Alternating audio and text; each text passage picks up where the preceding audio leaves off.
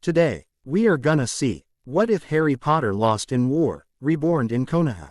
Join Patreon for early ACESS of Super Op stories, also adult and steamy Harry Potter stories too. Please subscribe this channel, because definitely I will try my best to provide a valuable content for you all. Also check the description to support the original author for this beautiful creation. Most people believe your life flashes before your eyes right before you die. Your memories, the places you've been, the people you've loved, and the things you've treasured. All on display in your mind as you take your last few breaths. People say you can tell whether you lived an eventful life or a wasted one in those last moments. Harry was no exception. He lay crumpled, on the ground in the only place he'd ever called home. Sadly, the Hogwarts he knew and loved was no longer standing. Hogwarts School of Witchcraft and Wizardry, now only a mountain of stone, had been destroyed in the final battle between light and dark. He would miss Hogwarts. As he thought of the years he'd spent there and the memories created, Harry regretted he wouldn't be able to finish his 7th and final year. It was Hermione's hope for the three of them to go back to school after all the fighting was over and graduate together. Unfortunately, with Hermione and Ron both 6 feet under and Harry not far behind, this idea would now just be a nice optimistic dream. Harry guessed he lived an okay life though.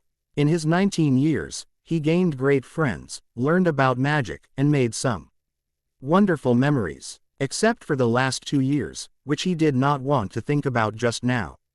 In all honesty, he wished he could erase those horrible memories so even in death he wouldn't remember them. The war had been brutal. After Dumbledore's untimely death, Harry begrudgingly became the leader of the Light. He never understood why people pushed for him to lead. He was young and inexperienced. But people clung to him and his name, and in the end there wasn't much choice in the matter. He led them through many fights and conflicts and took each death as his own failure. He lost any allies and friends through the war, and each weighed heavily on his heart. It's good I'm dying now, he thought, strangely cheerful. There isn't anything left in this world to live for. Everyone I love is waiting for me on the other side. He looked around while straining his eyes through dirty glasses. He saw a single goal post left standing very close to where he resided. I must be on the Quidditch pitch then. He was lying in the place where only a few years before he had proudly held the Quidditch cup in his hands, celebrating his final win as Quidditch captain. The memory of the win was fleeting, but seeing his friends happy and cheering brought a painful smile to his face. Ron, Hermione, Ginny, everyone, I'll be seeing all of you soon. As he continued to look around, he glanced at all the bodies surrounding him. Most were unrecognizable. In the collection of rubble, bodies, and blood, Harry couldn't distinguish between his allies and the Death Eaters. A war fought over blood. How ironic that now their pure blood is mixed in with all the mudbloods and blood traitors too. He spotted his newly acquired wand, a black elm taken from a fallen Death Eater a few months back, splintered a few inches from his fingers. The wand had accepted him well enough but was nothing like his own holly and phoenix feather wand. How he missed his old wand. Lord Voldemort had gleefully snapped it, after one of the many encounters the two had over the years. Harry finally spotted a corpse he did recognize. His eyes welled with tears as he spotted the greasy hair and hooked nose of his former potions master, whose body oozed from deep lacerations. It appeared the Death Eaters had taken great pleasure in torturing their notorious traitor. From the looks of the many broken bodies around him, Professor Snape didn't fall without taking a few Death Eaters with him. Hope the bastard got them good, Harry thought proudly. Once this is all over and I see him again, I'm going to force him and my dad to make up. Too much has happened for them to continue their schoolyard rivalry. I'm sure Mom will help too. Harry closed his eyes, picturing his family and friends all together again. Everyone was happy and laughing with no thoughts of war or death. The scene brought a brief sense of peace. I do regret not being able to settle down and have kids though, Harry thought bitterly. I think I would have been a pretty good dad. Having grown up in a house devoid of love and kindness, he was sure his children would have grown up in a loving and happy home. It would have been nice to have a house filled with lots of kids, he thought. Just like the Weasleys. They were always happy. He forced himself not to think about what happened to his favorite redheaded family once the war started. Harry's bridge. Breathing became difficult and the wetness building beneath him expanded. Dying was painful, and his entire body ached. Bleeding out, Harry found, was not the easiest way to die. Especially out here on the cold, hard ground all alone. He pondered what the headlines would say about his current predicament. Rita Skeeter would have a field day for sure. He could see it now. Harry Potter, the chosen one, the boy who lived, destroys the beloved wizarding landmark Hogwarts and defeats the Dark Lord in the process. He started chuckling but choked on the liquid in his lungs and coughed. He had done it though. The scorched parts of what were left of Voldemort's body were scattered about 20 feet away from where Harry himself had fallen. He had finally killed the bastard who made his life hell. He avenged all of the people this monster had destroyed. But he was years too late to save anyone. He thought about all the people he had lost. His best friends, Ron and Hermione, the whole Weasley family, Neville, Luna, Sirius, Remus, Dumbledore, Hagrid, and countless others who had followed him until they met their untimely deaths. A single tear fell, though he couldn't feel it through the ever-increasing coldness of his body. Harry's raspy voice spoke softly into the eerie silence. "I'm sorry, everyone. It took me way too long to kill him. I hope you can forgive me." His ragged and painful breathing slowed. He closed his eyes, waiting for death to arrive and finally take him to his family and friends who were waiting for him on the other side. "Here I come." Harry welcomed the approaching darkness. Harry saw a blinding light, floating serenely above him. This must be the end, he thought, watching the light slowly approach him. He closed his eyes and basked in the sudden warmth. His worn and aching body suddenly felt rejuvenated, and he no longer felt the cold hard ground beneath him. He felt levitated in a bright ray of sunshine. Strangely enough, Harry's eyes snapped open to find he was indeed suspended in the air. He panicked, flailing his body around, failing to find his balance without the ground for support. "Calm down, my child. Everything is as it should be." He froze. As a disembodied voice projected through the white abyss surrounding him. 3 indistinguishable forms appeared before him with nothing but a faint outline to show their figures. "I must still be Ying if my hallucinations are this unreal," Harry thought. He blinked rapidly, trying to dispel the imaginary people from his vision. "Harry Potter." He looked up at the middle figure who'd spoken. "You have led a difficult life. And this fault resides with us, the Fates, for sending the prophecy between you and Tom Riddle to our chosen seer. We placed you in the position as the world's savior and took away your chance at a normal life. We now wish to redeem ourselves and gift you with, as your headmaster would say, your next great adventure." "What do you mean?" Harry asked curiously. He figured that, even though this was just a dying hallucination, he might as well play along with his delusions. He was indeed enjoying the experience of warmth in this hallucination, so he was fine with it lasting a bit longer. "As you are on the brink of death, it is easy for us to send your body and soul to a different dimension. Think of it as a second chance to live the life you were deprived of." "How can you send me to a different dimension? Or rather, what is a different dimension?" In the lull of the warmth, the talk of dimensions was still strange, and he was curious how his subconscious could have come up with it. It was a bit far-fetched for his imagination. He heard chuckling amongst the shadows. "We are the Fates. There are many things we can do that you mere humans cannot even begin to fathom. And to answer your other question, dimensions are different worlds completely separate from one another." The center figure leaned toward Harry slowly. "But there is no time for us to explain everything to you just yet. All you need to know is that for your selfless and courageous acts, and for the defeat of a terrible Dark Lord, you have been blessed by the Fates. And furthermore, an old wizard has requested that you carry on his bloodline in your new life." I'm not quite sure I'm following." Harry was interrupted by faint laughter echoing from the 3 dark shapes. "We are running out of time. And I am not yet finished," the center figure continued. "When you arrive at your new home, you most likely will not be able to understand the language.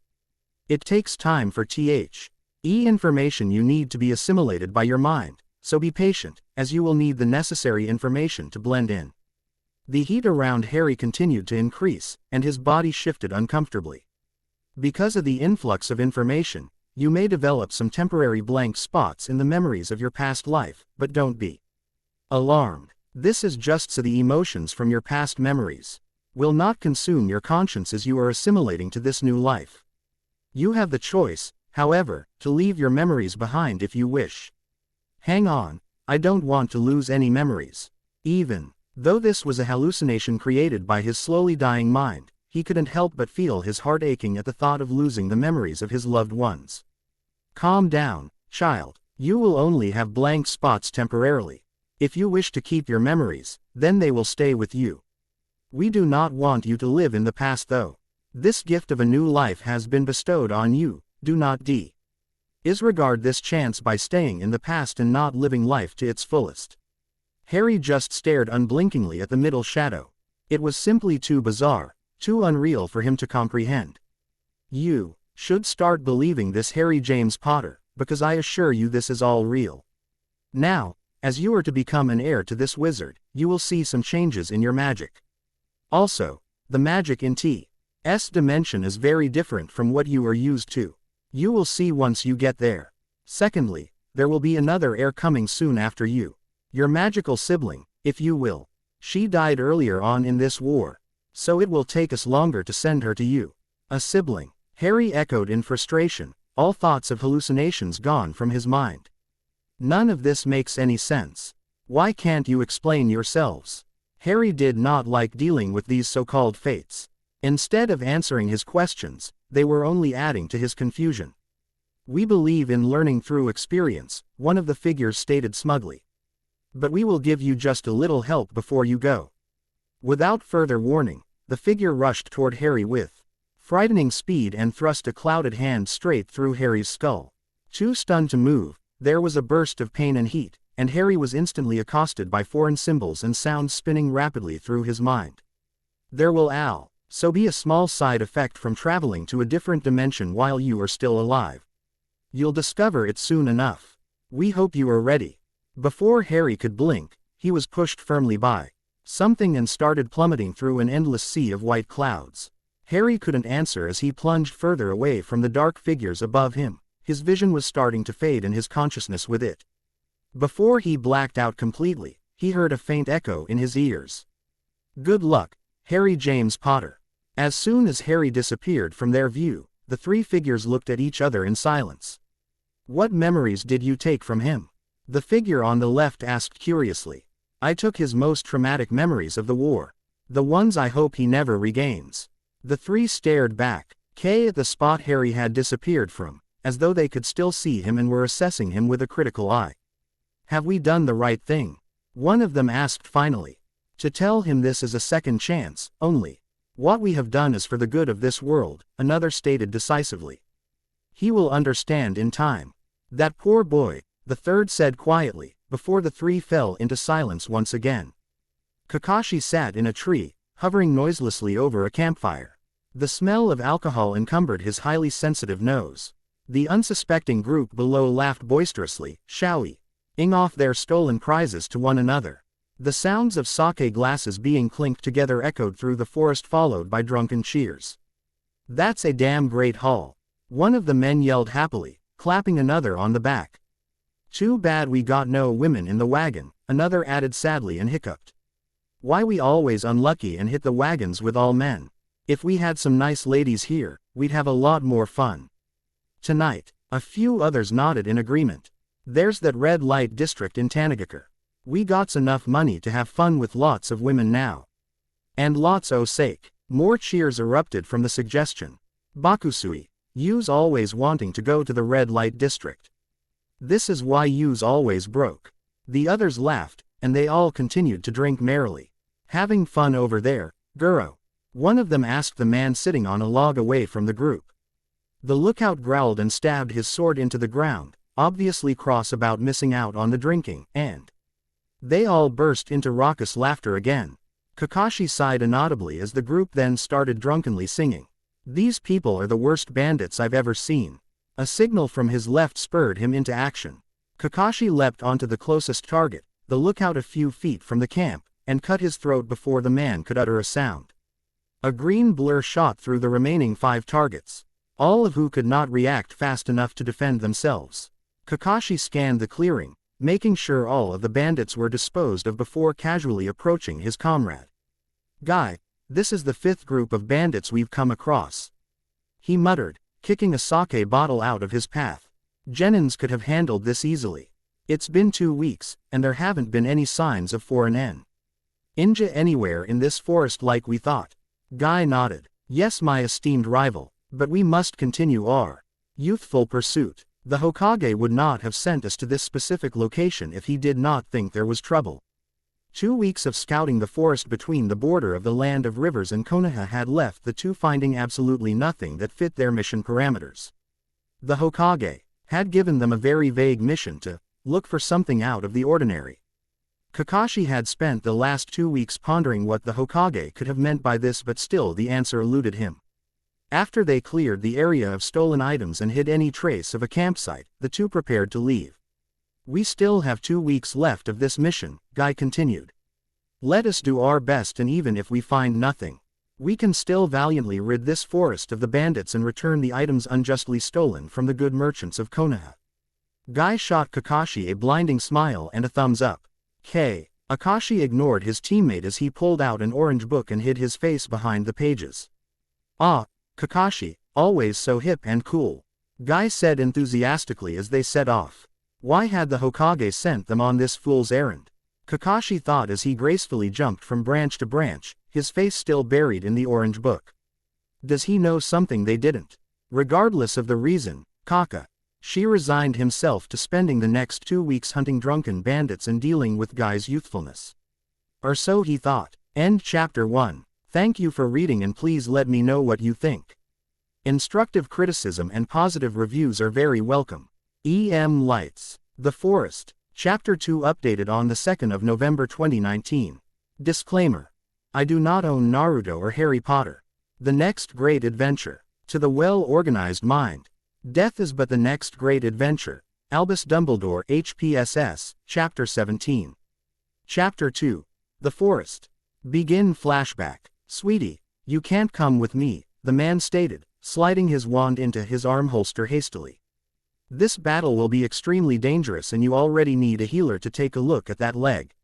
He watched as she tried not to limp, walking closer to the front door. "You can barely put any weight on it as it is. And you still need to replace your wand after what happened last time." "Dad, I'm supposed to be out there though," she began slowly, ignoring the exasperated look her father gave her. "The Fada told me. They said it was very important." Her father sighed. Having a stubborn 16-year-old daughter was difficult, especially one as special as his. He took a deep breath to calm himself and turned to face his daughter once more. "I can already tell that whatever I say to you will be futile." The blank stare he received was confirmation enough. He walked over to an old cabinet and took out an old wand, carrying it lovingly to his daughter. "This wand, it was your mother's. You are so much like her, I have no doubt it will work well for you. With this, you'll have your mother's protection out there if I'm not able to help. This wand is precious to me, so I am expecting you to bring it back. Please, don't do anything too reckless. You're all I have left." She put her own broken wand in the holster fastened to her ankles and clasped her mother's wand gently in her palm. She then pulled her father into a warm embrace. "This is a precious gift indeed. Don't worry, I'll be back before the next issue is published." "That's my girl," her father said and kissed her forehead. Hours before the battle ended, she found her next, and last, opponent. Spells were fired rapidly as she danced around the Death Eater. Her unique dodging, though it looked more like a strange jig, helped her avoid most of the curses sent her way.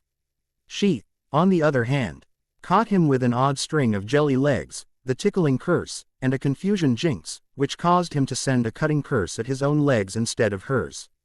Shaking off the effects of the spells, he growled angrily and began firing curses with gusto. The injury to her leg caused her to falter enough for a sectum sempra to hit her in her left forearm. She was knocked to the ground with a cry of pain, and the Death Eater took that moment to disarm her. She struggled to stand, her left arm hanging lifelessly against her side, seeping blood. She looked around quickly to find her other's wand laying 10 feet to her left, too far for her to reach in time. The man laughed in her face as she knelt wandless in front of him. "You put up a good fight, little girl, but in the end, Dark Lord's followers will always triumph. Without hesitation, she quickly pulled out her own wand from her ankle and waved it towards the man. A destructive blast surged out of the broken wand and D promptly blew up not only her but also her attacker. The next thing she saw was a great white light. "So, you must be the Fada," she said calmly into the abyss. A lone man was found standing in the empty battlefield days after the battle ended. He looked out of place, dressed in a crisp black suit with a glaringly yellow bow tie and his hair carefully combed. His leather shoes were coated in mud and debris, but the man didn't seem to notice or particularly care. A few hours before, the man would have been seen searching the grounds with fierce determination until he found an abandoned wand. He now stood, cradling the wand tenderly in his hands, as he silently wept. He wept for his loving wife, whose devotion to her research led him to raising their daughter on his own. He wept for his gifted and caring daughter who deserved a life much greater and longer than the one she was given. He also wept of the realization he would now have to brace this world without the two that gave him his reason to live.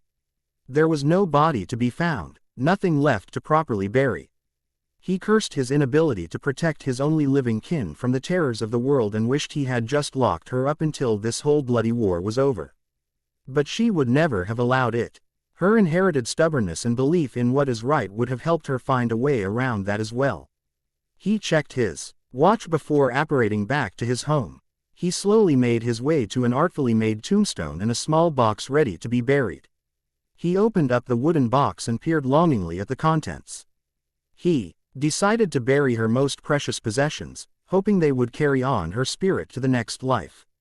Resting right on top of an old butterbeer necklace and some bright red radish earrings was a picture of his daughter. She was smiling brightly at the camera and waving enthusiastically. He gazed at the photograph for what seemed like an eternity, burning that particular image into his mind. He took a deep breath and then laid his wife's wand down into the box as well. "Protect her in the next life as I have failed in this one." 3 figures then apparated into the clearing. Harry, Neville, and Tonks walked slowly over to the newly made tombstone and faltered a few steps away. "Mr. Lovegood, I'm sorry about Luna." Harry wrung his hands uncomfortably as Mr. Lovegood turned around to greet them with a somber nod. "Life is unpredictable," he replied, suddenly. "Guilt and blame only hinders us while it gives fuel to our enemies. We all know the real culprit here and child, it is not you." With tears searing down his cheeks, Neville meekly walked over and placed a sealed envelope into the wooden box. His budding affection for the eccentric Ravenclaw would now be buried among her precious belongings. Mr. Lovegood lowered the box into the small pit, and Harry and Neville helped with the burial. "Harry, we have to hurry, it's risky you just being here," Tonks said quickly with an apologetic glance at the grieving father. The 2 boys said their silent goodbyes to their friend and bade Mr. Lovegood farewell before the 3 hastily apparated away. Xenophilius stayed glued-eyed in front of the tombstone for a long time after, as he prayed that his daughter find love and happiness in her next adventure.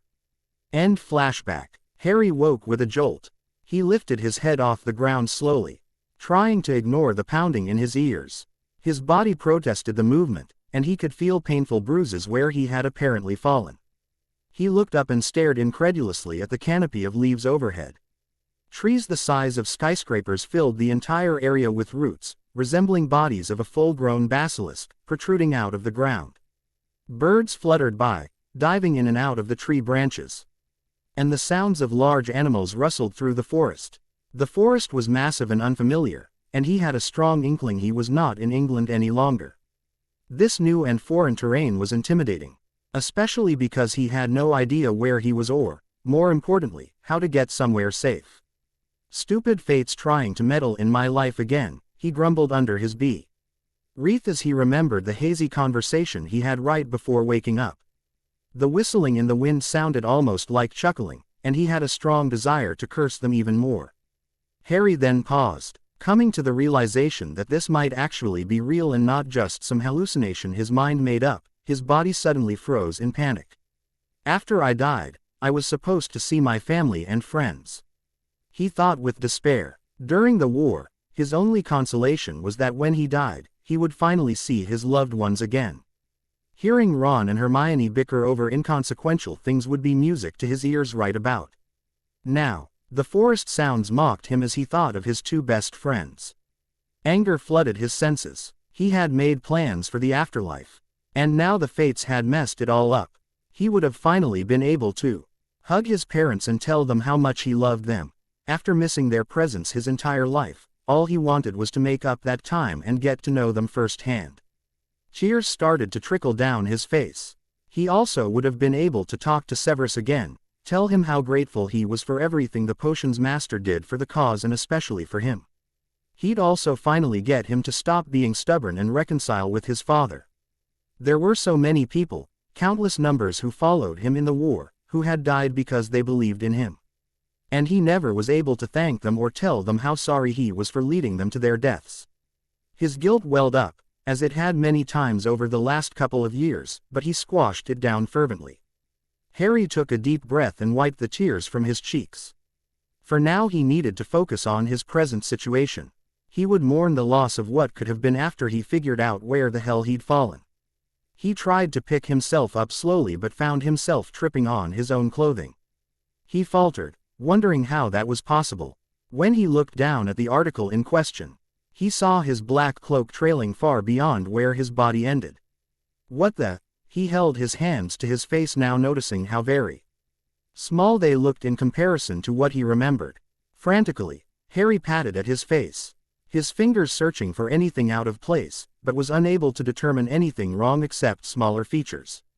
How is this possible? His eyes glazed over as he tried to recall his last memory. One single sentence echoed in his mind as if spoken again right in front of him. There will also be a small side effect from traveling to a different dimension while still alive. You'll find it out soon enough. A side effect of shrinking. Harry fumed. No one would take him seriously if his body was the size of a little kid. He then noticed that he no longer had his glasses on. He blinked slowly, glancing at his surroundings, taking in all the crystal clear details and vivid green colors of the leaves. Well, I guess one good thing about this is it seems I will no longer need my glasses. He tried his best to fix the cloak to fit his new small form.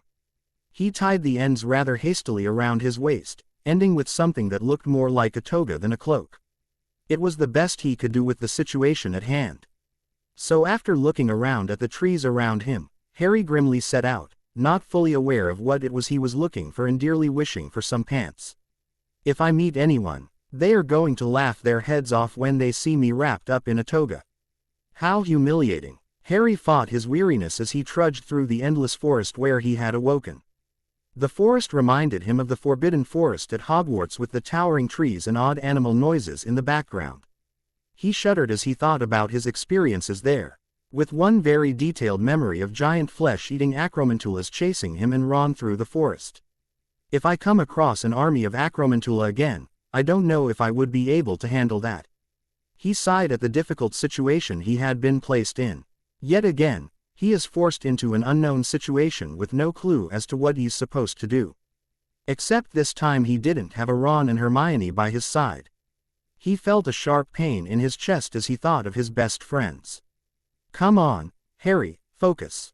He checked his magical core, trying to see if it had been affected by the transportation to wherever he was. It felt fine, just a little weak, and he gave a sigh of relief. I might have enough magic for my animagus form. He stopped walking for a moment to carefully consider the risks. He didn't want there to be complications with his animagus form and his newly shortened body. His mind drifted to the lessons Remus had taught him about animagi. The animal was affected by the person's height, weight, age, and many other factors. Since he didn't know any of those answers for his new body, his animagus form could possibly be dangerous for him to attempt.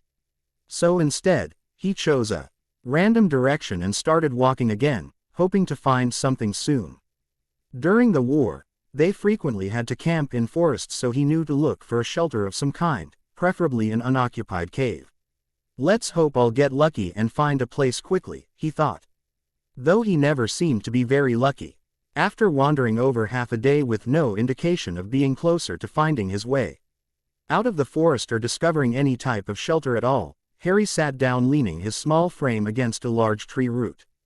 His body aching and sore, couldn't take much more of this random roaming through the forest.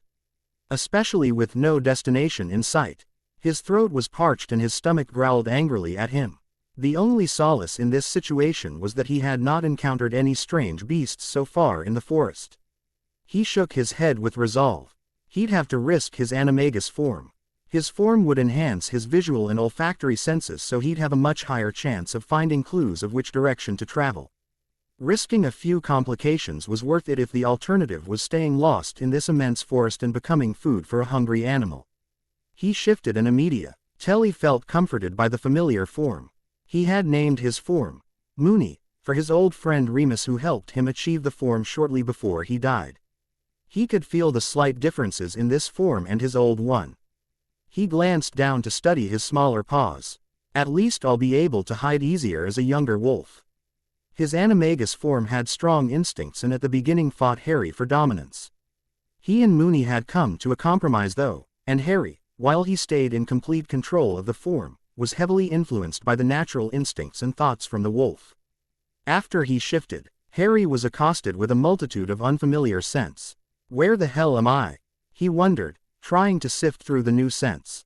Moony wanted to go investigate all the new and interesting smells. But Harry needed to find someone to help him get out of this forest. Toward the east, his nose detected a waft of cooked meat, cloth, and smoke. There was a human nearby. He treaded softly toward what he now knew was a campsite. He sniffed again and noticed two distinct human scents. He crept up slowly, trying to get close enough to tell whether these humans were friendly or not, without being seen. His instincts from the war automatically made him hesitate to approach. This isn't a war anymore, Harry, he tried to convince himself. It was a hard concept for him to fathom.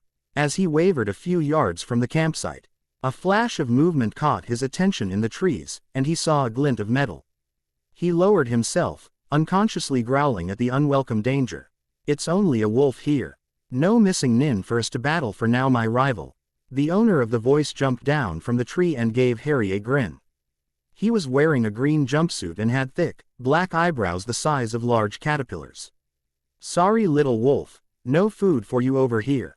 The other human then appeared from behind a tree. His gravity-defying white hair looked normal compared to the unusual clothing they were both wearing. This second one even had a face mask. What kind of a place has people who dress like this? Harry wondered, trying to picture somewhere that would deem outlandish clothing like this to be acceptable. He recognized a few of the sounds the humans were making from the information the Fates had given him before this impossible journey, but Harry couldn't understand what the words meant. It only confirmed Harry's suspicion that he was very, very far from home. He tried to focus on the sounds, but it was still too early for any of the given knowledge to be helpful in this situation. The white-haired human lazily strode over to where Harry was still cowering defensively. He's just a baby, he said, leaning towards Harry to get a better look. Looks pretty hungry to me as well. Harry bared his teeth, trying to decide whether these two were a threat to him or not. The masked human laughed and, in the blink of an eye, swept Harry up into his arms. Harry squirmed and tried to bite the human who dared to pick him up. Don't worry little wolf, I have food for you. You need it. Oh, I had forgotten. You have a soft spot for wolves, don't you? The green one stated cheerfully to the one in the mask. Harry stared at the piece of meat placed in front of him. Both of the humans left him alone other than small glances they shot his way every now and again. He sniffed the meat, and the delicious scent made the decision for him. He took a small bite with as much self-control as he could manage. It was rabbit, but the flavoring was a little different compared to the rabbits he'd eaten in the past. Not wanting to think any more confusing questions when he had no one to answer them, Harry focused his attention to the meat and ate greedily. After finishing the meal the humans had provided, Harry took the time to study them sitting around the fire. The white-haired man was staring lazily back. Harry believed his companion had called him rival, and the other he had heard referred to as guy. Suddenly, and without being quite sure what had just happened, Harry found himself held down with a blade at his throat. I know you aren't a real wolf, so who are you, and how are you able to hold that form so convincingly? The white-haired man said with a pleasant tone, but his body language screamed a threat. Harry shuddered at cool metal pressed against his skin and slowly released his animagus form. A child. How is a child able to do that? By his youthfulness, I would guess he isn't any older than 4, Guy stated, his caterpillar-like eyebrows disappearing beneath his bowl-cut fringe. Harry, back in his tied-back, overly large black cloak, tried to explain that he was lost, but the only words coming out were in English. It was clear by the expressions on the two men's faces that they didn't understand any of it. How did he know I wasn't a wolf? Harry wondered, gazing at the sharp weapon fearfully. And how am I supposed to explain my situation when I can't even explain myself? He swallowed hard, anxiously wondering if the fates had given him a second chance, only to have him killed within hours of his reawakening. Harry had never thought much of forests, anyway. Poor Luna. And now Harry has officially met Kakashi and Guy. Reviews are always welcome. I love hearing what you guys think. E.M. Lights. The Hidden Leaf Village. Chapter 3 updated the 2nd of November 2019. Hello. Please enjoy and let me know what you think. E.M. Lights. The next great adventure. To the well-organized mind, death is but the next great adventure. Albus Dumbledore HPSS, Chapter 17. Chapter 3. The Hidden Leaf Village. Guy glanced at Kakashi with surprise. You are indeed worthy to be my rival, Kakashi. How is it you knew he was human? His scent, Kakashi replied easily. No further explanation was given. The kid's chakra levels are relatively high, but that does not explain how he is able to achieve such a youthful transformation. Maybe it's some type of bloodline limit. Kakashi just hummed, still gazing at the boy with one expressionless eye, as Guy unrelentingly rambled off different explanations of the child's strange wolf form and what might be the cause of it. Kakashi still held the kunai against the boy's neck, but he noted that from his expression, the boy acted like he'd never seen a kunai before. He also looks to be lost, Guy stated thoughtfully. Despite his youth, he is only skin and bones. Looks like he hasn't had a bite to eat in days. I wish to feed him more so his youthfulness can grow. My rival, I think we should take him with us. Do you think, Kakashi stated slowly, that this boy could possibly be what the Hokage sent us out here for? Ah, that is possible. He does fit the abnormal guidelines set for our mission. Kakashi nodded and pulled his kunai away, though still holding it ready in his hand. It's decided then. We'll take the child with us to the Hokage. If we are wrong, the Hokage can figure out what to do with him. Yes, my thoughts exactly. You make one wrong move, Kakashi said, leaning right into the boy's face, and this will not end well for you. Though he could not understand the words, Harry did lean enough from their tones and actions to know he was being led somewhere, and he shouldn't try anything funny or there would be consequences. They packed up their campsite at an incredible speed and gestured Harry to walk alongside them. While their bodies seemed relaxed, Harry noticed the tense shoulders and the slight head movements scouring the road. They act like soldiers, Harry realized. They look to be only a few years older than myself, but who knows how long they've been in service. He peered up at the two once more, staring at them in a different light. Though I don't know what ND of military has soldiers who dress so strangely. Again, where the hell am I? It was about 30 minutes of Harry walking between the two soldiers on a road until he saw a very large wall in their path. He figured that was their intended destination since the wall was the first structure he'd seen since waking up. The soldiers were discussing something in their language about his shape-shifting abilities. Harry was slowly starting to understand the words and put them into sentences, although speaking was a different action entirely. Instead of dwelling too much on this, he just focused on being able to understand the soldiers' conversation a little more clearly. At least this would help him figure out what he needed to do to survive in this new world. When they came closer to the wall, Ari saw large gates with people bustling around inside them. It looked like some type of town, a medieval-looking one at that. When they came to the outside of the gate into the town, two men also wearing strange outfits were sitting lazily at a booth and called them over. One of them had spiky black hair and dark eyes, and a bandage resting on the bridge of his nose. The other one had straight roan hair that tumbled down to entirely cover his right eye. They both looked at Harry with confusion. So, who's the kid? The first one with a bandage across his face asked the green-clad man. Pret, "'Ty sure you didn't leave with one a few weeks ago?" The bandaged man grinned. "We found this youthful one in the forest," the green man stated, gesturing toward Harry. "He has a wonderful bloodline we want to show the Hokage." Harry was sure his name was Guy, given how often the silver-haired one called him that. He had initially thought the other man was called Kakashi, but Guy referred to him as rival, more than anything else. So he wasn't quite sure which one was his name. The two men stared at him expectantly, but Kakashi, rival, interrupted. "We're in a bit of a hurry, so we'll be off," he said, with a wave and an eye smile. He motioned to Harry and Guy to continue and followed behind them toward the gate. "All right, we will see you around, Kakashi, Guy." Harry wanted to ask what Hokage was but still couldn't figure out how to say it. It was getting increasingly more frustrating not being able to talk and only able to understand what the two soldiers were saying. Especially the silver, white-haired one stated that if he had longer hair, he could be confused with a cute little girl. Harry fumed at that comment, and it took every ounce of strength not to start cursing back at the man. He was 19 for Merlin's sake. These emotional outbursts felt strange to Harry, as this younger body's urge to whine and complain seemed foreign to his 19-year-old mind. He pondered this strange and horrifying realization that he indeed was going to be starting over as a child, with childlike impulses. "Well kid, welcome to the Hidden Leaf Village," Kakashi said, peering over at Harry with his one eye. Harry just nodded. He still couldn't tell if this man meant to hurt or help him, so he figured staying timid for now would be beneficial. Kakashi stared at Harry thoughtfully. "I guess you do understand what we are saying then." "That's good to know." Harry looked up and nodded once again. He wasn't sure what was in store for him next, but at least he could answer yes or no. This would have to do until he was able to figure out how to speak this strange language. And for what seemed to be the 100th time this day, he cursed the fates for making this next great adventure so difficult for him. This kid is an enigma, Kakashi thought as he stared down at the young boy walking dutifully next to him.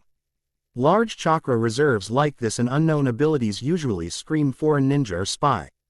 I figured he was just an older shinobi with the ability to transform into a child just as he transformed into a wolf, but now. He stared down at the child once again, his trained eye catching the rapid breathing and small shivers from the young boy. He either is a brilliant actor or he's really just a lost child. One with a very unique bloodline limit. He pulled out his beloved orange novel and began to read, despite Guy's protests of reading that smut in front of the child. Best to just let the Hokage deal with this one. The three walked through the place called the Hidden Leaf Village in silence, which was just fine for Harry. He was too lost in his thoughts about what this meeting with the Hokage, whoever he was, would mean for Harry. What if they decided it was better to just kill him and be done with it? Then another horrible thought occurred to him. What if I died and I'm actually in another dimension like the fates talked about? Would this new world has its own heaven? If so, I won't ever be able to see my old friends and family ever again, just strangers from this world. Harry's eyes filled with tears, and he tried his hardest to control the emotions waiting to explode. He sniffed involuntarily, drawing the gazes of the two soldiers. Guy gave Harry a sympathetic smile and patted his head rather hard. "It'll be okay, my young friend. The Hokage is a very wise man. He will see the youthfulness you possess and know just what to do with you." This comment didn't calm Harry's nerves, rather the opposite. Harry didn't like that one man was the deciding factor on what will happen to him. In no time at all, they had arrived to a huge building in the center of town. "This is the Hokage's tower," Guy said enthusiastically for Harry's benefit. Harry hesitated at the door, uncertain about the events that would unfold after he entered. "Come on," the white-haired soldier ordered casually, giving him a slight push through the doorway. "Time to see the Hokage." Harry took a large breath before slowly walking through the doorway, though he wasn't able to stop his hands shaking from nerves. Huge windows, capturing the magnificence of the entire village outside, lit up the circular room he had just entered. A small mahogany desk sat in the middle of the room, littered with stacks of paper haphazardly lying about. Old style books piled to the ceiling hid most of the walls from sight. A small elderly man sat behind the desk with a large pipe in hand. His puffs of smoke expertly circled his head like a halo before dissipating into the rising air. It seemed like this was a common pastime for the old man. He was currently busy staring into an antique crystal ball, watching a 7-year-old with bright yellow hair playing pranks on unsuspecting people. He looked up as the two soldiers and Harry came into the room and grudgingly put the crystal ball away. The elderly man's features resembled his old headmaster so much that for a second Harry was back at Hogwarts, walking into Dumbledore's study once again. Thinking of Dumbledore made Harry's heart hurt. He missed the quirky old man and his half-moon spectacles, strange wardrobe choices and all. Harry's eyes fluttered shut as Dumbledore's death flashed before his eyes without warning. A few members of the Order were engaged in an intense and lengthy battle. A small raid had turned into an ambush. Finding out that a traitor was amongst the Order was difficult, but no one had time to dwell on the fact while being attacked from all sides by Death Eaters. Harry, Kingsley, Bill Weasley, Hannah Abbott, and Hermione were all a part of this group, and no one was equipped or ready to handle the large number of attackers. Dumbledore appeared soon after the ambush began. Though how he knew they were in trouble was another mystery. The brief moment of cheer that they may get out of this alive turned bleak as the Order members realized Voldemort had arrived. Dumbledore, in all his glory, took it upon himself to distract the Dark Lord as the rest of the group tried to find a way to escape. "Harry, run!" Dumbledore exclaimed as Voldemort entered into the fight. He stood proudly in front of Harry, blocking him from view. Harry, clutching his bleeding right arm, stood frozen as he gazed into the red eyes of his parents' murderer. Well, Harry Potter and Albus Dumbledore. The two people I've been waiting most eagerly to see, Voldemort said smoothly, a malicious smile gracing his face. I have to thank our new member for this happy reunion. The Death Eaters laughed darkly, still fighting viciously against the other Order members. One face in particular stood out. Cherry Boot, the traitor from Ravenclaw, had a manic grin as he stood smugly behind the Dark Lord. You will all find out how you chose the wrong side. I'm glad I was clever enough to figure it out before it was too late. Mr. Boot, Dumbledore said sadly. How blind one can be when faced with troubled times. Troubled times, Dumbledore. Voldemort sneered. It's more than just troubled when you are about to die. Dumbledore raised his wand just in time to conjure up a shield against the first spell. Kingsley, get Harry out of here, Dumbledore ordered, summoning an immense golden shield to block the group from the number of attacks by Voldemort and his followers. The few Order members stood inside the Golden Dome and watched Dumbledore helplessly as he continued his fight with Voldemort. Bill, disable the anti-apparition wards, Kingsley barked, and the Eld. Weasley began muttering quickly with his wand in the air. Break down that barrier, Voldemort screamed, and the Death Eaters began firing spell after spell against the shield to no avail. Harry struggled against Hermione's tight embrace to try and find a way to help the headmaster in his fight. There will be other opportunities for you to fight, Harry, Hermione said as calmly as possible. Quote, getting the wounded to safety and living to fight another day is our priority right now. You do realize you are hurt, don't you? And Hannah doesn't have much time left. The blonde Hufflepuff was grasping her red-stained torso weakly in the arms of Kingsley. Harry understood this, but watching Dumbledore struggle to hold the shield and keep up with Voldemort's brutal attacks was painful. It was clear the old wizard was wearing down. Dumbledore was on another level, but how long could anyone last against this? Got it, Bill exclaimed, just as the shield dissipated.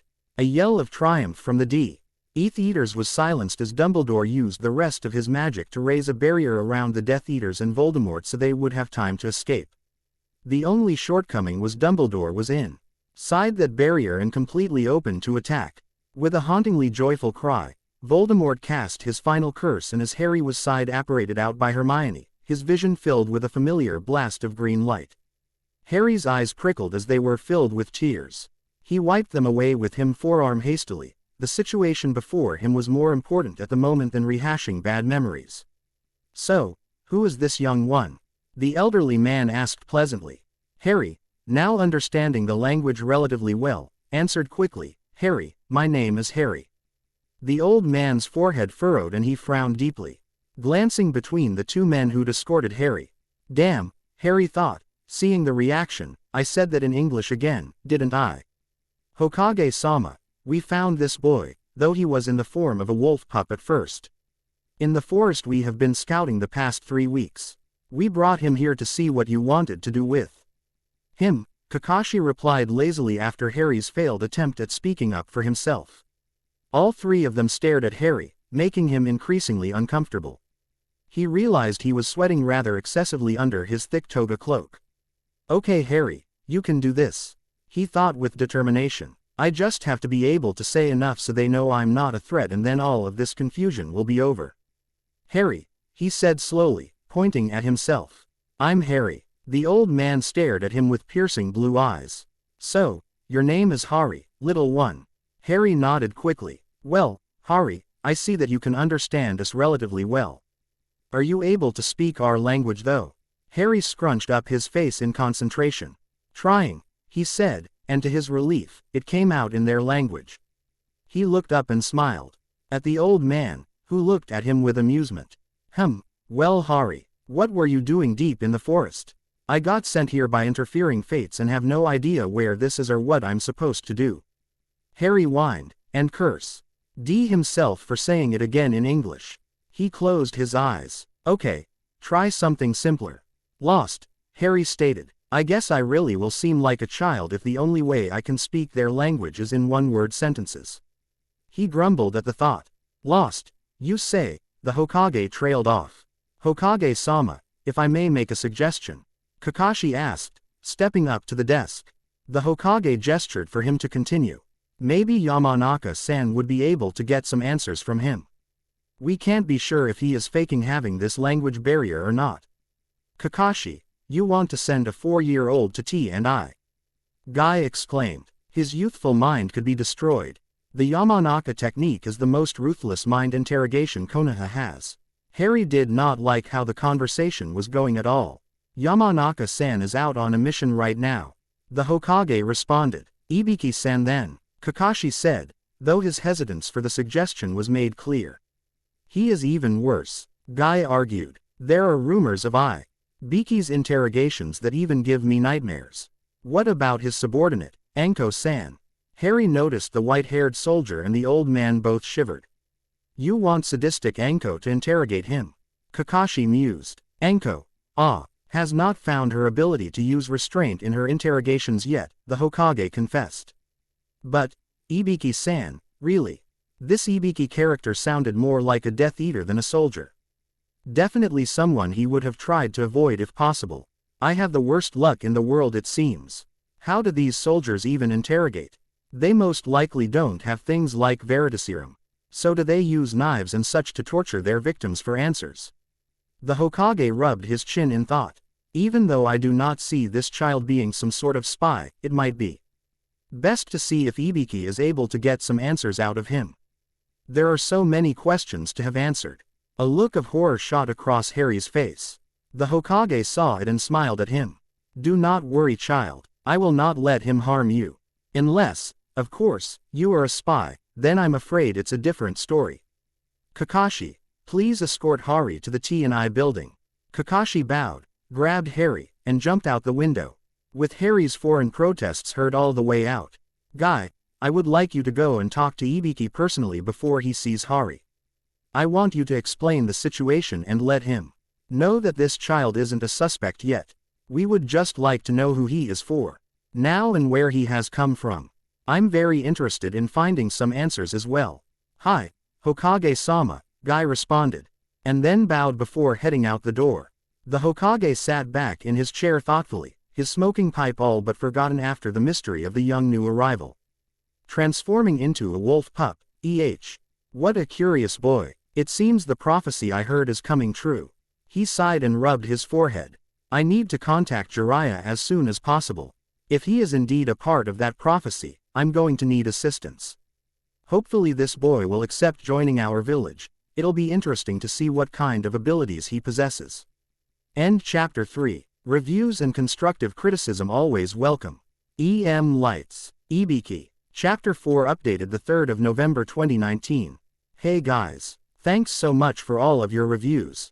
E.M. Lights. The next great adventure. To the well-organized mind, death is but the next great adventure. Albus Dumbledore HPSS. Chapter 17. Chapter 4. Ibiki. Kakashi landed in front of a building that in Harry's opinion was more of a prison than anything else. Towering, thick gray walls with H-barred windows and a heavy door that screamed, "Once you come in, you never come out." Harry had never been tortured before. He always knew it was a viable possibility during the war. He never though. He'd encounter this as a possibility just because of his existence though. He obviously wasn't a spy, but what if they didn't believe him? What if this man was just sadistic and didn't care whether Harry was innocent or not? Without a wand, he felt extremely vulnerable in such an unknown situation. What was his story supposed to be? He had no idea about this world, but if they found an animagus transformation odd, then it seemed magic did not exist here. Should he tell the truth and be marked as insane, or lie and possibly get caught and then tortured for lying? As they entered, the white H-aired soldier led Harry silently down a long hallway. Harry involuntarily started shivering, thought it wasn't from the cold musty air that filled the building. Kakashi peered down at the shivering form and felt a small pang of guilt. He laid his hand awkwardly on the boy's shoulder and gave it a small squeeze. Harry peeked up at him with wide eyes in response. Ibiki is pretty intimidating, but if you aren't a spy, there is nothing to worry about. The boy didn't seem reassured by his words. Kakashi sighed. He wasn't any good at comforting people, especially children. He had zero practice with kids and avoided passing a genin team mostly for that reason. He guessed it might have been because he graduated so young and didn't have a typical childhood. Where are his parents anyways? Kakashi thought. Shouldn't they be worried about him? He shook his head, clearing that line of thought. Kakashi brought him to a room empty of everything but two small chairs. Harry sank into one of the chairs and pulled his knees to his chest. Kakashi, instead of sitting in the remaining seat, leaned against the doorway studying the boy. Seeing the frail-looking kid hug his knees to his chest reminded him of himself after his father died. Scared and all alone, he stopped himself of thinking any further about it. It wasn't his problem. He did what was asked of him and brought in a suspicious person from the woods. He glanced once more at the boy before exiting the room.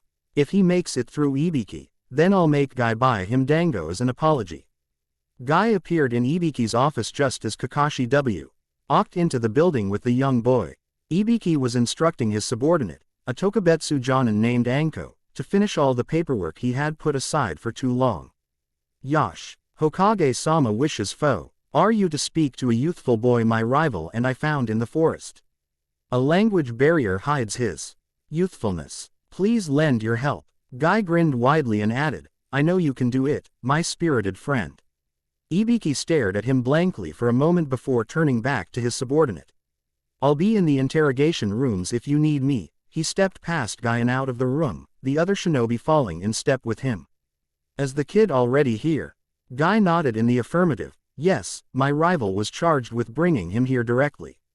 Ibiki pursed his lips. If the boy was with Kakashi he could be anywhere in the village.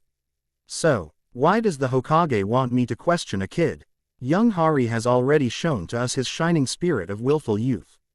He is able to shape-shift into a wolf pup, which is the glorious form he wore when we first came upon him in the forest. Ibiki was only slightly impressed with this information. But if the Hokage wanted him to question the kid, there must be something special about him. And not just a shifting ability. Guy frowned, expression suddenly serious as he eyed his comrade. Ibiki-san, the child seems scared and all alone. Please, don't be too hard on him. Ibiki stared unblinkingly at the boy. Even though this was how he usually started interrogations, he was not staring to freak the kid out. He was merely studying him. Well, he looks about 5 but extremely malnourished. Doesn't seem to have had a decent meal in weeks. There are faint scars along his body, a rather deep one on his left forearm, and a strange mark like lightning on his forehead. Might have been abused or tortured for a great length of time. His clothing does not seem local at all. In fact, I have never seen fabric such as that before. What caught Ibiki's attention next were the boy's eyes. They are a striking green color, but they look very peculiar on his young body. Those eyes hold pain, suffering, and loneliness, eyes that I see mainly on shinobi veterans or rescued torture victims. This boy looks like he has lived through many years of war and death, which is what I find to be very strange for one so young. No, his eyes are much more interesting than any shape-shifting abilities. It seems torture is the most reasonable explanation for this boy's state. If he passes this, like I believe the Hokage knows he will, I will highly recommend this boy for therapy. Harry tried to maintain eye contact with the man but was finding it very difficult. He felt to see if his occlumency shields were still erect. Something about this man reminded him of Snape. And while Snape had been a good man, he had still been a right bastard most of the time.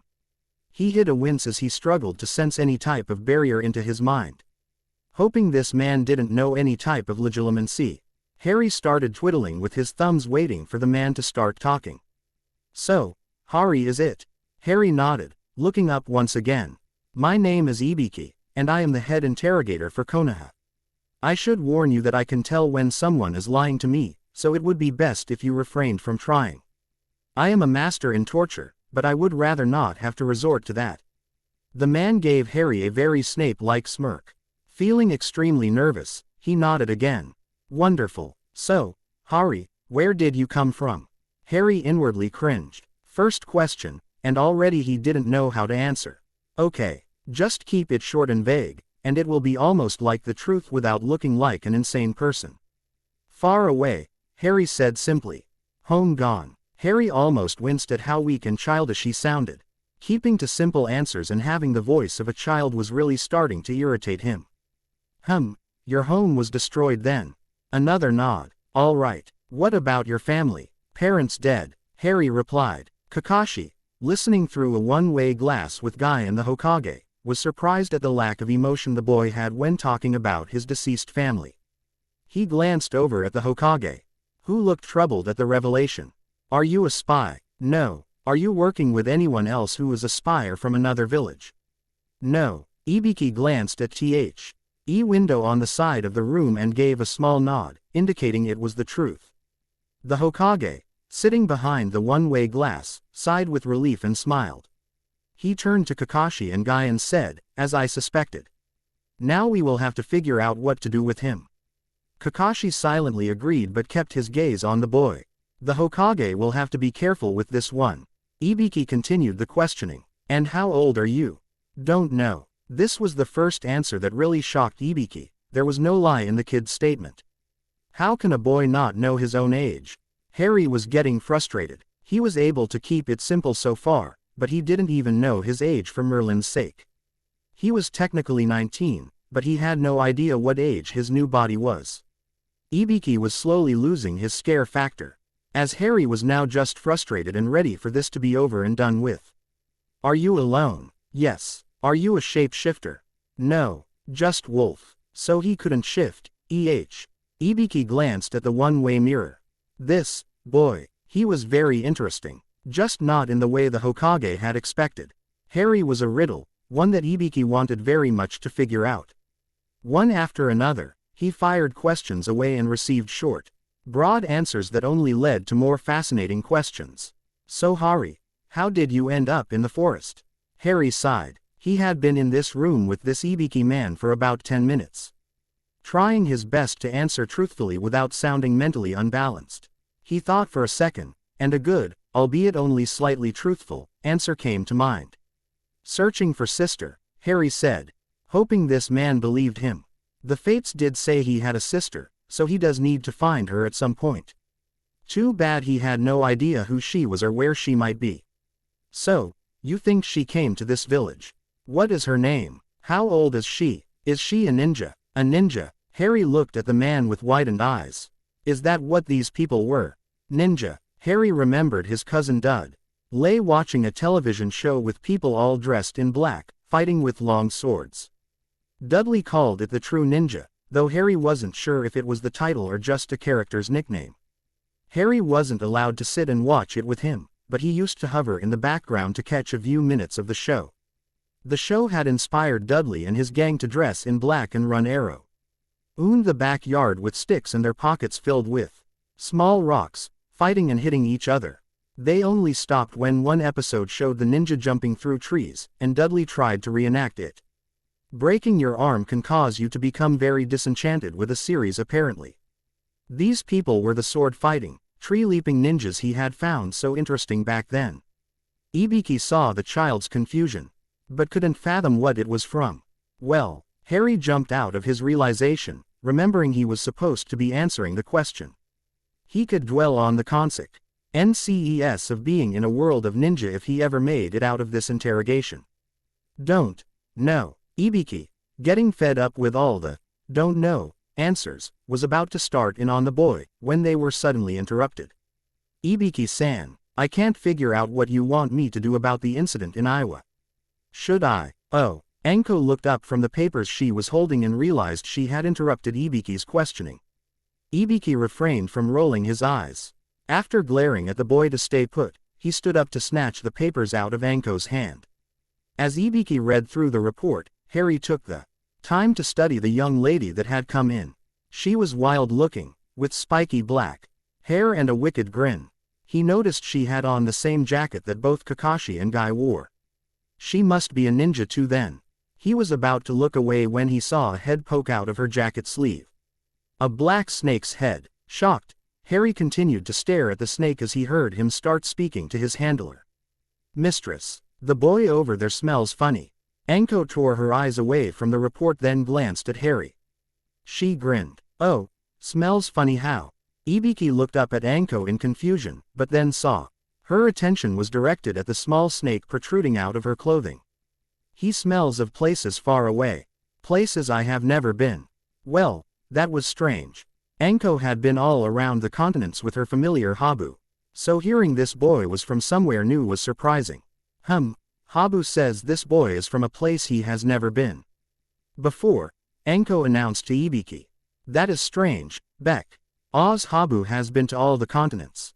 Harry, being able to understand everything the snake was saying, paled at the statement. He wasn't sure what would come of the insinuation, but he didn't think any of it would be good. He then realized, cracking the first smile since he'd been brought into this village, he had just found a way to speak without struggling with the new language. It's not very nice to tell people they smell funny. Everyone in the room and behind the one-way glass stared at Harry as if he had grown two heads. A speaker. I never thought I'd meet a true speaker such as you. I will have to tell my kin that a brother without scales has appeared. The snake excitedly left his mistress's flak jacket and slithered over to the young boy. He climbed up Harry's leg and came face to face with him. He tasted Harry's skin and squirmed. You even taste different, the snake admitted and hissed in laughter. Anko, can you understand him? Ibiki asked slowly, still wrapping his head around the new development. Yeah, I can. Ibiki, who is this kid? I've never even heard of a person being able to actually speak like a snake. It's called parseltongue in my language, Harry said to the girl Anko. It's kind of rare, but I was born with this ability to speak with snakes. So the kid was born hissing at snakes. You found yourself a unique kid, Ibiki. Anko, I need you to stay and translate for me. This will be much faster than the short one or two-worded answers the boy has given me so far. Is that okay with you, boy?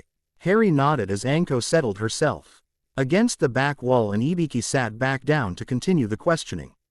So, we were talking about your sister. Why don't you know anything about her? Harry hesitated before responding. My memory is messed up. I don't know anything about my sister, only that I have one, and she is supposed to be coming soon. I don't know when or where she will be. That's why I need to find her. Phew, Harry thought as Anko relayed his answer. Still truthful without sounding insane. I'm starting to get good at this. The rest of the questioning went smoothly, as Harry was now able to converse quite efficiently through Anko. Well, that was certainly enlightening, said the Hokage, sitting back in his chair stretching as the questioning came to an end. We have learned that the only family he has left is his sister who is missing. He is from somewhere far away, he can turn into a wolf, and that most all other information we could want he doesn't know because his memory has been compromised.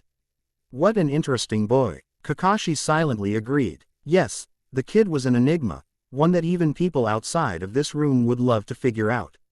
But his role in this was coming to an end. He had important things to get to. Like visiting the memorial stone. Yes, well, let's all return to my office and figure out what to do next. Harry, Kakashi, Guy, Ibiki, and Anko, whose presence there was only Bako.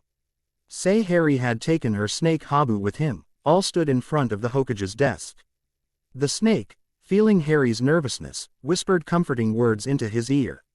Oh Merlin, this is it, Harry thought, his heart sinking into his stomach. I should never have spoken to the snake. They are going to think I'm a freak because I can speak Parseltongue. No wait, the girl can understand it, and she's okay. Maybe they will like that, but what if they think me being a wolf animagus is bad? What if they think I'm dangerous and kill me? Oh no, what if? Harry's thoughts are interrupted as the old man began to speak. Well, my boy, you have definitely made this an exciting day. We would like to help you on your quest to find your sister, of course, but if you said she is searching for you, then the best course of action would be for you to stay in one place. Then when she comes, she will be able to find you easily. Now, the question is, would you be opposed to staying here in Konoha? The Hokage finished and stared at Harry with those twinkling eyes that were so damned familiar that he already knew what his answer would be. I will stay, Harry said with a smile. He did see the logical reasoning of staying in the village. First, the old man was right about the higher probability of his sister finding him if he stayed in one place. And if the fates dropped him here, then maybe T.'s sister would be dropped off around here as well. Also, he didn't want to keep traveling through forests. Harry wanted to find a place that maybe he could once again call home. Hogwarts was the only place he ever felt was home. If he had to live another life here, he wanted that feeling of belonging once again. Excellent. Now, since you are so young, I don't think it would be a good idea for you to live on your own. There is an orphanage. Harry quickly paled, but I think the best option would be for you to stay with someone who will be able to take care of you and protect you if need be. The Hokage then looked at Kakashi with knowing eyes, which made the ninja realize what this would be leading to. The Hokage wanted the boy to stay with him. Kakashi could understand the reasoning, of course. He was a seasoned Anbu captain, one that other countries would think twice before confronting. He had no family to support and had quite the fortune piling up, so financially a child would be no problem. He was sure if he said no, he could walk away with this and go back to his life as normal. He didn't want the responsibility of a child. He didn't know anything about raising a kid, since he never really was one.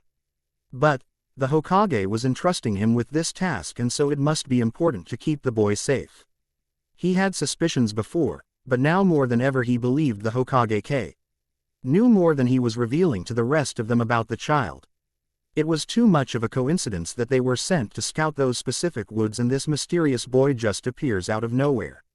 Could he do it though? Raise this wolf child he just met? He glanced at the boy who was stroking the snake with a worried expression. His eyes trailed back to the Hokage, who gave him another pointed look and raised eyebrows. He could hear Guy enthusiastically rattling off names of potential guardians for the boy but knew what the final outcome would be. Fine. Kakashi tilted his head slightly to show his reluctant agreement. He hoped the Hokage knew what he was doing. The old man looked positively smug. He can stay with me, Hokage-sama, Kakashi stated, interrupting Guy's continued list of candidates. His offer came to the surprise of everyone in the room but two. Harry's head snapped up at the white-haired ninja with his mouth wide open. Kakashi rubbed his hair, embarrassed and unsure of what to say. I have a spare bedroom that I don't use. I'll also be able to train him if he wants when I'm not on missions. Also, Genma lives next door, and I know I can talk him into checking on Hari while I'm away. Kakashi, you are so hip and cool to offer the youthful Hari a home. Guy proclaimed, giving Kakashi a thumbs up with tears streaming down his cheeks. I will also offer my assistance in helping care for our young charge. The Hokage smothered the victorious smile that threatened to show on his face. Everything was going to plan so far. Kami knows. Kakashi could use someone to give his life meaning. The boy needed a guardian, someone who wouldn't abuse the fact that he has unique abilities. And when the time comes and the prophecy comes to light, the boy will need that support more than ever. Hari, what do you think? The Hokage asked, peering down at Harry who was still staring up at Kakashi. Harry looked away from Kakashi and nodded slowly. He wasn't sure why this ninja had offered him a place to stay, but he would be careful. He was in a new world filled with ninja and other unknowns, and with that comes new rules. However, this ninja said he would train Harry. And training is exactly what he needed to survive in a place like this. Another small part of him had a faint hope for finally growing up with someone who didn't hate him. He remembered as a child wishing for a relative or just anyone to come and save him from the Dursleys and raise him like any normal kid. The man was a ninja, however, a suspicious one at that. Normal doesn't seem very likely. While he felt confusing childish emotions swirling through his mind, he still was technically an adult, so he really didn't need to be raised by anyone. He forced his thoughts away and focused on the people around him. With that settled, I suggest, Kakashi, that you take young Hari home and get him settled in. He certainly has had a long day. Tomorrow you need to take him to the hospital or a checkup, and then you can show him around his new village. Be sure to stop at the academy so he can see what to expect if he wishes to attend next year. Yes, Hokage-sama. Kakashi gestured for Harry to follow him, and after Harry had given Habu back to Anko, they left. Guy bowed and tailed behind them as well. Ibiki, is there anything you wish to add? The Hokage asked curiously. The boy has been severely tortured. His sister may have been as well. I recommend therapy at the very least for him. I've seen torture victims go insane from something small triggering a flashback. The Hokage nodded gravely. And I am also going to continue keeping a close eye on the boy. There is something odd about him, and I intend to find out what that is. Kakashi led Harry out onto the street toward his apartment. He noticed that Harry was getting quite a few odd stares and realized it was because of his clothing. The strange black cloth wrapped around the kid's body was definitely not a normal style around here. So, Hari, first thing tomorrow we will be going to buy you a whole new wardrobe. Harry, who had detected the weird glances he had been receiving, was awkwardly tugging at his cloak. He blushed and agreed instantly. It wouldn't be prudent for him to strut around with a toga in a ninja village if he could help it. Also, Guy promised to buy you dango. End Chapter 4. Getting to know Hatake Kakashi. Chapter 5 updated the 3rd of November 2019. Thank you for continuing to read my story. You guys are awesome. Enjoy. EM Lights. The next great adventure. To the well-organized mind, death is but the next great adventure. Albus Dumbledore HPSS, Chapter 17. Chapter 5. Getting to know Hatake Kakashi. Harry lay on his new futon, staring at the unusual objects lining the walls of his new room. Strangely shaped weapons, shelves filled with scrolls and bright orange books, and maps with lands and waters Harry didn't recognize filled the surrounding walls. So this is a ninja's bedroom. His younger self would have loved it. Dudley too, before he broke his arm doing stupid stunts he saw on that ninja show. He had already looked all through the maps on the wall for a name he recognized, but had been unsuccessful. He could ask if Kakashi knew of a place called England, but after all he'd learned so far, he seriously doubted it. He'd find some history books later on to read up on his place and discover if this is in fact a new world. He would dwell on this terrifying potential confirmation when he wasn't so exhausted. He thought of his new guardian Hatake Kakashi, and Harry still had no idea how he felt about him. His experience told him that everyone had an agenda, and he needed to figure out what exactly Kakashi's was. Why would he want to take me in? How could he possibly benefit from this? He yawned and turned over, cuddling against a soft blanket with a stuffed gray wolf under his arm. To his chagrin, his childish tendencies surfaced once again as soon as he walked into Kakashi's extra bedroom. Harry saw the gray wolf inside a box filled with Kakashi's old toys and immediately gravitated toward it. He almost giggled at the ridiculousness of a 19-year-old war hero sleeping with a stuffed animal. Harry was baffled by these inclinations that surfaced, but he decided it wasn't anything too serious to worry about just yet. Kakashi didn't seem to mind that Harry chose one of his old toys, though it was hard for Harry to tell with his face mask hiding most of his expressions. In Harry's opinion, the ninja seemed confused as to what he is supposed to do with a child. Does he not remember when he was this age? Harry wondered. I guess I can't really speak, I only vaguely remember being a child. I just have memories of a lot of yelling and trying to hide frequently. He huddled further into the futon, trying to decide whether to attempt to fall asleep or not. For the past couple of years, sleeping had been very difficult to come by. His nights usually consisted of either waking up to nightly Death Eater raids or a night of fitful dreams that always turned into nightmares. These nightmares would always lead him to being either shaken awake by his friends or woken up by his own screams. He was so tired, but he didn't know how Kakashi would react if Harry had a nightmare. Best not to find out then. Silencio, Harry whispered with his arms stretched out. But instead of casting the wandless spell, pain jolted intensely into his hand. What on earth? Harry could still feel the tingling all over his skin, a sensation he'd never felt before. He sat straight up in bed and held his hand out again. Lumos, he said, concentrating on lighting up the palm of his hand. Again, a jolt of pain shot through his arm to the rest of his body. It was then that Harry started to hyperventilate. Oh no, this can't be happening. How will I survive this place if I can't even cast any spells? He tried his other hand with the same spell, tried to summon a small book. Levitate his wolf toy in the air, and even change the color of his pillow. His magic was unresponsive and the only effect was the same pain in his hands. He sat on the bed, his hands both pulsing painfully as he stared blankly into the ceiling. He felt his magical core swirling in his abdomen, but nothing he did would bring his magic out. It had taken him months of training after his 19th birthday to perfect his wandless abilities. A fact that had made Professor Snape both proud and bitter, as he was the one who had taught Harry this skill. His wandless magic had saved his life countless times. One memory especially came to mind. He had once been captured and taken to Malfoy Manor, and his wand forcefully taken away. Even under the circumstances, he couldn't help but smirk at the memory of Lucius Malfoy's face after Harry blasted the bars of his cell and sent Malfoy flying into a far wall. Since he didn't have a wand here in this place, the only thing he rely on would be his wandless abilities. If he couldn't even do that anymore, I am totally screwed, he thought anxiously. But Kakashi, he said he would teach me to be a ninja if I wanted. If I learned that, then I could protect myself even without my wandless abilities. His stomach churned at the thought of being so helpless. I might have to think some more about this. He wasn't sure whether he even wanted to be a ninja at all.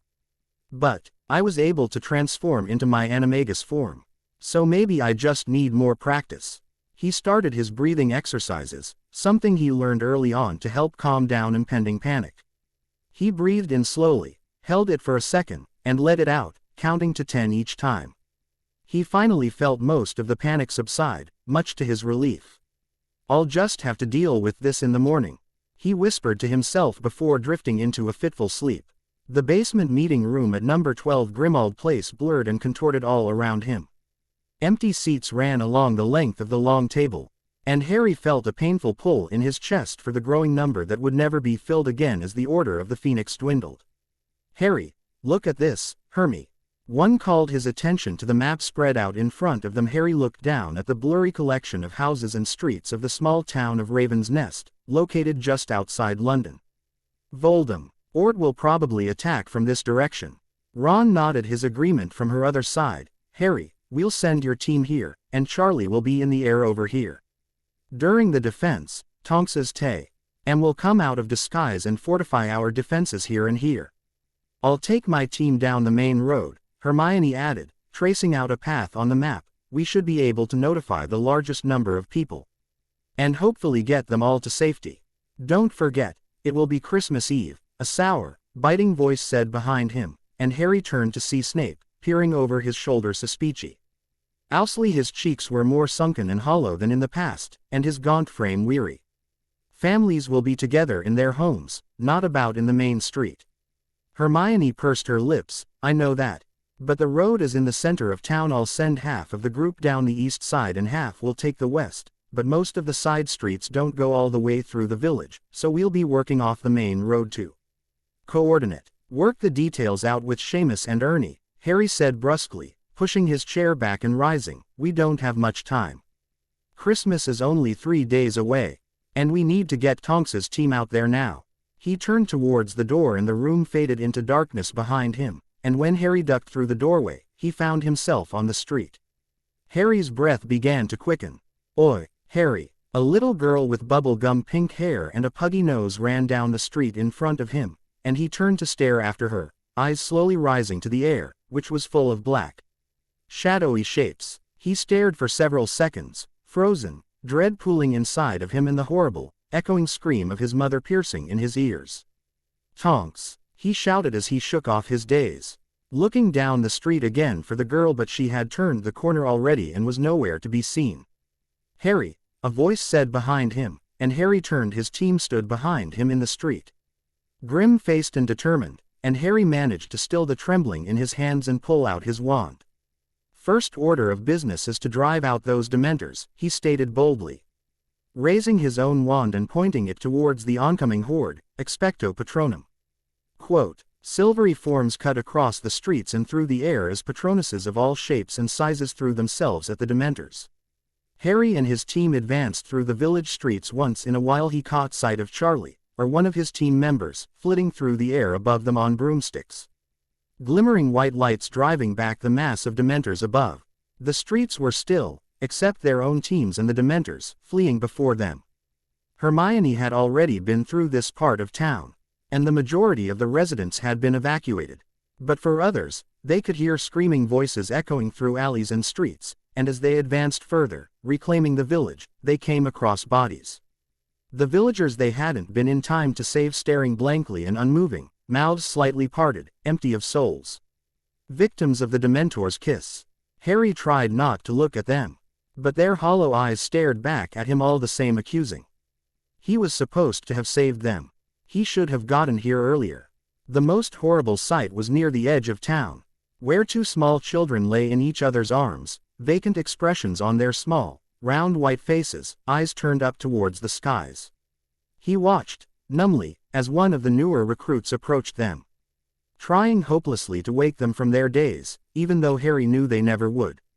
Their bodies were still alive, but those children were now nothing but emotionless dolls, a fate worse than death. Harry started. When the younger man started to become almost hysterical in his desperation, he never finished the sentence, because the man dropped dead in front of him, a violent, green light hitting him from the side. "Back!" Harry shouted, head jerking and body instinctively slipping into a lower crouch, wand in his hand and eyes searching for their enemies. "Get to cover!" They were still apparating, appearing further out in the streets, one after another, spells flying almost the same instant they materialized. Harry sent a spell flying in return, and behind him his Am did the same as they retreated further back down the street. The Death Eaters were still appearing, and Harry cursed when he saw groups of them knotting together. "Everyone get out of here. Now!" He shouted. He saw one of his team turn on the spot and disappear, even as he moved to do the same, but they were too late. The rest of their attempts at apparition failed. The Death Eaters had managed to erect their anti-apparition wards in time. They were trapped.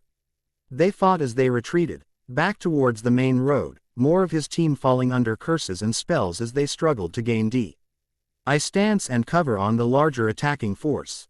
People screamed around him, friends, people he cared about and had fought beside before, and there was nothing he could do for them but hope they got out alive. He ran around another corner, bringing up the rear guard on his team, and spun, motioning for his team to run to the next street down, when a black-cloaked figure ran out from a side alley.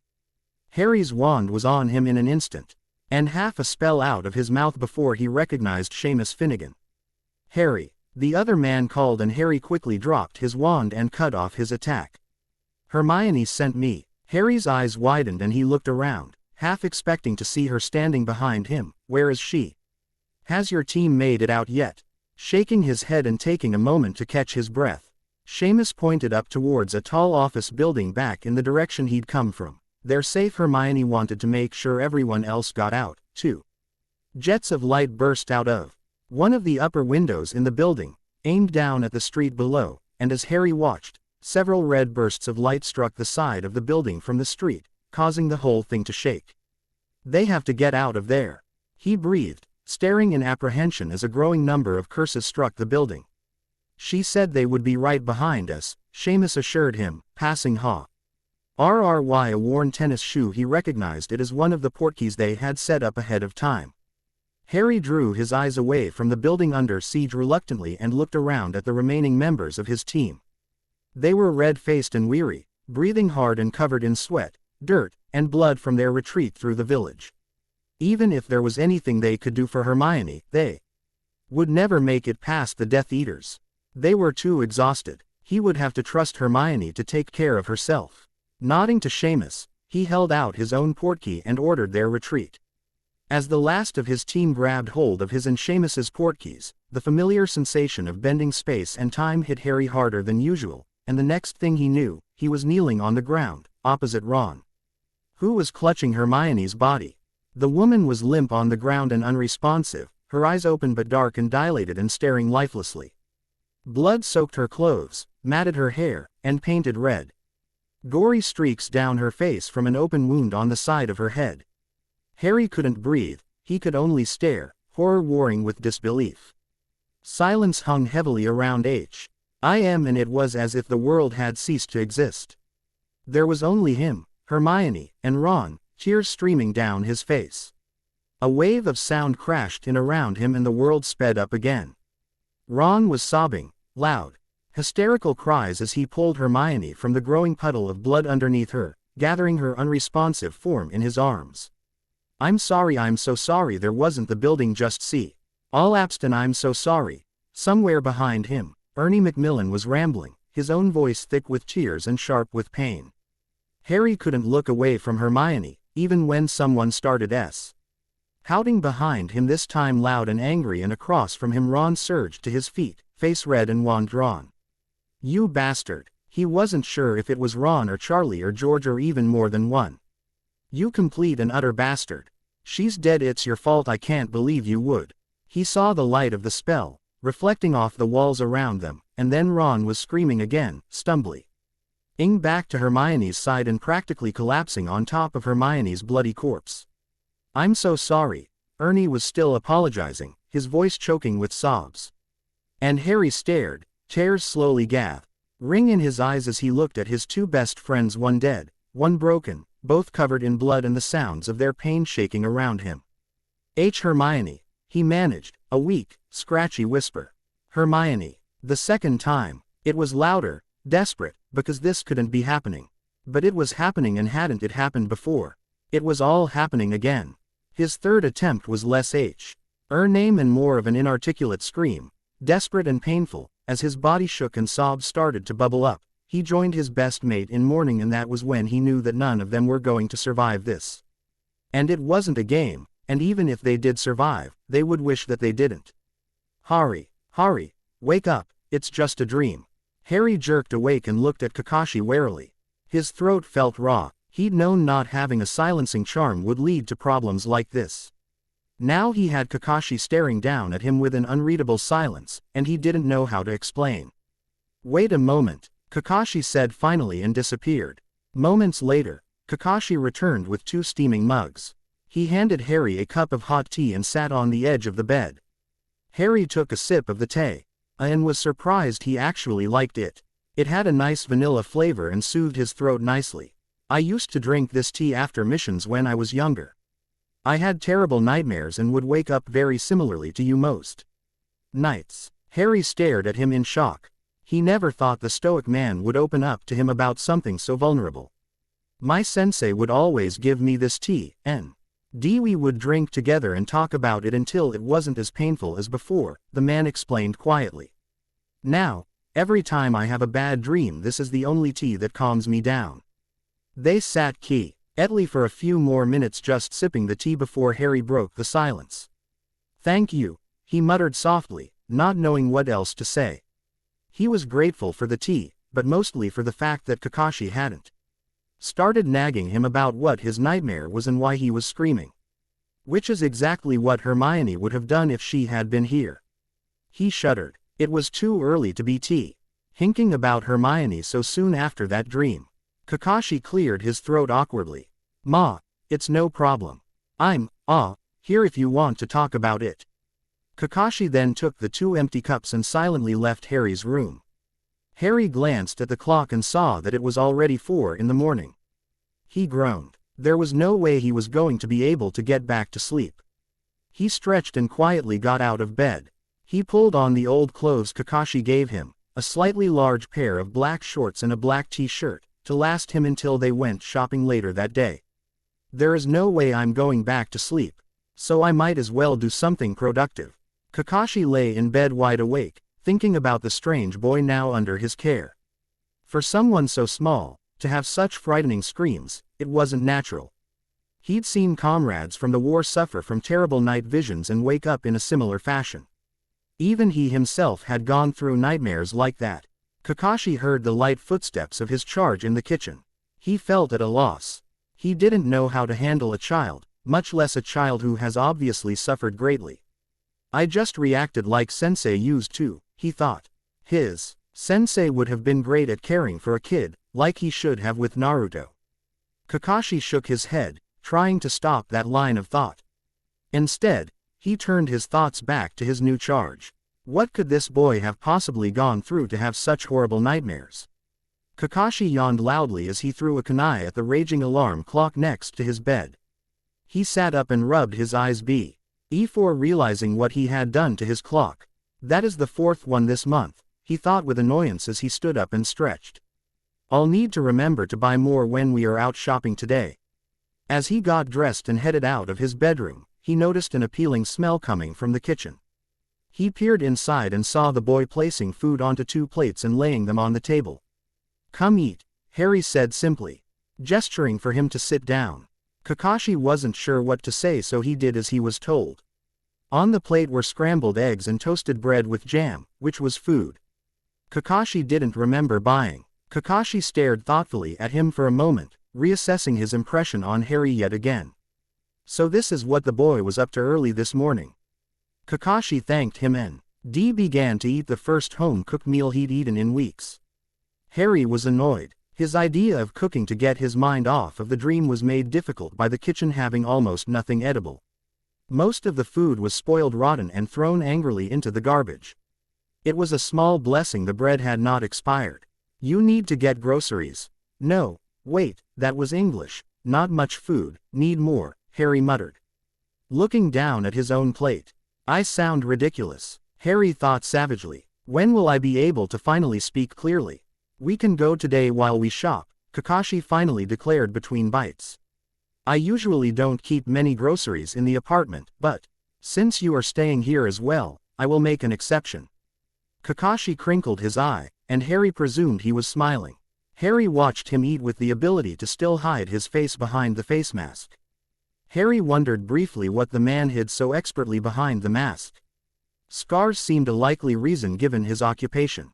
Harry resisted the urge to touch his own lightning scar. He understood the desire to want to hide them. Studying the chopsticks in Kakashi's hands intently, Harry now saw a new challenge develop in front of his eyes.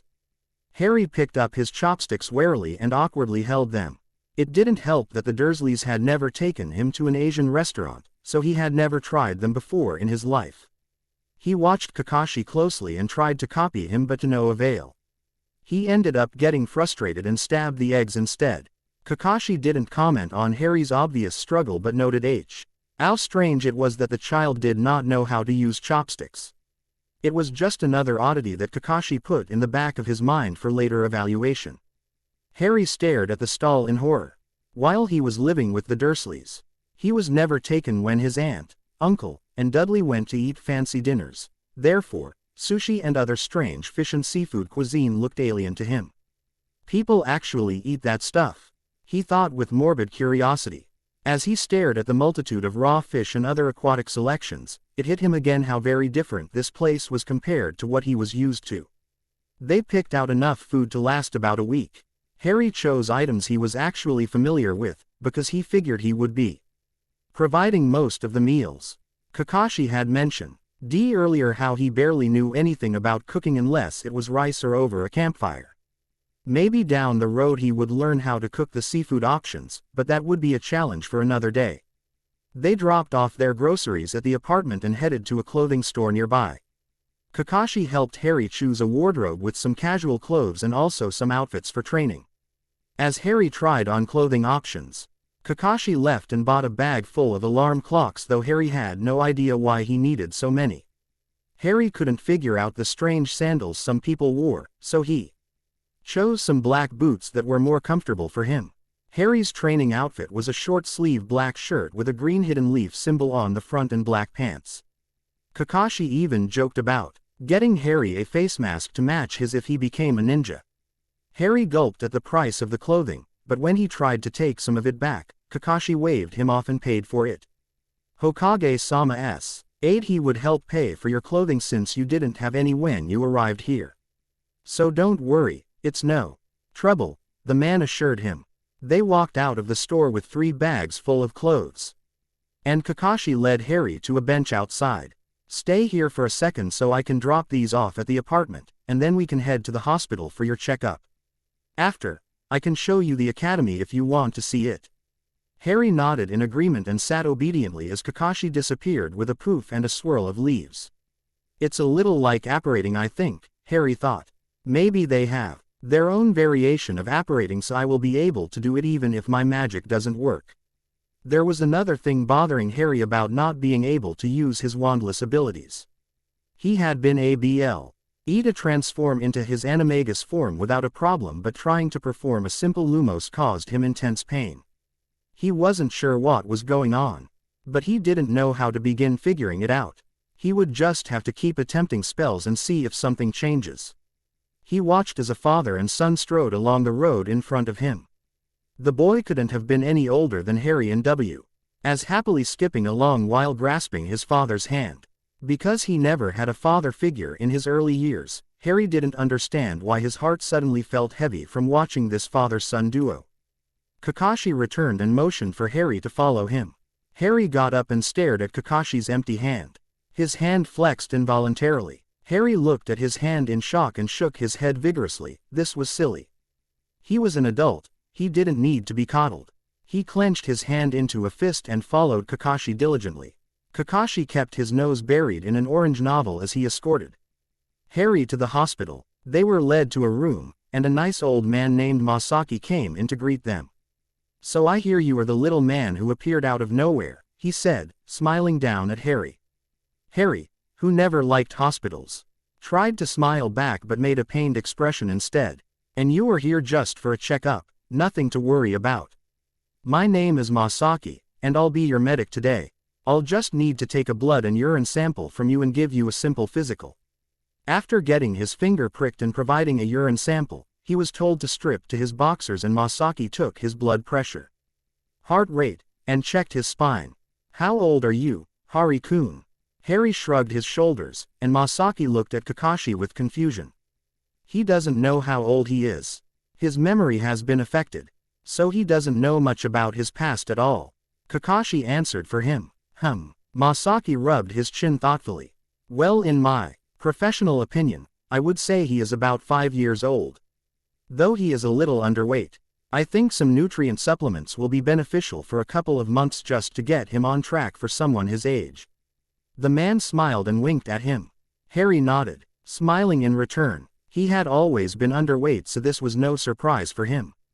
Though the idea of getting to a normal size sounded great. Maybe he didn't have to be the shortest kid his age this time.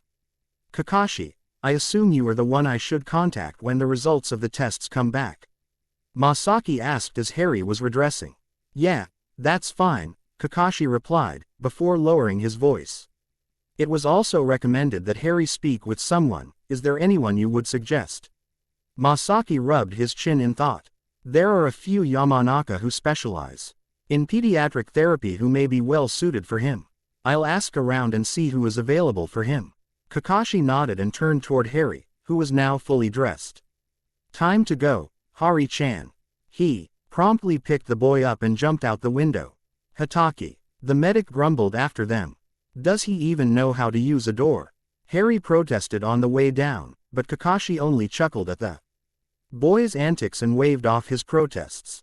You'll get used to it. I never use doors. They landed outside and started the trek towards the academy. On the way, Kakashi spotted Genma and Rado talking. with 2 ladies and headed over to introduce Harry to them. Hari, this is Genma and Rado. Genma is our neighbor and will be watching out for you when I am gone on missions. Harry glanced at the man named Genma. He had short brown hair and held a sharp pointy thing in his mouth. It seemed like a safety hazard to Harry. Seems we will be spending some time together then, huh? Genma said and winked at him. He breaks into a strange language every now and then, but you get used to it. Harry glared at Kakashi with his best attempt at a Snape glare, but apparently 5-year-olds couldn't pull it off very well. Because Kakashi just lazily smiled back at him. Ah, isn't he just the cutest? One of the ladies exclaimed, smiling down at Harry like he was a small puppy.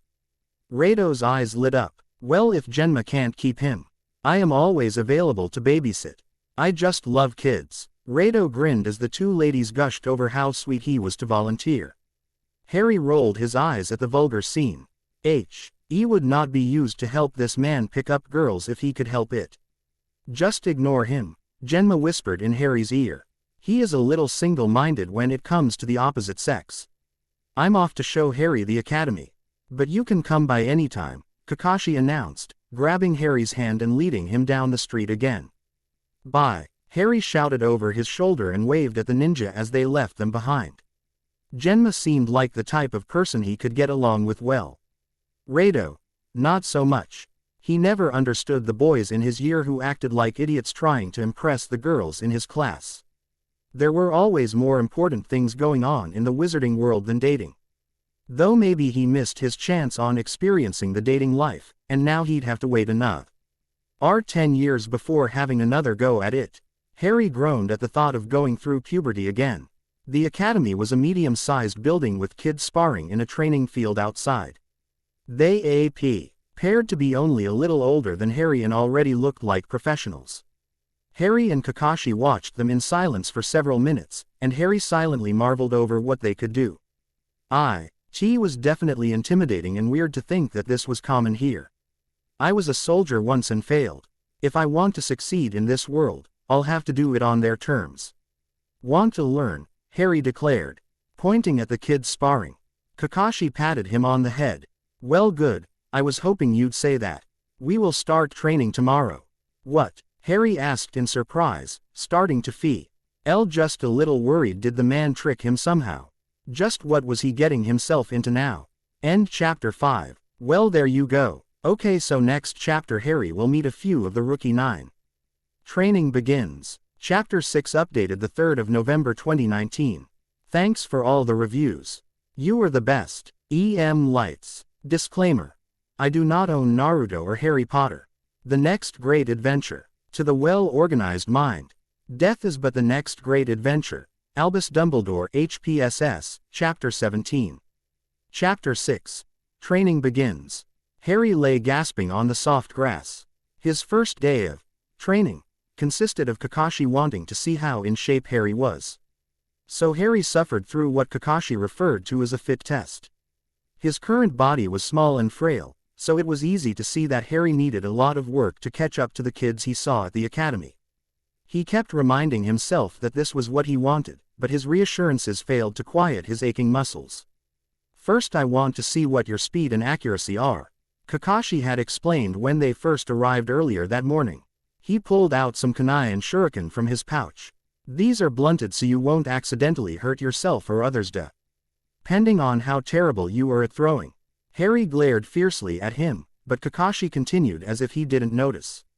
I've set up targets all around the trail you'll be running. The objective is to hit as many targets as you can while completing the path as fast as you can. Harry glanced at the path he would be running. It twisted in and out of the forest and surrounded an entire training field. I was thinking about 3 laps for your first day. And that's how Harry's abysmal morning began. It turned out that though he was deemed average in his speed, his accuracy was horrible. Out of the 30 targets, he might have hit 5 in all 3 of his laps. Well, at least now we know target practice will be a daily routine when you start your real training, Kakashi noted. As well as building up your speed. Now, for stamina, I want you to run the perimeter of this training field and count the number of laps you complete until you can't run anymore. Kakashi watched the child struggle as he attempted a 4th lap. It was odd how he kept tripping as though running was a new motion for him. He was impressed Harry had made it this long, though it seemed as if he was running out of steam. Kakashi's guess was correct as he saw the boy stumble to the ground, and instead of trying to pick himself up, he stayed down. Kakashi, Harry panted. You mean? He heard a chuckle coming from his right side but was too tired to turn his head. You'll get used to this kind of work if you really want to become a ninja. You're only 5, so the training you will go through is not something everyone has access to. This will put you way above the other kids your age. Who knows, maybe you will graduate early like I did. Kakashi looked at his watch. Oh, I was supposed to meet a friend. You'll be okay here for a while. Harry grunted and rolled his eyes. Apparently Kakashi took that as, I'm fine, now go and leave already, and poofed away with a twirl of leaves. I hurt too much to get up and this ground is comfy. I think a nap is looking like a wonderful idea. And Harry, exhausted from the workout, instantly fell into a dreamless sleep. Harry woke up to the sound of soft breathing next to him. For a split second, he felt like he was back in his 4-poster bed in the Gryffindor dorms, until he realized Ron's breathing was much louder and consisted of snoring. He snapped his head toward the sound and saw 2 boys next to him. The sleeping boy lying beside him had his black hair pulled into a spiky ponytail and his hands behind his head like a pillow. The other boy, who was a bit on the larger side, with a brown mane of hair and swirls on his cheeks, sat quietly with a wrinkled bag of empty chips in his lap. Hello, Harry said hesitantly. The large boy turned to stare at him and gave him an apologetic smile. Sorry to sneak up on you while you were sleeping. Shikamaru loves taking naps too, so when he saw you laying down over here, he decided we should join you. It okay, Harry replied, lying back down to stare at the clouds. He pointed to himself. Harry, oh, yeah, I'm Akamichi Choji. This is my best friend Nara Shikamaru. I don't think I've ever seen you before. He is the new boy that the Junin Hitaki Kakashi took in. The sleeping boy startled Harry when he suddenly decided to join in the conversation. My dad was telling me about you. I hear you can turn into a wolf. Harry nodded, embarrassed. He didn't realize other people would know who he was. This wasn't like in the wizarding world. He wasn't famous here and scars were common among ninja. I guess even in this ninja world I had to be viewed as different. Somehow, he thought grimly. Welcome to the second life of the still famous Harry Potter. You can turn into a wolf.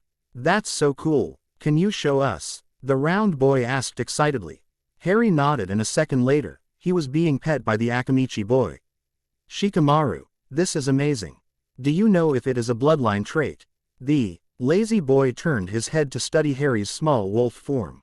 I've never heard of any ninja being able to do something like this, especially without hand signs. There is a strong possibility that it's some type of bloodline. But I have never heard of it.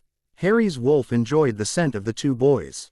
One smelled of sweet barbecue and the other's scent was like a forest. He liked them both. He transformed back, and the Akamichi boy cheered and patted him on the back. Do you want to play with us sometime? We usually go and play ninja with some of the kids in our class. I'm sure they wouldn't mind if you came along. Harry hesitated but agreed nonetheless. Even though playing with little kids didn't sound like the greatest idea, these 2 boys were very nice and it wouldn't hurt to act like a real child sometimes. Kakashi stared as Harry inhaled his lunch. Since the boy was his responsibility now, he took to studying the oddities that came from the child. It was strange that for a boy so young, he seemed to have haunted eyes at times. Eyes like the shinobi that fought in the last war.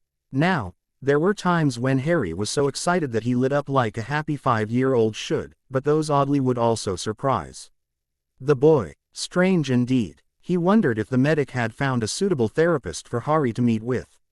If the boy's nightmares were any indication of what he went through before coming to Konoha. Therapy would be imperative for his growth and healing. It has been mentioned to me that I should find you a tutor, Kakashi announced, startling Harry away from his food. You need to learn more of the history of the villages and how to speak properly. It's not my fault I can't speak perfectly yet, Harry responded, only to blush crimson when he heard it come out yet again as English. Okay, maybe I do need a few lessons. And I definitely want to start learning some of the history from this world. I wonder if I could convince Guy to teach you. Maybe make it into some sort of challenge. Harry could barely hear Kakashi's mutterings but still felt a chill down the back of his spine. Yosh, my esteemed rival has revealed a new challenge for me.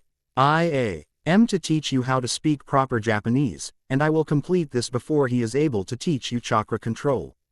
I will win or I will do 1,000 push-ups and sit-ups. If I cannot do that I'll do 100 laps around Konoha on my hands. Guy struck a pose and grinned maniacally, which absolutely terrified Harry. And so began the first day of Harry's real training. He woke at 7, cooked breakfast with Kakashi, and then began his lessons. Kakashi had a month off of active duty so he had time to train Harry. Kakashi decided to continue working with him on his speed and accuracy in throwing the ninja weapons on top of helping him with chakra control. Harry went to see Guy afterwards and was forced into the man's crazy teaching traditions. Guy believed that learning was part mind part body, so before they began his language lessons, the two of them went on a 2-hour run to prepare his mind for youthful learning. In the late afternoon, Kakashi showed Harry how to meditate and work on locating his chakra.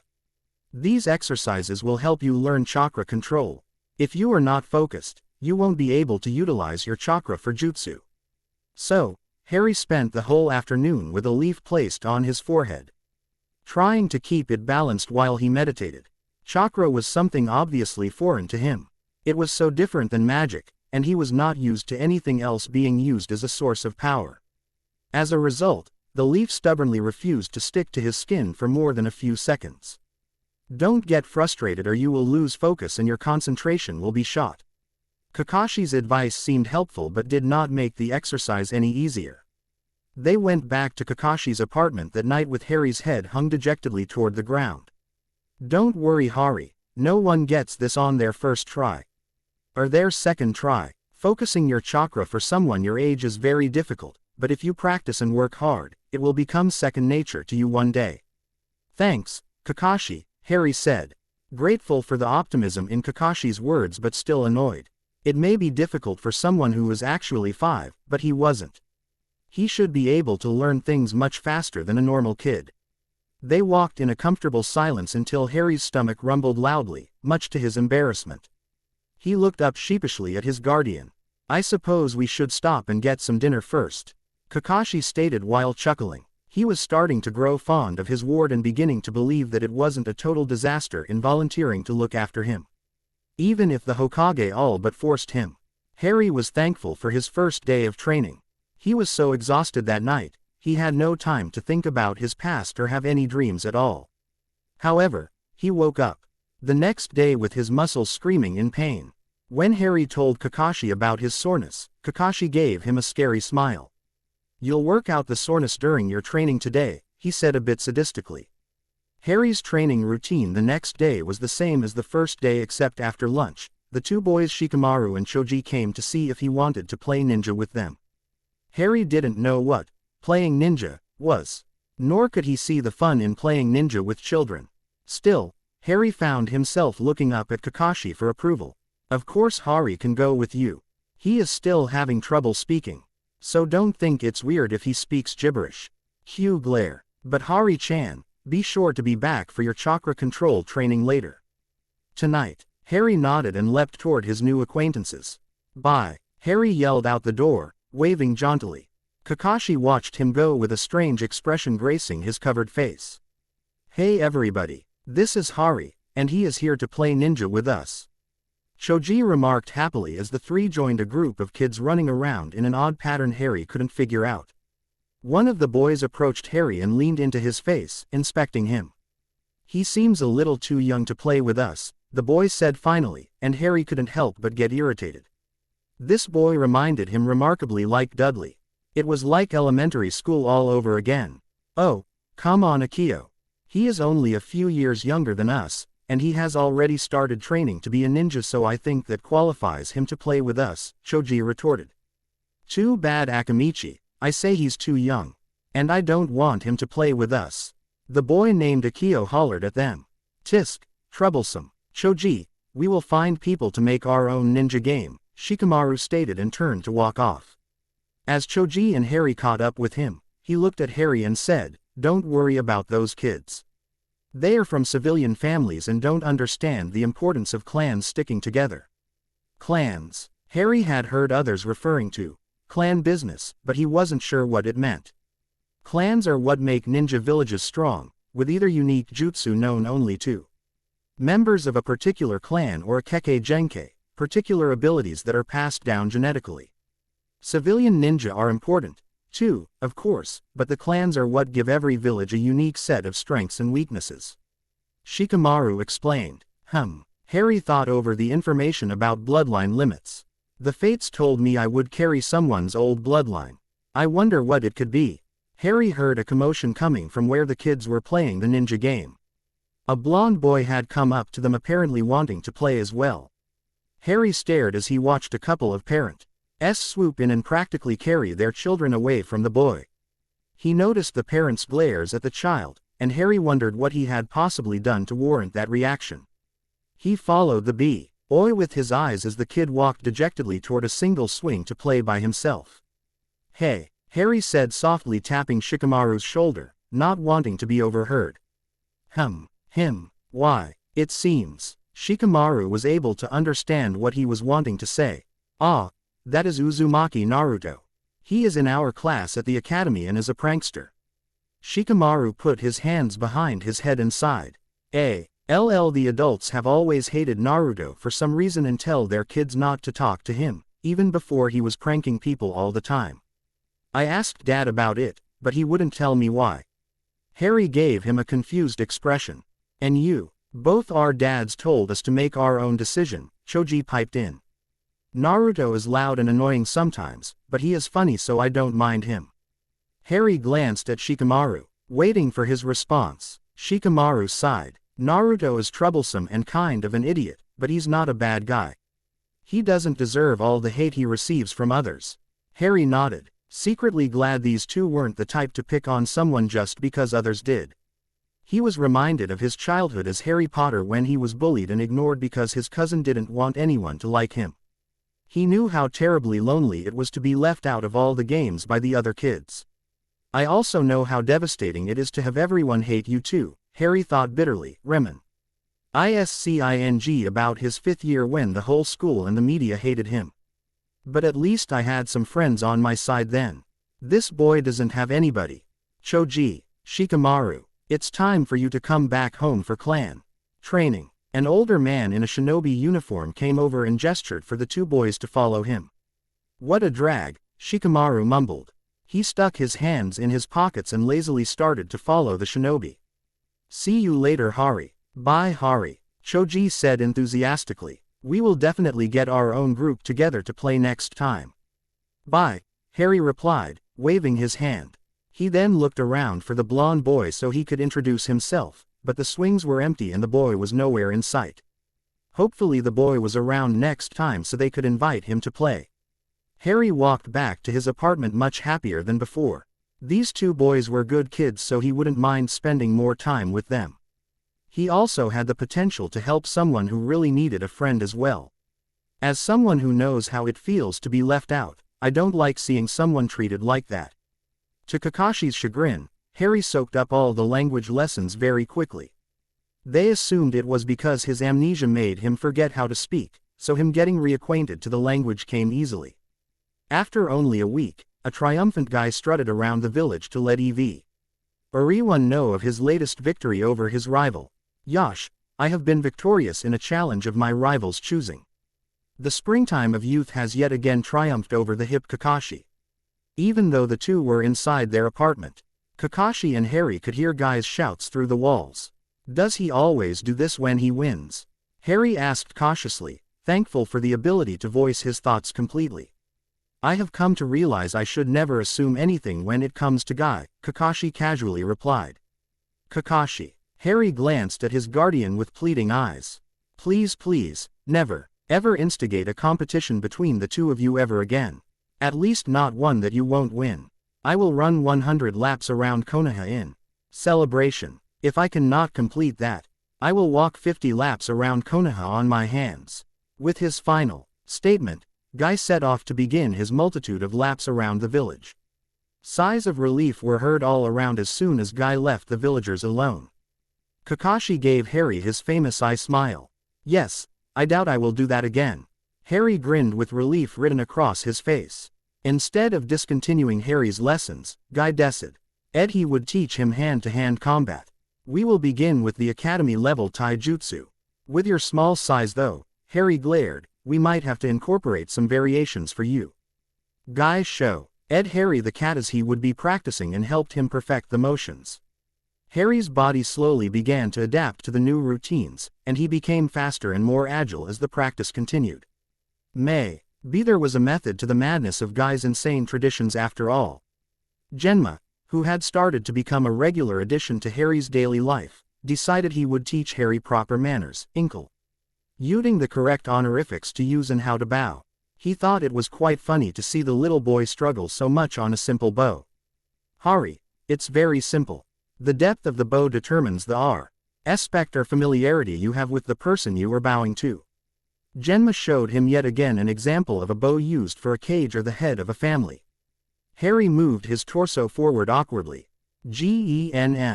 Chuckled at the attempt as Harry scowled at him. I never had to bow to anyone in the wizarding world. No one did. Well, come to think of it, that odd wizard Digalus Diggle bowed to me once. When I was a kid. Harry inwardly grinned at the expression on his aunt's face after it happened.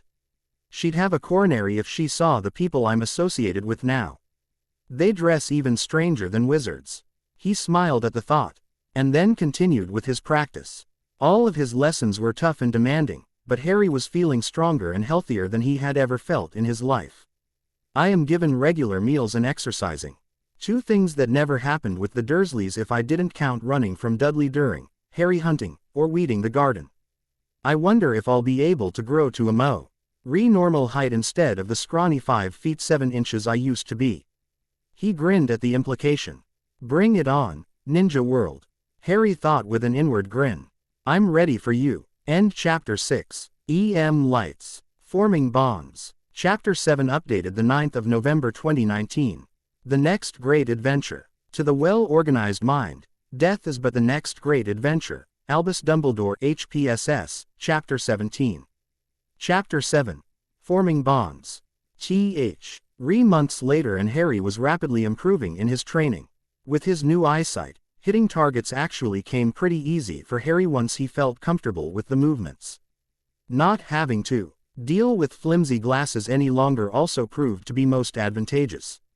Though he wasn't strong enough to throw a kunai very hard, 7 times out of 10 he hit the bullseye. The workouts for TCH during his school years paled in comparison to what his workouts now entailed with Kakashi. He finally got to the point where he was enjoying the pain in soreness and felt invigorated after a long run. It was silly to think that as a 5-year-old child he was in the best shape of his life, though it was nevertheless true. On top of the workouts, he continued training with his chakra as well. It took Harry a few extra weeks longer than he would have liked, but he finally had a breakthrough with his chakra control. Once he figured out that chakra was channeled through his body like wandless magic. He was able to balance the leaf easier and longer each time he tried. He used his memories of the wandless lessons with Snape to understand exactly what he needed to do. Potter, you must focus. The Dark Lord will be using every advantage he possesses against you. If you are unable to gain some decent dueling skills, you will fail and all our work will be for naught. Harry coughed and struggled to catch his breath. His hands placed on his knees. He wiped the sweat off his brow and held his right hand up again in preparation. Snape gave him no warning before sending an array of curses his direction. Harry ducked and fired a half-formed curse with his hand toward the oncoming attacks. Potter, pay attention to the direction of your spells. A missed attack is a failed attack and will only be wasting your power. Harry stopped moving as Snape approached him with a sneer. And I have to say, Potter, that was pretty pathetic. Even if that spell had hit me, it would have only paused me for a second. Harry winced and forced down a spiteful retort. Even though Snape and Harry had put aside their past aggression toward each other, Snape never wasted an opportunity to knock Harry down a notch. His sneer softened as he continued. You are not channeling your magic into your hand correctly. With wandless magic, There is no wand to channel the magic in your core to the desired destination. You have to use your body as the wand and your hand as the release point. Visualize this when casting. Now, again. These lessons continued until Harry was able to cast all types of spells wandlessly, making Snape, though he denied it until the end, an extremely proud mentor. Even though his chakra control was improving, Harry was having no headway with his wandless magic whatsoever. Every night before he went to bed, he would meditate and concentrate on his magical core to try to cast a spell into his hand. The now familiar jolt of pain still shot down his arm each time, becoming a robbing ache throughout the entire appendage. He knew he probably should stop trying. Common sense told him to stop, that this was 100% causing more harm than was necessary, but he just couldn't give up the hope that his magic would come back to him. Harry was also meeting with Yamanaka Naoji once a week to talk. Harry had never been to a therapist before, so it was new to tell TNGS about himself to a complete stranger. Since most of his experiences were from a past life, there wasn't much he could say when Naoji asked about life before Konoha. They usually chatted about Kakashi, training, and how he was getting along with everyone.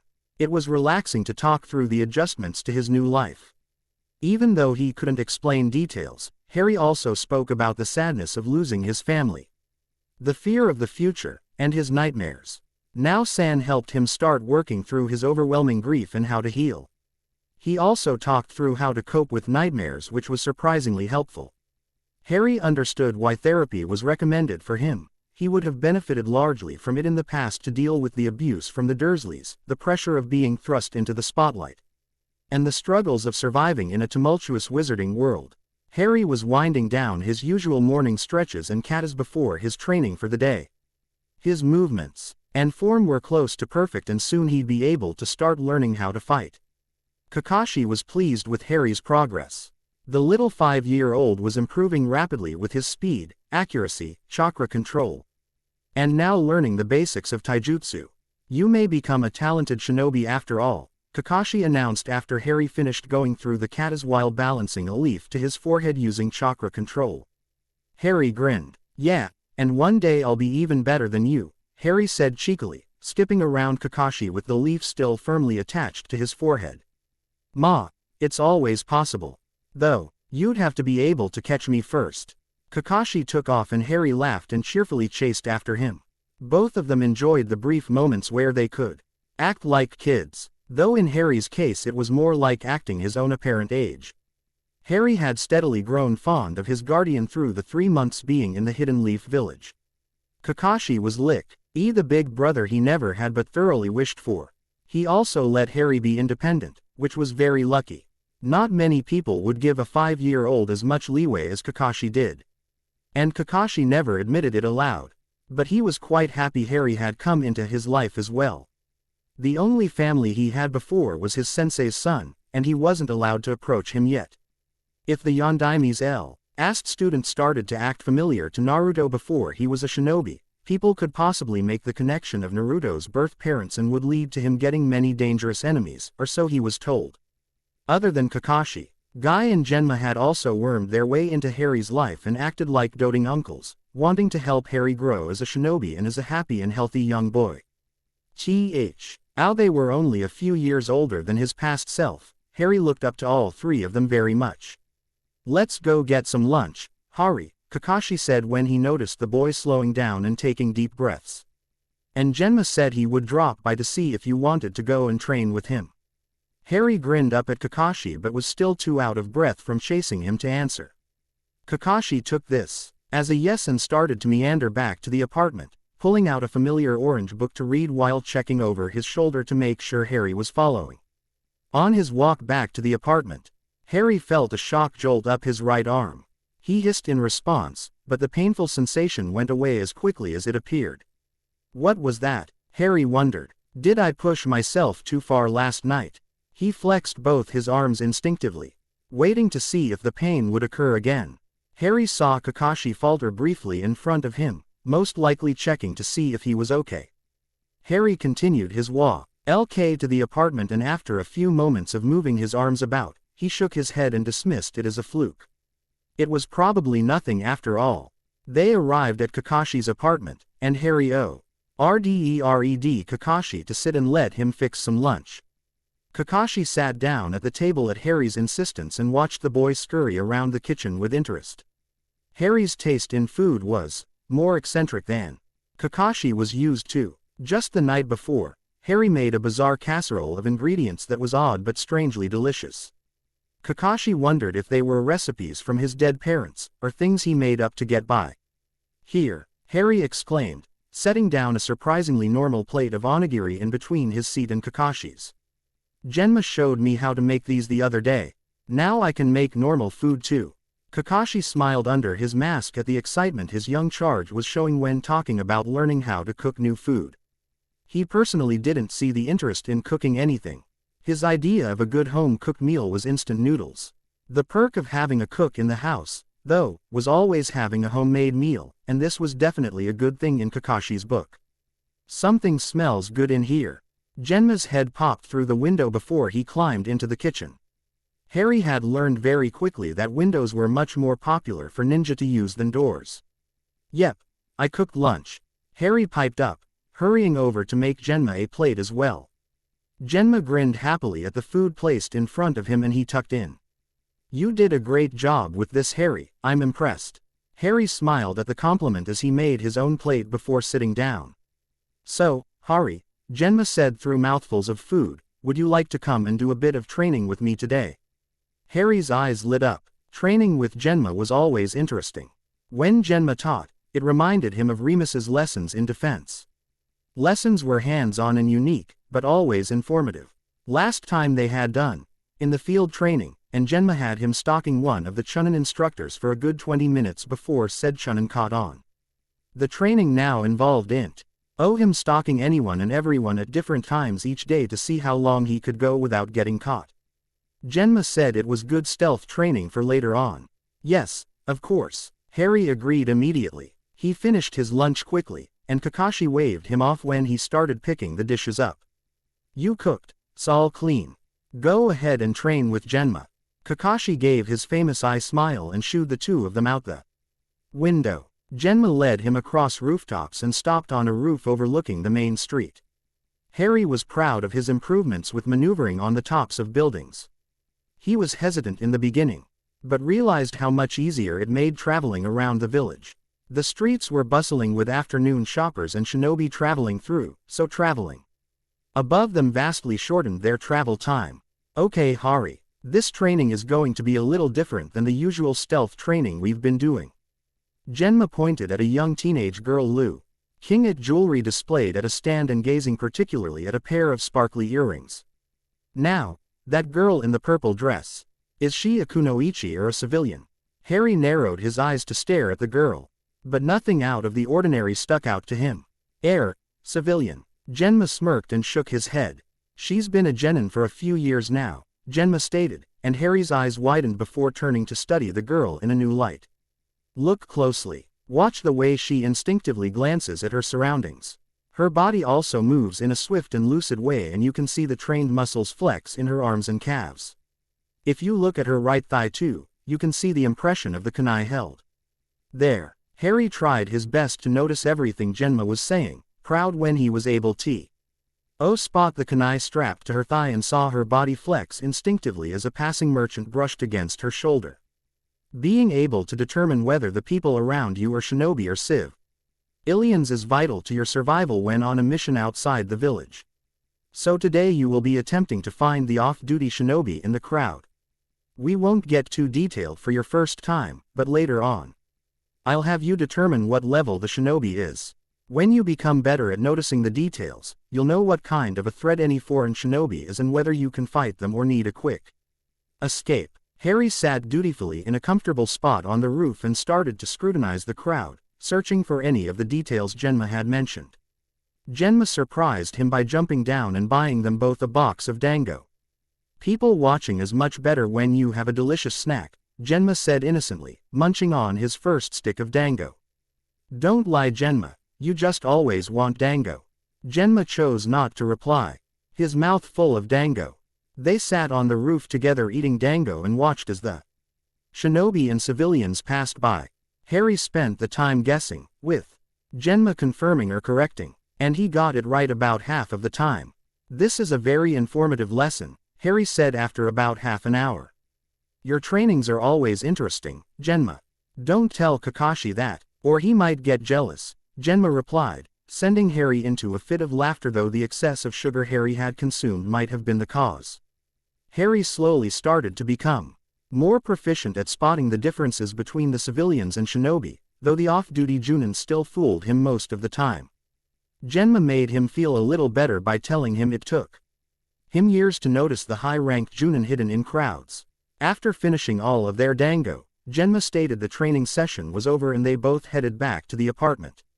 On the way there, Harry glimpsed Shikamaru and Choji, and they waved him over. Genma pushed him towards his friends, and Harry wandered over to where they were playing. Hey, Hari, we haven't seen you in a while, Choji said while munching on some chips. Harry rubbed the back of his neck, a habit he had picked up from Kakashi. Well, I'm hoping to start at the academy soon, and Kakashi has been helping me learn more about being a shinobi. Sounds like you are going to be really bored in there if you already know everything, Shikamaru commented. Though it's always boring there, especially the first year, so I guess it doesn't matter. Well, Kakashi graduated early when he was younger, and I'm kind of hoping that I can be like him and graduate early too, Harry replied, admitting for the first time his goal for the academy. He didn't want Kakashi to know what he was aspiring for in case he was disappointed when Harry didn't succeed.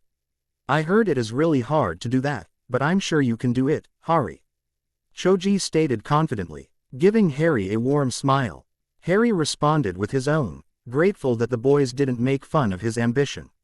So, do you guys have time to play another game of ninja? Harry asked, a little guilty he hadn't sought after the two boys too often. Shikamaru glanced at his watch. Actually, Choji and I are late for dinner at his house already. This was verified by a large shinobi from Choji's clan trying to catch their attention. Next time for sure though. Oh yeah, Hari, before we go, we promised one of the boys in our class that we would introduce you to him, Choji stated. Kiba is from the Inuzuka clan who raise and fight with nin dogs. He wanted to see your wolf form. And then we can all play ninja tag. Yeah, that sounds fun. And I haven't really transformed in a while. So it will be nice to let Mooney come out and stretch his legs. All three of the boys grinned. Want to meet us outside the academy after school ends tomorrow? We can show you around as well, since you are going to be starting there soon. Harry nodded his consent and headed back to his own apartment where Kakashi was waiting. While Harry was out with Genma, Kakashi W. as summoned to the Hokage's office for a meeting. So how has our young Hari been? Have you noticed any oddities about him to help figure out where he could be from? Nothing other than not knowing W. Hat chopsticks were in strange cooking recipes, Kakashi replied with a slow shrug. Other than that, he really just seems like a normal young boy that had to grow up too fast. I've spoken with Manaka-san who said his therapy sessions are going well, but he still won't open up about the specifics of his past, the Hokage said. He puffed another ring from his pipe. We've put out word about his sister. But with so little information, there have been no leads. I don't want him to be fretting about her still being missing. Has he remembered anything more about his sister? He hasn't really mentioned her at all since he came into my care, so I don't think he has remembered anything, but I will ask him later. Kakashi replied. The Hokage hummed thoughtfully. I have been thinking about Hari's situation, and I have decided that you should go ahead and incorporate him into the academy. He should be training with children his own age. His training with you has been beneficial, but now he needs to learn from his peers about teamwork and what it means to have the will of fire. The next day during training, Kakashi called Harry over after he finished going through the training course for the third time. He was only a bit winded, his body having built the necessary muscle to complete the tasks Kakashi dealt out for him day after day. That's enough for now. I've talked to the Hokage and the first-year academy teacher, and we've decided that if you are willing, you can start classes beginning next week. Yes, Harry agreed excitedly with a grin, all the weariness from training forgotten. Also, the Hokage wanted me to make sure you were doing okay with everything. Harry looked up at him curiously, not really understanding the question. Kakashi continued, "Well, you came here searching for your sister. And we haven't been able to locate her yet. The Hokage has all of his networks putting word out to keep an eye out for a girl searching for a boy named Hari, but no leads have come up so far. Have you remembered anything else about her that would help in the search? I'm sorry for not asking how you were about this earlier." Harry looked down guiltily. He had almost completely forgotten about the so-called sister that was supposed to be coming after him. But he didn't even know who she was or when she was going to be arriving in this world, so it had just slipped his mind. "I'm okay. I haven't remembered anything about her, but I know she will come sooner or later. I'm sure of it," Harry responded confidently, giving Kakashi a big smile. "And I really like living with you and training with you. Guy and Genma, you guys have really become like a family to me." Harry blushed immediately after realizing what he had just said. He didn't mean to comment on his feelings toward his guardian out loud, especially if Kakashi did not see him the same way. Kakashi patted Harry on the head and gave him his famous eye smile. "I couldn't agree more." Harry felt a lump in his throat. Both his 19-year-old self and his 5-year-old self yearned for family, and Kakashi's offhand reply made Harry feel like he could burst with happiness. He tried to play it off nonchalantly as they walked back home for lunch, but he knew. Kakashi noticed the small smile and the not-so-casual movement of wiping his sleeve against his glistening eyes. "A speaker, you say?" the quiet, haunting voice asked. "Yes, the word has spread to all my brethren. He is a snake with no scales and is one of our kin. You are not allowed to hurt him, or I will eat you," the summons bared his poisonous fangs to show the seriousness of his threat. "Hurt the boy? Oh, no, I have plans for this one. I can't wait to meet him." Coo. End of Chapter 7. Thanks for reading. Please let me know what you think. Mooney, Spars, Growing Pains. Chapter 8 updated the 10th of November 2019. Disclaimer. I do not own Harry Potter or Naruto, but I really wish I did. E.M. Lights. The next great adventure. To the well-organized mind. Death is but the next great adventure. Albus Dumbledore HPSS, Chapter 17. Chapter 8. Mooney, Spars, and Growing Pains. Harry ambled down the street toward the academy to wait for Shikamaru and Choji to show him around. Kakashi had put him through a grueling training practice that morning so he could have the afternoon off to see the two boys.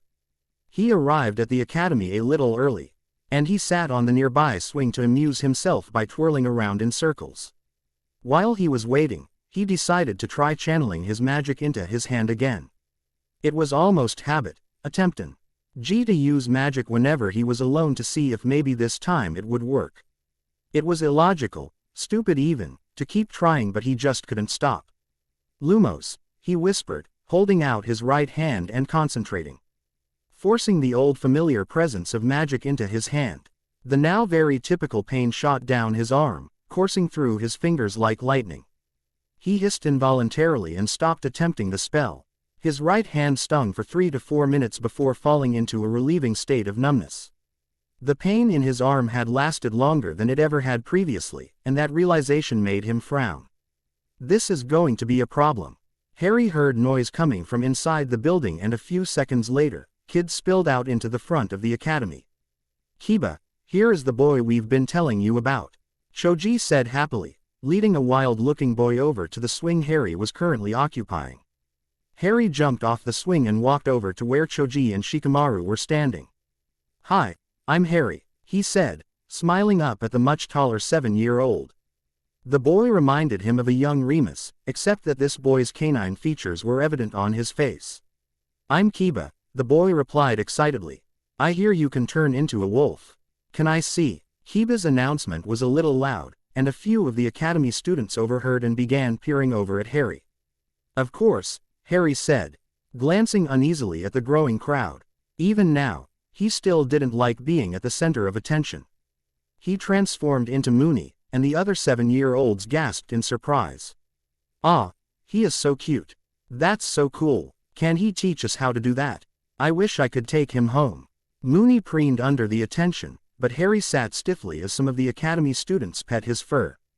A flash of orange caught his eye, and Harry turned to see the young blonde he remembered from the playground a few months back. Harry had searched for the boy a few times, but felt guilty he didn't try harder to find and befriend the lonely boy. Determined to make up for his previous lack of effort, Harry bounded over to the boy and tackled him to the ground, barking and wagging his tail playfully. The boy laughed out loud and began to chase Harry around the yard. "Leave him alone, Naruto," a blonde girl screeched. A few of the other kids started yelling at him as well, but Harry decided to stop this before it escalated too quickly and transformed back. "Naruto isn't doing anything wrong," Harry stated firmly. He didn't like the pack mentality of the children here. It was too much like his past. "Harry, stay back. Our parents said he is dangerous." Dangerous? A 7-year-old? Harry almost started laughing at the ridiculousness of it. The poor kid looked so dejected by the comments of his peers.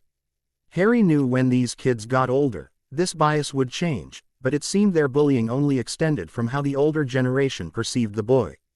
Harry didn't understand why Naruto was hated. It made him more determined to gain the boy's friendship.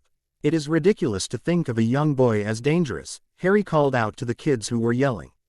"You know what? Nah, Naruto is going to be my friend from now on." He grinned at the shocked faces, but none were more shocked than Naruto. He stared gaping at Harry, looking as though he didn't dare believe what the boy had said. So Harry, taking advantage of the boy's hesitation, grabbed his hand and pulled him over the Shikamaru, Choji, and Kiba.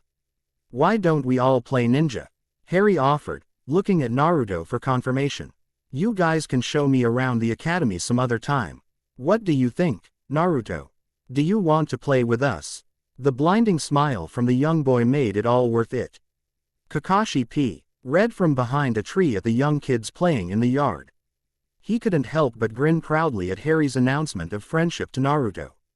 "At least my kid can see past the ridiculous judgmental comments made by most everyone else in the village." Kakashi choked as he realized what he had just thought. "My kid, eh." He slipped into the safety of the trees to head to his favorite training ground.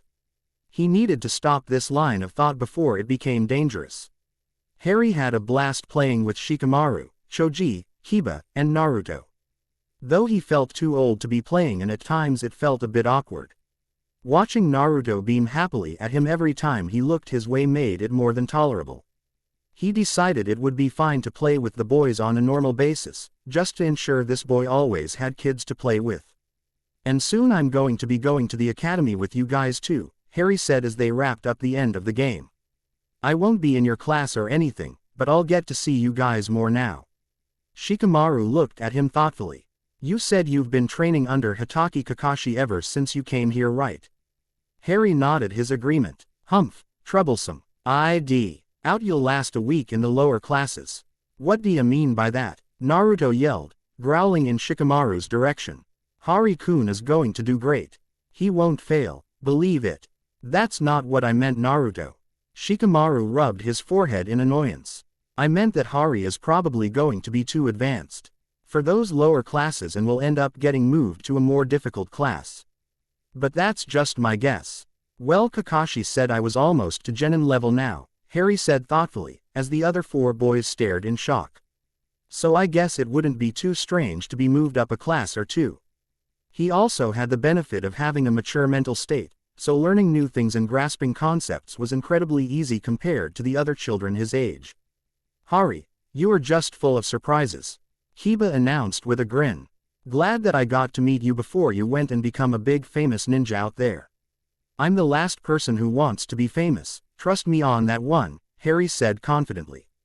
He chuckled a little on the inside. These guys have no idea. Harry left the boys to head back to his apartment for the night. Naruto didn't want to stop playing, but Harry promised him they would do it again soon and the boy finally agreed to head home as well. He decided to travel as Mooney since he rarely used his wolf form anymore, and the day had reminded him how much he loved it. He passed a delightful smelling shop filled with exotic herbal aromas and paused to enjoy the scents tickling his nose. As he sat there sniffing the air, he saw one of the academy boys pass by who'd left the school at the same time as Shikamaru and Choji. Maybe they are all in the same class. Harry wondered before Mooney decided he wanted to follow him. The scent coming from the boy was burning ember and something else even Mooney couldn't identify, so of course he was curious. Feeling a bit like a stalker but justifying it as stealth practice, he followed the boy through the village, keeping to the shadows. The black-haired boy in question began looking over his shoulder every now and again, and Harry would dart into bushes and behind trash cans to avoid being seen. Harry grinned, showing off his baby canines. This was fun. It reminded him of one of Genma's training sessions, and he couldn't wait to tell his older friend about it. Harry turned a corner and hesitated. The boy had disappeared. He sniffed and could still smell the ember but didn't see the young ninja to be anywhere. Harry was about to transform back into himself when he was suddenly picked up from behind. He began panicking before realizing it was the boy from before. "There you are. Why have you been following me? Are you lost?" The boy studied Harry for a moment before tucking him under his arm and walking in a completely different direction. Harry couldn't believe it. He'd been caught. Never mind telling Genma about this, he would never speak of it ever again. "Now who do you belong to?" "The Inuzukas," the boy muttered to himself, smiling shyly at Harry. "I thought they only trained dogs though, not wolves." Harry, still embarrassed and trying to decide whether to show himself or not, hung limply in the boy's arm. "But if you don't belong to anyone, want to stay with me? My Ni-san is always too busy for me, so it would be nice to have someone to play with." Harry just nodded, surprising the boy. So you must be pretty smart. Maybe you'll be a good wolf nin when you get older." This boy must be pretty lonely if he wants to play with a wolf pup. Harry thought. But why doesn't he lay with the other kids in the academy then? Harry made a decision then. To hell with it, if he was going around befriending all the downtrodden and lonely children of this village, he might as well be thorough about it. Hermione would be proud. He hopped out of the boy's arm and transformed, smirking at the boy's dropped jaw. "Hi, my name's Harry," he said, rubbing his hair with embarrassment. "Sorry for following you. My wolf thought you smelled good, so he wanted to meet you.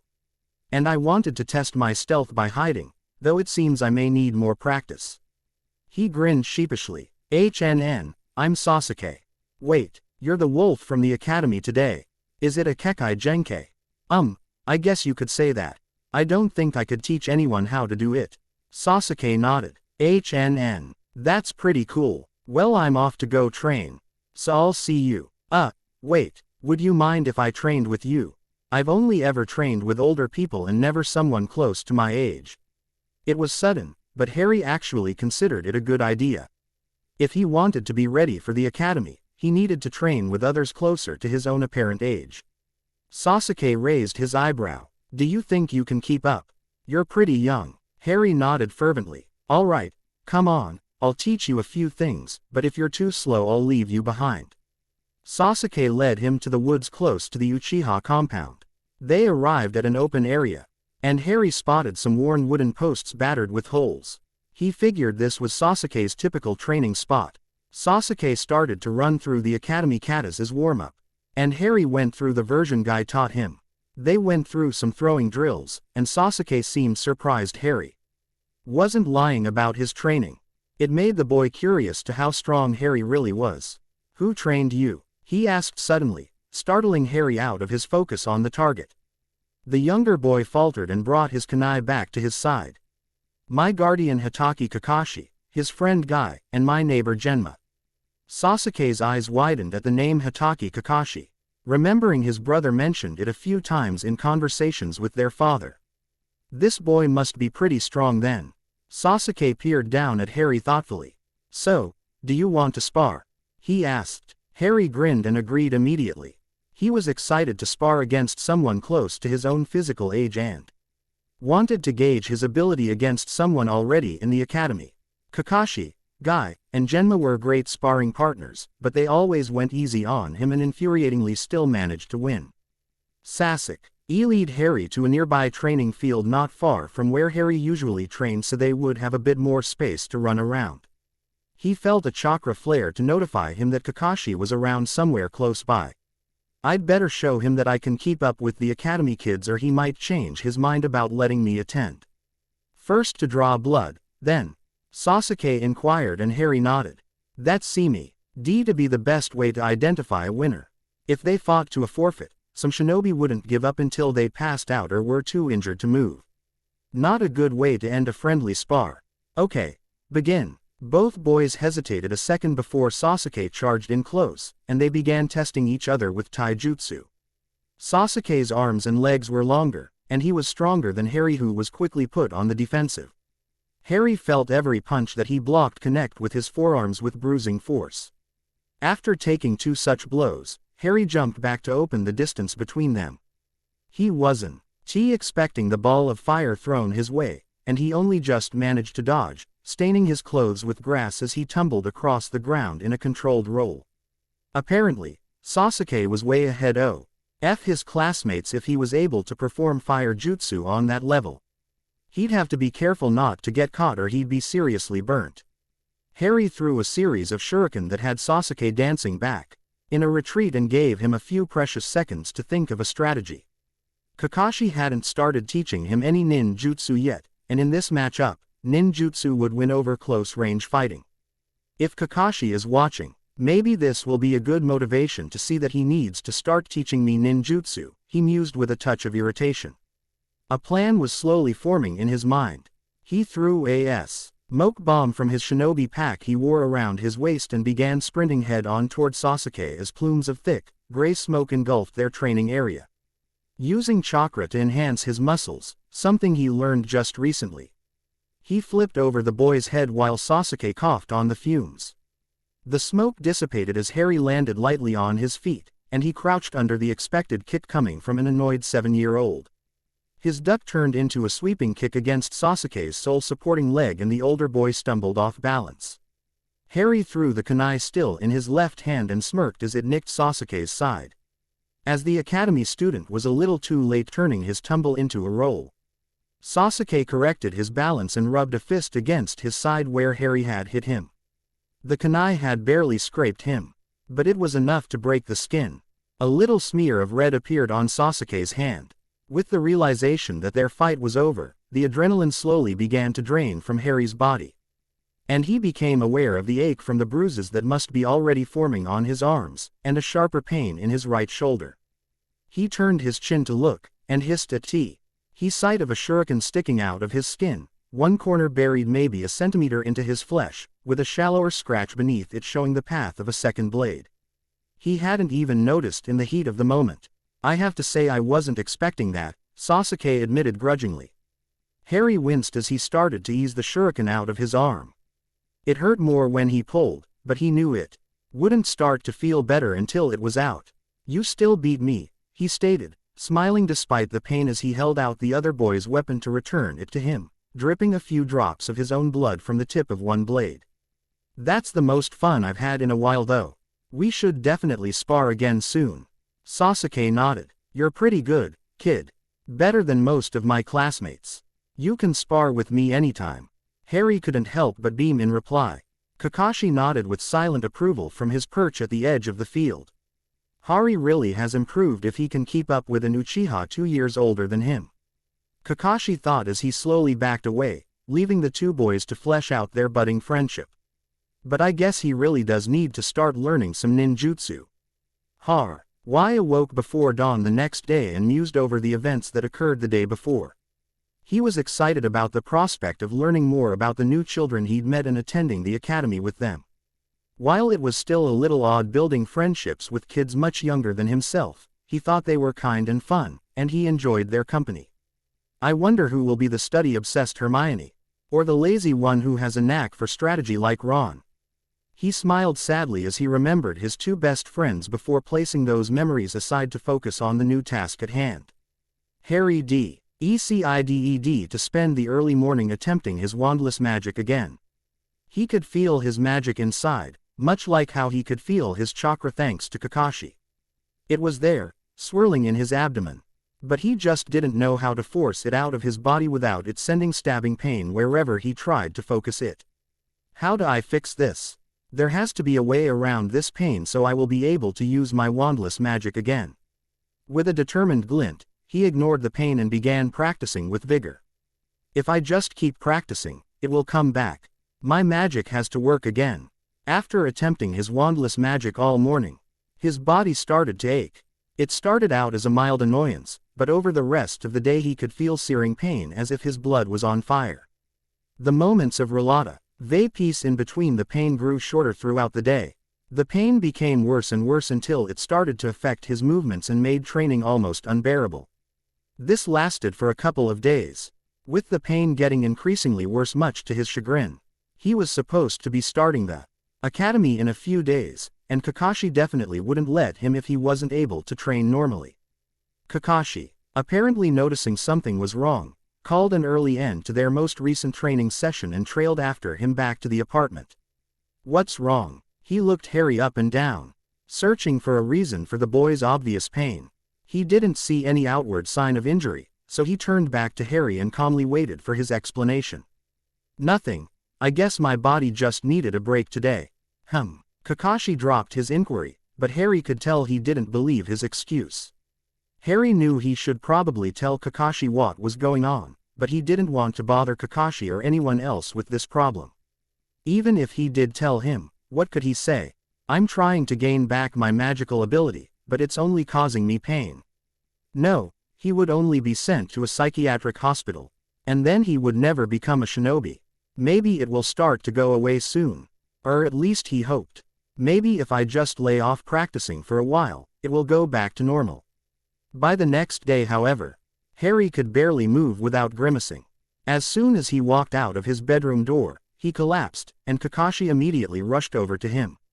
Harry, what happened? Kakashi seemed at a loss of what was wrong, so he picked him up and headed out the door instantly. Even breathing was a struggle, with the expansion of his lungs only adding to his pain. I don't know what happened, he whispered carefully, wincing as he was jostled in Kakashi's arms. It's never been this bad before. But it seems as if I can't move my body anymore. This has happened before, Kakashi asked harshly, and you didn't think to tell anyone about this? Harry looked down, feeling ashamed. I didn't think it would get this bad. It usually stayed in my arm and would go away eventually. I was going to tell you if it got worse. Well, now it's worse, whatever it is. Let's get you to the hospital. Harry let out another hiss of pain as Kakashi turned a corner. The man's tone softened a little and he added, don't worry, Harry. We will figure out what it is and make this better. Kakashi carrying him, even though he was being careful, was only amplifying Harry's pain. He started seeing stars, his vision slightly darkened with bright pinpricks of blinding light burning into his skull. He figured he wouldn't last much longer before he fainted from the pain, but at least that would give him some relief. An airy giggle caught Harry's attention. Don't worry, Harry, it's only the fate giving you back what you've lost. A familiar blonde face peered down at him cheerily before he promptly passed out. Her name on the tip of his tongue but escaping as nothing more than a sigh of breath. End chapter 8. So finally, Sasuke officially enters the picture. And so does the lovely Luna. Next chapter. Finding out what is wrong with Harry and a lot of questions will be answered. Please read and review. Enter Luna. Chapter 9 updated November 16, 2019. Thanks for reading. The next great adventure. To the well-organized mind. Death is but the next great adventure. Albus Dumbledore HPSS, Chapter 17. Chapter 9. Enter Luna. Harry woke up groggy. His body felt like stone, and he tried and failed to wiggle his fingers. Thankfully, he was able to open his eyes despite the inability to move the rest of his body. He peered around the room, taking in the white walls and plain bed sheets, and for a minute, he thought he was back in the hospital wing at Hogwarts. But instead of finding Hermione sitting next to his bed with a book in hand and Ron lazing about eating his chocolate frogs, he found himself all alone. I will forever hate hospitals. A nurse came in and smiled brightly when she saw Harry was awake. She looked like a regular civilian except for the calloused hands and light scarring on her forearms. It seemed even the healers saw battle at some point, regardless of working in the confines of the hospital. She shuffled over to check his temperature and vitals. She had to physically open his mouth to put the thermometer under his tongue, much to his embarrassment. She then took out a rather large needle and for a second, Harry panicked. That was not an ordinary needle and had no business in his room. She instead took the syringe and slowly inserted the liquid into a small tube connecting the saline bag to the back of his hand. Don't you worry, child, you'll be fine. We have great doctors at this hospital, and they will be sure to figure out what is wrong with you. Harry tried to nod but couldn't, and the nurse gave him a sympathetic look. Poor dear, he heard her say as she left the room. Presumably to get his doctor. Harry closed his eyes, trying to gauge the damage to his body. He felt a small stinging sensation entering through the needle in his hand and assumed that was the medicine keeping the pain at bay. He groaned pitifully. Why is this happening to me? Whether it was from exhaustion or just the medicine taking effect, Harry slipped back into a dreamless sleep. What seemed like only moments later, though it could have been hours for all Harry knew, he woke up to see Guy and Genma standing in the doorway. Hari-chan, how are you holding up? Yosh, my Ival told me to let you know that he has escorted the one called Luna to speak with our friend Ibiki-san and will be coming over here after. Finally, he knew. It was Luna. Luna Lovegood was his sibling. He would have broken out into a wide grin if his mouth wasn't currently paralyzed. Weird, wonderful Luna who always found the beauty in life and never let her love of fantastical creatures fade away. Even through the war, she kept such a positive outlook on life and influenced others to follow suit. He remembered her small funeral, burying only a picture and her precious belongings because her body was never found. How poor Neville never got over his feelings for the eccentric Ravenclaw. She deserved better than that, he thought bitterly. If anyone deserves a second chance, she does. Then Harry's eyes widened with fear. What if she tells them something contradictory to my story? Would they do something to hurt her? Guy misread the fear in Harry's eyes. Not to worry, if she is your sister. I am sure she is filled with the same youthful fire as you are, and that will bring her to you soon. If not, I will do 1,000 push-ups. Genma leaned in close to Harry and pet his hair soothingly. It'll all be fine, Harry. I know you said you don't remember her, but Kakashi said you recognized her before you passed out. Do you remember her now? Harry tried to nod but instead grimaced in pain. Genma looked apologetic. Sorry, Hari-chan, I forgot you couldn't move. Okay, blink once if she is your sister. Harry blinked once, feeling rather silly communicating that way. Well, it will all work out soon then. And Kakashi is there and he cares about you, so I know he'll make sure she is all right. And maybe later on she can help you recover your memories. Genma and Guy sat with him for a while, talking about nonsensical things to keep Harry calm and alleviate his worries.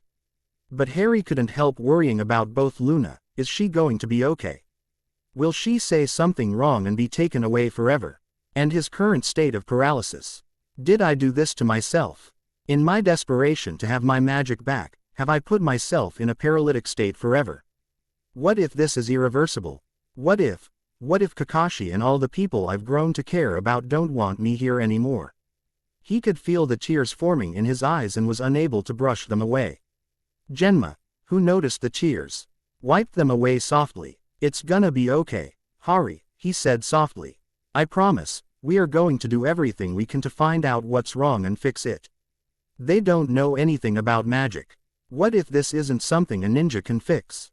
Despite Genma's comforting words, tears continued to slide down Harry's cheeks. This is all my fault. I was an idiot for not stopping when my body told me to. Ellipsis dot, ellipsis dot, ellipsis dot. What am I going to do now? A tall cheerful man with a pepper-colored beard came through the door in a long white coat and thick black glasses with Harry's normal doctor, Masaki, right behind him. Genma and Guy automatically shifted to one side of the bed, leaving the other side accessible to the doctor. Well, if it isn't our mysterious little wolf boy, he said with a grin. Masaki filled me in on your last physical and checkup. He placed his hands above Harry's torso, and they began to glow green. I'm just running a diagnostic right now to see what the problem is. Our first medic couldn't find anything wrong, but I am the head medic in this hospital, so I am confident I'll be able to discover what is causing these symptoms. Harry studied the head medic as he ran his glowing hand slowly across Harry's body, watching his brow slowly crease in confusion. Masaki gave Harry a reassuring smile and stood at the edge of the bed watching the other man work. The medic said finally. And his hands receded back to their normal state. Well, The good news is that there isn't anything wrong physically with your body. Bad news is, I don't know why. Oh, you were in this paralytic state and in pain. He rubbed his chin thoughtfully. I think I have an idea. Fujioka-san. The nice nurse from earlier hastily entered the room. Yes, Yakushi-san. I would like for you to ask Hyuga-ko to spare a few moments to check our patient here. The girl nodded and quickly left. Well, Genma, Guy, could either of you explain the types of activities Hari has been doing the past week? About 30 minutes later, a young man with black hair and white eyes came strolling into the room. He briefly glanced at Harry before turning his attention to the head medic. What can I do for you, Yakushi-san? I'd like for you to look at this child's chakra coils and see if there are any anomalies. He is unfortunately unable to move and in great pain, but we cannot find anything physically wrong with him. The Hyuga looked puzzled but heeded the medic's request. The man stared down at Harry and suddenly had protruding veins extending from his eyes. After a few moments of scrutinizing Harry's chakra coils, the Hyuga's eyes returned to normal. Well, Hyuga-san, I'm not really sure how to describe it, the Hyuga began slowly, but it seems as though there is a second set of chakra coils settling in. It appears as if it is merging with his main chakra coils, which is likely the cause of his immobility and the pain the child is in. A second set? How is that possible? Genma asked. I'm not sure. A Kekai Genkai of sorts. The head medic responded. Hyuga-san, how long do you think until the two coils will have completed this merger? The length of time is hard to judge without knowing the pace of the coils fusing. I will come check on them in a few hours, and then I'll have a better idea of the duration. After Guy and Genma thanked him profusely, the Hyuga left them, promising to return later in the day. Well, this is good news indeed, Hari-chan. And what an interesting discovery. I can't wait to see how this turns out. The head medic looked positively gleeful, making Harry feel uncomfortable. Now, we just have to wait. A girl, perhaps only 15 or 16 years old, sat in the cold metal chair, humming happily in her seat. Kakashi and the Hokage sat on the other side of the window with Ibiki, studying the girl claiming to be Harry's sister. There wasn't much of a resemblance between the two, her long, dirty blonde hair, pale gray eyes and delicate features. Compared to Hari's dark hair, bright green eyes, and somewhat more angular face. She seems very comfortable for being in an interrogation room, Kakashi commented. The Hokage nodded in agreement. Anko, Ibiki barked out the door. She appeared instantly. Yes, Captain, I'd like for you to bring your snake in there and talk to her for a bit. See if this girl has the same snake-speaking ability as Hari. It would narrow down the possibility of them being related. Anko entered the room with Habu across her shoulders. Luna jumped up excitedly and cried, "Oh, so you must be a friend of Harry's. It's so nice to meet you." She shook the snake's tail vigorously, completely ignoring Anko, and then sat back down with a bright smile across her face. What? Anko stared slack-jawed at the blonde in front of her in disbelief. Ibiki echoed Anko's sentiments. Yes, the girl spoke to the snake. But not in the snake language Hari had spoken but in Japanese. The girl is not a speaker, Habu stated to his mistress. But she does smell like him. They are from the same foreign place I do not know. So, Luna right. Yes, I am her. And she is me. Anko hesitated at the odd response. Okay, so you are Hari-chan's sister. Yes, Harry and I are now siblings. He came here to look for me, but I wasn't awake yet. Now I'm awake so he can find me. You've been asleep this whole time? Anko asked curiously. Well, the Fates called it the in-between, and I did a lot of dreaming while I was in the place they had taken me. So you could say I've been asleep for a long time. Anko stared at her incredulously. Who are the Fates? Luna tilted her head slightly. The Fates are just who they are. They let me come here finally so I could be with Harry again. She is telling the truth, Ibiki stated, shaking his head slowly. I'm not sure exactly what it is that she is saying, but it is the truth. Poor child, the Hokage said sadly. Look underneath the underneath. It seems as if these Fates were her kidnappers and kept her confined for a long time. That must be why she was separated from her brother. It might have been a traumatic experience with them that caused our Hari to lose his memories. Kakashi made a promise to himself to give Hari an extra long hug when he went to see him at the hospital. He never realized that the young boy's life old have been so terrible before his arrival in Konoha.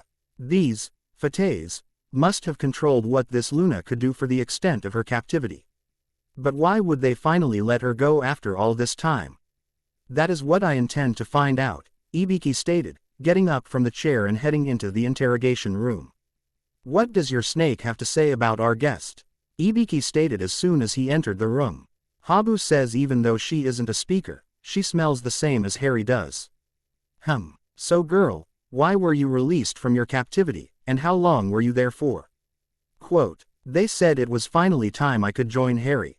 I'm not sure how long I was there. Time flows differently than it does here. Luna flashed a huge smile. I'm just glad I'm able to finally be Harry's sister. Do you mean any harm toward our village or the Hokage?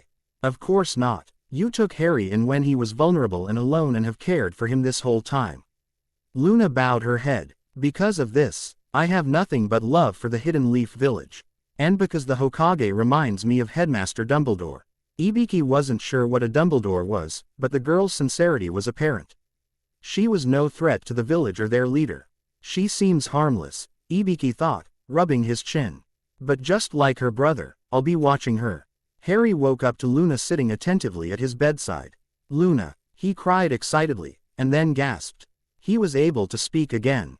He tried to move his left arm, and it slowly responded to him. His fingers and toes felt like they were on pins and needles. But he grinned regardless. He was going to be able to move again. Well, Harry, it's good to finally see you again. Seems the Nargles have been here to keep you company. The twinkle in her eyes warmed Harry to the core. She looked exactly the same, her blonde hair filled with wild waves down her back and piercing blue-gray eyes. She only needed her radish earrings and butterbeer necklace to complete the look from her Hogwarts days. Finally a piece of his old life was here right in front of him, and he couldn't be happier.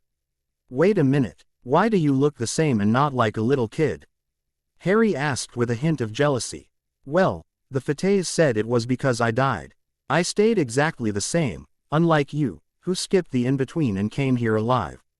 So that must be why you went through the side effects. Quote, Harry wished for a moment that he had died before coming here, and then realized he wouldn't be with Kakashi if that had happened. And he probably wouldn't have been trusted to enter Konoha in the first place. There were definite benefits of coming here in a younger body. He breathed deeply and finally decided to get some answers about his physical state. Quote, why haven't I been able to use my magic except for my animagus form? Harry blurted out, voicing his fear for the first time since he arrived in this world. I've been learning how to use chakra, but it's not the same as magic. If I can't perform any spells, perhaps you couldn't perform any spells, because magic doesn't exist here. Only chakra. She said the word slowly, as if she wasn't sure of the accuracy of her pronunciation. All of this was explained to me, but it's all very confusing, so I'll try my best. She hummed for a moment, tilting her head slightly. That's probably why it caused you pain when you attempted to bring it outside your body. When you tried to bring your magic outside your body, it came in contact with the chakra in the air. She waved her hand, gesturing the air around them. Harry stared at her, still confused, so Luna attempted to explain more clearly. Apparently there is chakra everywhere. In the air, the plants, the people. I was told chakra and magic are not supposed to mix. So when you tried to put magic into chakra-filled air, it must have backfired and caused you pain. You have both chakra and magic now, but they were separate. Maybe using magic inside your body for your animagus was okay, because it didn't come in contact with any chakra in the air. She shrugged a shoulder. The fates said your chakra and magic would merge slowly until they became one power source. But because you have been learning chakra while attempting magic, it must have caused it to happen more suddenly. Harry instantly felt ashamed. He should have known to stop attempting the spells over and over again. His 19-year-old self saw the stupidity in his actions. However, the 5-year-old part of Harry wanted to be able to complete a spell so badly that he ignored sense. The outcome was ending up temporarily immobile and stuck in a hospital bed. So, I'm never going to be able to use magic again. Of course you will be able to, Harry. Didn't you forget? You have a bloodline limit. My bloodline limit was never explained to me. Harry winced. He hadn't meant to yell. It wasn't Luna's fault the Fates were so tight-lipped about everything. Oh, well, that does answer why you've been worried about this. She paused, and then gave Harry a warm smile. Sorry, it took me so long to get here and explain things. It took a very long time for me to wake up from all those dreams. They were very interesting dreams though. She seemed to daze off for a moment, lost in her thoughts. Harry cleared his throat softly to catch her attention. Oh, yes, your bloodline limit, our bloodline limit, causes your magic and chakra to merge together. This is why you haven't been able to move. It takes a while for the two coils to merge, though in my unique case, mine merged instantly. Quote, so, you'll help teach me how to use the bloodline once I can move again. Of course, she replied softly, patting Harry on the hand delicately. As long as you teach me how to become an animagus. Of course I will, Luna. But why do you want to become an animagus all of a sudden? Well, it seems the Hokage thinks that transforming into an animal is an attribute of our family, so it only seems appropriate if I learn. And anyways, I've always wanted to be able to fly. But what if your animagus form isn't an animal that flies? Luna gave him a small smile before stating, I've already died, so aren't I supposed to have wings? End chapter 9. Thanks so much for sticking with my story. EM Lights. Bloodlines. Chapter 10 updated November 22, 2019. Hello everyone. Hope you enjoy. Let me know what you think. The next great adventure. To the well-organized mind, death is but the next great adventure. Albus Dumbledore HPSS, Chapter 17. Chapter 10. Bloodlines. Harry woke up to the sun just barely peeping into his room and birds chirping enthusiastically outside his window. He flexed his arm, hardly feeling the tingle that had encompassed his body so strongly the day before. He grinned. Maybe I'll get out of here sooner than I thought. He was about to call a nurse about breakfast when a visitor hurtled through the door. Kakashi entered his room and rushed to his side, giving Harry a bone-crushing hug. Harry saw his visible eye glossy for just a moment, though Harry thought he might have imagined it, because it was gone the next time he looked. Ari was surprised at this sudden display of affection. It was the first time Kakashi had hugged him like this. Don't ever worry me like that again, the man whispered, still holding Harry tightly. I'm sorry, Kakashi, Harry said meaningfully. Next time I think I'm hurt, I'll let you know. Kakashi chuckled. You better. He released Harry and straightened his jacket, seemingly embarrassed. Sorry I'm late. The medics have told me you are inheriting your bloodline limit, which is what caused all of these problems. Harry nodded in agreement. Do you know what it is? Luna has mentioned a few things to me, but I'm not entirely sure what the bloodline actually entails. She said she would go over it with me when I'm back at home. Kakashi twitched slightly at the word home. Harry noticed and suddenly realized what it meant. His stomach dropped when he thought about not living with Kakashi as his guardian. He didn't want it to end, not just yet. Kakashi. Harry grabbed his arm. I don't want to stop living with you. I mean, if that's okay with you. You are family now. Well, Kakashi scratched his chin thoughtfully, but Harry could see the grin he hid underneath his mask.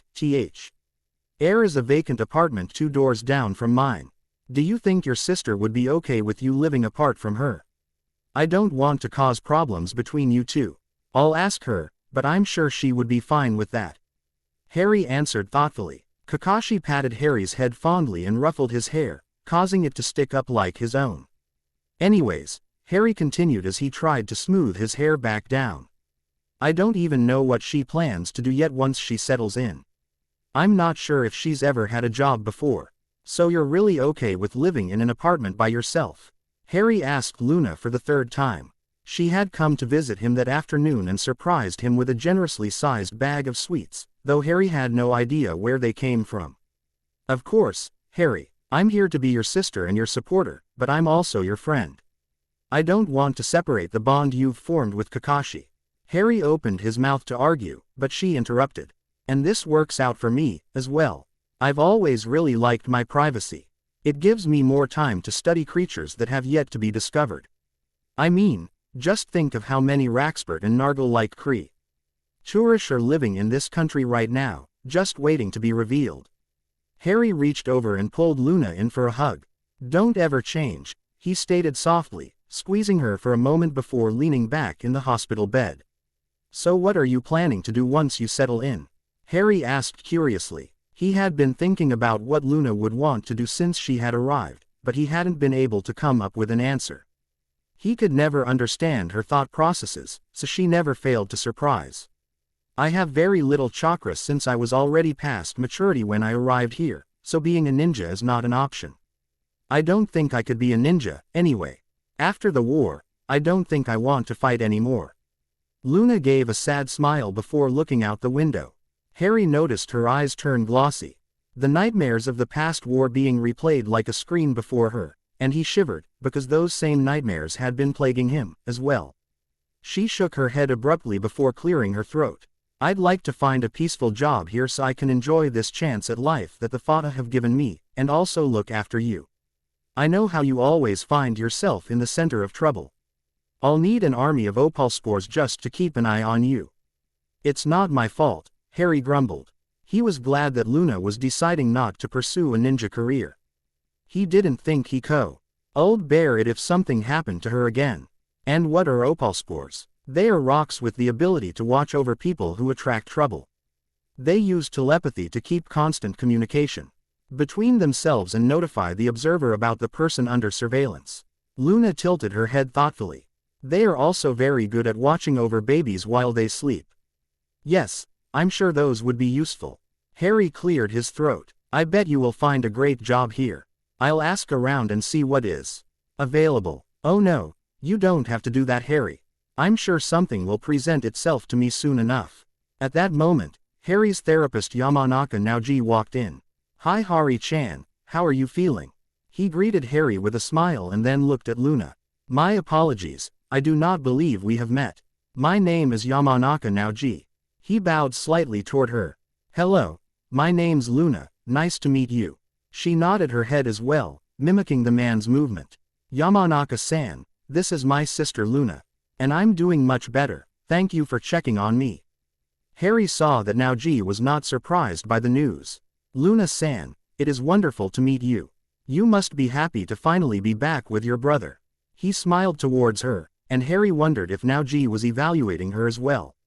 Oh yes, it is wonderful. You could say he is the only reason I'm here in this world. Harry wondered at her choice of words. Was there a deeper meaning there? Well, I do not want to intrude on your reconnection after all this time. I'm relieved you are doing better, Hari, and I look forward to our chats when you recover. He stood up and started making his way to the door. As he stood in the doorway, he looked over at Luna. Luna-san, I hope you and I are able to sit down and connect soon as well. Have a good rest of your day. After he left, Luna turned to Harry with a curious look. That is my therapist, Harry answered. He's a good guy. I think he wanted to make sure that I was okay with you coming back. Luna placed her hand on Harry's. There are so many people here who care about you. She laid her head on his bed and closed her eyes. I couldn't have asked for anything better. Harry had quite a few visitors the next day at the hospital. Shikamaru and Choji brought Naruto with them to visit as soon as they were allowed. Harry was trying to stomach the bland toast and jam the hospital had given him for breakfast, so their visit was a most welcome distraction. Choji had thought to ask his mom to cook him a delicious breakfast filled with nutrients to help him recover quickly. So this made their visit all the more exciting. All Harry could tell was that the food smelled incredible and made his mouth water, so his hospital food was tossed happily out the window by an enthusiastic Naruto. All three of them are very kind, Harry thought happily, watching them chatter about their days at the academy and how excited they were for him to join. Even at such a young age, they all possessed such caring dispositions. Harry was lucky to have developed budding friendships with these boys. It was a brief visit before the nurses rushed them out, though Harry didn't understand why. He had a sinking feeling it had to do with Naruto being there. Even Rado came to visit, though Harry assumed the reason was to get a good look at Luna and flirt with the nurses. It was a nice gesture, though his perceived intentions were less than pure. He had looked a little disappointed after seeing Harry's room without a certain blonde visitor, but cheered up considerably when he saw the pretty nurse who came in to check Harry's vitals one last time. He ruffled Harry's hair and winked before following the nurse out the door. Why do all of the ninja want to ruffle my hair? Harry thought, soothing his hair out for the third time that day. Even though they don't know it, I'm only a few years younger than them. He had to convince himself that he definitely wasn't pouting. Harry spent his lunch gazing out the window, eating the last remnants of Choji's wonderful food and wishing he were out of the hospital to start practicing his magic again.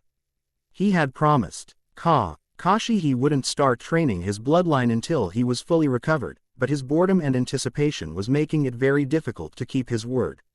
Kakashi swept in for a brief moment to tell him that he and Genma were helping Luna move into the vacant apartment on their floor. Harry's heart swelled at the thought of having all the people he cared about living under the same roof. It was almost like the Hogwarts dormitory again. His thoughts wandered to his old dormitory, with the wonderful people he would never see again. Ron and Hermione's faces flashed very vividly in his mind, and it took everything he had not to burst into tears. At least I have Luna here now. Later that afternoon, Harry had more surprise visitors. Sasuke came in nervously, clutching his older brother's hand. "Hi Hari," he said softly. He glanced up at his brother and was nudged closer to the bed. He held out a bento. "I made this for you so you can get better soon," he said shyly, his cheeks turning pink with embarrassment. Harry grasped the bento tenderly while beaming at the boy in front of him. "Thanks, Sasuke, it's perfect. The food here is terrible, so this will be a great dinner." He set the bento on the side of the bed and reached over to give Sasuke a brief hug, which the boy grudgingly accepted. Sasuke leaned back immediately, straightening his shirt, and Harry couldn't help but grin.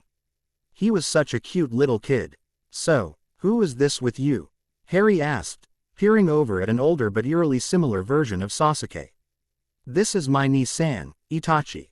He's already a chunin," Sasuke said, puffing up his chest proudly. Harry studied Itachi. While on the surface he looked like a normal boy, Itachi's eyes reflected a pain that Harry himself knew all too well, eyes that had seen too much battle and bloodshed. Beyond that, Harry sensed an overwhelming power radiating softly from him. "It's nice to finally meet the young boy who has caught my Ototo's attention," Itachi remarked, causing Sasuke to turn red again. "Ni-san, it's very nice to meet you, Itachi-san. I'm sorry it wasn't under more pleasant circumstances." Harry gestured at his hospital room. "How did you end up in the hospital?" Itachi inquired. "Well, it seems I've come into my bloodline, and I was a bit of an idiot trying to use it before my body was ready. But I'm perfectly fine now." "What kind of bloodline is it?" Sasuke asked eagerly. "I'm not exactly sure yet, but my sister arrived at the village just in time and is going to help me learn how to use it." "When will you be able to leave?" Sasuke asked. "Tomorrow morning, hopefully," Harry replied. "I'm more than ready to be out of the hospital and for everything to be back to normal." "Things will be anything but normal," Itachi commented lightly, and Harry felt a chill as if Itachi was referring to something he had not yet been informed of. They left soon after, Itachi stating they needed to return home for dinner. Harry pushed the comment to the back of his mind. Even if it had been weird, Itachi was still just a kid. There couldn't be any hidden meaning behind it, could there? "I'm free," Harry exclaimed as he stepped out of the building. He truly felt like a kid stepping out from a long day cooped up inside. He seriously considered breaking into a dance. The joys of childhood. Kakashi gave him a tap on his head but couldn't hide his amusement. "Luna, Genma, and Guy have been up all morning making you a surprise welcome home breakfast." "Act surprised," he said lightly. Harry grinned happily at the thought of all these wonderful people he now called family taking the time to do something special for him. He glanced over at Kakashi. He was also grateful for the older man telling him about it beforehand. He didn't like surprises too much. Not anymore. Harry enjoyed a wonderful breakfast with a mixture of local food and food he remembered from Hogwarts. It brought back wonderful memories of mornings surrounded by his best friends, chatting about their classes for the day. It was bittersweet, but Harry was thankful nonetheless.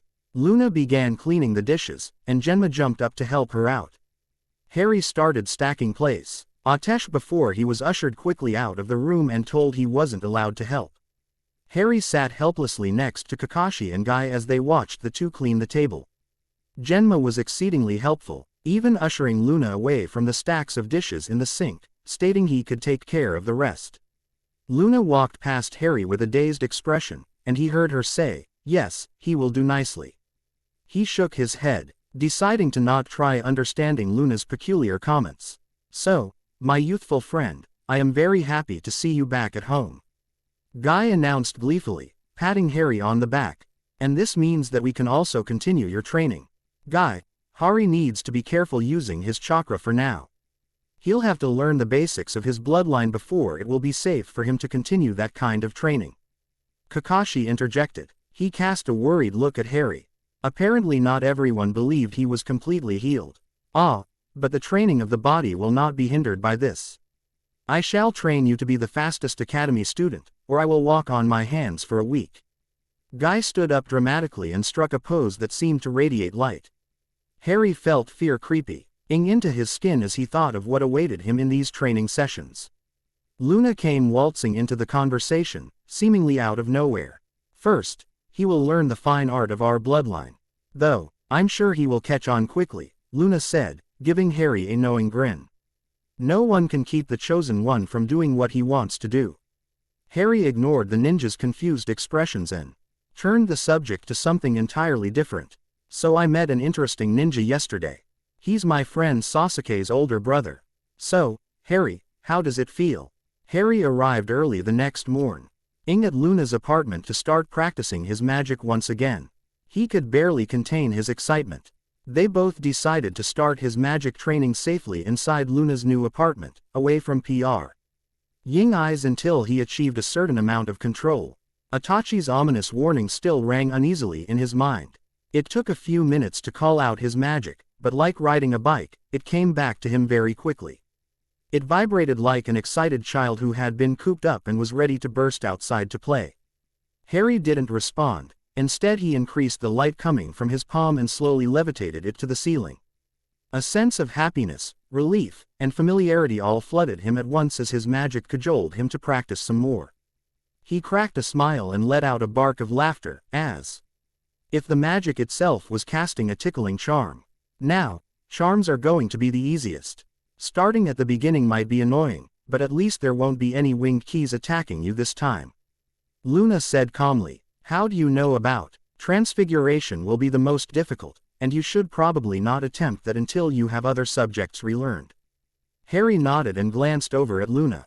She was lying backwards, dangling off the couch and fiddling with a string and a pebble while humming an unfamiliar tune. "What are you doing? Setting a trap?" Harry stared at her expectantly. But seeing that she wasn't going to elaborate, he turned around to continue his practice. "Okay, now let's try another one," Harry muttered, and began locking and unlocking Luna's apartment door. "I need answers, Kakashi." Kakashi nodded in agreement but remained silent. He sat in front of the Hokage's desk for the third time that week, all for the same reason. Hari and his sister are under scrutiny by some very powerful people. They are already starting to pry, and I need to know the extent of this bloodline limit in order to protect them. There are some who would love to use a boy like Hari for the sake of the village. Kakashi looked at the Hokage with disbelief. But they don't even know what the bloodline is. How is it they are already being noticed? The Hokage pulled out his pipe, placed the tip to his mouth, and lit it. The smell of smoke always seemed to calm him. Small circles of smoke drifted lazily up to the ceiling. I think the interest stems from unknown qualities this bloodline may carry. If the child can already speak to snakes and transform his body into an animal, what will this second set of power in his body be able to do? People have been speculating, and it seems they believe it will be something worthwhile. Sir, what happens if this bloodline is as powerful as you believe? Then, my dear boy, you will need to train him to be the strongest shinobi possible and take care of him to the best of your ability. Help him to find allies in the village so he will have support when he needs it most. Hari and his sister will need all the help they can get. Kakashi stood up and bowed. As he approached the door, he turned to give a final statement before swiftly departing. I will protect him. I will do whatever it takes.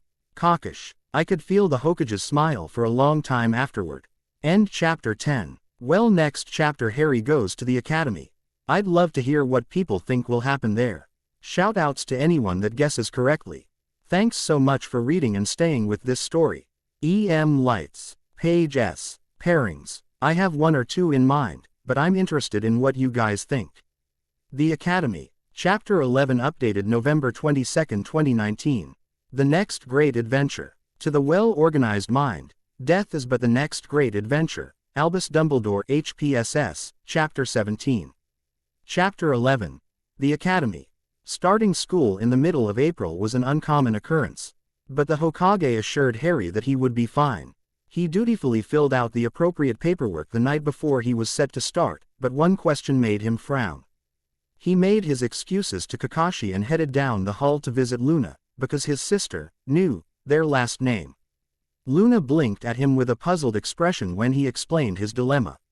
I thought we should use the last name of the man who gave us his bloodline so we would have ties to this world, he explained slowly, but I don't know what his name is. There aren't any Nargles here to tell me who our benefactor is, unfortunately, so we are going to have to figure out that information on our own, Luna replied. For now, you still need a last name so you can attend school. Harry sighed. I guess we can try to do some research later on. It would be nice to know who this man really is, even if we can't use his name for now. Did you want to use your last name for now? The girl smiled. Lovegood Harry, she said. That's a funny name. No, Harry, I think we should stick with yours. Harry couldn't help but grin, imagining his guardian struggling over the name, Lovegood. He nodded. You're right. Potter will be easier. Leaning over the paperwork, he carefully filled in his own surname. You'd better get some rest now, Luna advised him, when he finished. If you don't, the Poxoduds are likely to cling to you all day tomorrow, and you'll be sluggish and tired on your first day. Eventually, Kakashi dragged him back to their apartment to get to bed, and Harry's young body betrayed him. Falling quickly to sleep with dreams of the Konoha Ninja Academy captivating him until the morning. A huge grin was plastered on his face as he headed to the academy, and no amount of teasing from his friends could lessen it. Choji and Shikamaru walked alongside him, amplifying Harry's joy on this momentous occasion. Kakashi strolled leisurely behind the trio, his nose buried in his beloved orange novel. What amazing things would he learn on his first day? Harry couldn't fathom the knowledge that would come from a shinobi school. Sure, he was taking lessons from Kakashi, Guy, and Genma. But those were unorthodox. This would be structured learning, just like Hogwarts, with teachers, a syllabus, and a classroom full of kids wanting to learn. He wasn't sure how it would be socializing with the other children, but he'd done well with the few kids he'd met so far. My mom packed a lunch for all of us, so come find us during your break, Choji said excitedly through a mouthful of chips. That sounds great, Choji. Thanks, Harry replied, throwing his larger friend a smile. School is boring, and we still have 4 more years left until graduation, Shikamaru grumbled. Not me, I'm going to be just like Kakashi and graduate in a year. Harry turned to see Kakashi nod at him approvingly. I remember you mentioning that before. With all the training you've done, I'll be surprised if you don't graduate early. Shikamaru placed his hands behind his head and sighed. All that hard work would be too troublesome. Kakashi pulled him aside as they arrived outside the academy, allowing Shikamaru and Choji to wave goodbye and enter by themselves. Now, I know this is your first day and that you are very excited, but take this just in case. Kakashi handed him a large book called Stealth and Strategy. In case what? Harry asked with confusion. Kakashi replied with an enigmatic, you'll see, before giving him a quick pat on the head and ushering him inside. It turned out Kakashi was right. The academy started out just fine. Harry entered the room slowly, his childish nerves creeping through him. The classroom had about a dozen students, all about 2 years older than him. Already inside chatting and laughing. He slid into a chair toward the back silently, deciding to observe the students rather than join in for now. Hey, there's a new kid, one of the girls said, pointing and giggling softly to her friend. Ah, for being so little, he's kinda cute, the friend replied, and that started another reaction of giggles from the 2 girls. Please, please, don't let there be any fangirls here, Harry thought, his mind wandering back to his Triwizard Tournament days, and shuddered. Finally, the last of the students came wandering in, along with their Chunin instructor. Good morning, class. Whoever didn't do their homework will be running extra laps after school. A few of the kids groaned, while the others handed their papers in diligently. We have a new student today. Hari. He gestured for him to stand, which Harry promptly did. This is Potaru Hari, who will be joining our class. Hari, I am Fujioka Ko. Now class, Hari is only 5. But he has been training under Hitaki Kakashi, so he should be able to fit into our class easily. I have very high expectations for you. Harry nodded, but felt uneasy as a few of the students turned to glare at him. Harry's new sensei then began a lecture on Shinobi Rule number 12. A shinobi must be able to blend into their surroundings. After the first 5 minutes, Harry had a strong urge to bang his head against the table. How the man could take a simple shinobi rule and expand it to an entire lecture was beyond him. Genma taught him all the shinobi rules within a few days, and even turned the lectures into exciting days of putting each rule into practice and annoying Kakashi at the same time. The lesson about shinobi blending into their surroundings started out with them being hunted down by Kakashi's nin dogs. Genma and Harry were both found much later in a mud pit, where the dogs happily joined in. Genma pulled Kakashi into the pit as well, and the nin dogs joyously attacked him with mud-covered kisses. Their summoner was not impressed. He grinned to himself as he thought about those lessons before his attention turned back to the boring lecture at hand. His eyes rested on the very thoughtful gift Kakashi had handed to him that morning. He pulled Stealth and Strategy from under his desk and began to read the first chapter, How to Cover Your Tracks. He was deeply engrossed in a chapter about hiding your scent when the sensei said his name loudly. Sorry, sensei, can you repeat that? Harry asked, causing a few of his classmates to snicker. I said, since this lecture doesn't seem to interest you, could you explain to me how you would blend into your surroundings? Harry wanted to roll his eyes. If the teacher was trying to call him out and embarrass him, he was in for a surprise. Well, since I haven't learned any jutsu that would help me blend in, I'd use the surrounding foliage, especially since there are a lot of options in the Land of Fire. Also, I'd use a breathing technique to quiet the sounds of my breath and stay completely still. He paused, tilting his head pretending to be deep in thought. Even then, at my level I'm not able to hide my chakra or my scent. So if the person searching for me was Chunin level or above, I'd be found regardless. I'd make sure to wear dark-colored clothing and even use mud to allow me to blend into my surroundings. But I guess this would depend on how deep in the forest we are, the weather, and the time of day. Being outside a forest would be much more difficult, and I haven't learned or have the experience to hide out there successfully just yet. Very good, Fujioka-sensei said reluctantly. I assume you've already been familiarized with the shinobi rules, then. Harry nodded, glad the sensei caught on, and ignored the murmurings of his classmates. I see. Well then, carry on with your reading, and try not to be disruptive while I finish this lecture. Harry nodded again and buried his nose back into the book, interested to see how he could find a way to hide his scent. After 2 hours of lecture, the class went outside for target practice. Harry excitedly bounded outside, prepared to finally learn something new. They were all handed shuriken that upon further inspection turned out to be quite dull. Now class, aim towards the targets. Let's see if anyone is able to land 3 hits in a row. So Harry stood back and watched, unimpressed as childproof shuriken were thrown haphazardly across the grounds. He quickly became very thankful for their dullness, considering how many times he was accidentally hit by stray weapons. He was growing increasingly annoyed by the lack of skills these children had, and also for the lack of challenge he was faced with. He stared at the fake shuriken in his hand, wondering what he was doing there. This was not how he imagined the academy to be like at all. He wanted to be challenged, not babied. While Harry struggled through his first week, Luna was on a mission.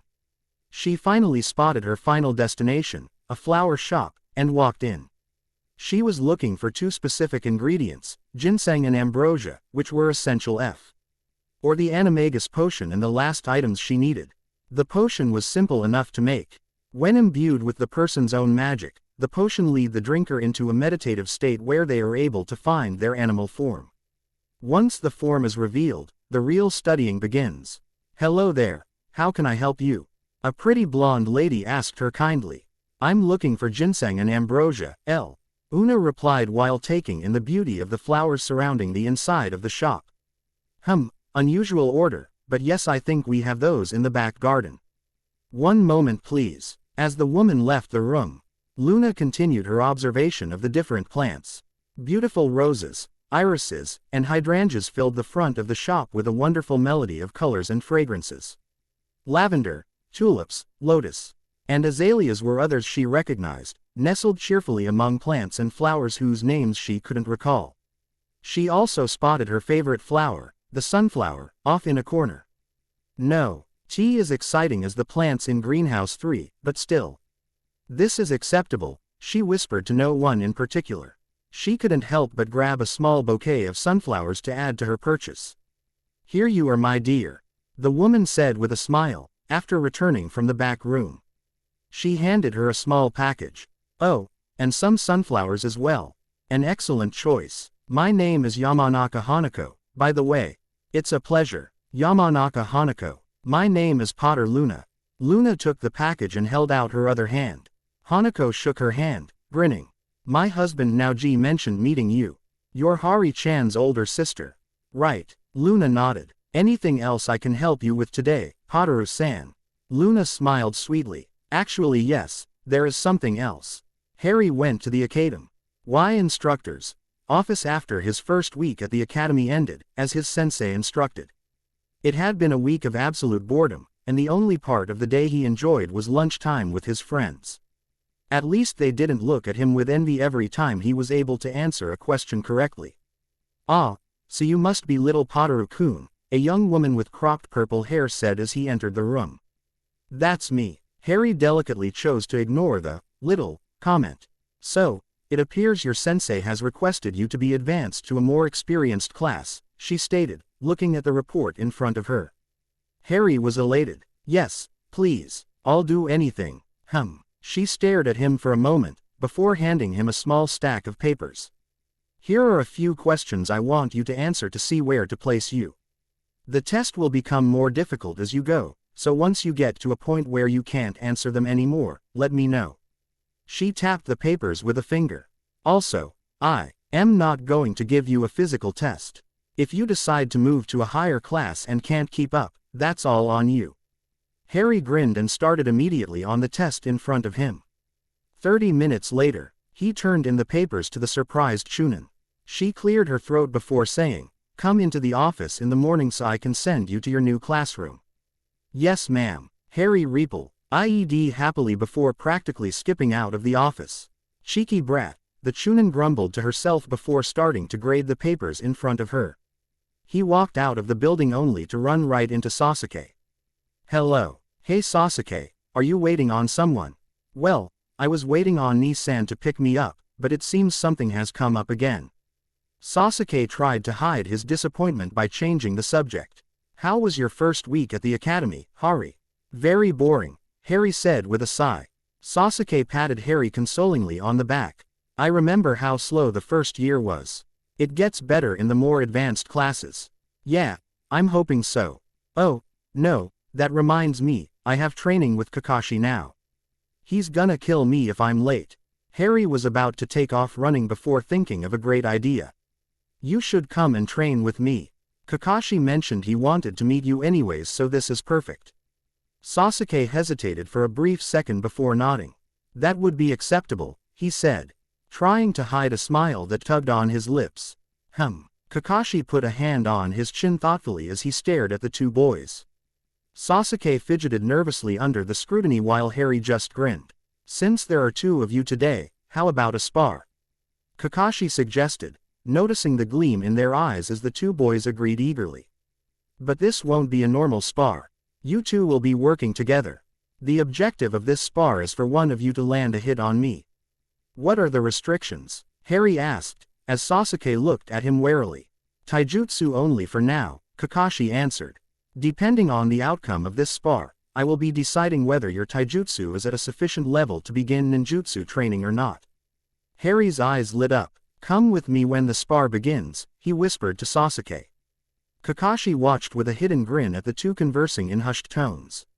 If you are ready, Kakashi announced, then let's begin. Harry rushed into the woods. To the left with Sasuke dutifully following. So they are going to plan an attack. Kakashi observed approvingly as the two disappearing into the forest. This should be interesting. Sasuke pulled a Harry's sleeve when they had gone far enough into the woods. Why do we have to work together just to land a hit? That should be easy. Kakashi is a Junin, Sasuke. He is tougher than he looks. Why? Is why we need to make a plan if we want to win. Sasuke looked skeptical, but nodded for Harry to continue. Since we both are about the same level, you should probably be the one to attempt the H. It's since you are taller and have a longer reach. Harry crouched down, closing his eyes in thought. So this means I'll be the distraction. He snapped his eyes open. Here's what I think we should do. Both boys burst out of the trees at the same time, charging their target. Harry went for the left side, as Sasuke took the right. Their synchronized attacks forced Kakashi to jump out of the way, albeit rather lazily. I'll get you this time, Kakashi. Harry yelled, charging once more. He swung his fist towards Kakashi's chest and then planted his hands on the ground, sweeping his legs low. Trying to catch one of Kakashi's legs with his own. Sasuke fell into his own taijutsu style, following a jab with a cross with an uppercut and failing to connect with any of them. Kakashi merely dodged the swings, not even making an attempt to fight back. Harry growled, circling his target to give himself a second to catch his breath before launching another attack at the man's back. Kakashi caught his fist and used the momentum to toss him over his shoulder, forcing Sasuke to dodge to one side. Sasuke, just stop. You aren't helping at all. I can do this without you. Harry shouted in frustration. The announcement startled Harry's guardian. When did Harry get so cold? Sasuke shot him an angry look. Humph. Fine. I'll just watch you fail then. Sasuke pulled back for a moment, looking angry. Harry continued to circle and try to find an opening. He threw a punch at the man's blind side, followed a jab up with a roundhouse, and then launched himself into a flying sidekick behind the man's back. Kakashi blocked or dodged everything he threw at him with a bored expression, and Harry displayed an increasing frustration with each failure. Harry, you must remember that teamwork is very important when fighting a stronger opponent, Kakashi chided softly. I know, but I want to be the one to land the hit, not him. I don't want any help. Harry rushed at him again, but this time he leapt over Kakashi. Dropping smoke bombs on his way down. He twisted in midair, flinging himself into a butterfly kick. Kakashi instinctively jumped away from his charge to avoid the attacks heading his way. A second too late he realized another attack was coming from the other direction. Sasuke's fist barely clipped his clothing as he twisted to avoid the hit. He landed with a skid and saw two grinning boys through the dissipating smoke. Great job, Sasuke, Harry said ecstatically. You did it perfectly. I only got fabric though, Sasuke replied, his modesty unable to hide a proud smirk. Kakashi stood and rubbed his head thoughtfully.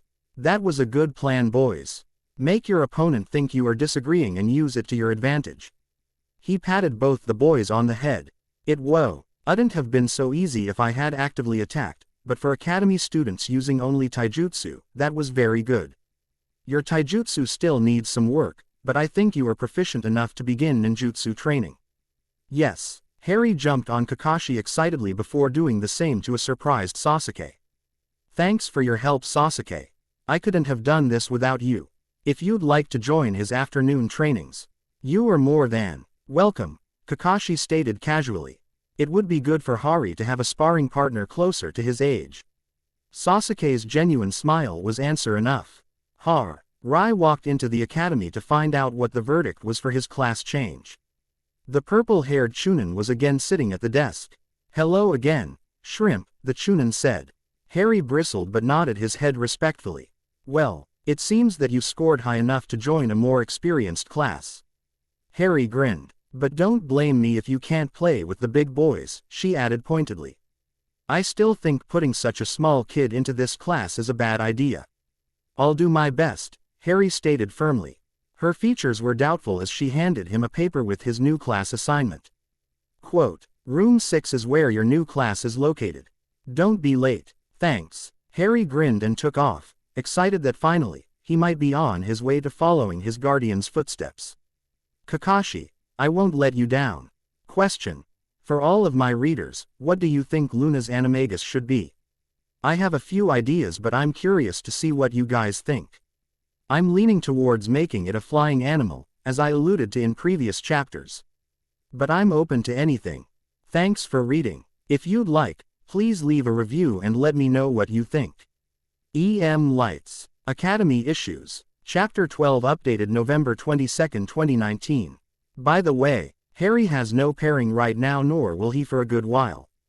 There are definitely going to be pairings, some showing up pretty soon. But Harry will not be one of them.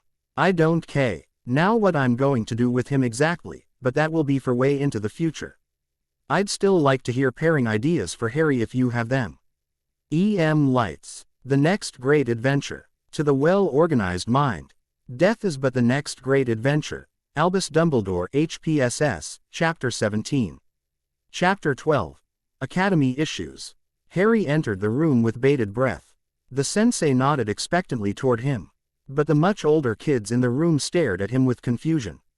His small hope of joining his friend's class dwindled with unfamiliar faces surrounding him. The class seemed to be the ages of 10 or 11, so his small stature stood out like a sore thumb. Without missing a beat, he strode into the room confidently and took an empty seat in the front row next to a boy whose face was half hidden with a high collar and glasses. He determinedly kept his face forward so he didn't see the annoying antics of the older students. This is Potter Hari. It seems his test scores placed him in the top class, although. The sensei peered over him derisively. We'll just have to see how he fares with the other aspects of the class. A few sniggers were heard in the back of the room, but Harry did not give them the satisfaction of a response. I am Tanaka Edo. Do not disappoint me. And with that, Edo-sensei continued his lecture. The lecture on chakra was simple but interesting. Harry loved hearing different explanations of chakra. It was remarkable to compare them alongside his own experiences with magic. Although they were both contained inside the body, chakra was pulled through hand signs or seals. Whereas magic was channeled with a wand or, in more advanced ways, through a person's hands. With both, the way of casting was determined through the intent and the will of the caster. All right, class, I want us to begin practice with our illusionary clones. The entire class stood up to stand in line in front of their sensei. Harry found himself on the very edge, barely able to see the teacher from behind an unnaturally large student. Let's go over the hand signs for Bunshin no Jutsu in case our new student does not know or if any of you have forgotten. Remember, ram, snake, tiger. Edo-sensei stated as he went through the hand signs. Harry, who had not tried this technique before, dutifully copied his new sensei and practiced a few more times to have it down. The rave, our brawny student in front of him gave an exaggerated yawn and snuck a peek at Harry. This is easy stuff, sensei. If the shrimp still needs to learn this, he should go to a lower class. The boy grinned at the few laughs his comment created. Well, Taichi, since you find this so elementary, why don't you demonstrate your Bunshin first? Tisk, fine, the boy called Taichi said as he swaggered in front of the class. He flew through the hand signs quickly. Bunshin number jutsu, he yelled, and a replica of himself appeared right beside him. Very good, Edo-sensei stated dully. Now class, line up, each of you will try the jutsu. One by one, the class attempted the jutsu. Most were able to create a successful clone of his or herself, whereas a couple had a few imperfections. One plain-looking civilian with fiery red hair was unable to make even a vague form of a clone. Her face turned as red as her hair as the other girls in the class pointed and giggled behind their hands. Harry felt bad for the girl but was too nervous about his own performance of the clone jutsu to dwell on it just then.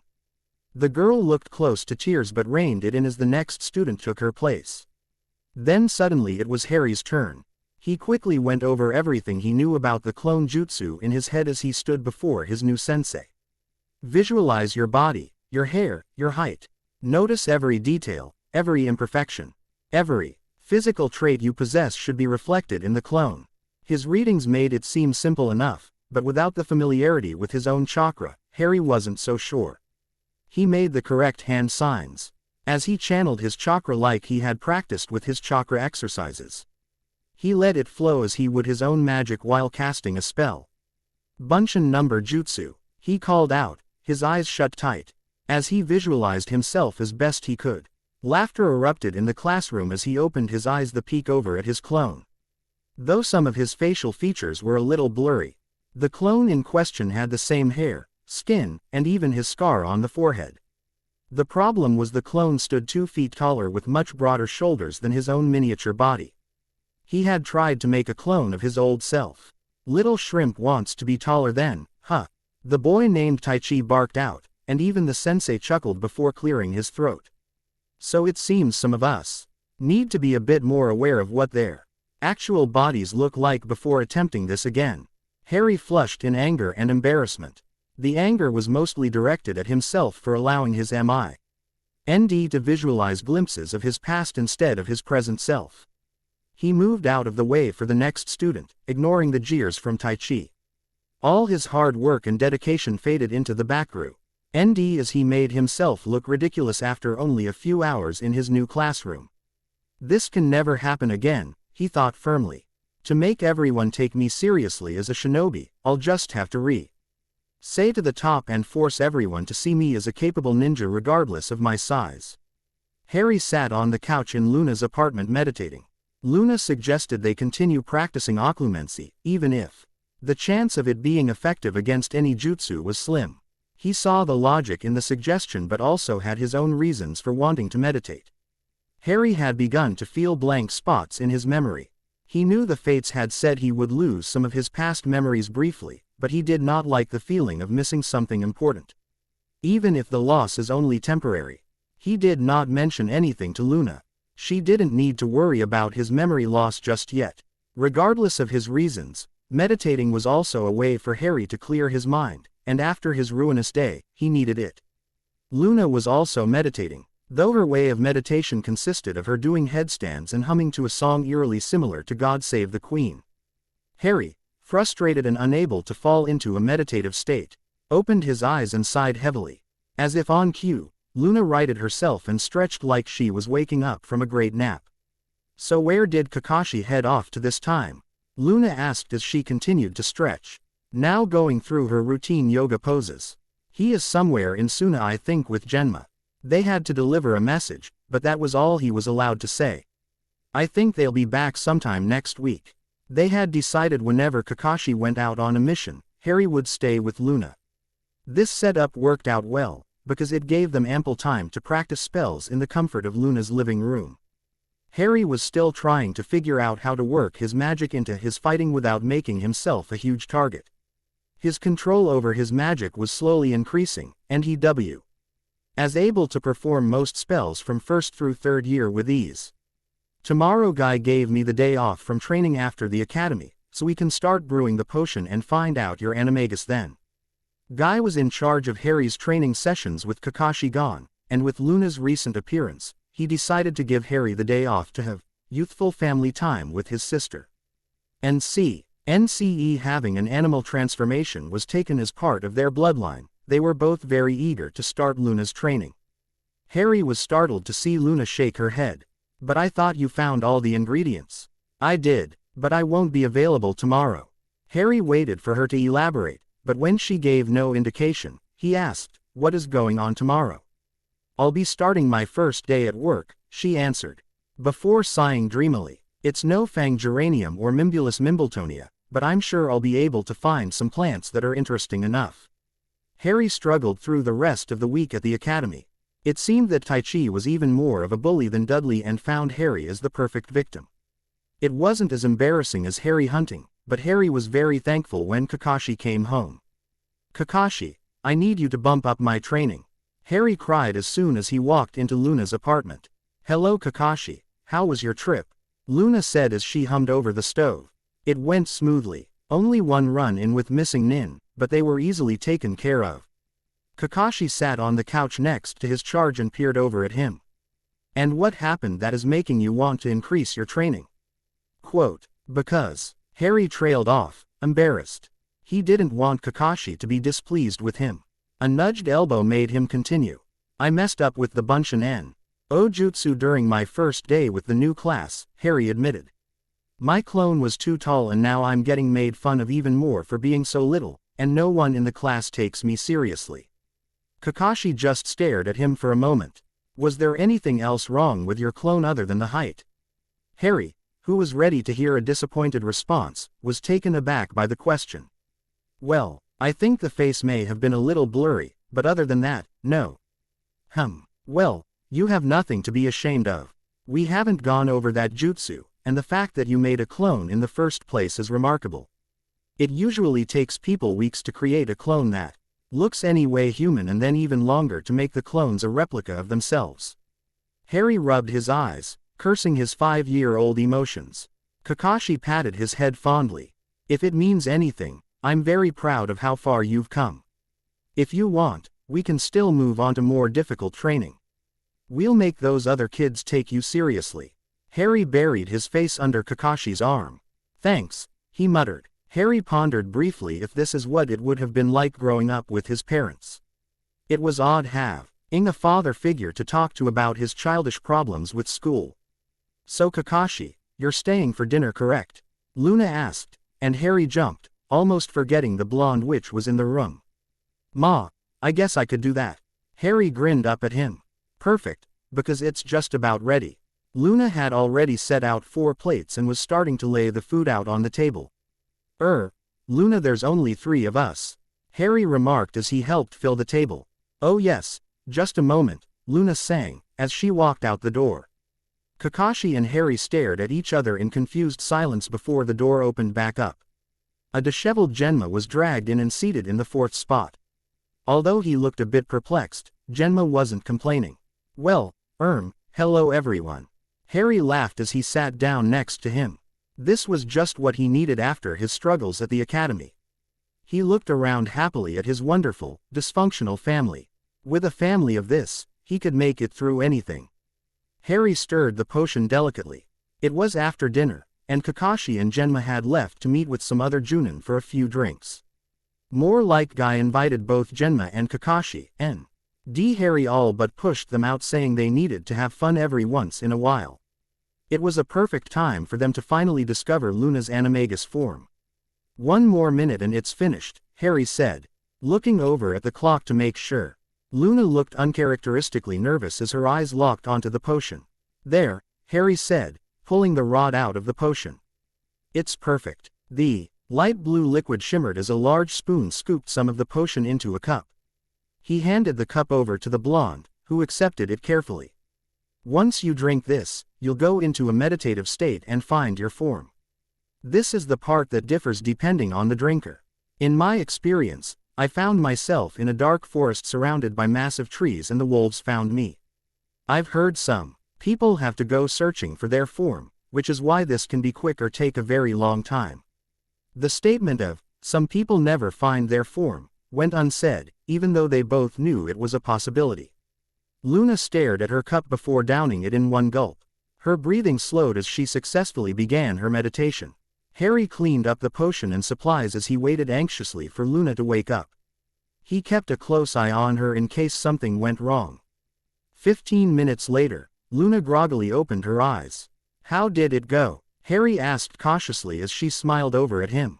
I ended up at Hogwarts, she said with a dreamy look. Harry felt a pang of jealousy before pushing it back. He knew they both missed their home terribly and should be thankful Luna was able to see it once more. The school was empty but still exactly like I remembered. I wandered a while but didn't find anything. There weren't even nargles floating around, which is very odd for Hogwarts. Harry grinned. Yes, that is very odd indeed. Then an owl flew past me, directing me towards the west of the castle. I passed Ravenclaw, but the portrait must have been visiting some friends so I couldn't enter. Harry could see the brief sadness in her eyes before she continued. The owl led me to the West Tower, and I ended up in the Ollery. It was filled with hundreds of owls, all watching me quietly. I felt drawn to one in particular who was huddled up in a corner. This tiny owl with big beautiful eyes stared so intently at me, and I just knew. I reached out and held him, and then, it was over. An owl, huh? Harry grinned. Sounds perfect for you. Yes, I'm very happy with an owl. A fooper would have been fun as well, but causing people to go insane if they heard me sing would not be very pleasant. I do love to sing. Harry hummed in agreement, and then clapped his hands together. And now that you found your form, the real fun begins. Harry's new regimen of training started out the very next day. He warmed up with Kakashi in the morning and trained until it was time for the academy. On some mornings, Guy would join them and start competitions that would result in Harry dragging his exhausted body to class. He was still picked on, but his resolve was unwavering. He would become the top rookie and prove he could do this, regardless of his age. At night, he would join Luna and practice magic for about an hour or so during what Kakashi knew as sibling bonding time. Harry would practice his spells, which were now up to the fourth-year curriculum, and Luna would work on her animagus transformation. After some research, they discovered her animagus form was a collared owlet, or Glossidium brodeae. She also began to study intensely the anatomy of owls inside and out. Know exactly what her form should look and feel like. Animagus transformations are difficult, and the only proof of her hard work was the shape of her eyes and a few small feathers covering her face. Harry's favorite part of the day was still eating lunch with Shikamaru, Choji, and Naruto. After finding out that Naruto only ate cup ramen for lunch, he started packing a second bento for his very loud friend. After that, Naruto started calling him Odoto. Harry decided he didn't mind at all. Sasuke joined his afternoon training sessions almost every day. Together, he and Harry were both improving rapidly. Sasuke's taijutsu was still superior to Harry's, if only because of his longer reach. Their speed and agility were already well past any of their peers and even beyond some of the younger genins. With projectiles, Harry excelled with moving targets while Sasuke had scary accuracy with stationary ones. With all of the extra training, running Kakashi's fit test was now a breeze for them both. To make things more difficult, Kakashi now began to run through the trail as well, firing kunai, shuriken, and other random weapons for them to dodge while completing the course. Harry felt that Kakashi took a little too much joy in his role during this particular training. On top of the other lessons, with the approval of Sasuke's father, Kakashi began teaching them both the 3 academy jutsus, Henge, Bunshin, and Kawarimi. Harry now was prepared for anything the academy could throw at him. Sasuke's brother sometimes would come to pick him up after their training. Itachi was AYS very quiet and polite, and Harry was surprised to find out that he knew Kakashi very well. He seemed concerned in his brother's welfare and would discuss Kakashi's lesson plans with him whenever he arrived. It was adorable how much Itachi cared for his brother, even if it was subtle. Sasuke would always light up when his brother appeared and spout about everything he learned that day. Itachi was an enigma, and Harry wasn't sure what to think of him. Unbeknownst to Harry, Itachi felt the same way about him. On one day in particular, Itachi came to pick up his brother and seemed a little distracted. "Ni-san," Sasuke yelled happily, running toward his brother. "Kakashi says Harry and I are both ready to be genin already." He gestured Harry to come over as if to prove it was true. "Is that so, little Odoto?" Itachi replied, making eye contact with Kakashi, and nodded. "Well then you should one day be able to surpass even me." Sasuke was unable to hide his smugness from the comment. "Now, give this to Kakashi so we can head home. Ka-san made these in appreciation for this extra training." Harry watched as Sasuke trotted over to where Kakashi was picking up shuriken used in their training to hand over the gift and thank him. Harry was startled when Itachi quickly leaned over to him and whispered, "Be wary of the hawk hidden in the roots. He is watching you." Harry spun around to ask what that meant, only to find that Itachi had moved over to his brother and ushered them swiftly away. Kakashi waved a hand in front of Harry, who had been staring off after the departure of the two brothers. "Makoto's famous Daifuku," Kakashi said, gesturing to the box. "This is definitely a treat. Not many get to taste her wonderful desserts." He patted Harry on the head. "Good work today. Help me pick up the rest of the weapons, and we can head back home." As they headed back to the apartment, Harry pondered over Itachi's warning. He had no idea what that meant, only that he needed to be careful. End chapter 12. Time skip soon. Please review and let me know what you think. EM Lights. Spies and Specialties. Chapter 13 updated the 1st of December 2019. The next great adventure. To the well-organized mind. Death is but the next great adventure. Albus Dumbledore HPSS, Chapter 17. Chapter 13. Spies and Specialties. So, how are we going to play off this bloodline? Harry asked. Once again PR. Acting magic in the safety of Luna's apartment. Luna looked at him curiously. I mean, we can't just say our bloodline is magic. Magic doesn't exist here, and bloodlines are very specific, Harry continued. For example, the Uchiha have the Sharingan, the Nara have their shadows, and the Akamichi have their multi-sized techniques. So for us to have a believable bloodline, we need to be selective. Show something believable and keep the rest for life-threatening situations. Luna hummed in agreement. So what do you suggest then, Harry? Harry sighed. A simple question, but the answer weighed heavily on him. I'll let you know when I figure it out. He'd been contemplating their supposed bloodline often in the past few weeks, trying to find a way to use magic to enhance his fighting ability. Ties in the future without seeming too outlandish. Apparition and shield spells like Protega were a few he had considered. Though, apparition might be more a trump card I'd like to keep hidden until it's needed. Shield spells, on the other hand, were a heavy contender. He could use them for a multitude of things. By using spells like Protega, he could not only block attacks but also deflect attacks back towards the opponent. He could also use Contigo, a more fortified defensive spell that dissolves any attack, to shield himself or any of his teammates. While it is more powerful than Protega, Ontego is much more magically draining and does not allow any other spells to be cast while it is maintained. If he chose shielding as his bloodline limit, he could also delve into warding and runes to create more permanent protections. While he was not too familiar with runes, the enigmatic blonde whom he now called his sister studied runes at Hogwarts and might be able to assist. Shields, while extremely helpful for support and defense, would limit Harry's attack repertoire to only ninja techniques. While this didn't sound like an issue, elemental jutsu usually was limited to 1 or 2 elements per shinobi instead of the limitless possibilities magic created. Harry could publicly broaden his abilities once he got older and be able to fight closer to the levels of Kakashi, Genma, and Guy. The rest of his magical abilities would be best saved for when he, his future team, or his family were in mortal peril. There was no need for more scrutiny right now for him or Luna. So the more important question now is, what kind of ninja do I want to be? Once I figure that out, then I'll be able to find out what magic would be most helpful. Harry's classes were slowly becoming more tolerable. After only a few months, he'd been able to prove himself in his classroom work, but hadn't had any spars to test his ability against the other students in taijutsu. He'd even made a tentative friend with a boy from the Aberame clan named Baduru. He spoke little but was highly intelligent and joined Harry in his dislike of the Tai Chi boy. Tai Chi was still tormenting Harry, but it had lessened. Since Harry now had a friend to back him up, the actual classes were becoming interesting as well. The amount of detail during Harry's new lessons about the history of the elemental countries and the 5 major ninja villages were impressive. Even the lessons he received before the academy were nowhere near as descriptive as the ones he was now attending. He soaked up the information like a SP.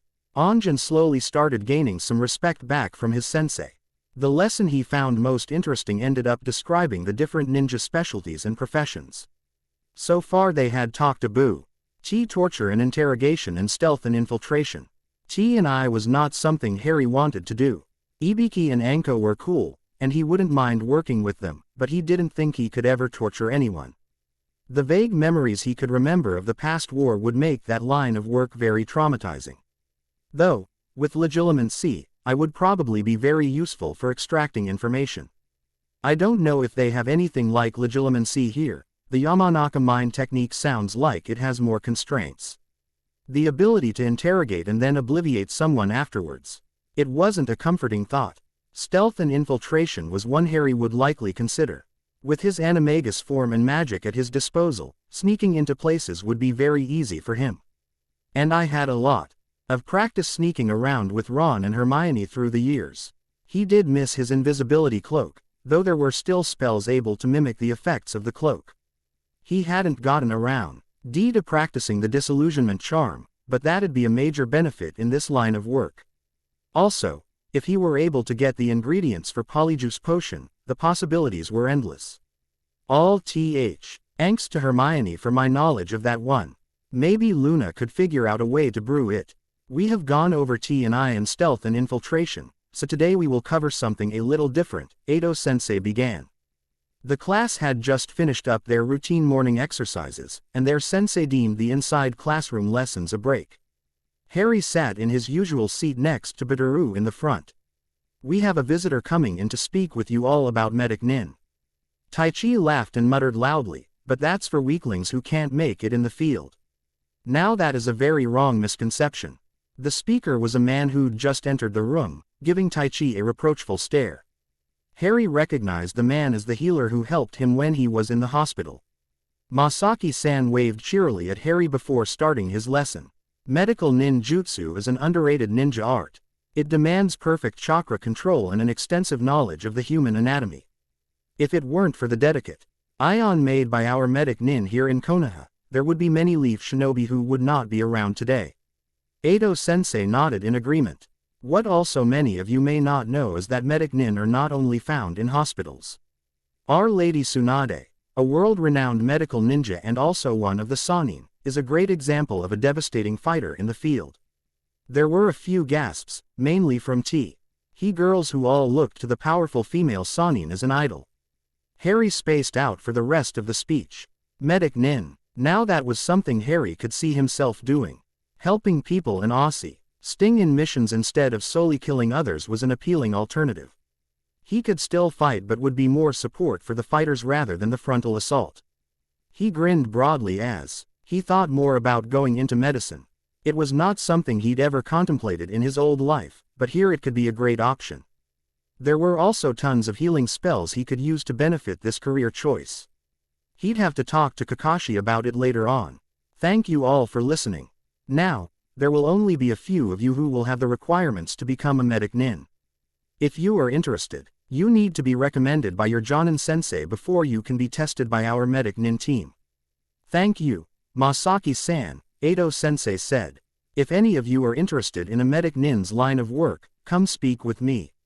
And I will let you know if this is an option for you. At lunch, Harry sat with Shikamaru, Choji, and Naruto as usual, all four eating delicious bentos. Choji then brought an assortment of cookies his mom made to share with everyone, which were heavenly. As they ate, he told his friends all about medic nin and how he was contemplating this as his choice of specialty. I'm going to talk to Kakashi about it later, but I think it would be a really good fit for me. Shikamaru tilted his head thoughtfully, chewing on a cookie. I heard for medical ninjutsu you need near-perfect chakra control. Which is why girls tend to be more proficient than boys. At the confused look of the group, Shikamaru elaborated. Boys generally to have more chakra than girls. So it's harder for us to have the chakra control needed for the jutsus. I'm sure if that's what you want to do, Ototo, you'll be great at it. Naruto exclaimed. Harry thanked Naruto by handing him another cookie. As they were leaving, Choji pulled at Harry's sleeve, holding him back from the group. Choji looked at Harry blankly. Choji, are you okay? Harry asked with concern. Don't fight destiny, Choji said with a bland tone and then paused and shook his head as if confused. Before Harry could try to respond, Choji had caught sight of the retreating back of Shikamaru and took off to catch up with him. The next day when Harry asked Choji what he meant, the boy was adamant that he would never say such a thing. Destiny, what could he have possibly meant? Harry mused as he sat in his classroom, opening one of his shinobi books but unable to focus on the print. He didn't have a destiny here, only a second chance. He could do whatever he wanted, right? A sense of unease drifted over him as he contemplated this line of thought.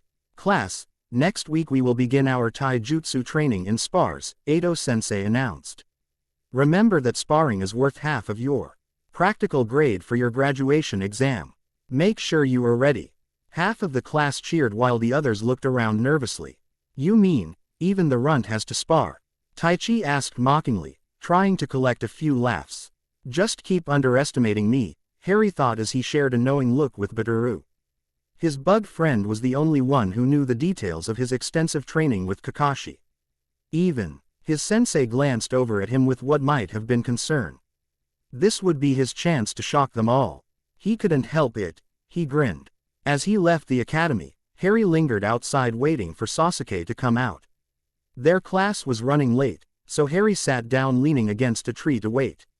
He was debating whether to pull out his book to read or not when he heard a rustling in the bushes behind him. He glanced over but didn't see anything, so merely dismissed it as wind. That was until he heard hissing. I found him at last. I've waited so long. Who's there? Harry said, peering into the bushes once again. Master said this one was the speaker, but he does not speak to me. Have I found the wrong human? It dawned on Harry. This must be a snake then. Sorry, you were looking for me, Harry said hesitantly. He heard a sharp hiss. Why don't you come out so I can talk to you?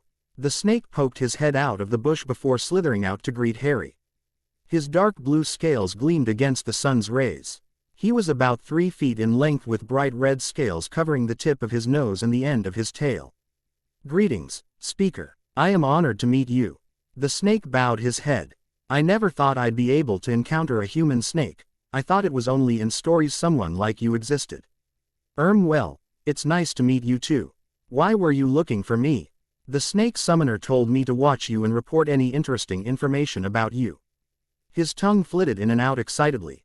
Harry stared at the snake in shock. Why would this snake summoner want to know about him? He hadn't shown any of his magical abilities, nor had he declared his new bloodline's abilities. Well, except for my animagus form, he thought. And he spoke to both Hubby and Anko his first day in Konoha. So his parcel tongue apparently had gotten out as well. I didn't realize speaking to snakes here would be as unique as it was back in the wizarding world. But now that I've found a true speaker. The snake continued, his commands are invalid. Being a speaker means your word is greater than any human's. So no one is going to spy on me then. No proper snake will go against you, I am sure of it. The blue snake replied, puffing out his chest proudly. There are some who do not follow the brotherhood of the snakes, but they are not welcomed in our circles, nor are they allowed to be summoned. He then slithered and curled up next to Harry's spot by the tree. Well, if you aren't reporting on me, what are you going to do? Harry asked him curiously. He still needed to find out more about this snake summoner and hoped the snake would at least give him information to relay to Kakashi. Would you permit me to stay with you? I want to protect my brother with no scales. I may not look it, but my bite is very venomous. I'd like that, but first we will have to make sure it's okay with Kakashi. Who is this Kakashi? The snake asked. He is my guardian here, he takes care of me. The snake nodded his head. So, what should I call you? Harry asked curiously. The blue serpent was silent for a moment. I am not important enough to have been named. Well, how about I name you then? Harry said, and the snake looked sharply up at him. The two held each other's gaze until the snake slowly nodded. I would like that very much, he hissed softly. Harry thought for a moment, studying the snake's vibrant blue scales. Ow, I think that name suits you. Ow, the snake repeated. Yes, that is acceptable. Before Harry could continue this odd conversation, a loud group of kids came hurtling out of the academy. I'm free, yelled a blur of orange from the group, and Naruto gave Harry a cheeky wave before sprinting away. Shikamaru and Choji came out afterward. Shikamaru complaining about them being late for family training, before the two headed off to their respective homes. Sasuke then appeared and sauntered up to Harry with an annoyed expression. Quote, Naruto kept bugging our sensei with stupid pranks, so we ended up having to stay late taking a test as punishment. Harry cringed. Naruto was still starved for attention. Harry definitely needed to invite him over sometime soon, especially since Luna was interested in meeting his spirited friend. Hari, is that a snake? Sasuke tried to sound nonchalant, but his voice quivered just enough to give away his apprehension. Yes, it is, and he'll be coming with us to meet Kakashi. Harry stood up and allowed out a wind up his arm, causing Sasuke to twitch. Is he poisonous? Venomous, but yes, he said he was. Ah, a few seconds later. Wait, he did what? After 2 hours of rigorous training, Harry plopped on the ground with his arms wide open while Sasuke fell to a knee breathing deeply. The snake Harry had brought with him to the training field lazed about in a tree branch, seemingly napping. Good job today, kids. You two are really improving. Harry and Sasuke beamed under the praise. But neither could catch their breath to reply. Kakashi threw bottles of water to both of them before drinking his own. Sasuke snatched his bottle out of the air while Harry just allowed his to hit him in the side. He'd pick it up once he found his strength again. Kakashi looked up at the looming sunset and scanned the field. Your brother's a little late today, Sasuke. Kakashi said the calm and casually, but noticed Sasuke tense up before he nodded in response. Harry noticed his friend's tension as well. Is everything all right? Harry asked through deep breaths. Sasuke hesitated before responding. It's clan business, he replied slowly. My cousin died a few days ago, so my family has been pretty stressed about it. My brother especially. I'm so sorry, Harry said, struggling to sit up so he could face Sasuke. I had no idea. Kakashi hovered a few feet away, pulling out his beloved orange novel, but Harry could tell he was listening. It will all calm down soon, Sasuke added, trying to sound confident. There have just been some misunderstandings. Shisui was really fun, and everybody liked him. He's been missed. Well, just know I'm here if you need anything, Harry said, shakily standing up and brushing off his pants. Thanks, Hari. With the ending of the boys' training obvious, the blue serpent came down from its napping spot on the branches and joined Harry on the ground. Sasuke eyed the snake uneasily. Are you ready for us to have a talk with your Kakashi? Ow hissed, and Sasuke determinedly did not react. Harry nodded and allowed the snake to wrap around his arm once more. We can take you to the Uchiha compound on our way home, Kakashi said lazily as he looked up from his book. Well, I think having you guys in the compound wouldn't be good. Everyone is on edge right now. Sasuke trailed off. And anyways, I'm old enough to take myself home, so I don't need an escort. I'm almost a genin. You said yourself that I was ready to be one. Being ready and actually being a genin are very different things, Kakashi stated. But I guess if you are insistent, I'll allow it. Kakashi knew the real reason Sasuke didn't want them to walk him home.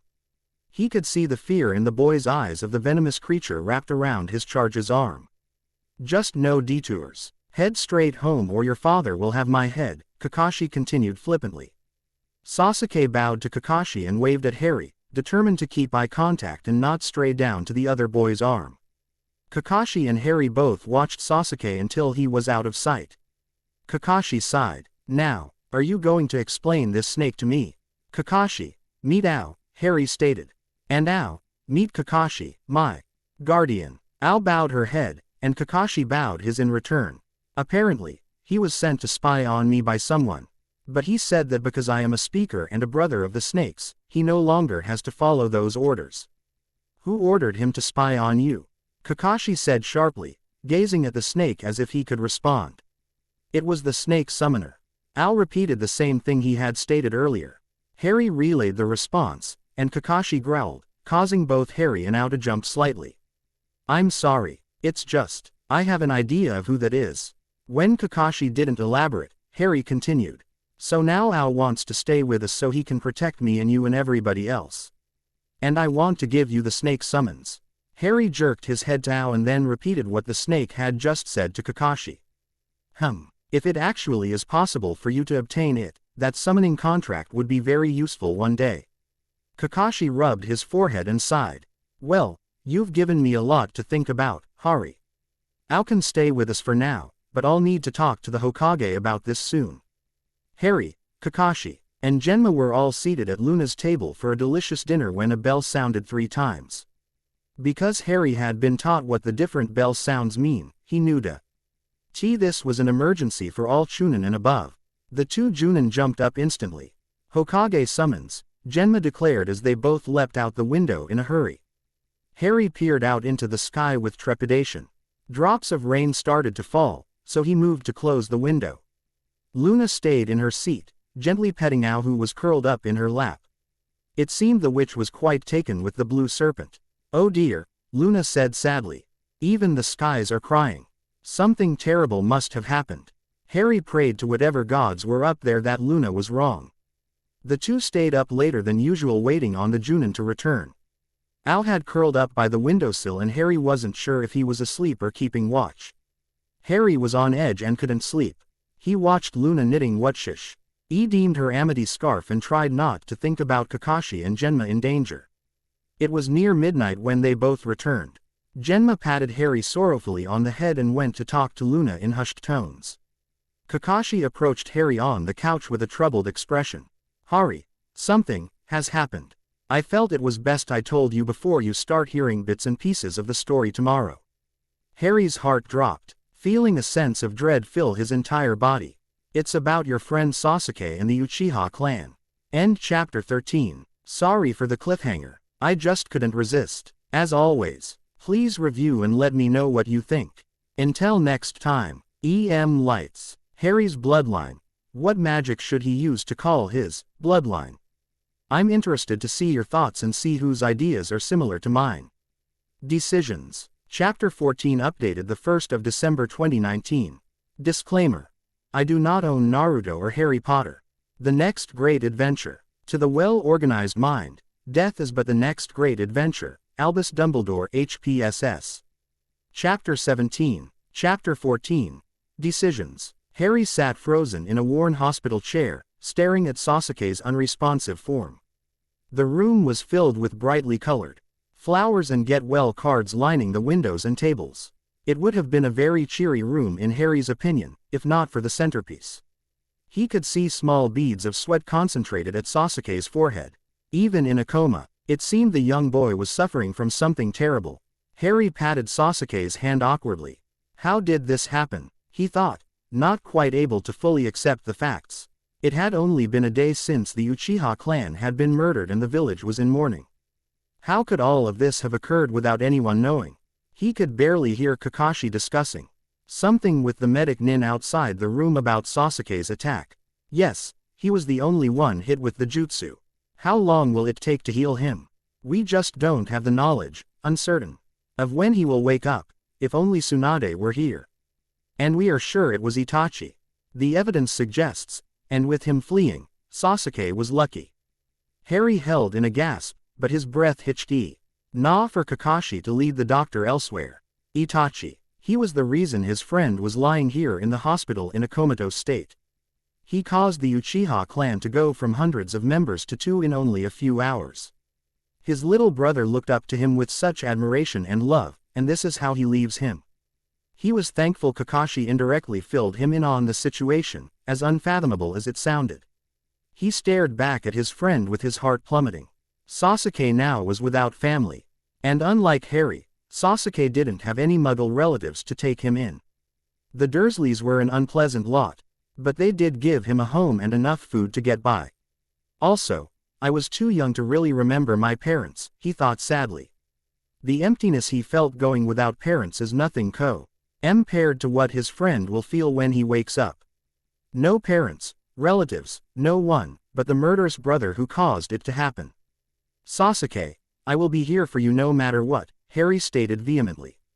You won't be alone, I promise. He squeezed his friend's hand carefully, hoping that Sasuke would somehow know Harry was here with him. Harry looked around the room, his eyes falling on a impulse bouquet that stood out among the bright cheerful colors. An assortment of daisies, snapdragons, and lilies wound together clearly stood out because the flowers and even their stems were all pure white. Harry studied the bouquet that Luna had given to his friend and remembered what she had said as she brought it in. Your friend is grieving, and my magic responded, she stated simply. The colors drained out as I picked them. How strangely fitting that these flowers signify innocence when his has been taken from him.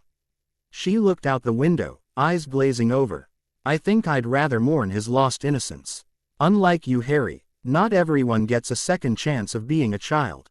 At least the Nargles are here to help him with his nightmares. Harry had been worried about the oddities of the bouquet, but the nurses just thought someone had painted them white so no one questioned it. The white collection of flowers somehow felt more real than the vivid colors of the rest. like displaying a fake smile. The multitude of colors represented a pretend notion that everything would be fine. He almost wished they were all white instead of the ironically cheerful appearance the other flowers created. Luna was right. This tragedy will leave Sasuke no longer a child. Harry sat with his friend for a while longer before Kakashi popped back in. Kakashi's eye glanced briefly around the room, before zoning his attention to his charge. "Hari, the doctor says Sasuke's visitation time is about to end. And I think Luna has food ready for us." Harry looked up at the clock, astonished that 5 hours had already passed by. On cue, Harry's stomach began to rumble. As he left, Harry didn't notice that the bouquets closest to his chair had all began to change. The petals were all tipped with white, the absence of color slowly creeping into the center of each flower. Harry ate his dinner silently, his mind turning over the past couple of days in his head. Genma's absence was also apparent. His mission had started before any of them woke up the day after the Uchiha tragedy. Kakashi was leaving for a mission as well, but he said he had time for dinner before heading out. The gloomy atmos. Fear affected even Luna's cheerful self, who had been tapping her glass of water with a frown for the past 10 minutes. Kakashi looked more uncomfortable at the table than usual, glancing every so often at the siblings over the pages of his book. Al had wrapped himself around Harry's shoulders, every now and then hissing comforting words into his ear. Harry finally pushed his food away before grabbing Kakashi's attention. "Kakashi, is Sasuke going to be all right?" Kakashi pondered over the question for a moment, studying his charge's expression. "Physically, yes. His mind will eventually heal from the jutsu, and once he wakes up, he'll be back to normal. Emotionally, however," Kakashi paused. "Well, we won't really know until he wakes up. People react to tragedy in different ways. The road he takes after this will be important," Luna piped in suddenly. "He could be a Neville, or a Harry, or a you-know-who. You'll just have to help him find a path that doesn't end in pain and Horcruxes." Harry nodded, Luna's words actually making a lot of sense. Al raised his head toward Harry. "What did your Luna just say?" She sounded very serious. Harry repeated what Luna said to the snake. "Brother, what is a Horcrux?" Al asked him. I guess you could say she means going evil and searching for power," Harry replied slowly. Al nodded and went silent, resting his head back onto Harry's shoulder. "Also, I'd been meaning to talk to you about something Itachi said to me the other day, but it doesn't make any sense." Harry then told Kakashi about Itachi's warning. "A hawk, you say?" Kakashi murmured, rubbing his chin. "That will be just another thing I'll discuss with the Hokage." He looked at Harry. "You seem to draw a lot of attention, don't you?" Harry crossed his arms with a huff. "So I've been told." With Kakashi gone for his mission, Harry headed to the hospital on his own to visit Sasuke the next day. "Today we have our first spars," Harry said. "I'm ready to show very body in my class all the hard work you and I have put into training." Harry sighed. "Just wake up soon, okay? I need my sparring partner back." The healer walked in at that moment. "Oh, hello Hari-kun, back again so early." Harry nodded. Sasuke is lucky to have such a good friend. "When will he wake up?" Harry asked softly. The healer hesitated. "Well, to be honest, we aren't sure. If Tsunade-sama were here, she would know what to do, but we don't have the knowledge to fix him just yet. We are doing all we can, but in the end, he'll have to just wake up on his own." Harry glanced back at his friend. Would magic be able to help him? On the way to the academy, he continued to ponder that question. Could magic help Sasuke? He knew quite a lot about the mind arts from his lessons with Professor Snape. In theory, he could go inside Sasuke's mind and find out what was causing his unconsciousness. On the other hand, having someone find out Harry was capable of this would be very dangerous for him. "I'll wait until the end of the week. If he isn't better by then," his thoughts trailed off as he entered his classroom. "Well, I'm surprised. I thought the runt of all people would be pretending to be sick today." The other boys who hung around the large 11-year-old snickered at the comment. Harry ignored Taichi, sitting down comfortably in his usual seat and pulling out a book.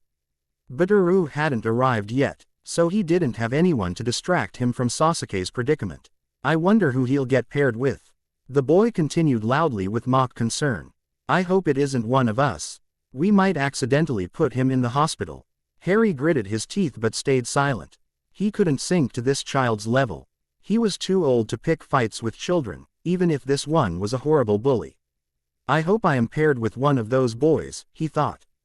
That would shut them up. He still wasn't overly excited about the prospect of sparring someone with the goal of really hurting them. He knew one day it would be a necessity, but for now, he only wanted to prove a point. He wanted everyone to see that he could hold his own and that he was just as qualified to be in the top class as everyone else. Bitteroo then entered the classroom and took the seat next to Harry. The boys quieted down after that. They all thought Bitteroo was weird too, but being a member of one of the major lands prevented them from bullying him as well. Are you ready for today?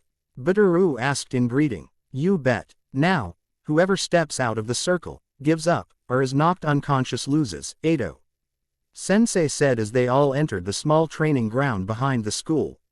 If I believe the spar is over, I will end the spar and declare a winner. You will be graded on technique, not necessarily whether you win or lose.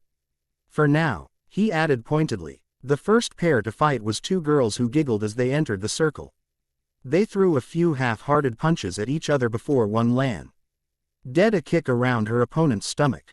The girl crouched to the ground crying out, and that was the end of the first spar. Their sensei rubbed his forehead in annoyance before asking the winner to escort the crying girl to their classroom to sit down. Bitteroo was next, fighting a civilian-born boy. It was a short, one-sided fight with Bitteroo knocking the boy out cold in one hit.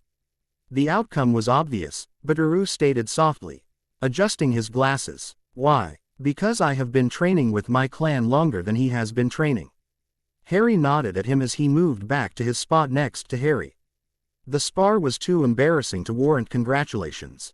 A few other spars took place, none very exciting.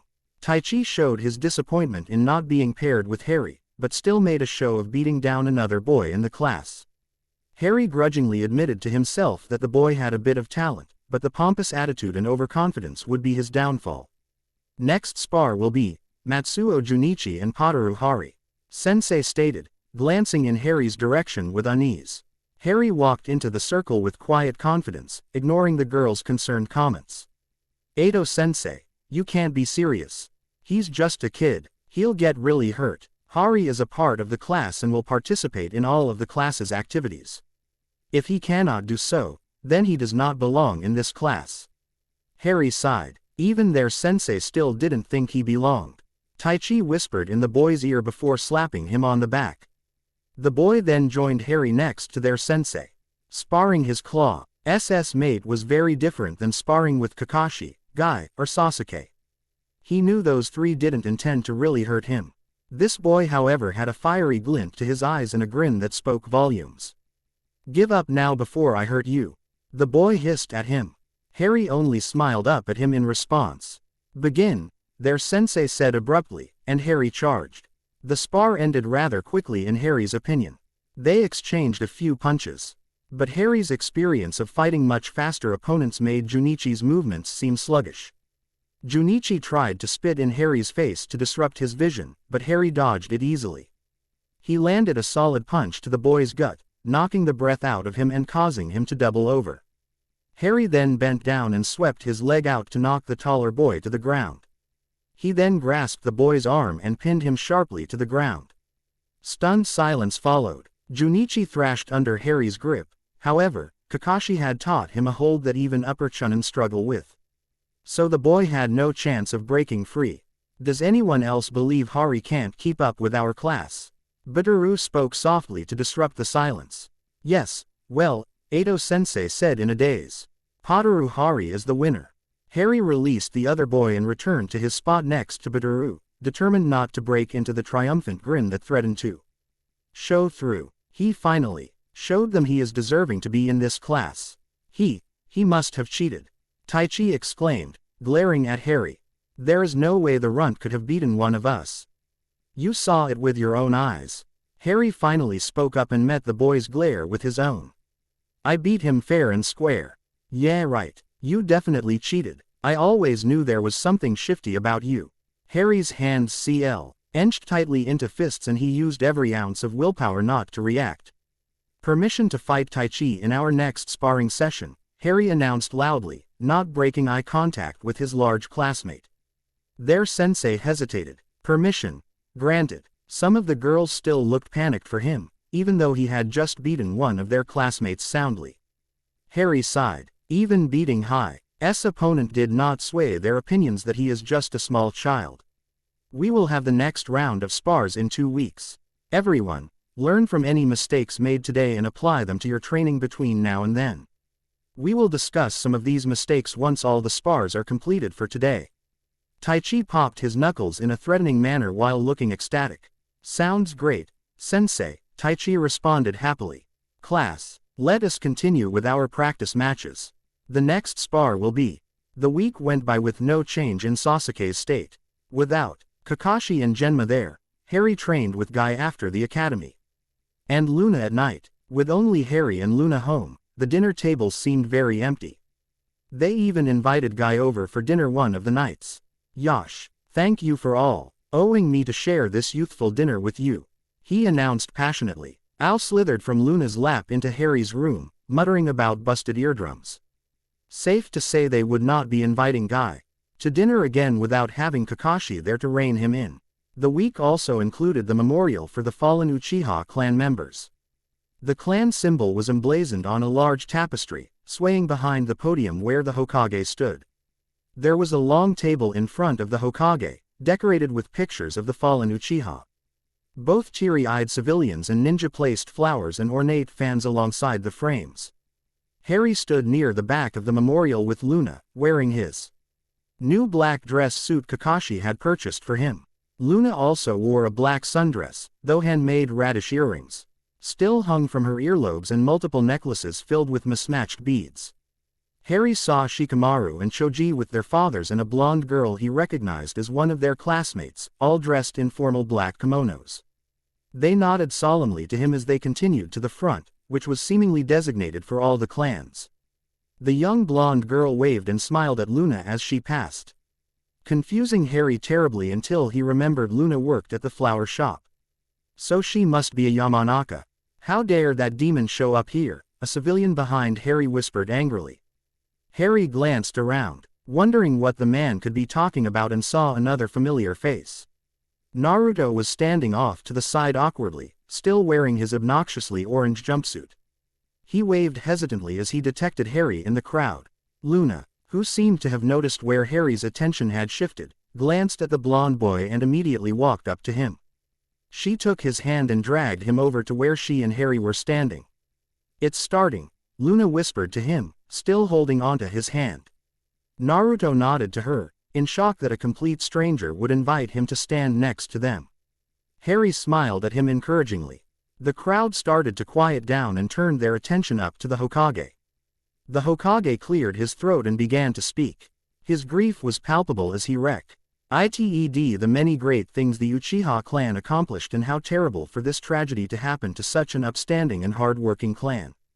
Harry half listened to the speech, his mind instead flooding with memories of the past war. He hated funerals. He usually just felt an overwhelming guilt, not being able to end the war fast enough, not being able to save everyone. It had torn him apart. His memorial was a different kind of hurt. His body ached horribly for his friend in the hospital. Sasuke was already in so much pain, and when he wakes up, life will never be the same. He also felt an intense anger for Itachi. How someone could do this to his own family Harry will never understand. He was determined to make sure that Sasuke did not end up down a terrible path because of this tragedy. He wiped a surprising tear away from his face before realizing he had been crying. Luna stroked his hair soothingly with her free hand, the other still clasped in Naruto's. Harry glanced at Naruto, who he noticed was shaking. He was staring with disbelief at the hand still clutched in Luna's grasp. His face was full of amazement and confusion and made Harry wonder. Is this the first time someone held his hand like this? Harry didn't notice the speech had ended and the crowd began to disperse. Luna grabbed his hand quickly and tugged him to the side. "Let's get some dango," she said softly, leading the two boys away from the memorial and the people still eyeing Naruto hatefully. Once Naruto got over the shock of an adult actually being nice to him, his sunny personality came bursting through. As they sat at the dango stand, he animatedly told Luna all about the art of pranking and how Harry was the best Ototo he could have ever asked for. He even exclaimed, through a mouthful of dango, that he was going to be Hokage one day. Harry listened to the cheerful blonde while chewing on his own dango slowly. While he was elated that Naruto was opening up to Luna so quickly, he still was as unable to shake off the painful feelings he had from the memorial. After a while, Naruto quieted down and set a now empty dango stick on the counter. That was Sasuke's family, wasn't it? Luna and Harry both nodded solemnly. So, he's like me now. Naruto looked down sadly at his hands. He's all alone. You're wrong, Luna replied kindly. Naruto looked at her in confusion and watched as she took one of the strangely beaded necklaces from around her neck and placed it around his own. You have your great Ototo and Nei-san now. We will keep all the evil Raxperts and mud sprites away and be here to cheer you on your quest to become Hokage. She smiled brightly at him, and Harry couldn't help but smile as well. Naruto sniffed and rubbed his eyes with his forearm. A muffled, "Thank you," was heard amongst smothered sobs, and Luna rubbed his back soothingly. Luna had then invited Naruto to dinner, and by the end of the day, Naruto was the happiest Harry had ever seen him. He was practically skipping as he cheerfully waved goodbye to head home at the end of the day. Thank you, Harry said simply as the two siblings cleared the table. Luna giggled and wrapped Harry up in a hug. He is so much like you. There was no way I could just leave him alone, she stated. Being the Harry Potter of this world must be so difficult, so he needs me just as much as you do. Harry wasn't sure what she meant by Naruto being the Harry Potter of this world, but it didn't matter. His heart warmed as he thought of how ecstatic Naruto was when Luna invited him to come over tomorrow night for dinner as well. He went to bed, hoping Kakashi and Genma returned home quickly so he could introduce them to Naruto as well. He vowed to include Naruto in their daily lives more, so the boy wouldn't be alone. And once Sasuke wakes up, Harry's thought trailed off. If he wakes up, an uneasy feeling settled in the pit of his stomach. He couldn't just leave him in the hospital without doing something to help. If the healers here didn't have the means to help his friend, he'd have to take matters into his own hands. Harry visited Sasuke the next morning with renewed determination. He decided to find out what was wrong, even at the cost of someone discovering this particular gift. He held Sasuke's hand carefully. Don't worry, Sasuke, I'm going to find out what's wrong so I can fix you, he whispered fiercely. Harry glanced at the door, making sure it was securely shut, and then cast a notice me not charm at the entrance. Here goes nothing, he thought, as he concentrated on his magical core. Legilimens. End Chapter 14. Decisions Part 2. Chapter 15 updated the 1st of December 2019. The next great adventure. To the well-organized mind, death is but the next great adventure. Albus Dumbledore HPSS, Chapter 17. Chapter 15. Decisions Part 2. Minds are a curious thing. Minds are the one place the truth cannot be hidden. Whether the person is good or evil, kind or apathetic, open or secretive, all is revealed in a person's mindscape. They take shape to create a reflection of a person's personality and experiences, and with training, minds construct a defense to protect the precious memories inside.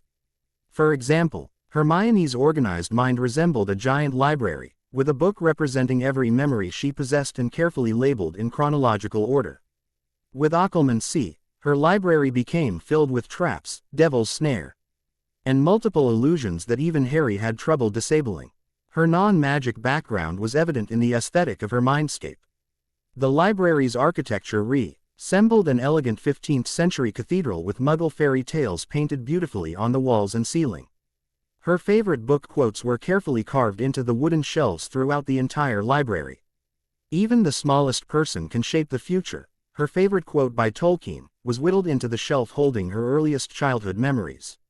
Ron's mind, on the other hand, resembled a chaotic burrow with red-headed knights defending the entrance. The knights resembled each member of his family and began taking on their personalities as well as Ron's mindscape developed.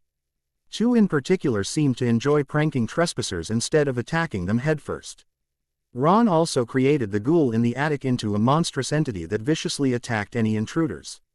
While Ron did not have the aptitude to create intricate illusions or traps in his mind like Hermione or Harry, Ron's memories were so haphazardly placed that his disorganization hid his memories as well as any illusion. Ron's burrow was filled with paintings of his family and friends from Hogwarts who would yell obscenities at intruders or would lecture them about their potions homework, like Hermione's painting enjoyed doing. His room included a large painting that took over an entire wall in his room that played an exact replica of the incredible Chudley Cannon's win over the Harpies in 1942. The game brought tears to Ron's eyes every time he watched it. Harry's mind was a balance between the minds of his two best friends. A castle almost an exact replica to Hogwarts, with a massive Great Hall and countless numbers of classrooms and moving staircases, contained his memories. While his was not organized like Hermione's, he did have his own system to finding the memories he needed. He created the Gryffindor Tower to contain his happy memories of Hogwarts, hidden behind a Quidditch painting with the password, "I solemnly swear that I'm up to no good." His childhood memories with the Dursleys were carelessly thrown in a broom closet on the 6th floor hidden in cleaning supplies. His memories of Voldemort, Death Eaters, and everything involving the war were all locked in Slytherin's chamber. These memories he placed inside of a secret room he created behind a Salazar Slytherin statue and sealed with the password, "The light will triumph," spoken in Parseltongue. He had other memories hidden in a study very similar to Dumbledore's, at Hagrid's hut, and even some stowed away in the trophy room. After he started studying magic again in his new life, he created a new area in his version of Hogwarts for his memories of Konoha. They were carefully placed in a magical trunk, not unlike Mad-Eye Moody's, inside a third-floor classroom. Harry was very proud of his mindscape, which had become almost impenetrable by the end of the war, and while he was nowhere near the level of Dumbledore or Voldemort in legilimency, he became very adept at tearing through people's minds for information when needed. All of the knowledge Harry gained about the mind came from the Sullen Potions Master. "The mind is not a book to be opened at will and examined at leisure," were words stressed very often. Violating someone's mind was a monstrous intrusion on a person's privacy and only performed in desperate times. With the war, however, these intrusions were necessary to either find information from his foes or to help his fellow Order members learn how to defend their minds. Harry had ventured into many minds of wizards and witches throughout the years, however, he had never seen a mind like this one before. The week before, the mission was set for failure from the beginning. 5 teams were clustered in front of the Hokage's desk at dawn awaiting orders. Genma stood between his 2 teammates, Ueda Akihiko and Inuzuka Maiko. Akihiko was a budding Kenjutsu expert who had just passed his Jonin exam a few weeks prior. He was practically shaking in his excitement to begin a mission as an official Jonin of Konoha. Maiko was quite the opposite and looked incredibly bored. Her partner Kyo, a massive bloodhound with floppy ears and a love for Dango, sat dutifully at her feet, nudging her to pay attention. On the left of Genma's team, Kakashi stood with his 2 teammates as well. Oshiro Hitomi, a brass medic nin with a flair for genjutsu, was a part of Kakashi's scouting team, alongside a Hyuga named Ko. Kakashi had his beloved orange novel secured in front of his face so he could ignore the rest of the Jonin in the room. "I'm glad he doesn't read that smut in front of Hari and Luna," Genma muttered darkly. Gaining a wicked grin from Maiko. "Oh, you mean the beautiful foreign girl you can't stop thinking." Genma slapped a hand on her mouth, sputtering incredulously. Akihiko chuckled and earned an exasperated look from Genma. Before he could respond that he definitely, absolutely does not think about Luna, the Hokage finally cleared his throat. The gathered Jonin quieted down to hear their orders. "A tragedy occurred in Konoha last night. I have called all of you here for the task of retrieving a member of our own who committed the heinous crime. All of your teams are here. Bring back Uchiha Itachi, who murdered all but one of the prestigious Uchiha clan." The Hokage took a deep breath and closed his eyes. There was a heavy pause before he continued. "While he is only 13, Uchiha Itachi is not to be underestimated whatsoever. He was an Anbu captain and also had the ability to kill his entire clan, filled with many talented shinobi. If your team finds a possible trail, You were required to send for the closest scouting team before proceeding. I do not want any teams approaching the Uchiha alone. Nara Shikaku will be notifying you of the directee on each team will take for their mission. Genma accepted the mission without complaint, though had reservations on the success of such an endeavor. While it may not be too difficult to find a trail, the possibility of catching up with an incredibly talented ninja such as Itachi who has a 12-hour head start will be close to impossible in his opinion. His team was ordered to head out west towards the land of rivers. They left shortly after the debriefing, Inuzuka and Kyo heading the team forward. Kakashi's team was the second wave to leave that night and head in the direction of two different teams and hopefully have a lead to pursue. It wasn't until early the next morning that Kyo barked excitedly. You find something, boy? Maiko asked, heading to the tree her partner was occupying. Aiko sniffed heavily into the bark of the tree. Great job, Kyo. I never would have noticed that. She gestured for Genma and Akihiko. Kyo found traces of the Uchiha. It's about half a day old and very faint, but it's there. Kyo is the best tracker there is, she added proudly, beaming down at her nin dog. Genma took out the scroll Nara had given them and activated it. A Konoha hawk burst out of sealed pages and nipped Genma's hand aggressively. Inuzuka wrote out their specific coordinates as Genma tried to calm down the ruffled bird. Kakashi's team is closest, Maiko stated, tying the note to the foot of the hawk. The bird then took off and flew swiftly northeast. It will be at least an hour before the team can make it here, Inuzuka said after the hawk disappeared from view. While I'd love to continue on the trail, we should set up camp for now. A refuel. If we are going to be encountering Uchiha Itachi, we need to be completely prepared and have backup. Half an hour after they set up their temporary camp, Kyo whipped around and began growling. Maiko reacted a second later and mimicked her partner. Incoming, multiple shinobi, between 8 and 12 of them, she growled, her canines elongating. Genma pulled out a handful of senbon, still clenching his favorite one between his teeth. Akihiko took out his katana and slashed the air. 11 shinobi burst through the forest and a battle commenced, with the 3 Konoha Jonin at an extreme disadvantage. By the time Kakashi's team arrived, Akihiko was a mangled corpse and Maiko was collapsed against a tree with her hound standing guard, bleeding profusely over her still form. Genma, who had lasted the longest against the enemy nin, was breathing heavily from multiple kunai lodged in his torso and struggling to saint. And with gashes in his left leg and a crushed foot. Kakashi, Hitomi, and Ko all rushed in as the last 3 of the enemy nin launched another attack on the lone Jonin.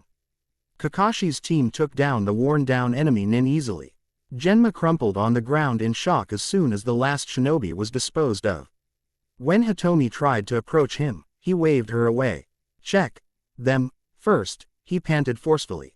Check Inuzuka, Kakashi ordered before heading to Ueda Akihiko. He didn't need to check the Kinjutsu expert to know that he had succumbed to his injuries. Kakashi silently took out a scroll and sealed the fallen shinobi. Kyo started growling weakly as Hitomi and Ko approached the Inuzuka. It's okay, Kyo, they came to help, Genma stated shakily. We are here to help, the Hyuga stated softly, distracting the hound so his teammate could check the Inuzuka.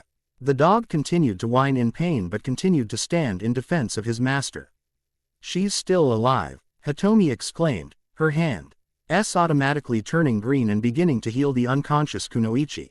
Maiko's hound quieted down after breathing a sigh of relief and finally fell to the ground. Poor thing, Ko stated sadly, picking up the deceased nin dog and sealing him in a scroll as well. He protected his master until the very end. Continue to heal her, Kakashi ordered before summoning his Pakun. Can you still pick up Itachi's trail? The pug scouted the area, his nose flat on the ground. Genma, where did the trail lead from here? Kakashi asked, turning his attention to the senbon user. Northwest through the land of rivers. But the trail was already faint. Genma cringed as another wave of pain shot through his leg. He's right, boss, the trail sort of fades away from here, Pakun announced after checking the surrounding grounds. With no trail to follow and 2 injured shinobi, the group had no choice but to state the mission as a failure. Genma sighed, rubbing his injured leg as he sat down next to the fire. His teammate was still unconscious, but her breathing had improved significantly. She'll be fine, Hitomi said, noticing where Genma's gaze had followed. She was stirring a pot of stew over the fire but still had a diligent eye on her two patients. Genma clenched his fists. This was his fault. He was a seasoned Jonin and should have protected them. He should have been the one to die, not Akihiko. Picturing the Kinjutsu expert fighting so hard against the multiple enemies sent another wave of pain through him that had nothing to do with his leg. He felt a hand squeeze his shoulder softly. He looked up into his masked friend's face. You cannot blame yourself for this. This attack was unavoidable, and without you and Ueda, Inuzuka wouldn't have made it. His sacrifice will never be forgotten. Ko came back from his perimeter check and sat gracefully across from Genma. He accepted a bowl of stew with a nod of thanks and quietly began to eat. Hitomi then offered another to Genma. His stomach lurched but Hitomi forced him to take it. You won't be able to heal without any sustenance, she stated simply. They had been camping for 2 days, allowing Genma and Maiko to recover before heading back to Konoha. Genma's wounds were substantial but not life-threatening. While he would be fine in another day or so, Maiko was the one the group was most worried about. Having a medic nin there to immediately begin healing her increased her probability of living exponentially, but they still needed to be careful. Hitomi forced them to stay for the entire week to make sure Maiko was healthy enough for travel. Kakashi hated waiting. He wanted to either go after Itachi or head home to his charge. But with injured comrades and no trail to follow, all he could do was sit and speculate. Why did their mission start a day after the massacre instead of as soon as they knew Itachi had fled? The timing was strange and set them up for near failure as it was. Almost as though they were sent just for show rather than to actually catch Itachi. Then there were the shinobi with no visible village affiliation.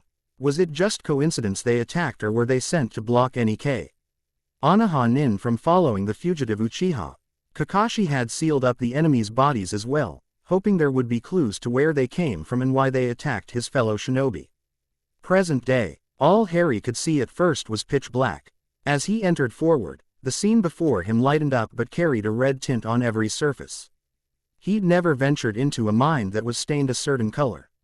So this must be what the Uchiha clan village looks like, he murmured, studying the environment carefully. It was deathly quiet, only the sound of faint whispers could be heard. He began searching the houses, only finding them to be empty. He finally came to the largest house and as he approached, the whispers became louder and more pronounced. Harry entered the house slowly, the door creaked as he pushed it open. The house was bare like the others except for one detail. A small form was huddled in the middle of the room. Harry could see Sasuke sitting alone, shaking and uching his knees to his chest with his face hidden.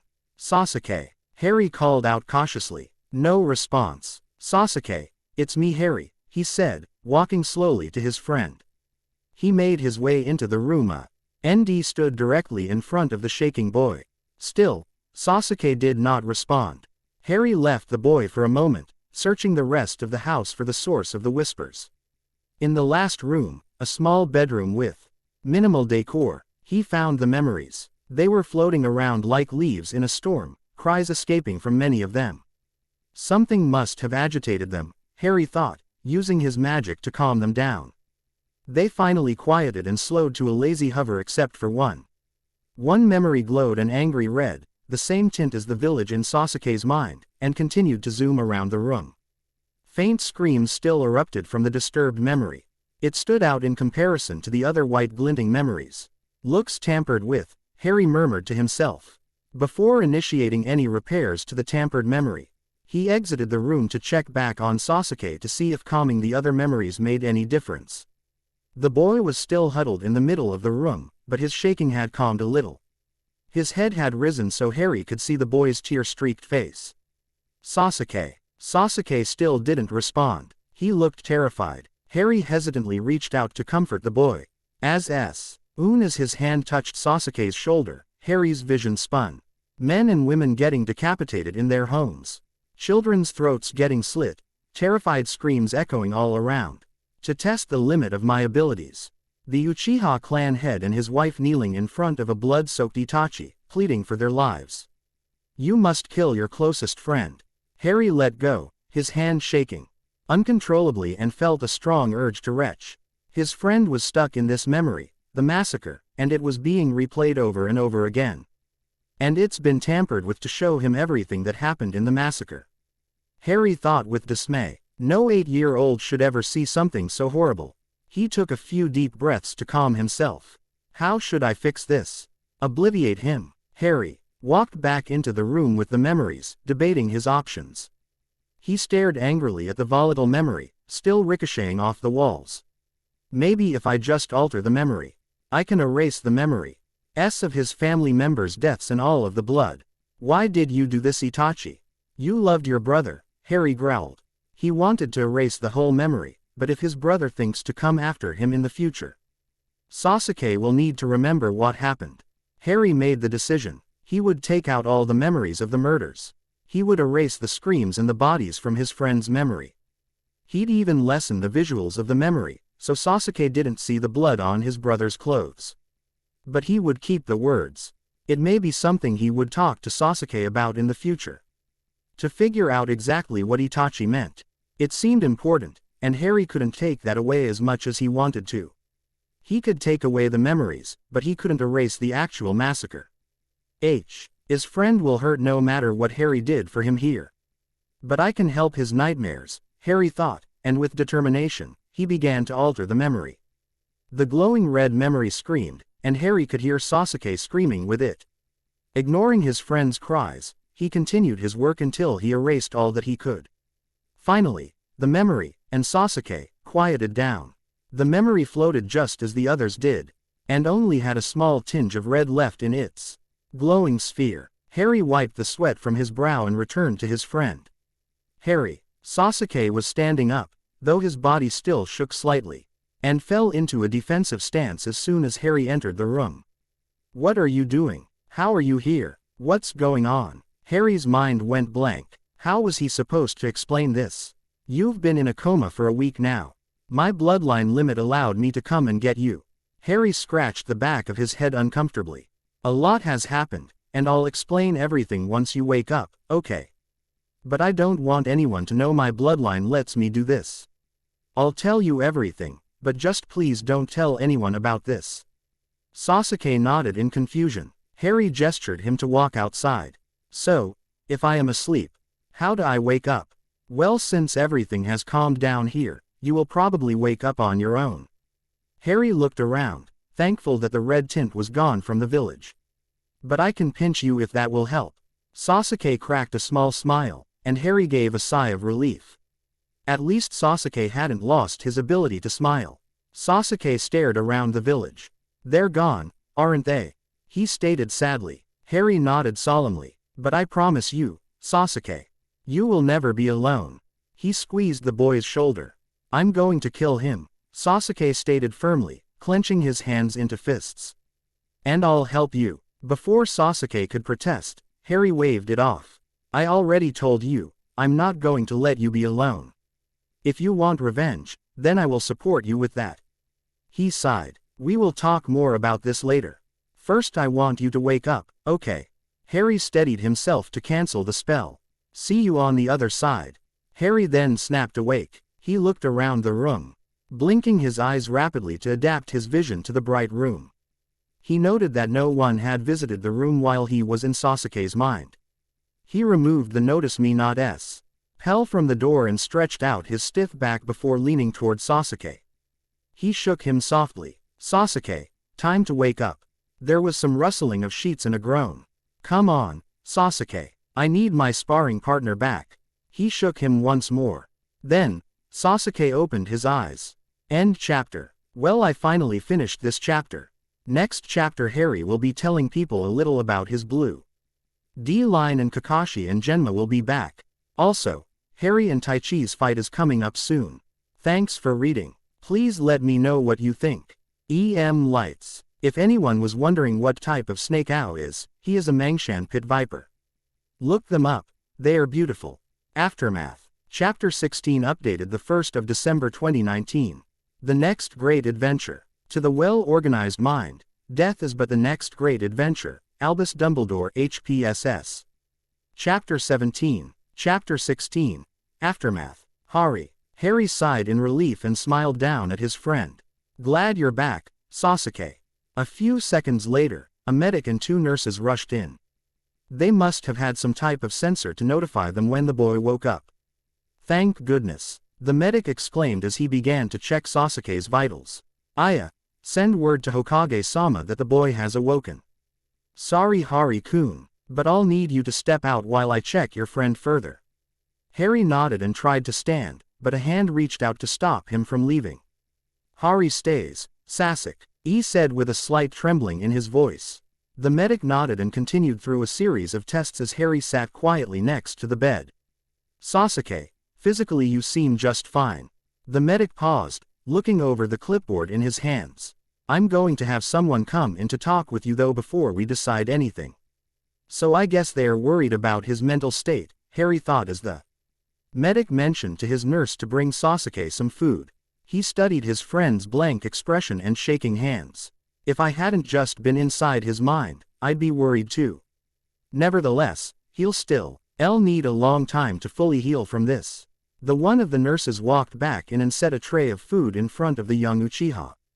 I'll be back in a little while to check on you again, Sasuke-kun, the medic stated cheerfully. He patted the boy softly on the head and turned to leave. Before he exited the door, he turned around and smiled at Harry. Hari-kun, I'm trusting you to take care of your friend until I come back. Harry nodded, and then it was just the 2 of them. Sasuke grasped his hands tightly together, trying to cease the trembles. Harry glanced down at the tray of food. Are you hungry? Sasuke shook his head slightly. They sat in silence for a few more moments. You have a lot of explaining to do, Sasuke said finally. Yes, I do, Harry responded. And I will tell you everything soon. And you promised me you'd, Sasuke's breath hitched, you'd help me kill him. He peered over to Harry, unable to veil the pain in his eyes. Yes, I will. Sasuke nodded tersely and glanced back at his untouched meal. I made a promise, and I intend to keep it. And I also told you that you would never be alone. We are going to train and get stronger, so one day you can find justice for your family. The door creaked open, and Harry found himself in a room with the Hokage, a shinobi Harry recognized as a Yamanaka, and another man Harry remembered seeing at the memorial. Why wondered if they had been listening to his and Sasuke's conversation before entering. Sasuke-kun, I'm very glad to see you awake, the Hokage stated as he approached the bed. This is Yamanaka Inoichi and Nara Shikaku, he said as he gestured to the 2 men accompanying him. Harry glanced up at the dark-haired man, seeing a strong resemblance between him and his friend Shikamaru. Hari-kun, if you would excuse us for a moment. So we can. No, Sasuke interrupted, to everyone's surprise. Let Hari stay, please, he added, the quiver in his voice back again. Harry didn't understand why Sasuke was so adamant on him staying in the room. He guessed the boy just wanted some support through all of the tests and questions. He was still just a child after all. Very well, the Hokage responded slowly, giving Harry an intense look. Then, Hari-kun, I must ask you to keep what is said here to yourself. The 2 other men gave Harry a speculating look as well. If you are able, we would like are you to tell us what happened that day? As Sasuke went into his explanation of the event, Harry kept his head down and fiddled with his hands in his lap. He felt awkward being in the room. At least, the story now excluded Sasuke seeing any of his dead family members. Sasuke only remembered running into his brother, and his brother revealing his crimes before casting the genjutsu on him. As he listened to the boy's words, pictures of all the blood and death from the tampered memory flashed before his eyes. I'll be having nightmares tonight for sure, Harry thought and began his occlumency exercises to clear his mind. The Hokage placed a wrinkled hand on Sasuke's shoulders after the boy finished his story. My dear boy, you have been through so much. The village has mourned for you in the loss of such wonderful people. Sasuke sniffed but refrained from crying. We've sent search parties out to try and apprehend Uchiha Itachi. Sasuke sucked in a sharp breath. The Hokage gazed at him sympathetically. We will do all we can to bring justice to this terrible crime. Sasuke glared at his hands, facing his head down to hide his tears. Yamanaka-san also wanted to have a chat with you today, the Hokage continued, gesturing for the blonde shinobi to approach. Hello Sasuke-kun, Yamanaka said with a smile. I won't ask you anything else about what happened, I just want to learn a bit more about yourself. Sasuke fervently wiped his face to hide the evidence of his tears as the blonde shinobi sat down in the vacant chair across the bed from Harry. As the Yamanaka began to ask Sasuke questions, Harry took the time to study the Hokage more closely. He looked troubled, which makes complete sense, as this massacre happened in his village. Harry again was reminded of the old headmaster. So many times Harry had been the one to end up in the hospital wing, and Dumbledore would visit him. He'd ask what happened with genuine concern showing through his half-moon spectacles and then explain to him why it occurred. He missed the headmaster's wisdom at times when Harry had no idea what to do. The most profound message the headmaster had ever given him was, we must all face the choice between what is right and what is easy. These words resonated with Harry through many choices he'd faced in his life. While he tried his best to follow the wise professor's words, he constantly second-guessed his decisions. I wish I could still go to Professor Dumbledore for advice, he thought sadly. I know entering into Sasuke's mind was helpful for waking him up, but was it the right decision? Will there be consequences for it later on? He glanced over at his friend still answering Yamanaka's questions. The 8-year-old almost seemed fine, except the quivering of his lower lip when he spoke gave his true feelings away. No, it was right, he thought with resolve. Sasuke does not deserve to suffer through those horrible memories, consequences be damned. He looked back at the hawk age and saw that the man was staring back at him with a curious expression. The Hokage gave him an understanding smile and inclined his head. Well, I think you are just fine to leave the hospital, as long as your medic gives the okay. Yamanaka said cheerfully, I'd like for you to come see me once a week, just so I can check up on your progress. Now Sasuke-kun, we need to discuss your living arrangements, the Hokage stated. Harry's eyes widened. He hadn't thought about what Sasuke's living arrangements would be after this. The Uchiha compound has been cleaned and is ready for you, but, he trailed off with uncertainty. There was a heavy pause. Sasuke can stay with me for now, Hokage-sama, until he figures out what he wants to do, Harry offered. If that would be okay with you. He'd feel better if Sasuke was around so he could make sure he was taken care of. Sasuke glanced up at the Hokage with hopeful eyes. Yes, I'm sure that would be fine for now. Sasuke's medic walked in, with the head medic not long after the Hokage took his leave. Yakushi-san did his own short examination. Well, Sasuke-kun, you are clear to leave, he said cheerfully to the Uchiha. If you have any headaches or blurred vision, come back to see us immediately.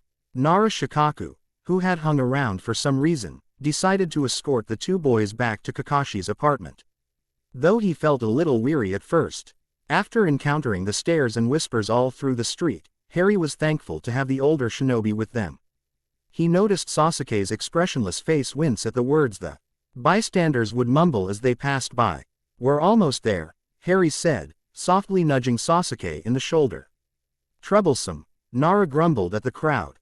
The small walk seemed to take forever, and the three of them were all relieved when they finally reached the threshold of the apartment. Nara Shikaku touched Harry's shoulder before they approached the door. Shikamaru's been worried about you. Make sure to come visit him soon. I will, Harry responded as he took a key out of his pocket to unlock the door. Harry found Guy was seated on the couch as soon as they entered the apartment. Ah, Hari, you've returned. The green-clad shinobi proclaimed, leaping off the couch and giving him an exaggerated thumbs up. Hello, Harry responded. Sasuke is going to stay with us for a while, okay? Of course. How youthful for you to care for your friend. Nara gestured for Guy to step outside for a moment, so Harry and Sasuke settled down on the couch. Sasuke still seemed in a daze, as if this were just a bad dream. A moment later, Guy came back into the apartment. Yash, I hear my rival and Genma-san will be arriving back today. He said with excitement, and Harry's heart leapt. He SSED the two shinobi he considered family. I will keep you company until then. There were a few sharp taps on the door. Harry went to answer it, finding Luna carrying a large metallic kettle. Chamomile tea, Luna offered as a greeting. Harry stepped aside so she could enter. How kind of you to bring us tea, Guy exclaimed. And what excellent timing you have. Luna just hummed and smiled. Hello, Sasuke, she said, giving him a warm smile. Sasuke looked at Harry a bit confused. This is my sister, Luna, Harry said. She brought some tea for us. Sasuke nodded stiffly. Luna fumbled through the pantry, finding some mismatched cups in the shelves. Guy-san, could you go pick something up for the boys to eat with their tea? She asked sweetly. There is a place right down the street that makes the best sweets. Guy glanced at the two boys and agreed heartily, bounding out the door with incredible speed. Luna poured the tea into the first cup, added a small vial of amber liquid into the tea, and tapped the rim with her finger. There was a slight spark inside the liquid. This is Sasuke's, she stated, handing the cup to Harry expectantly. He peered into the cup but still diligently placed the cup into Sasuke's hands. Guy returned quickly with a bag full of cookies, grinning triumphantly. Harry placed a few cookies on a plate and set it on the table by the couch Sasuke was occupying. Luna filled the other 3 cups, handing one to Guy before taking one for herself. She took a sip while watching Sasuke attentively. Harry sat down at the table and took his own cup while also watching Sasuke slowly sip his tea. Ah, cookies and tea, what a wonderful idea! Guy exclaimed. Luna, I admire your youthfulness. A few moments passed by peacefully until Sasuke started swaying. Una pranced to the boy and took the tea from his grasp. She set it on the coffee table as the boy fell sideways on the couch. Just a variation of dreamless sleep, Luna answered immediately. With everything that happened, a good night's rest will be helpful. She brushed his bangs from his face delicately before waving Guy over. Guy-san, could you lay him in Harry's bed? It seems the boy needs a good rest. Guy saluted before quickly scooping up the young Uchiha and disappearing into the other room. When did you figure that one out? Harry asked quietly. Working at the flower shop has been beneficial for herbology and potion studies, she answered. I've been working rather hard on creating potions with ingredients from here. Some are quite similar to ones from home. Well, that's good. Harry was thankful Luna was diligent in expanding her knowledge of potions here since he was focused on the academy and practicing his own magic. You look like you could use some too, she added softly. He looked at her in confusion. You don't have to carry all the burdens alone, you know. I'm here if you need to talk. Harry didn't realize it at the time, but she was entirely too right. Akashi was thankful when the group finally arrived through the Konoha front gates. He held the Inuzuka steady as they were approached by 2 shinobi from the hospital. He and his 2 teammates had alternated carrying the Inuzuka throughout the trip back, who still hadn't fully gained consciousness even after a week of recovery. 2 shinobi were waiting for the group at the gate to take the Inuzuka back for further treatment. Hitomi had done an excellent job healing the kunoichi, but there were still major issues beyond her expertise. One of the chunin at the gate notified them that Inuzuka's family had already been notified and were waiting for her at the hospital. Genma-senpai, you are also to come with us to the hospital for an examination.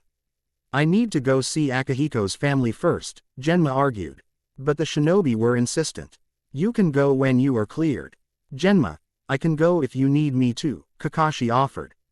It wouldn't be the first time he'd delivered news of a fallen shinobi to their family.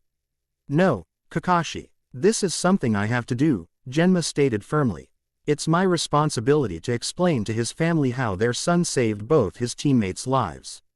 Come over when you're done, Kakashi said simply. I left Guy in charge so no telling how Hari and Luna are faring. Genma winced and nodded, before turning to follow the shinobi with only a minor limp.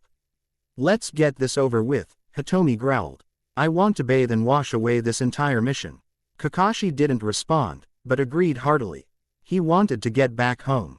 After Kakashi gave his report, the Hokage closed his eyes and sighed heavily. I see, he said gravely. Hyuga-san, please deliver the enemy nin's bodies for examination. We will see if any information can be retrieved from them. Ko bowed and left immediately. Oshiro-san, you did well healing Inuzuka-san. She will survive because of your efforts. Get some deserved rest. Hitaki-san, if you will stay for a moment. Thank you, Hokage-sama. Hitomi bowed deeply and glanced at Kakashi quickly before turning to leave. The Hokage waited until the door closed before turning his attention fully to Kakashi. The young Uchiha has awoken. Kakashi's eyes widened slightly. Your charge was actually with him when it happened. Kakashi wasn't sure what the Hokage was implying. They are friends, so it's not surprising that he'd want to visit him, Kakashi responded. Yes, their friendship has been very beneficial for the both of them, the Hokage agreed. Little Hari-kun has even offered your apartment for the boy to stay until he is ready to move home. Ah, I see, Kakashi thought, the situation becoming a bit clearer. The council won't want anyone to have control over the last loyal Uchiha. Hari has a kind heart, Kakashi said slowly. He only wants what's best for his friend. The Hokage nodded. I want you to keep a close eye on both of those boys. Uchiha Sasuke will have ANBU's protection until he becomes Genin, but he will need a responsible adult around as well. The Hokage scratched his chin thoughtfully. Just keep training him as you have been. I think Hari-chan will be a good influence on him as well. Kakashi agreed. Hari was very mature for such a young kid. Speaking of Hari, the Hokage continued. Have you found out anything about his bloodline?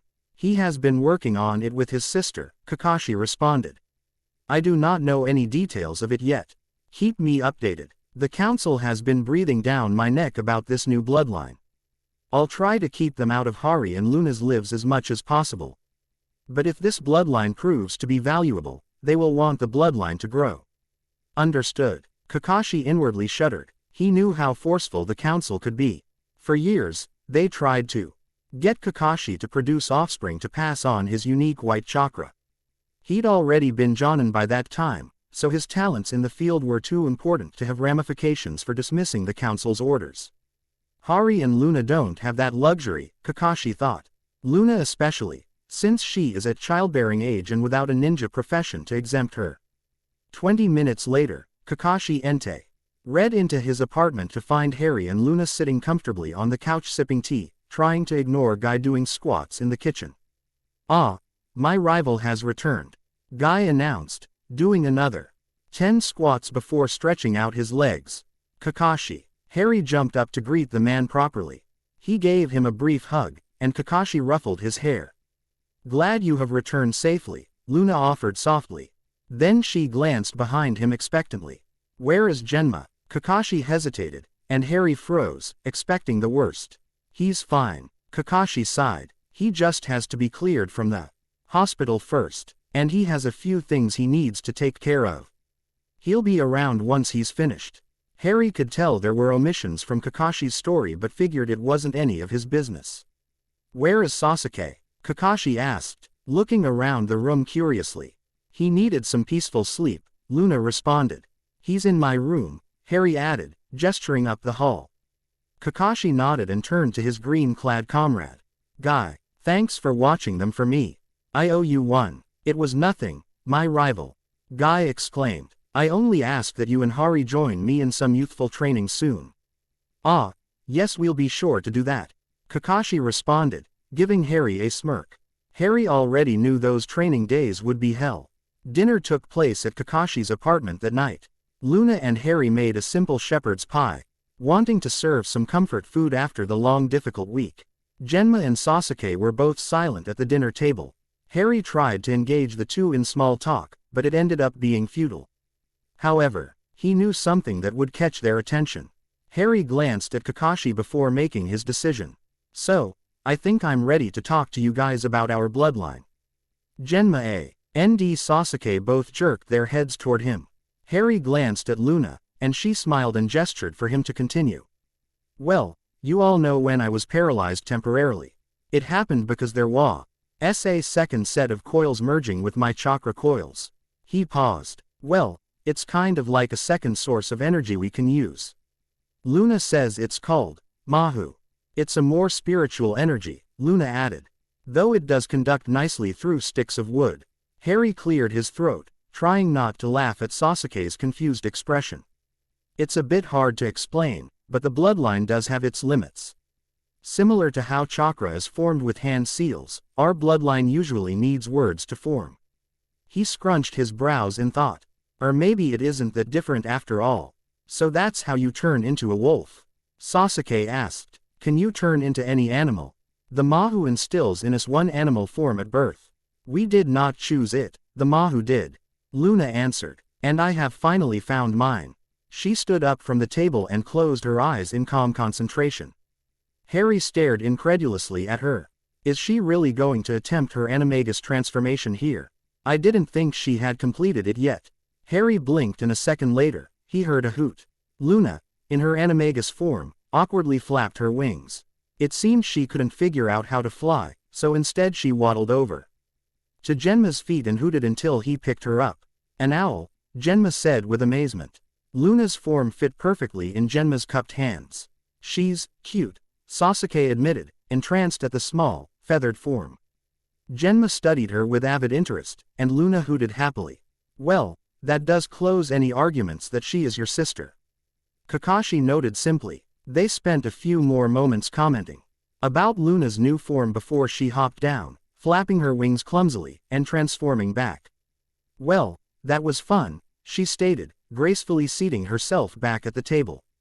As the table lit up with questions about her form, Harry merely listened contentedly. The table no longer was filled with morose silence, and Harry was thankful. Luna looked at him knowingly and winked. She did that on purpose, Harry realized. It was the perfect distraction, if only for these few moments. And we will just have to keep creating moments like this, he thought with determination.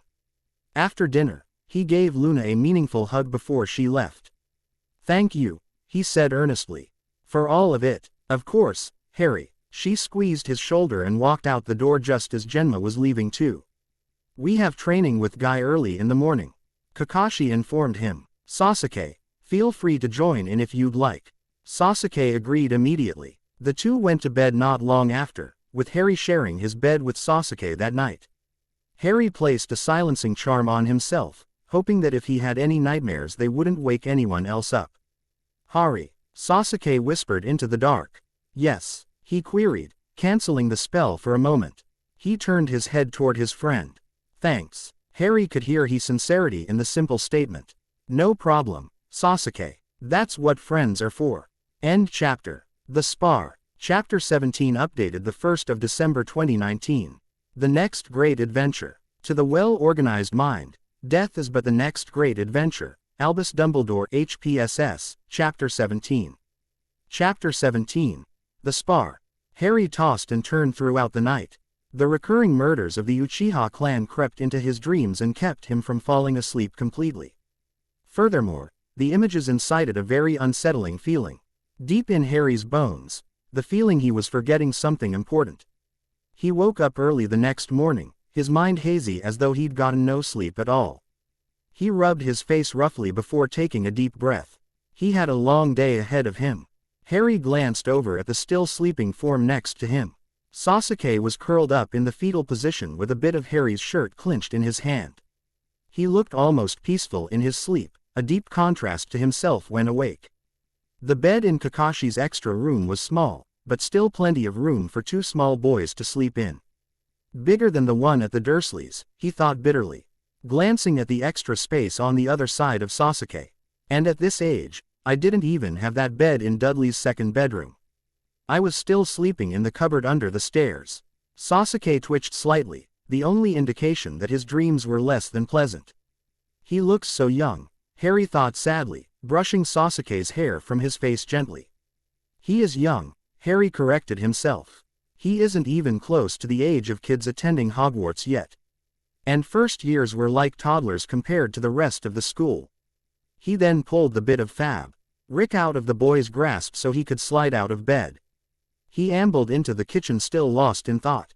Surprisingly, Kakashi was already awake, fingering an empty mug in one hand and a book gripped in the other. Al was spread along the window soaking in the early morning rays. Harry made sure to greet the sunning snake first with a soft stroke along his blue scales.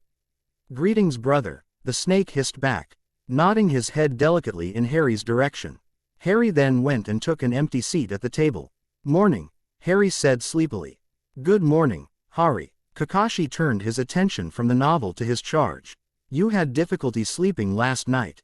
Harry sighed. He was never able to hide his sleeping struggles from Kakashi. Yes, A lot has been happening recently. Kakashi hummed in agreement. Maybe Luna should make you that special tea to help you sleep. Harry peeked up at Kakashi's expression. He didn't realize his guardian had noticed Luna's tea was more than what it seemed. Yes, it is calming. He responded delicately. She has become very knowledgeable of herbs and plants since she started working with the Yamanakas. Yes, it seems so, Kakashi agreed. She should think about selling it. Having a tea that produces a good night's sleep would be very popular in the village. Harry paused. That wasn't a bad idea actually. Luna could make all sorts of amenities to sell if she wanted and make a profit at the same time. Great idea, Kakashi, he said, grinning like the excited 5-year-old he was. She'd be great at that. Kakashi chuckled. Why don't you go wake up our little guest for breakfast? Harry returned to his room and shook Sasuke lightly on the arm.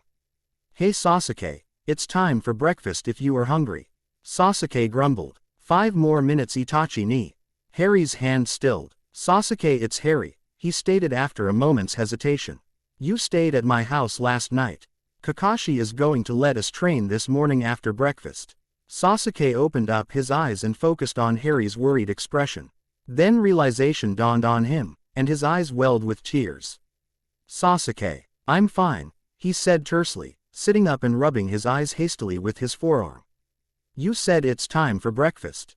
Harry nodded mutely. Sasuke sat awkwardly at the table with Kakashi as Harry bustled up some scrambled eggs and toast. Harry tried to focus on the task at hand, but he couldn't stop thinking about the devastated look on Sasuke's face as he remembered the fate of his family. They ate breakfast in an uncomfortable silence while Sasuke dutifully ignored the worried glances Harry kept shooting him. Guy was waiting for them as they entered the training field. Yash, I have already run 50 laps around Konoha, so I am ready for our training. Is there anything you two want to focus on? Kakashi asked, turning to Harry and Sasuke expectantly. Taijutsu, Sasuke stated firmly. I need to get stronger. Harry then suddenly remembered. He still had his fight with Taichi coming up soon. Taijutsu would be good, Harry agreed. I need to practice for my match at the academy. You're fighting that Taichi boy, right? Sasuke asked. Harry nodded. Then Taijutsu it is, Kakashi announced, clapping his hands together. Good thing we have an expert with us this morning. Yash, your flames of youth will help you surpass your opponent. I will help you defeat him. Guy exclaimed, before beginning one of the most difficult training sessions Harry had ever been through. Kakashi, what time is it? Harry panted as he walked over to his guardian. The academy probably starts soon. I've been thinking about that. It might be better for you and Sasuke to stay home for a few days. He inclined his head toward the young Uchiha, speaking with Guy about his stance. It might be overwhelming for him to be around all the academy kids so soon. He acts tough, but he still needs time to adjust, and he does better when he's around you for support. Kakashi's right, Harry thought, looking over at his young friend. He needs a little more time to heal before having to deal with other children. Harry walked over to his friend, feeling determined. He'd make sure to help Sasuke through this and lend him support whenever he needed it. Fancy a spar? He asked with a grin. As long as he was around, Sasuke would never be alone. A few days later, Kakashi asked Sasuke if he wanted to go to the academy. You don't have to push yourself, you can take time before going back, he added lightly. I want to go, Sasuke replied adamantly, ceasing any argument on the matter after that. So Luna packed them both bentos filled with delicious food, and the two of them set off for the academy. Sasuke, you should meet us for lunch, Harry stated as they approached the front door. We always meet up in the back behind the teacher's lounge. Sasuke nodded but hesitated to walk in. Harry noticed his pause and put a hand on the boy's shoulder. If you need me, I'm only a few doors away. I wouldn't mind ditching if you want to hang out instead. I'm not a baby, Sasuke grunted, swatting Harry's hand away but looked a little relieved. I'll see you at lunch then. Harry followed Sasuke into the academy and watched him enter his classroom before joining his own. Ah, so the shrimp decides to return. It seemed Taichi had been waiting for him. I figured you were skipping. Because you're scared to fight me. You won't get out of it, our fight is 2 days from now. Harry sat down quietly next to Badaru, whose nose was lodged in the tactics books he'd loaned him. "Glad you are back," Badaru said softly, not looking up from his book. "It has been barely tolerable in class without you." The Aburame gestured toward Taichi, who was now angry about being ignored. "He has been frustrating." Harry laughed at his classmate's irritation. "I can imagine. Is everything okay?" Badaru asked after a moment. "I'm fine, thanks." Harry smiled at the boy. He was lucky to have been able to make a friend in this class who was so kind. "Some family stuff came up, so I stayed home for a while." Badaru nodded, looking relieved. They both Ned to the front of the class at Edo-sensei began the morning lesson. The break for lunch was a much-needed reprieve for Harry. He left quickly to escape the glares boring into the back of his head. He did not leave Taichi's attention through their entire lecture. He plopped down, leaning heavily against the back of the school, waiting for his friends to join him. "I can't wait until this fight with Taichi is over with," Harry thought irritably. "Then he will get off my back. I'm too old for these silly schoolyard rivalries." He giggled a bit at the thought of his older self, sitting in a classroom filled with children. He heard a heated argument heading toward him. "Why do you have to eat with us?" Harry heard Naruto shout. "Because Hari asked me to." Harry groaned. Maybe having Sasuke back, own friends with the other three would be harder than he thought. "Hey guys," Harry stated cheerfully as Naruto and Sasuke rushed over to sit on either side of him. Shikamaru and Choji followed behind D at a more leisurely pace and sat across from them. "Troublesome," Shikamaru muttered, glancing at the two feuding boys. Naruto crossed his arms and huffed. "He already has all the girls in love with him. The jerk doesn't get my Otudo too." Harry nudged the agitated boy with his shoulder. "Naruto, Sasuke is my friend too. I invited him to eat with us. Be nice." Sasuke smirked. "He's not your Otudo, Dobi." Naruto leaned across Harry, shooting Sasuke a glare and stuck out his tongue.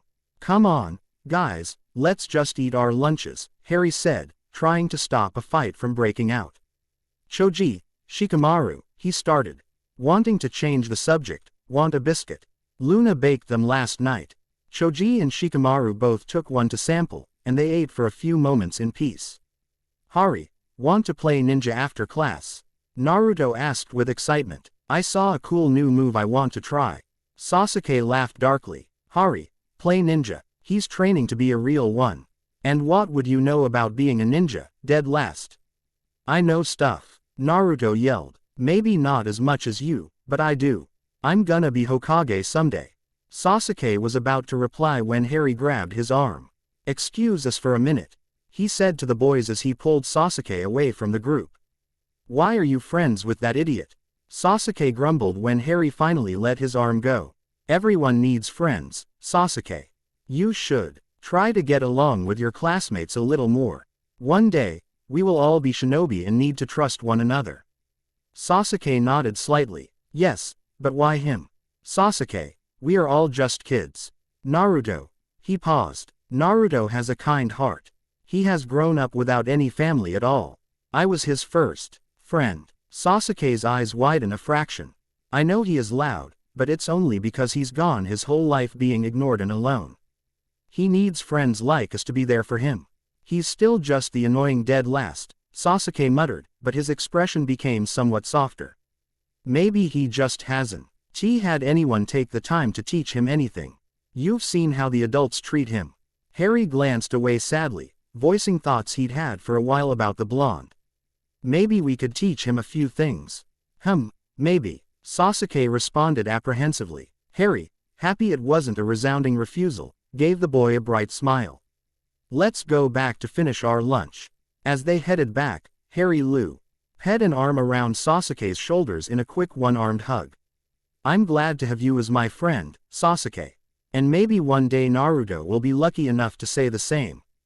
Sasuke rolled his eyes but Street Il had a small smile on his face when they returned to the group. 2 days later, Harry found himself facing his large scowling classmate on the sparring platform. "Now, let's see which one of you is top of the class in taijutsu," Edo-sensei stated dully, but his eyes showed vast interest. "The spar is over when your opponent is knocked out," falls outside the platform, or if I declare an obvious winner. Prepare to be flattened, shrimp, Taichi bellowed, inciting a few cheers from his friends. Harry glanced over at Badaru, who looked positively bored. Harry grinned. At least one person feels that I will win this fight, Harry thought. He then glanced at the girls' panicked faces with a sigh. Their cries about the unfairness of this fight only made Harry's opponent smirk triumphantly at him. Are you both ready? Hi, Taichi barked loudly. Harry just nodded and slid gracefully into his fighting stance. Begin. Harry waited for the inevitable first move from the older boy. The Tai Jutsu style Harry learned from Guy was not normal for the academy. The style created advantages based off a smaller and more limber form, using the opponent's size and body weight against them. The style called for great speed, which Kakashi and Guy both focused a great amount of time training him in until he was deemed fast enough to execute the moves. Harry acknowledged the boy's superior strength and size. He would never be able to beat the boy in a normal fistfight. He would have to rely on his speed and intellect to win this spar. Which is all I need to beat him easily, Harry thought confidently. Taichi instantly went for the knockout, or at least it would have been if Harry hadn't dodged. He expertly moved around Taichi's punches and kicks, waiting for the perfect opportunity. He shot out a few punches in return, but nothing to deter his opponent's attacks. Stop dodging, shrimp, he huffed, continuing his barrage of fists. Harry waited patiently until he saw the boy's arm at the perfect angle. Taichi's fist was in motion towards the center of his face. Harry waited before ducking away from the strike and grabbing hold of the boy's arm. He flashed his foot out to knock 1-0. His legs off balance and used his momentum to flip the boy over. Taichi flew off the platform, barreling into one of the more obnoxious boys in his friend group. There was shocked silence before the class erupted in surprised cheers. The girls practically squealed. Harry grinned broadly. For the first time, he truly felt he was ready to be a genin. He couldn't wait to tell Kakashi and Guy. Their tutelage was paramount to his victory. Harry caught Batoru's eye, and the Aburame gave him a rare thumbs up. Harry turned to face his sensei, waiting for the teacher to officially end the spar. Congratulations, Hari-kun, you have won. Harry heard gasps and turned his head to see Taichi lunging at his back like a feral dog. His body fought to turn quickly enough to block the attack, but he was a second too late. A blue sphere formed instantly to block the boy's attack and then lashed out, sending him flying backwards. Harry forgot to breathe for a moment. How on earth did my magic respond without a spell? He glanced uneasily at his sensei, whose expression looked more like a gaping fish. He was inwardly panicking when he heard the whispers. What was that? A bloodline, so powerful. I'll ask my dad. The murmurings continued until Taichi stood back up, absolutely furious. You cheated, he roared, his face turning a bright red. I should have won that. Harry stayed silent. He was still trying to think of a way to explain what happened. He wasn't ready for everyone to know what his magic could do. Unfortunately, it seems that ship has sailed. He already beat you fair and square. A blonde girl shrilled. Yeah, he only used his bloodline after the spar was over. Another boy added, inspiring nods from the rest of the class. You were the cheater, Taichi. A few of his classmates chorused. Harry figured he better say something before this got out of hand. I beat you, he stated calmly at the irate boy. But I'm sorry I used my bloodline to block your attack. However, the spar was over, so you shouldn't have tried to attack me.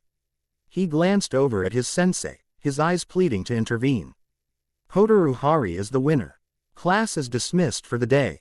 Taichi, come with me, he stated authoritatively, taking Taichi by the shoulder and leading him rather forcefully into the academy. That was amazing, Hari-kun, said the blonde who'd risen to his defense first after the spar. He thought her name might have been Miki or Mika, but he couldn't remember for sure. Thank you. More kids came over to pat him on the shoulder and congratulate him. What an awesome bloodline, one of the other boys exclaimed. You're not so bad for a little kid. Yeah, what all can you do with it? Another classmate asked excitedly. The others looked at him eagerly. He looked around, uncomfortable. What was he supposed to say? It is impolite to ask a bloodline user the specifics of their ability, Badaru said sternly. The other children looked embarrassed.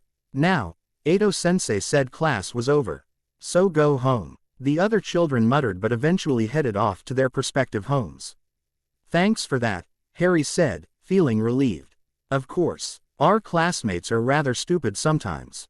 Butteru stared at him thoughtfully and then nodded in his direction. See you tomorrow, Harry. And you didn't think of a spell in your head? Luna asked curiously after Harry told her about the spar. Since Sasuke was still in class, he went to visit Luna. No, I didn't, he answered assuredly. It felt instinctive, like my magic knew what I needed and responded. She hummed, continuing her crocheting with a large mass of yarn. Magic is a mysterious thing, she commented, finally. In this life, the rules have changed. So maybe your magic has changed too. My magic changing, Harry thought, pondering the possibility. He'd always believed magic had to be produced with words or thoughts. Unless, what if it was just accidental magic? Harry thought suddenly. I mean, I am kind of a child now. That would explain it. Yes, that is true, Luna agreed. Even though you aren't a child, you do have the body of one. They both fell into a contemplative silence. Luna, Harry began, staring at the strange clump she was creating with the yarn. What are you making? A healing blanket for Genma, she replied warmly. Oh, how is he? Harry asked softly. She paused, setting her needles down for a moment. He is coping. He's been given a few weeks of vacation to recover. She patted a part of the already knitted blanket fondly. He's a very strong person. He reminds me of Neville. Brave and loyal Neville, she smiled, her eyes glistening. And this blanket will help him heal. Harry and Sasuke stood outside, running through their katas by themselves. Kakashi appeared suddenly behind them, causing Sasuke to jerk away in surprise. Kakashi, why do you always do that? Harry asked, grinning at the disgruntled look on Sasuke's face. A ninja should always be aware of their surroundings. He replied casually, as if reading the boys' minds. He added, Guy's been sent on a mission, so he won't be back for a week or so. So you'll be doing our taijutsu training sessions then? Sasuke asked. Kakashi nodded. Good, I'm ready, Sasuke stated with determination. Before we begin though, I heard you had an interesting spar today, Hari. Yeah, everybody was talking about it at the academy, Sasuke added, looking at Harry for confirmation. Apparently some of the classes saw it through the window. It wasn't on purpose, Harry said in his defense. Kakashi ruffled his hair. We know you didn't. I just want you to be prepared for any repercussions that come about with your bloodline becoming public knowledge. Is it really that big of a deal? Harry asked. I mean, there are a lot of bloodlines out there. That is true, Kakashi agreed, but no one knows anything about yours. And that's what makes it intriguing to others. He suddenly became very serious. I want you to promise me that you won't go off with anyone without my knowledge. I don't care if it's the Hokage, you make sure I know first. Same for you Sasuke. I promise, they both responded. Kakashi cleared his throat, looking pleased. Now, for training, we are going to do something a bit different today. I'm going to teach you how to flare your chakra. This is a tool F. Or sending distress signals or sending subtle messages to your comrades, depending on the intensity of the flare. End chapter. Genin exam. Chapter 18 updated the 6th of December 2019. The next great adventure. To the well-organized mind. Death is but the next great adventure. Albus Dumbledore HPSS, Chapter 17. Chapter 18. Genin exam. Harry sat in a comfortable spot on Luna's couch preparing to meditate. Luna was in the kitchen peering into a cauldron muttering nonsensical phrases into the bubbling liquid. She was tiptoeing around the concoction in a bit of a dance and Harry could see a smile on her face as she concentrated. When Harry asked what she was creating, she responded something about, when in Rome, and didn't elaborate. It was wonderful for Harry to see Luna enjoying herself. She hadn't been in this new world for too long but seemed to be finding her place here just fine. Selfishly, Harry was grateful to have Luna as a tether to his old life and magic. He didn't know if he would still be completely sane without her unwavering support and friendship. When he thought his magic was gone, a piece of himself crumbled. To have his magic back and whole again was incredible. And now he had one of his best friends to share this new world and keep some semblance of magic still relevant in his daily life. Also, Harry hated secrets, so it was nice to talk about their past lives and keep alive the memories of their friends, families, and the wizarding world. The good memories at least. It had been a week since Sasuke began staying with him and Kakashi. Sasuke still seemed unable to fully comprehend his family's deaths and thus, barely left Harry's side except for class. And as much as he was thankful to be able to help out his young friend, Harry's time spent practicing magic was lessened considerably because of it. Harry took advantage of the time Sasuke spent at his appointment with the Yamanaka head and worked twice as hard on his growing magical ability. Today, however, he used his free time to work on his mindscape without interruption. Luna had asked him earlier why he spent so much time on his occlumency. He told her it was therapeutic, and it also could be an advantage one day. Harry didn't need to reveal his other reason, at least not yet. He promised Sasuke he would help him get revenge. Harry saw firsthand what Itachi did to his brother's mind and understood the strength of the older Uchiha's ability. He not only would be prepared to counteract that kind of attack, but also build up his own mind magics to use against him. Even if he couldn't understand Itachi's reasons for slaughtering his clan, Harry knew Sasuke had every right to want revenge. Voldemort killed his family, friends, and everyone he loved so dearly. He'd been able to avenge their deaths, right? It didn't bring any of them back, a bitter voice whispered in the back of Harry's mind. You weren't happy once you obtained your revenge for your loved ones. You only wanted to die and join them. Harry chose to ignore it. He took a deep, calming breath and delved into his mind. He appeared in the front hall as always and headed up the main staircase toward the 5th floor. He'd begun with the top floor, updating the traps and reorganizing his memories since his reconnection with magic. He added new hidden staircases behind tapestries and long-winded hallways that led to dead ends. Some were mirror images of Hogwarts. Others were his own creation. He began in a room placed exactly where McGonagall's office used to be. He replicated as much of the room he could remember, even acing a sleeping cat in the desk's chair for his own amusement. He didn't keep any memories in this room, but the nostalgia of standing once again in his head of house's office was reason enough to create it. Though he did set the cat to claw any intruder that woke her up. The cat eyed him suspiciously before yawning and curling up for a nap.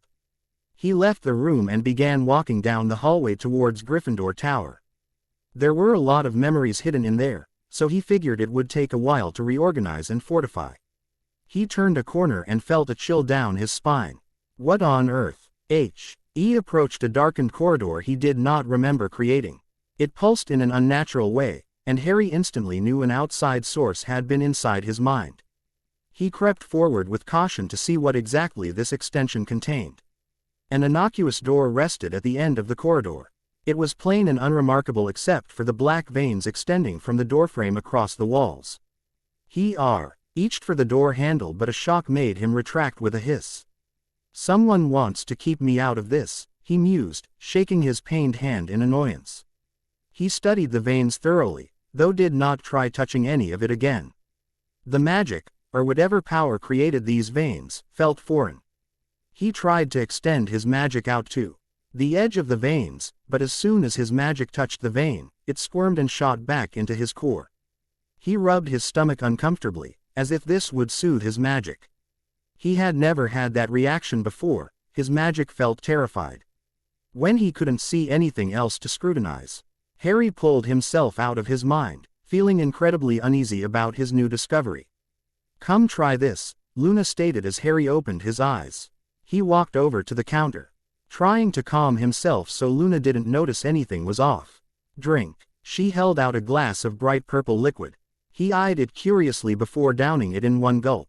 He immediately began coughing at the overly sweetened taste. Luna, what in Merlin's name is that? Well, it's supposed to be a variation of a pepper-up potion. Did it not work? Harry suddenly realized his lethargy from trying all day had faded away almost completely. He grinned at her. Yes, it worked. I feel great, Luna. But, what did you sub for the fire salamander eyes? A sword-tail newt. Of all the amphibians around here, that one was the closest acidity to the fire salamander I could find. Harry was thoroughly impressed. You really are a genius at potions, Luna. She smiled at the compliment. Yes, it seems I've inherited my mother's talent. Though, Harry started hesitantly, is the potion supposed to be so sweet? I always thought the pepper-up potion was too bitter before, she said with wide eyes. And shouldn't energy taste sweet? Even Luna's chipper attitude could not pull Harry away from his previous thoughts. Who created that corridor and what is hidden behind that door? And why did my magic seem scared of it? He didn't want to worry Luna, so he didn't bring it up. If he could not figure it out on his own, then eventually he'd see if Luna had any ideas. A few hours later, Kakashi returned with a dejected-looking Sasuke. I told them I wanted to live with you. Shouldn't it matter what I want? Realization dawned on Harry. They must have denied Sasuke's request to live with them. It's more complicated than that. Sasuke, Kakashi replied gently, patting the boy on the head. It's not fair. Sasuke barked out, clenching his fists like he wanted to punch something. The council was adamant you stay in the compound. Kakashi stated matter-of-factly. I'm sorry Sasuke, but there isn't anything I can do. Sasuke sniffed and ran to Harry, burying his face into Harry's shoulder. Harry patted the boy on the head, wishing he could do something to change the council's mind. If he'd been given the opportunity to live with people who cared for him instead of the Dursleys and was denied, he'd have been upset too. The fudges of the world want to seem more powerful than they actually are, Luna chimed in. So they have to believe they won, even if you have an ace up your sleeve.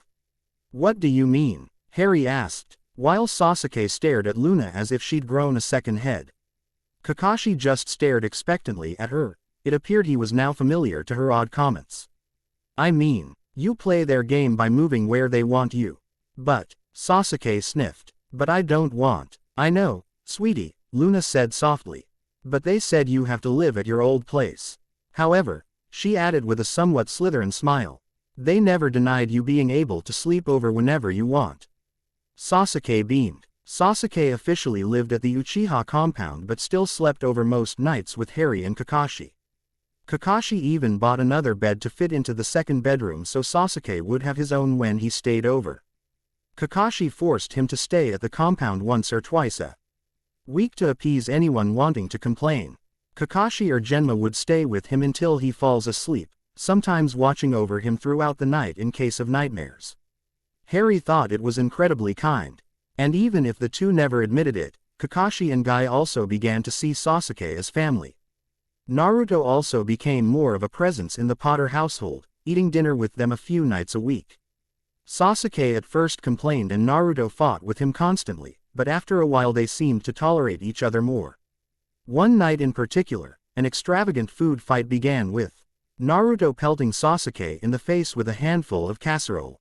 He reciprocated immediately and the rest of the table, once Luna flicked some food into Genma's face, joined in the fun. Kakashi Mystery Owsley disappeared during this time and didn't come back until well after Naruto went home for the night. Months passed by for Harry in a blur. Harry's 6th birthday came and went as did a celebration of Luna turning 17. With training, the academy, and spending time with his dysfunctional family, Harry was startled to find it was the day of his Genin exam at the academy. He cooked eggs on the stove, trying not to be nervous about the test, while Luna whistled as she made tea. Kakashi sat at the table reading his orange novel with Genma chastising him for reading smut in front of children. Sasuke was seated at the table as well, pouting because the Hokage denied his request to take the exam early as well. You'll be fine, Kakashi chimed suddenly, sensing Harry's apprehension. I know. Of course he'd be fine. He was an adult for Merlin's sake. And Harry had trained more than any other kid in his class. I'm sorry you can't take it with me, Sasuke. He sent Sasuke an apologetic smile. It's fine, Sasuke sniffed, clearly not meaning it. It's not your fault anyways. After breakfast, the three adults decided to walk Harry and Sasuke to the academy together. You don't have tea. Oh, show off any of your bloodline if you don't want to, Kakashi stated as they walked down the street towards the building. If they ask for a demonstration, you are not required to do so. Harry nodded absently, thinking over everything the Genin exam entailed. The written portion would be the easiest. He scored incredibly high on the practice tests so he wasn't too worried about it. Even the physical test wouldn't be too difficult. His training with Kakashi required more from him than any training at the academy. Harry's only struggle now was creating a bunchin during a spar. If he didn't concentrate enough, the bunchin would still look older than his physical self now appeared. Harry was always embarrassed whenever that happened, much to the amusement of the others. Kakashi believed it as because Harry was so mature for his age that he might involuntarily think of himself as older. In a way, Kakashi was dead on with his assumption. To Harry's surprise, Shikamaru, Choji, and Naruto were waiting expectantly outside the academy for him. "Hari-chan, we wanted to wish you good luck," Naruto exclaimed loudly. His smile was brighter than his jumpsuit as he leapt on Harry for a hug. "He doesn't need luck, he's going to pass easily," Sasuke muttered. Naruto stuck his tongue out at the Uchiha after he let Harry go. He hugged Luna briefly as well before running into the academy, waving back at them cheekily. "We agree, but you're still supposed to wish someone good luck," Shikamaru responded with a shrug. Choji nodded in agreement. "You'll be great," Choji piped in cheerfully. "Thanks guys," Harry said appreciatively. "I'll let you know how it goes." "All right, you three head to your classroom," Kakashi said, waving them off lazily. After the three boys ran inside, Kakashi patted Harry on the head fondly. "Well, this is the first milestone of being a ninja. I am proud of you." Harry couldn't conceal a faint blush across his features. "Yes, Harry, you have worked so hard," Luna agreed, leaning down to kiss both of his cheeks. "We'll celebrate once you get that headband of yours," Genma added, clasping his hand firmly on Harry's shoulder. Harry thanked them quickly, before escaping into the building. His face burned with embarrassment from all the kind words. He walked into his classroom, practically glowing. The writing portion was about what Harry was expecting. He finished early, setting down his pen and glancing around the class to see how the rest of his classmates were faring. He looked over at Baduru, who'd also finished early and was studying a beetle as it crawled across his finger. As if feeling Harry's stare, the Aburame turned and offered Harry a confident grin, mostly concealed by his high collar, before giving the beetle his attention once again.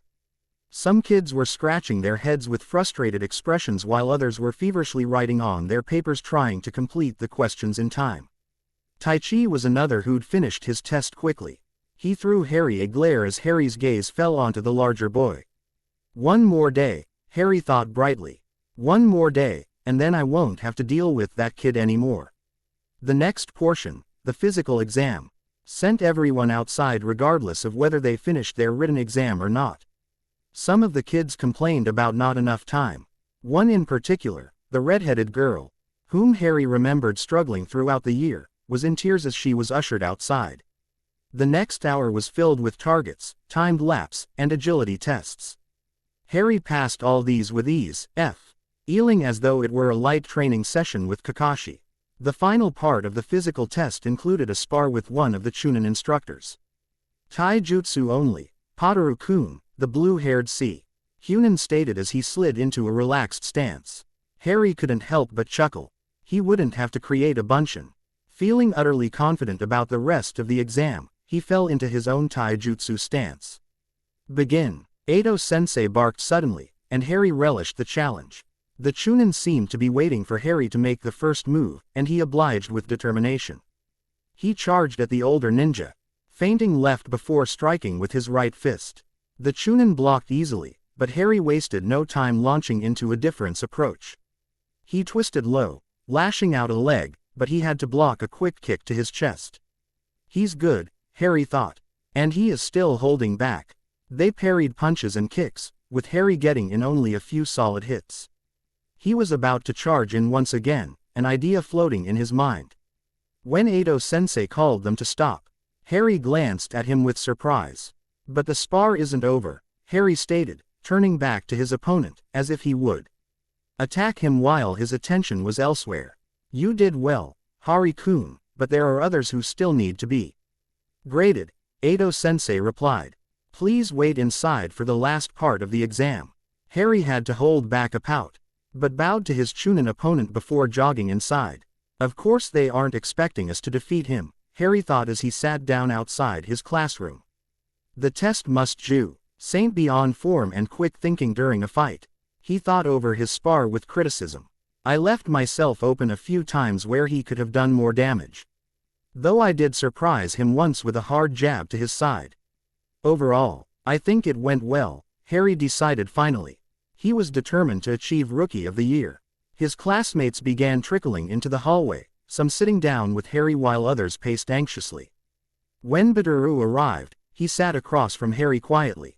"How did you do?" Harry asked curiously. "Well enough." After everyone made it back inside, Edo-sensei strode into the hallway. "We will call you in alphabetical order," he began. "Once you are called, you will enter the classroom. If you pass, you will be awarded a headband and given further instructions. If you do not, there's always next year." Badaru was called first, and the Aburame walked calmly into the room. He came out a few minutes later with his hitai tied firmly to his forehead. "See you when you've received yours as well," Badaru called to him before heading outside. One by one, names were called, and Harry's classmates were tested. Most came out cheering and waving their new headbands around. A few emerged in tears with empty hands. "Oh no, Taichi." Taichi strutted into the room with confidence. He came out soon after with his new forehead protector clasped in his hand. He waved it jeeringly at Harry before walking out.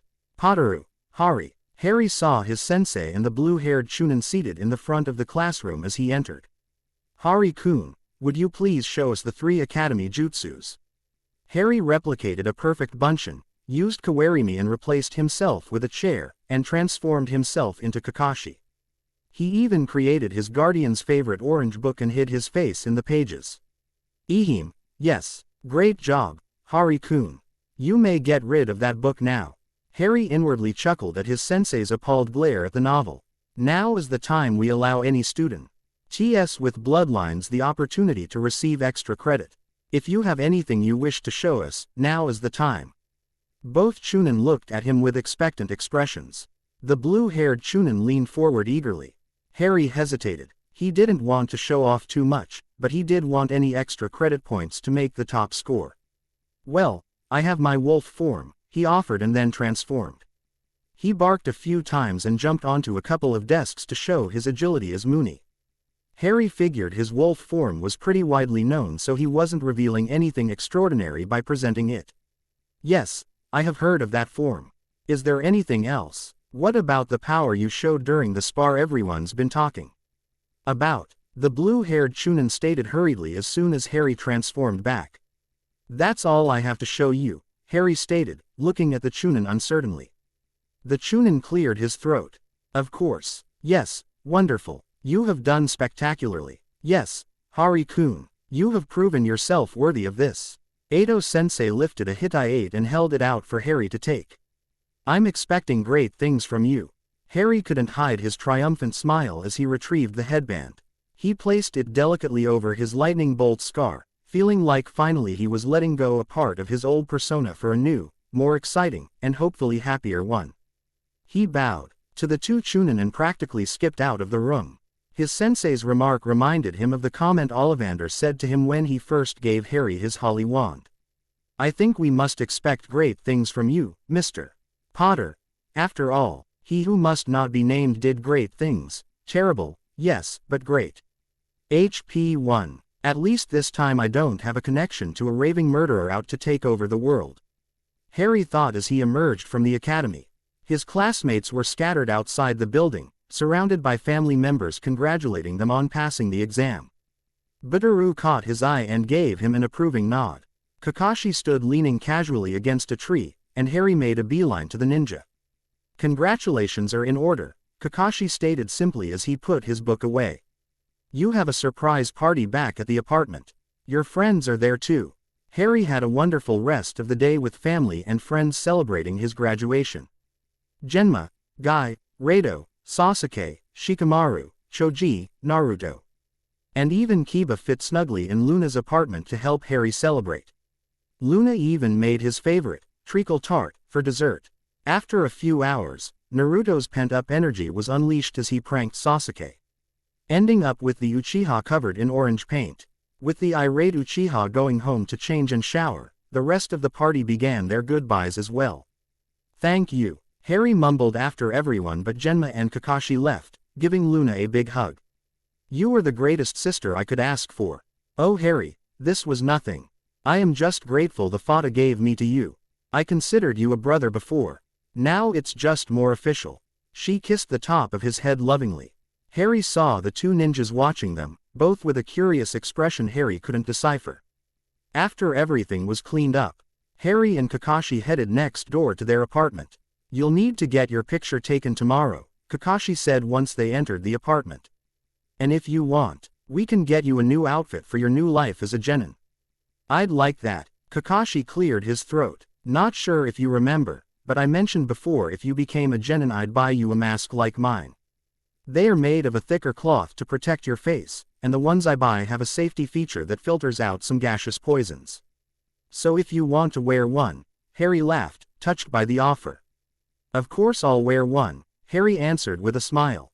Then you'll need to wear it to every training session from now on. You have to get used to having it on before going on any missions so it does not distract you. Kakashi cleared his throat and patted Harry on the head. Also, I figured I would let you know I'll be a little busy for the next year or so. The Hokage has given me a new mission of sorts. Harry looked at him with surprise. A new mission? What is it? Well, Kakashi rubbed his chin thoughtfully. You'll find out soon enough I expect. Harry felt a bit sad Kakashi was given a new mission. But at least I'll be busy as well with my new genin status. A few days passed and Harry arrived at the academy for the last time to be assigned to a genin team and a jonin sensei. He had on his new outfit. Loose-fitted black pants with a tight long-sleeve dark green shirt and black vest with multiple pockets in the front. He has his new mask pulled around his neck. He took a seat next to Badaru. Congratulations on your top score, Badaru said quietly. I had no doubts you would. Thanks, Harry responded happily. Kakashi told him the day before he was Officer Ally the Rookie of the Year for the recent graduates. And to you, you scored really high as well. Second, Badaru agreed. Father was very pleased. All right everyone, settle down. Edo-sensei waved his hand for everyone to sit down before he continued. Well done to all of you for graduating the academy. The next step in your shinobi careers will be continued with your new team. All of you will be divided into teams of 3 under the direct command of a jonin instructor. Excited whispers erupted at the prospect of teams. Harry hoped he was on a team with Badaru. I will now call out your teams. Edo-sensei cleared his throat before reading off the list. Harry listened intently through the teams, waiting for his name to be called. Team 4 will be Matsuo, Junichi, Yamanaka, Miki, and Aburame, Badaru. Your jonin instructor will be Gecko, Hayate. Harry and Badaru shared a look of disappointment before Badaru got up to sit next to his new teammates. Harry looked around the room, seeing which classmates were left. He had a sinking feeling in his gut. Team 7 will be Padaru, Hari, Nomura, Kazumi, and Ono, Taichi. Harry felt like he'd been punched in the stomach. Why, of all the students in the class, why did it have to be him? And your jonin instructor will be late. Harry, still feeling miserable at being paired with Taichi, looked at his sensei with confusion. Late. Then who is he? Taichi demanded. And why do I get stuck with the baby and the dead last? The red-headed girl Harry remembered struggling during the exam buried her head in her hands at the boy's exclamation. She must be Kazumi, Harry thought, feeling guilty he didn't know the girl at all. Your sensei wanted to surprise you, Edo-sensei stated lightly with a sadistic grin.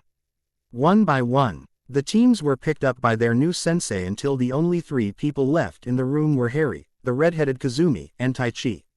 After an hour and a half of waiting, Taichi started to yell angrily. What kind of sensei would be this late? They better have a good explanation to making me sit here this long. Kazumi stayed quiet, still looking uneasily between Harry and Taichi. Harry drummed his fingers on the desk. Deep in thought, there was only one person Harry could only think of who'd be this late meeting his new genin team. Harry couldn't help the broad grin stretching across his features. This will be fun. End chapter. The story will be moving at a much faster pace from now on. Exciting things are coming up soon. Thank you for reading. Please let me know what you think. EM Lights. The Bell Test. Chapter 19 updated the 6th of December 2019. The next great adventure. To the well-organized mind, Death is but the next great adventure. Albus Dumbledore HPSS, Chapter 17. Chapter 19. The Bell Test. Team 7 will be Potaru, Hari, Nomura, Kazumi, and Ono, Taichi. Harry sat quietly in his chair, practically vibrating with excitement. Kakashi is my sensei. Why would they put me with the idiot and the baby? Taichi muttered angrily. He punched the top of his desk with an aggravated huff. Oh, yes, he had forgotten. Taichi was supposed to be on his team as well. Harry sat there in deep thought, wondering the same thing as Taichi. Why were the three of them placed together? Kazumi looked like she would rather be anywhere but in the classroom with them. How could she become a successful kunoichi if she can't even look her new teammates in the face? Hermione was terrible with interactions at first too, his brain reminded him. Yes, but she wasn't afraid to talk to people, she just didn't know how to do it well. Harry argued with himself. He took a peek at the young girl looking extremely nervous in a seat toward the back. She's going to need major help to become a kunoichi, he surmised. Before turning his attention to the other child in the room, Taichi was slumped back in his chair, still muttering angrily about the unfairness of his team. And Taichi is the worst teammate for me, Harry thought miserably. The boy hated his guts. Apparently the ones who placed them together did so for a reason. It took him a while, but eventually he was able to come up with the most reasonable explanation. Even if he didn't like it, they have always placed the highest and lowest scores on the same team, Harry began, finally catching the boy's attention. And then a third person, with a skill set to make the team more well-rounded, is added. I guess you were added for your taijutsu skill, most likely as a possible frontline assault. Nomura-san, Harry nodded to the despondent girl, has the potential to fall into a supporting role as either a medic or a genjutsu specialist. Harry thought that was being rather optimistic, not knowing any skills the girl possessed. However, it was common for girls to have good chakra control, and that was the main requirement for a medic or genjutsu specialist. It wasn't too far of a reach. At the comment, the girl snapped her head up to face Harry with an incredulous yet hopeful expression before burying her head back into her arms. Maybe she just needs some confidence.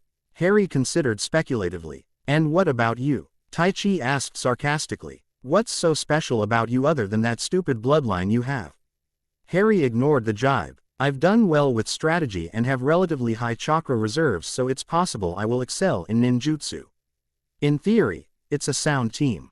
Though whether we can work together as a team is a different story entirely. Taichi snorted in disbelief and settled for muttering angrily to himself again. Harry sighed. This is what happens when you pair children together. Harry wished desperately he had brought a book with him. He was reading a fascinating book about plants Luna had let him borrow. The two of them wanted to learn about the plants in this world that were similar to the ones they were used to.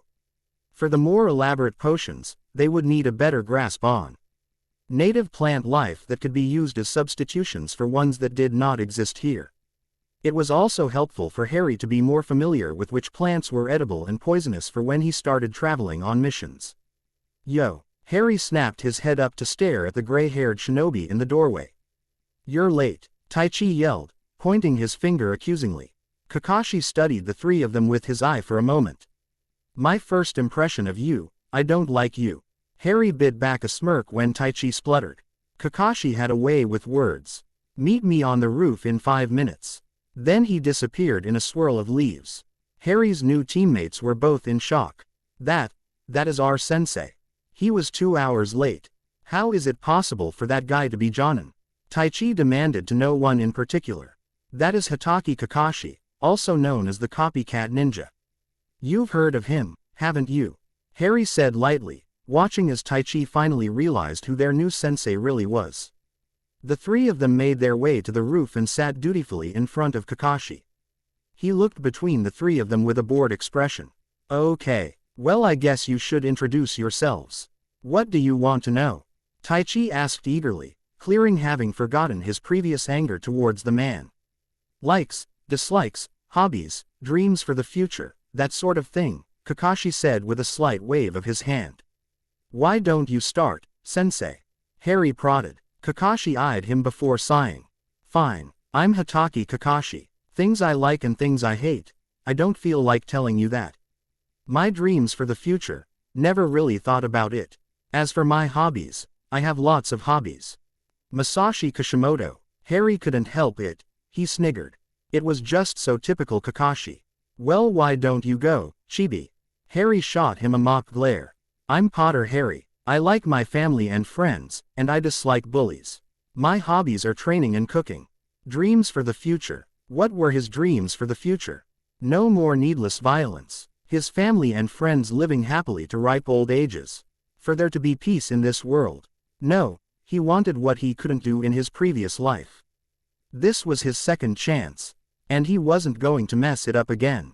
To be able to protect the people I care about.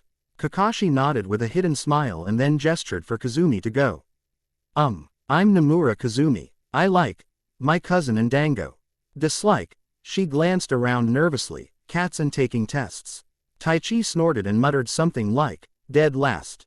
Kazumi flinched but continued. She spoke in a soft tone that Harry had a hard time hearing. My hobbies are gardening and trying different flavors of dango. My dream for the future, to be Jonin. Great. And you? Kakashi nodded to the last member of the team. My name is Ono Taichi. I like training and getting stronger. I dislike crybabies and people who think they are special. The jab at his two teammates was easily understood. Harry could already tell this team would have major issues. My hobbies are training, especially taijutsu.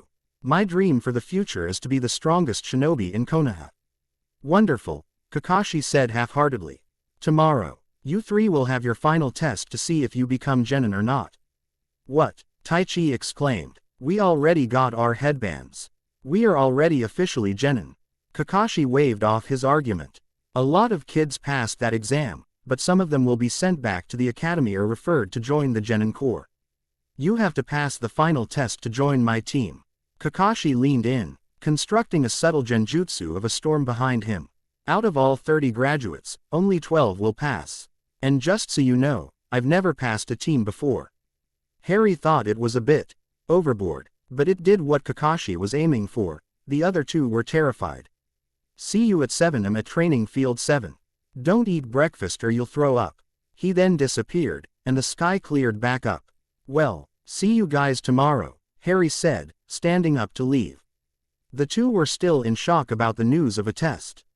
As Harry headed home, he could only muse about the success of his new team. I'm sure we will do fine, Harry thought optimistically. I mean, how bad could it be? Harry couldn't have been more wrong. Harry met his team at 7 am with the expectation that Kakashi would be late. Good morning, Harry stated cheerfully to his teammates. Kazumi nodded sleepily and Taichi just grunted. I thought we could use the time before our sensei gets here to get to know each other better. I don't know much about you, Nomura-san, and Ono-san, I think you and I got off on the wrong foot. What, do you want to know? Kazumi asked softly. Taichi ignored Harry entirely. Well, we could find out each other's strengths and weaknesses. If we are going to be a team, we need to know what everyone is capable of. Ah, okay. The redhead tried to stifle a yawn unsuccessfully. Harry coughed. Yes, well, I can start. So my strengths are strategy, projectiles, and taijutsu. I don't know any genjutsu or ninjutsu yet, though I am going to start learning ninjutsu now that I'm a genin. Also, my size makes it more difficult fighting much larger opponents. Taichi sniggered. Harry cleared his throat, ignoring the boy for now, and gestured for Kazumi. Well, I did pretty well with our classroom studies, but with everything else. You failed the written exam. That means you sucked at everything, Taichi interrupted cruelly. I get nervous with tests, she admitted, her face turning red. I know the answers mostly, but I can't ever seem to complete it in time. It's okay. Not everyone is good with tests, Harry added encouragingly. Taichi just grinned menacingly at her before going back to ignoring them both. Well, my attempt at uniting the team seems to have already failed. Harry thought with annoyance. At least the girl is trying.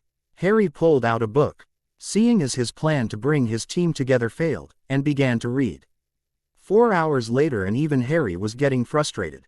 He wanted to get this test over with so he could start learning ninjutsu. He got up and began to stretch, hoping Kakashi would show up soon. 30 minutes later, A cloud of smoke erupted and Kakashi appeared looking extremely bored in front of them. "You're late," Taichi exclaimed. The boy's stomach immediately began to rumble loudly. Kakashi took out an alarm clock, one of the many he kept stowed away in the apartment, and set it down on a stump along with 3 bentos. Harry had a sneaking suspicion those bentos were made by Luna. "All right, you 3. He pulled out 2 bells from his pocket and tied them to his belt. "There are 2 bells here. Whoever is able to retrieve a bell will qualify for my genin team. Whoever fails will be sent back to the academy." He leaned over to the alarm clock and twisted it. "You have until noon to take a bell." Taichi spluttered out. "That only gives us 30 minutes. We've been here since 7 waiting for you." "Ma, well, there was a kitten stuck in a tree and then I had to help an old lady carry her groceries." He rubbed the back of his head with a grin. "And I am the Jonin, so I make the rules." Harry thought intensely. Only 2 bells. This wasn't what he was expecting at all. Kakashi was pitting the 3 of them against each other from the start. This doesn't make sense. Kakashi is always preaching about teamwork, so why would he want us to compete?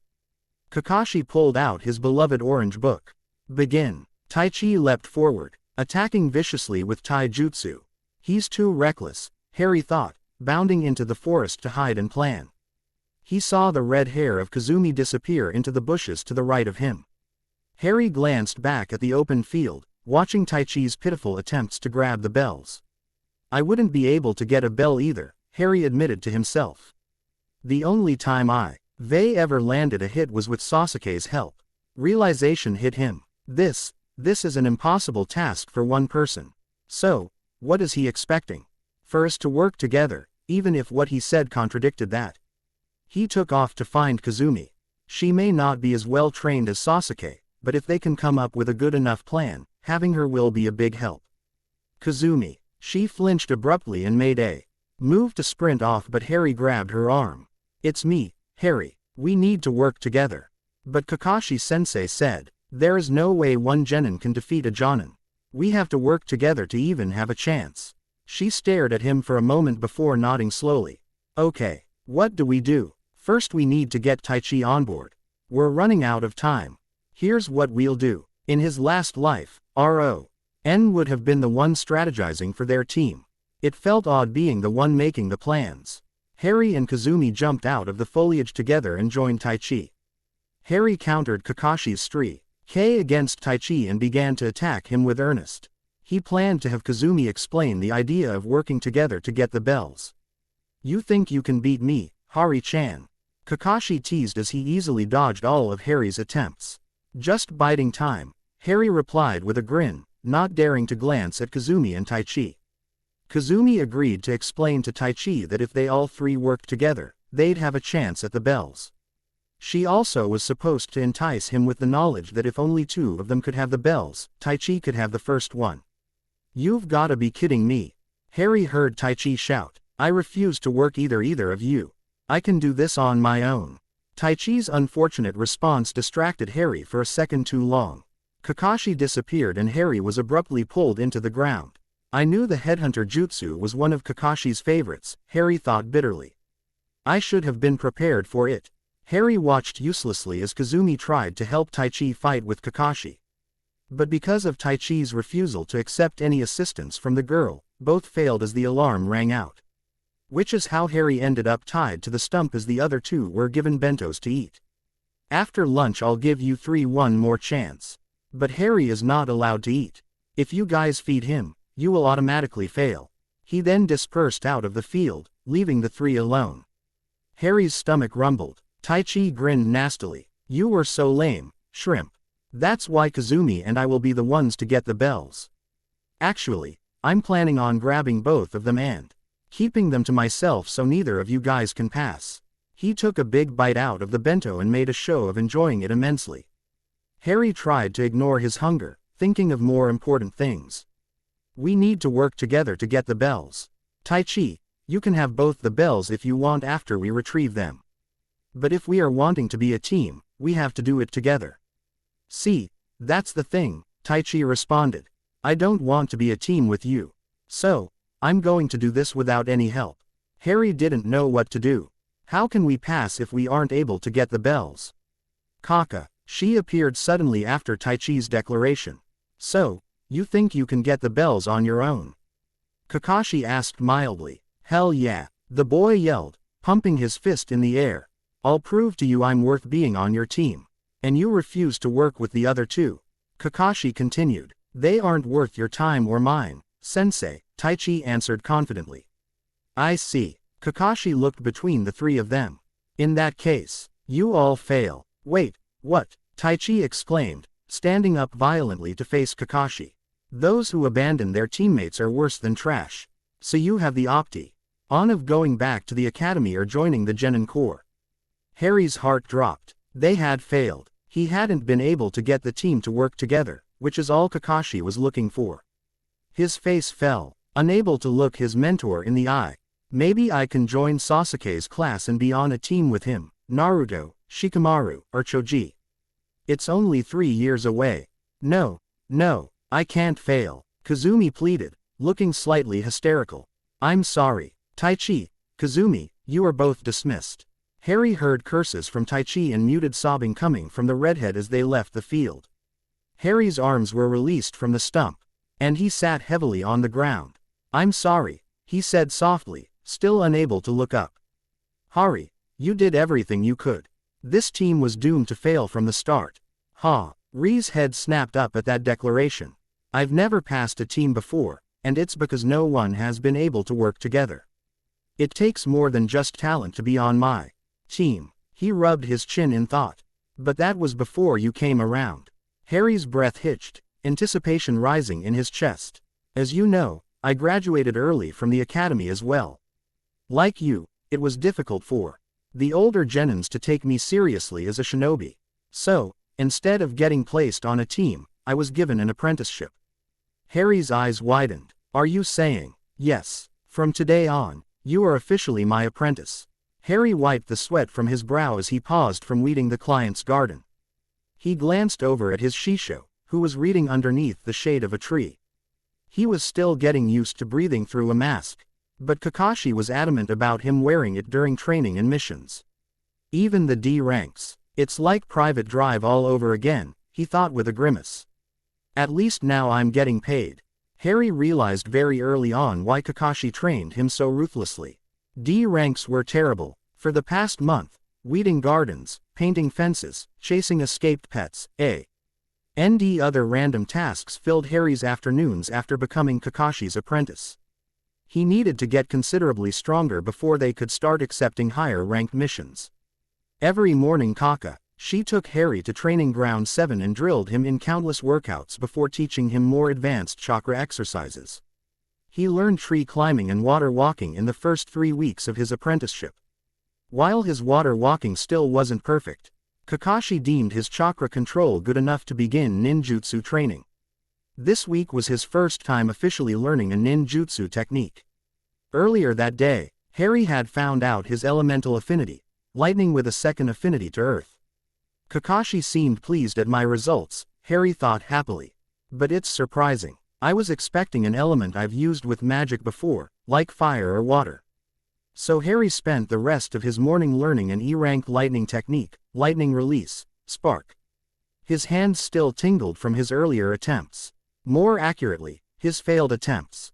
Kakashi assured him it would take a while to successfully produce an element for the first time, but Harry was discouraged by the lack of results. He was an adult attempting basic elemental jutsu. He had a leg up on other kids because of his knowledge and experience, so not catching on quickly felt the same as failing. He LLED out the last of the weeds and stood up stretching. I'm done, Shisho. Kakashi snapped his book shut. Good, we're done for the day. They headed to the Hokage's tower to receive the payment for the 3D ranks completed that afternoon. Kakashi, sensing Harry's mood, ruffled his hair and chuckled lightly. Hari-chan, I'm fully expecting you to become an expert in ninjutsu like me, he said confidently. You have picked up on everything astonishingly quickly. Not everything will come naturally at first. But still, Harry began, but Kakashi flicked his cheek playfully. Not buts. You are doing very well. Take pride in that. Quote. As they entered the building, Harry spotted Genma leaving the Hokage's office. You're back, Harry exclaimed, running over to him. "How was your mission?" "It was successful," Genma replied, handing papers over to the receptionist. "And how's your training going?" Harry grimaced. "It's going well," Kakashi answered. "Hari-chan has just begun elemental training this week." "Already?" Genma looked at Harry, shocked. "That is impressive." Harry felt his cheeks heat up, though it was hidden by his mask. "I haven't been able to do anything yet." Hari's out to pick up his payment for today and then we're heading home, Kakashi added, reminding Harry the reason for their trip to the tower. "Luna said she would have dinner ready when we got back," Harry added. Stepping away from the two Jonin toward the mission's office. "You should wait and walk home with us." Harry then went to the Chunin situated at the desk to turn in the reports. He was then handed his half of the mission earnings. "We will set you up with an account like mine later so your pay can go directly into there," Kakashi stated as they headed out of the tower. "Do you think Luna has one for her job?" Harry asked, wondering about money for the first time. "I never realized where money is stored here. Do they have something like Gringotts? If so, where would that building be? We can ask her when we get back. But I'm sure the Yamanaka had her set one up. I wonder what Luna has cooked for dinner," Genma said with a wistful expression on his face. "She told me before my missy on that there was a new recipe she wanted me to try." He looked thrilled at the prospect. Harry had the suspicion Genma cared more for Luna than he let on. Luna was very open about her feelings for the Senbon-carrying Jonin. In her own unique way, they would be a good couple, Harry thought. Maybe I should do something to speed things along. As they approached the apartment complex, Kakashi tensed and held his hand out to stop Harry from entering. "Something's wrong," he said quietly. "Hari, stay here. That's an order." Both Genma and Kakashi silently entered the apartment complex, weapons ready. Harry stood outside in a panic. What in Merlin's name could be going on? A few minutes trickled by before either of them emerged. Harry saw the blurry form of Genma fly out the window towards the middle of the village. Kakashi appeared next to Harry and grabbed his arm. "We need to get to the Hokage Tower immediately." "Kakashi, what happened?" Harry asked breathlessly as they ran to the tower.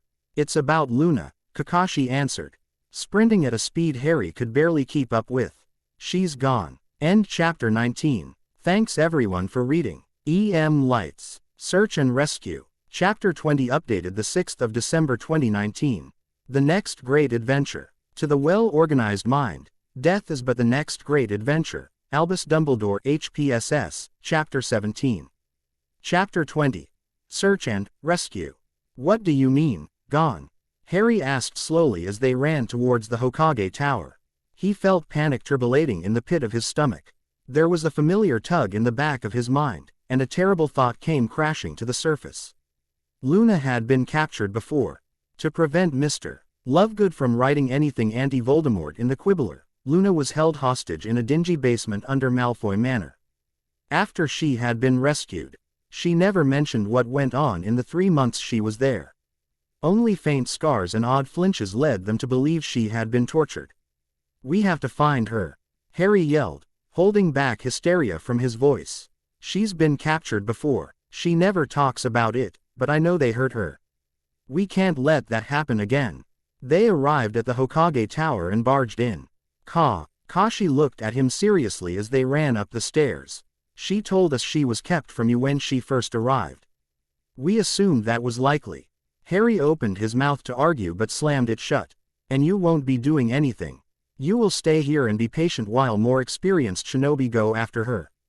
"But I'm your apprentice. I go where you go," Harry fought back. "Not this time, Kakas." He banged the door to the Hokage's office open to see Genma already explaining the situation to the Hokage with an Inuzuka standing beside him. Harry came rushing behind him, adamant on helping the search. Kakashi noticed an unfamiliar chakra signature inside our apartment building. We both entered and found it strongest in Potter Luna's apartment. Genma's breath hitched slightly before he continued. We sensed the intruder's chakra exiting out the front door with Luna's unique signature intertwined with it. The Hokage looked grim. "Inuzuka, Hitaki, you two will retrieve Abarameto and set off after Potter Luna. Go now." Kakashi and the other shinobi took off out the window.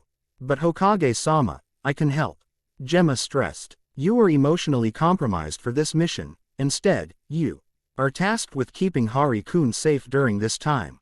The Hokage gestured to where Harry stood frozen. But I can help, Harry choked out, glad his mask covered the tremble in his lips. I'm sure that when you are older, you will be quite proficient at it. We have to look at the possibility that you may be a target as well. So for now, Hari-chan, your task is to stay put until your sister comes back safely to you. The Hokage looked sympathetically at the two of them. We will contact you as soon as she is found. We can wait in her apartment, Genma offered dully, pulling Harry toward the door. Hokage-sama, Genma said as he bowed before leaving the room. Harry sat on the couch hopelessly as Genma paced through the apartment. We have the best trackers in all of the elemental countries, Genma stated as he continued to pace. They will find her, no problem. It seemed to Harry that Genma wasn't saying it for Harry's benefit but to convince himself. It was something Harry was used to during the war. When someone went missing, they could only hope the person was lost or hurt and not killed or taken by the enemy. It had been half an hour already, and they had heard no update. Harry tried to meditate but all he could picture was how Luna looked when they first rescued her from one of Voldemort's hideouts. Her hair was lank and dirty with the ends looking like they'd been burnt off. Her already lithe figure was ashen with her bones visible through the skin. Her face was sunken in with a look Harry had never seen from her before. Luna, who was always filled with such optimism and brightness, looked as if she'd been touched by death and barely survived the encounter. Harry had stayed with her off and on for the weeks of her recovery. She never spoke a word to him of what happened, and after those weeks, she was back to her odd yet cheerful self. Not many who'd been captured by Death Eaters were able to recover and return to their normal lives. She's strong, Harry allowed himself to admit. She'll make it back to us. Hari. Sasuke came bursting into the apartment. What's going on? Luna's missing, Harry replied softly, and Sasuke immediately wrapped him in a hug. Sasuke looked between Harry and Genma, who was still pacing the room feverishly. We were ordered to stay here and wait for them to find her, Harry said, answering Sasuke's nonverbal question. Kakashi is leading the search team. Quote, then I'll wait with you, Sasuke declared, settling into the couch next to Harry. Genma discontinued his pacing to walk over to the couch and pat Sasuke's head. I'll make tea then. The clinking of teacups could be heard, and Harry was glad for the distraction. Genma was making Harry even more nervous with all his pacing. A silvery figure of a bunny hopped suddenly into the room, twisting and turning to get Harry's attention. Luna, Harry exclaimed, standing abruptly to greet the small creature. His heart leapt at the appearance of Luna's Patronus. Genma's head snapped toward Harry with a hopeful expression but faltered in confusion when he saw the ghost of a bunny hopping around Harry's figure. Woke up in the woods. Had some fun making the men grow antlers and sprout fur. Not sure my location. Getting tired, so go ahead and find me now. Genma gasped as Luna's voice echoed throughout the room. Sasuke stood with uncertainty to get a better glimpse of the floating rabbit. Oh, my smart, beautiful Luna, Harry whispered happily. Harry held out his hand, pulling on the happy thoughts of his parents, and created his own Patronus. Hello Prongs, I have a favor to ask of you. Kakashi's nin-kin had already caught Luna's scent and were pursuing when a silvery light interrupted them. Kakashi was in complete shock to find the ghost of a duh-er and a bunny circling him and his teammates. Shisho, follow the stag to find Luna.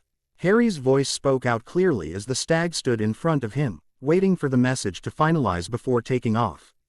Kakashi, Inuzuka asked hesitantly, is this for real? It's from Hari-chan. The ghosts are heading in the same direction as the scent, so I trust it. Let's go, Kakashi answered before taking off after the silvery images. 15 minutes later, Kakashi and his teammates come across an odd scene. Hello Kakashi-san, thank you for coming to get me. I was rather tired after all. Oh, and Prongs found me too, how wonderful. Luna sat gracefully between two unmarked shinobi, both of whom were knocked out with. Are those antlers? Inuzuka whispered in confusion, pointing at the pointed bones protruding out of one of the captors' heads. The other had sprouted purple fur around his face like a mane. Both of the men's eyelashes had grown 2 feet long and their clothes were covered in brightly colored mushrooms. I put them to sleep after they started screaming about their new accessories. They wanted to see my talents, so I showed them. Luna sighed. They weren't very nice though. So I think I'm rather ready to go back home. I'd gather Harry is quite cross with me. Yes, let's go, Kakashi agreed. Inuzuka, Aburame, grab these two and take them straight to Ibiki. Kaka's High's teammates grabbed the colorful sleeping ninja and took off. Luna, are you opposed to me carrying you? We will get home more quickly. Oh, I don't mind. You are family after all, she answered before hopping onto his back. This will be better than riding a hippogriff. So Potaru-san, what did the powder look like? Hokage-sama questioned. Luna sat comfortably in front of the Hokage's day. Kei surrounded by Kakashi and his teammates, Genma, and Harry, who was grasping her sleeve tightly as though he feared she would disappear again. Sasuke, since he was not family or directly involved with what occurred, was asked to stand outside the door, much to his dismay. It was white, but I didn't see it very well. I lost consciousness as soon as I breathed it in. Luna spoke calmly, as if she was recollecting her normal daily routine. And what happened when you awoke? Hokage-sama asked, gesturing for her to continue her story. Well, they said they had a mission, and it was important that I didn't try running off. Did you try? Genma interrupted, with a worried look. No, they asked me not to after all, Luna replied, giving him a soft smile. I knew my family would find me eventually. Potaru-san, you need to realize that if you hadn't been found. Hokage began, but Luna shook her head. I know, she admitted in a quiet voice. I am not unfamiliar with the process. Harry sniffed involuntarily, and Luna patted his head as a comforting gesture. The two men made it clear that their mission was to bring me to that location but didn't mention any other part of it, Luna continued. It was rather odd for a kidnapping attempt, I admit.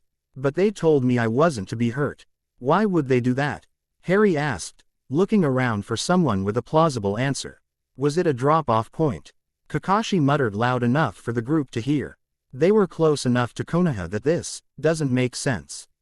It's almost as if they wanted us to find her, Aburame-to interjected softly. Logically, their placement of Potaru-san leads me to believe they are either idiots or this was the plan from the beginning. But why? Harry asked exasperatedly. Why would they take her just to allow her to be saved? Quote, these are all just theories, Hari-chan, Hokage-sama said gently. We are questioning the men as we speak.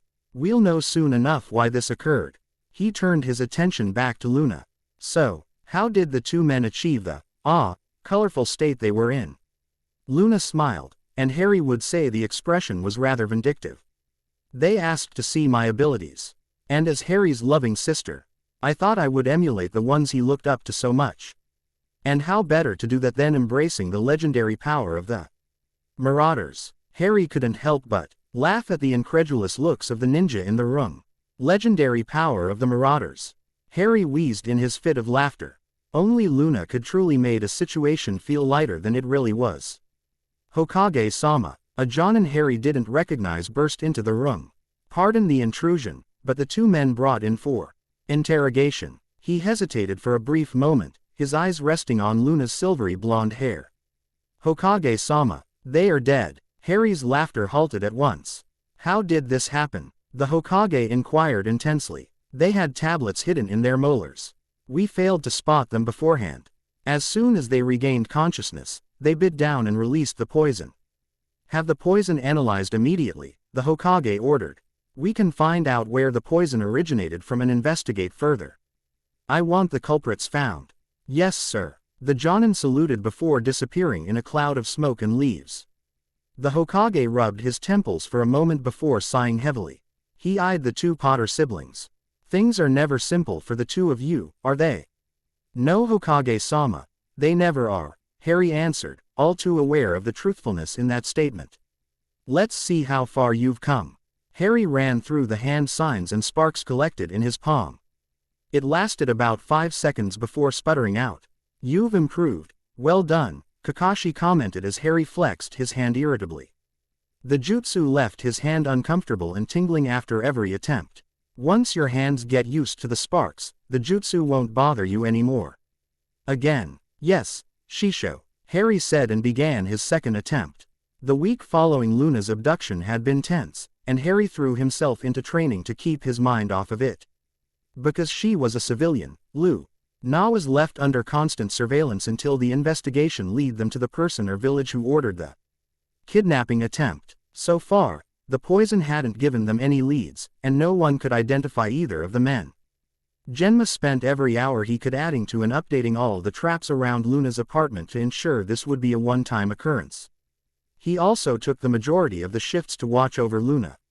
Luna, on the other hand, acted rather unaffected to the whole affair, much to the exasperation of everyone. "Luna, you need to take this more seriously," Harry said at dinner that night. It was a topic that came up multiple times throughout the day. "I understand. It's too bad I didn't learn more warding. That would have been helpful," Luna commented lightly. "I would like this whole situation to be over with though. Harry and I haven't worked on our bloodline in a while." It was true, the two of them hadn't been able to practice magic at all with so much focus being placed on the two of them. Apparently, the Hokage thought he could still be a possible target as well. Harry at least was a genin so he had more freedom, but even then, he was with Kakashi constantly. "We worry because we care about you," Genma added with barely concealed reddening to his cheeks. "If something were to happen to you." Luna smiled and placed her hand on top of his. "I know." Ignoring the fact that Kakashi was monitoring him from afar, Harry tried to enjoy this time to himself. His destination was the academy, hoping to catch his friends as soon as their class ended. After becoming apprenticed to Kakashi, Harry hadn't had much time for his academy friends. Especially Baduru, whose genin team passed easily and now was doing his own missions and training. Before he turned the corner to approach the academy, he ran into a familiar face. "Kazumi-san." "Oh, Hari-san, hello." She had her head tilted down, avoiding eye contact. It didn't deter Harry from seeing a large bruise on her right eye. He quickly glanced at the rest of her form and saw slight bruising on her neck and arms. Bruising that looked nothing like a normal spar from an academy student. "What happened?" She flinched at the question. "Who did this to you?" She glanced around nervously, as if someone would jump out at them at any moment. "My family was unhappy with my failure," she answered slowly. "I deserve my punishment." Harry felt sick. "No one deserves this," he almost growled. "And it's been over a month. Do I need to talk to someone?" "Sensei maybe. We were sparring. It is nothing," she whimpered, staring dutifully at her feet. "I will do better next time." "It's not nothing," Harry argued. She took a step away from him. "I have to go train," she commented and turned to leave. "Wait." She stopped but didn't turn back to face him. "You can always come to me if you need to talk about it." She nodded tersely and then took off down the road. How dare her family do this to her, Harry thought in outrage. Not even the Dursleys left marks on him like that. He practically stomped the rest of the way to the academy. "I'll just have to keep an eye out for her. If it gets worse, I won't let her suffer. I'll figure out something." "Hari-chan." Naruto leapt at him, grinning like a Cheshire cat. "How is my little Ototo?" "Just training a lot," Harry answered, trying to calm down his bubbling anger. "How's the academy?" "Boring," Naruto answered, sticking out his tongue towards the building. Harry noticed Naruto was the only one who had already left the building. "You haven't been skipping out now, have you?" Naruto blanched and looked at him guiltily. "Don't skip," Harry ordered, giving him a stern glare. "If you don't learn, you'll be stuck in the academy even longer." Naruto looked at him in horror. "No way, I can't be kept here forever, I'm gonna be Hokage one day," he declared. "I won't skip anymore, I promise." "Good," Harry said, grinning. "And maybe if you improve your grades, I'll talk to Kakashi about getting you extra training." "Yes," Naruto cheered. "I'll improve my grades, believe it." "Ah, I'm gonna go home and study right now." And with that, Naruto took off. "I wish I was as optimistic as that boy," Harry mused. "He really is like a ray of sunshine." Harry only had to wait a little while for the rest of the class to appear. "Hari," Choji cheered as he approached him. "Yo," Shikamaru added, slouching over with his hands in his pockets. "Haven't seen you around in a while." "Sorry guys, it's been a little crazy lately," Harry lamented, feeling sheepish. He mentally noted to himself to make more time for them. "We understand," Choji stated, offering him a chip. Harry assumed it was the boy's way of accepting his apology and gratefully took one. We still have a few more years before we graduate and become as busy as you are. Sounds troublesome, Shikamaru muttered. Still, it'll be nice to not have to sit in that classroom every day. Sasuke exited the building and spotted Harry instantly. He came running over with a broad grin. Hari, what are you doing here? Kakashi wants to test you, so it looks like we will be sparring today, Harry answered. I've been working hard, so I won't go easy on you, Sasuke stated, his posture radiating confidence. Harry grinned at the challenge. Shikamaru sighed and glanced at Harry with a peculiar look. How is your sister? He asked quietly. She's fine now, just annoyed with all the attention, Harry answered honestly, though he was surprised. How do you know? Dad told me. Ah, I see. Harry made a face. We are both just ready for things to calm down. Shikamaru nodded in understanding. Well, we have to head home for clan training, he muttered, looking not excited in the least about the prospect. He nudged Choji to join him. Be careful, all right, of course, see you guys later, Harry responded with a wave goodbye.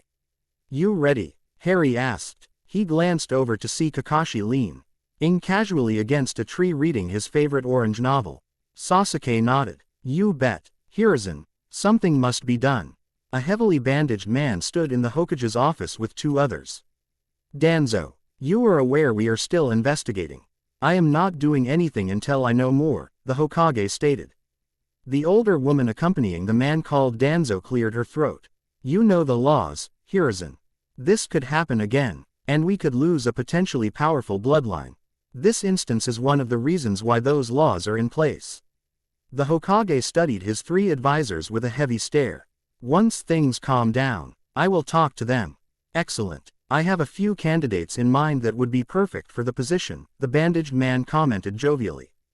The three bowed and swept out of the room.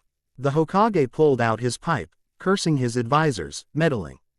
He lit it with a snap of his fingers and inhaled the tobacco slowly, savoring the bitter taste. He blew out the smoke and closed his eyes, leaning back into his chair with exhaustion. Let's hope this turns out better than I fear. End Chapter 20. Escort Mission. Chapter 21 updated the 8th of December 2019. The next great adventure. To the well-organized mind. Death is but the next great adventure. Albus Dumbledore HPSS, Chapter 17. Chapter 21. Mission to Tea Country.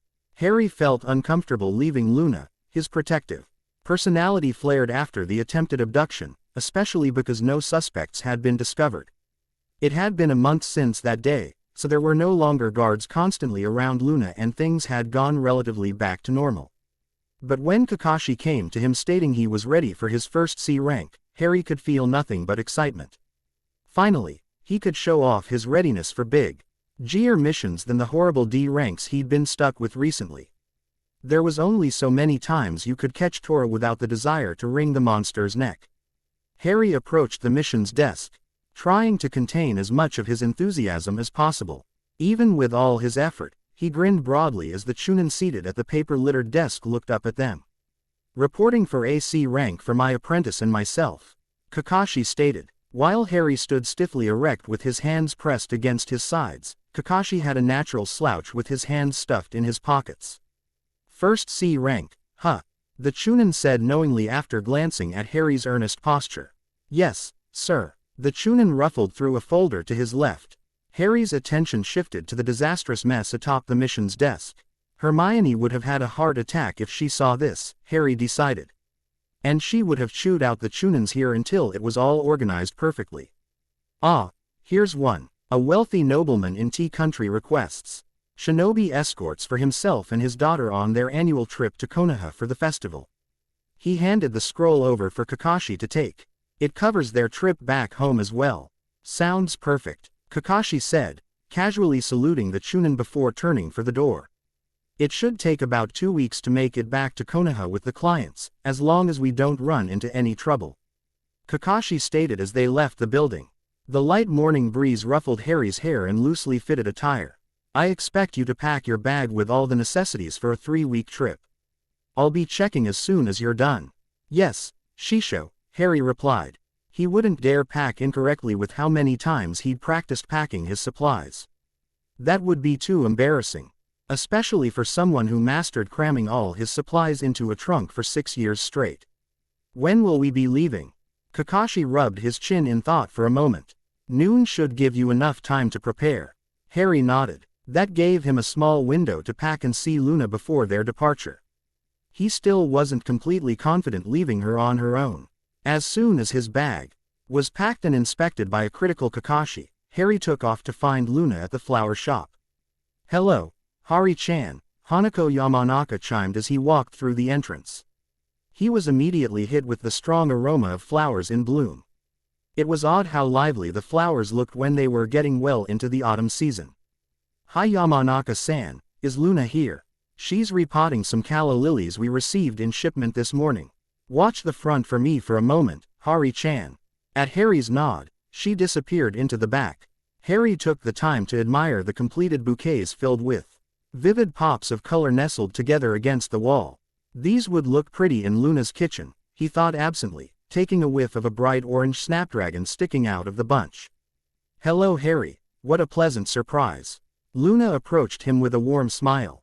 She had a stained white rag in her hands, casually cleaning off the remnants of dirt stuck to her hands. He embraced her in a swift hug. "I've been assigned my first C-rank mission." At Luna's blank stare, he elaborated. "It means I'll be out of Konoha for a couple of weeks." "Oh of course," she said genially. "This is what you've been waiting for."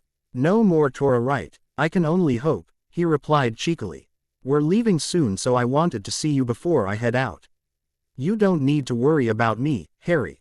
I know you are still concerned about what happened." Her clairvoyance shined once again, and she brushed his bangs away from his face softly. "I'm not afraid. I know you want to protect me from all the Death Eaters out there, but even without chakra, I am not helpless." Harry felt a jolt of guilt. He knew Luna was just as capable with magic as he was. Maybe even more because she didn't have hers slowly fused into chakra coils. "You're right," he murmured. "You are strong. I can't help but worry though. Well, you mean a lot to me. To think something could happen." She wrapped him up in another tight hug. "You are so cute when you worry. Like a fluffy puffskin," she added, causing Harry to laugh. "I am not a puffskin," he argued. Luna giggled. "Of course not. And I will have company while you are gone. Al will be there, of course. And Genma said he'd be in Konoha for a while." Luna's tone changed as she spoke about Genma, and Harry knew she'd be in good hands. "Tell Sasuke and Naruto I'll be back in a few weeks if you see them," Harry added, realizing he wouldn't have time to say goodbye to his friends before leaving. "Well, they are both coming for dinner tonight, so I'm sure it will come up." Luna replied with a teasing smile. "And if I see your friends Shikamaru and Choji, I'll be sure to mention it to them as well." The lush forest outside Konoha's city looked the same as it did when Harry first arrived in this world. However, his feelings toward the tall skyscraper trees now felt comforting and inviting, a vast contrast to how he felt back then. To think, he'd been in this world for over a year now. His feet landed lightly on a branch before leaping forward. He was still getting used to running through the trees, but Kakashi had slowed their speed to ease him into it. Apparently it will soon be second nature for him to race through the trees with barely a thought. Harry was following Kakashi diligently, trying his best to keep up with his Shisho's pace. It felt a bit odd to have the extra weight of the bag on his back, but he thought he was adjusting well. "We'll be heading in this direction for about 10 hours until we arrive in Tea Country. Speak up if you need a break. I want to see your current endurance with running through trees." "Yes, Shisho," Harry replied quickly, before focusing on his breathing once more in tandem with his steps. They'd travel for about 4.5 hours before Harry unwillingly stated he needed to stop for a moment. Kakashi searched the grounds before directing Harry to a clearing up ahead. "We'll stop here for a moment. Make sure to hydrate yourself." Harry stopped, taking heavy breaths to try and fill his lungs with the oxygen they were demanding. Once he got his breath under control, he pulled out a water bottle from his pack and a protein bar. He drank greedily from the bottle before munching on his protein bar. They sat in comfortable silence as they ate. After he finished, Harry went behind a tree to relieve himself. As he entered back into the clearing, Kakashi asked, "You ready, my cute little apprentice?" "Yes, Shisho." He deliberately ignored the cute comment. Kakashi stood and studied him for a moment. "You've done well. I'm impressed with your progress so far. We will increase your endurance training when we get back. You'll be able to make this trip without stopping in no time." Harry grinned at the praise and took off up the nearest tree confidently. He'd be damned if he stopped again before they reached their destination. 4 hours later, Kakashi forced them to stop once more. Ari's pride wanted to continue, but his body was screaming for a break. He reluctantly stopped and flopped onto the ground. "We'll rest here for a bit. There's only about an hour or so left, and once we arrive, we will find some food and check into the hotel." The sun had already set, and the canopy of trees sparkled with stars. It was peaceful and made Harry fight his body's desire for sleep. Rai was fine with a late dinner as long as he had a bed to fall into once they arrived. They went ahead and changed into civilian clothing for their entrance into the village. The village was civilian-run and about half the size of Konoha. The only restaurant open at 10:30 at night was a small noodle bar that seconded as a liquor bar. Harry and Kakashi slid into a booth and were immediately greeted with a young dark-haired waitress with curves that made Harry blush and avert his eyes. Even at the age of 19, he'd never really had any kind of relationship. His sloppy kiss from Cho-chan wasn't the greatest for his first experience. With the war and all the responsibility thrust on his shoulders, he never had time to establish any closeness with anyone, always saying he would after the war. He also never discovered if he had a type. He was too preoccupied with not dying than checking out potential partners. "But I guess now that I'm young again, I'll be able to have normal relationships if I want once I come closer to a dating age. Even if going through puberty again would suck." Harry asked for a plain miso ramen bowl while Kakashi ordered yakisoba ramen. Harry scrunched his nose at the thought of cabbage, and wondered how Kakashi actually enjoyed it. The waitress hovered around their booth even after they received their food, and Harry noticed Kakashi ignoring the intense glances she shot at him. Even with a blue cotton scarf covering most of his face, he still had admirers. Harry fought sleep as he sat in the plushy booth with a full stomach. His eyes blinked heavily as they left the noodle bar and headed to the hotel. It was elaborate and gaudy, and Harry might have been interested in the structure if he wasn't about to keel over any second. He didn't remember his head hitting the pillow before falling into a deep sleep. The morning rays barely penetrated the curtains of the hotel room before Kakashi was ushering Harry awake. "All right, Hari-chan, what do we need to accomplish before meeting our client?" Harry sat up in bed, ignoring the sleep in his eyes, to answer the question. "Talk to locals about issues, if there have been raids or suspicious outsiders. And find more information about the client. We need to know if there are enemies, ex-lovers, family dissonance, or political rivals." Kakashi nodded, adding, "And what else?"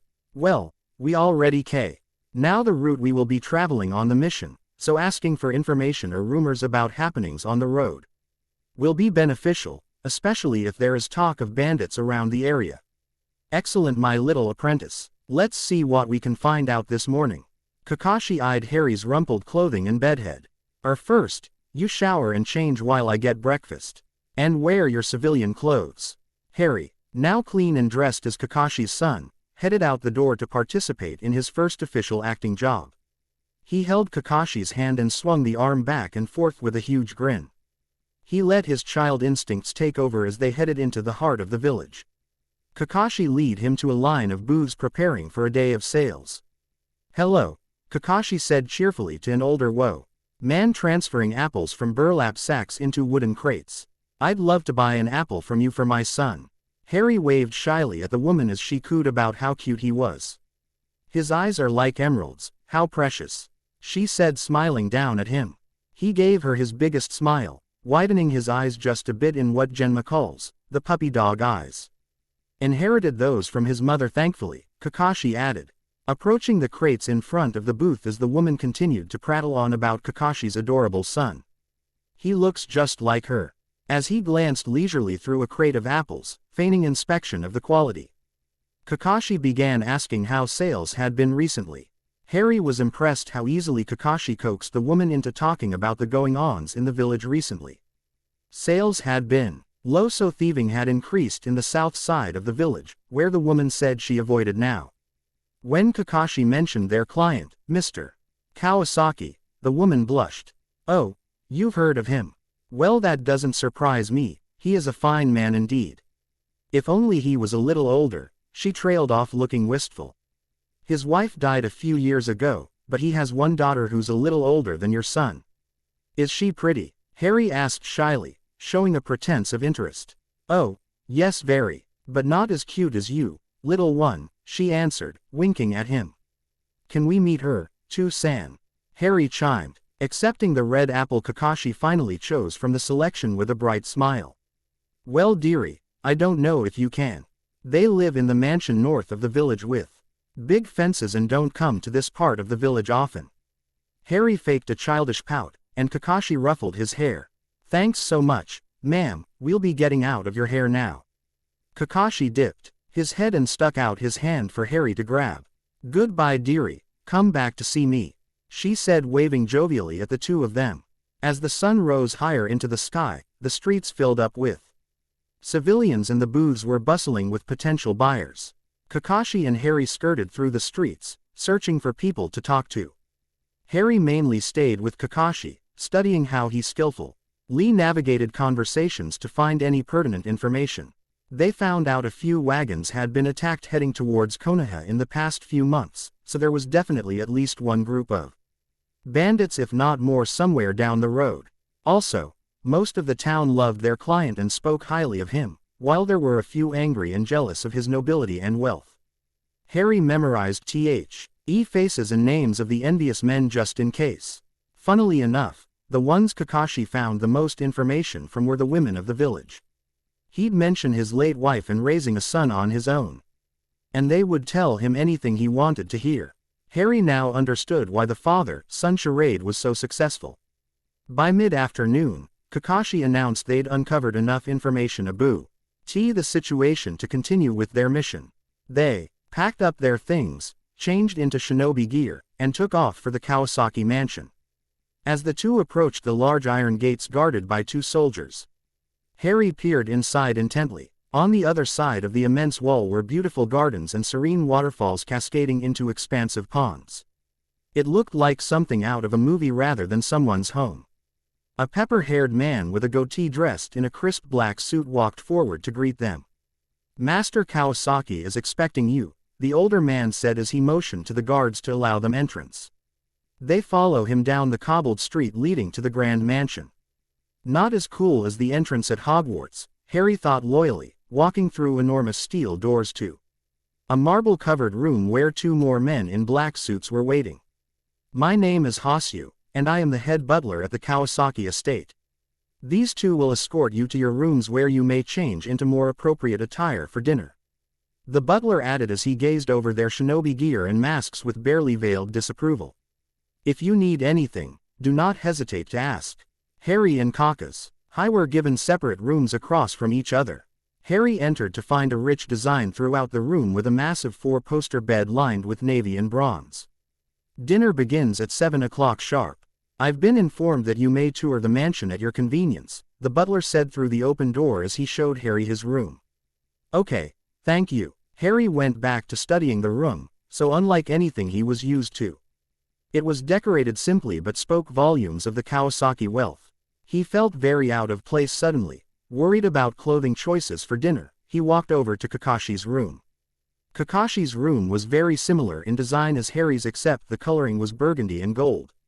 Kakashi had already changed his shinobi clothing for a pair of nice black slacks and a black button-down, though his mask and hitai stayed securely in place. "Need help choosing an outfit?" Kakashi asked, noticing Harry's obvious discomfort. "Kakashi, I didn't bring anything nice enough for this," he said softly. Kakashi chuckled. "Hari-chan, I am happy you did not bring unnecessary clothing like this on our mission. There are clothing options in the closet of your room. Though, they probably won't have something small enough for you." Harry huffed but cheered up considerably at the fact Kakashi didn't have any nice clothes with him either. Kakashi exited the room to look through Harry's closet. Finding nothing to fit his apprentice, he left to find one of the butlers for smaller clothing choices. However, it seemed the butlers were prepared and already had chosen clothing to fit Harry's small frame. The silk button-down was dark gray and the softest shirt Harry had ever worn. He also kept his Hittite on but pulled his mask down to pull around his neck. The black paw NTS were about an inch too long and Kakashi expertly rolled them once inward and pinched the crease.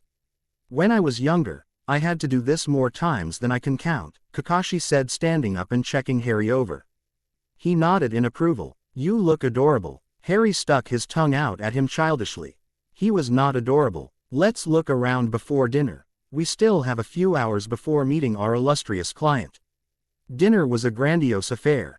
As the two shinobi entered the dining room, they were greeted by a middle-aged man wearing a dark purple tunic with gold accents. Hello, hello, how wonderful to have you here. Quote, the man Harry assumed was Mr.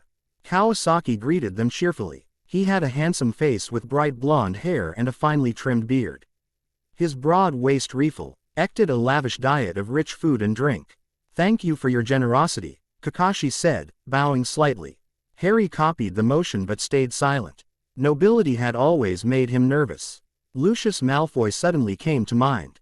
My name is Hitaki Kakashi, and this is my apprentice Potaru Hari. We look forward to escorting you and your daughter to Konoha. Yes, I'm sure you will do an excellent job. Kawasaki gestured to a young girl seated to his right. This is my lovely daughter, Hiromi. Her blonde curls bounced as she turned her head to stare at them. It's a pleasure to make your acquaintance, Hiromi-san, Kakashi said. Slightly bowing to her as well. Harry mimicked him once again. Yes, it is, the girl said haughtily. Harry took an instant dislike to the girl. Now, Hiromi, the Sei Shinobi are here to make our trip safe. He patted her head softly. Hitaki-san, Potaru-san, please join us. Dinner will soon be served. Since Kakashi took the seat to the left of the client, Harry was thankful he did not have to sit across from the pretentious daughter. Dinner was extravagant with multiple courses filled with succulent flavors and sauces. Most of the food was so rich it was difficult for Harry to stomach. He picked around his dishes, eating just enough so it wouldn't look like he'd snubbed the meal. His protein bar back in the room was calling his name already. Hitaki-san, your apprentice seems very young to be a ninja. Harry glanced at the client who was studying him from across the table. Hi, Hari-chan is young but has proven himself a prodigy. Konoha is lucky to have him. Harry forced himself not to grin. It felt nice being complimented for his hard work rather than his boy who lived fame. That is high praise coming from you, copy ninja Kakashi. The Hiromi child huffed, catching the attention of her father. May I be excused? You don't want dessert, my dear? Kawasaki asked in astonishment. I'll have it delivered to my room. She got up and curtsied to her father before leaving without a backwards glance. You'll have to excuse my daughter, Kawasaki said with a sigh. She doesn't like shinobi very much. Her mother, the man faltered, his eyes becoming cloudy. Well, she passed away a few years ago. A missing nin looking for quick money. I paid the ransom but I'm sorry for your loss, Harry said after a moment of silence. Thank you, my boy, but it was a long time ago. After dessert was served and eaten only by Kawasaki, Harry and Kakashi departed to their rooms. We'll be leaving tomorrow, so have everything packed and ready to go by dawn. We'll need to check the roads and wagons before taking off. Harry nodded, his stomach a bit queasy from the food. All he wanted to do was sleep the stomach ache away and not think about the trip back home.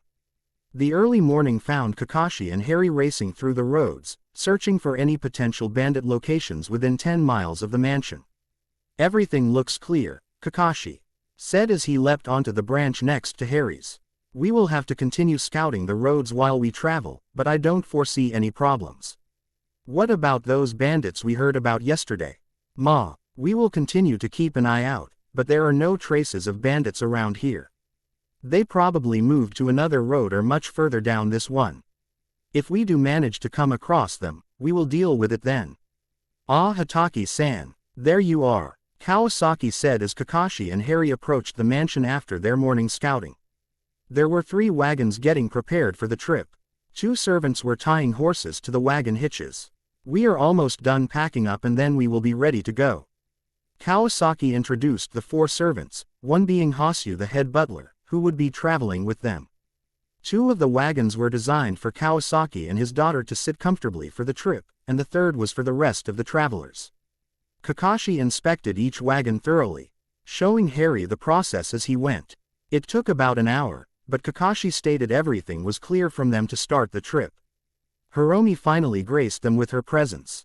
She strutted on the cobblestone road with a servant overloaded with bags trotting quickly behind her. "Put my things in there," she ordered the man, who scrambled quickly to load them into her wagon. Kakashi and Harry went to help the servants load the rest of the bags into their designated wagon so they could embark on their trip. "It seems we are all set," Kawasaki stated, clapping his hands together in excitement when everything was finally packed. "Whenever you are ready, Shinobi-san." He climbed into his wagon, settling himself down for the long trip. Kakashi looked down at Harry. "This will be a routine 2-man guard position. I want you on point, keeping your eyes peeled for any disturbances. I will be rotating between the back and the sides of the wagons. We will switch once it's time for us to scout ahead." "Yes, Shisho." Kakashi nodded to Hosyu who sat at the reins of the first wagon. He signaled the other 2 drivers and off they went. The first week went flawlessly though Harry was incredibly bored. This mission wasn't nearly as exciting as he first thought when they accepted the C rank. He was currently guarding the back of the caravan which unfortunately was Hiromi's wagon. "How old are you anyway?" she asked, leaning out of her window in boredom. "I'm 6, she snorted. "You are such a baby." "I'm 8.5. She looked smug at the idea of being older. "Why do you wear a mask? Are you trying to be like your master?"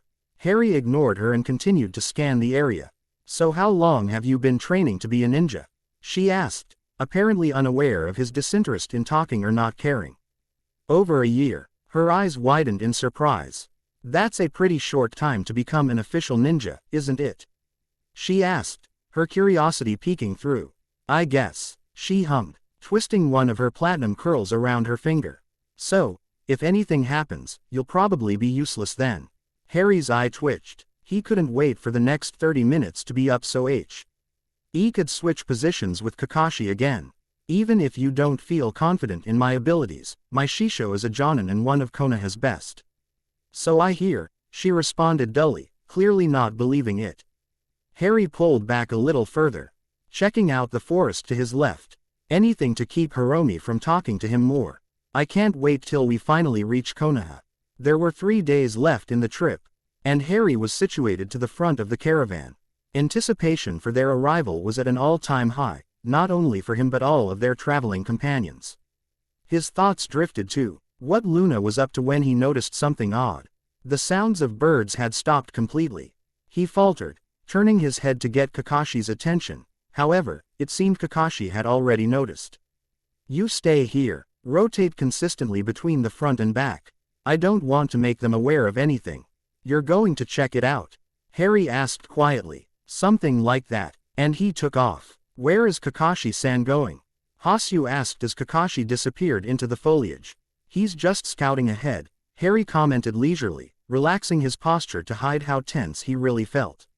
"Nothing to worry about." Harry dutifully rotated between the 2 sides of the wagons, hyper-aware of every sound coming from the surrounding forest. Not 5 minutes later, Kakashi came strolling back up to them.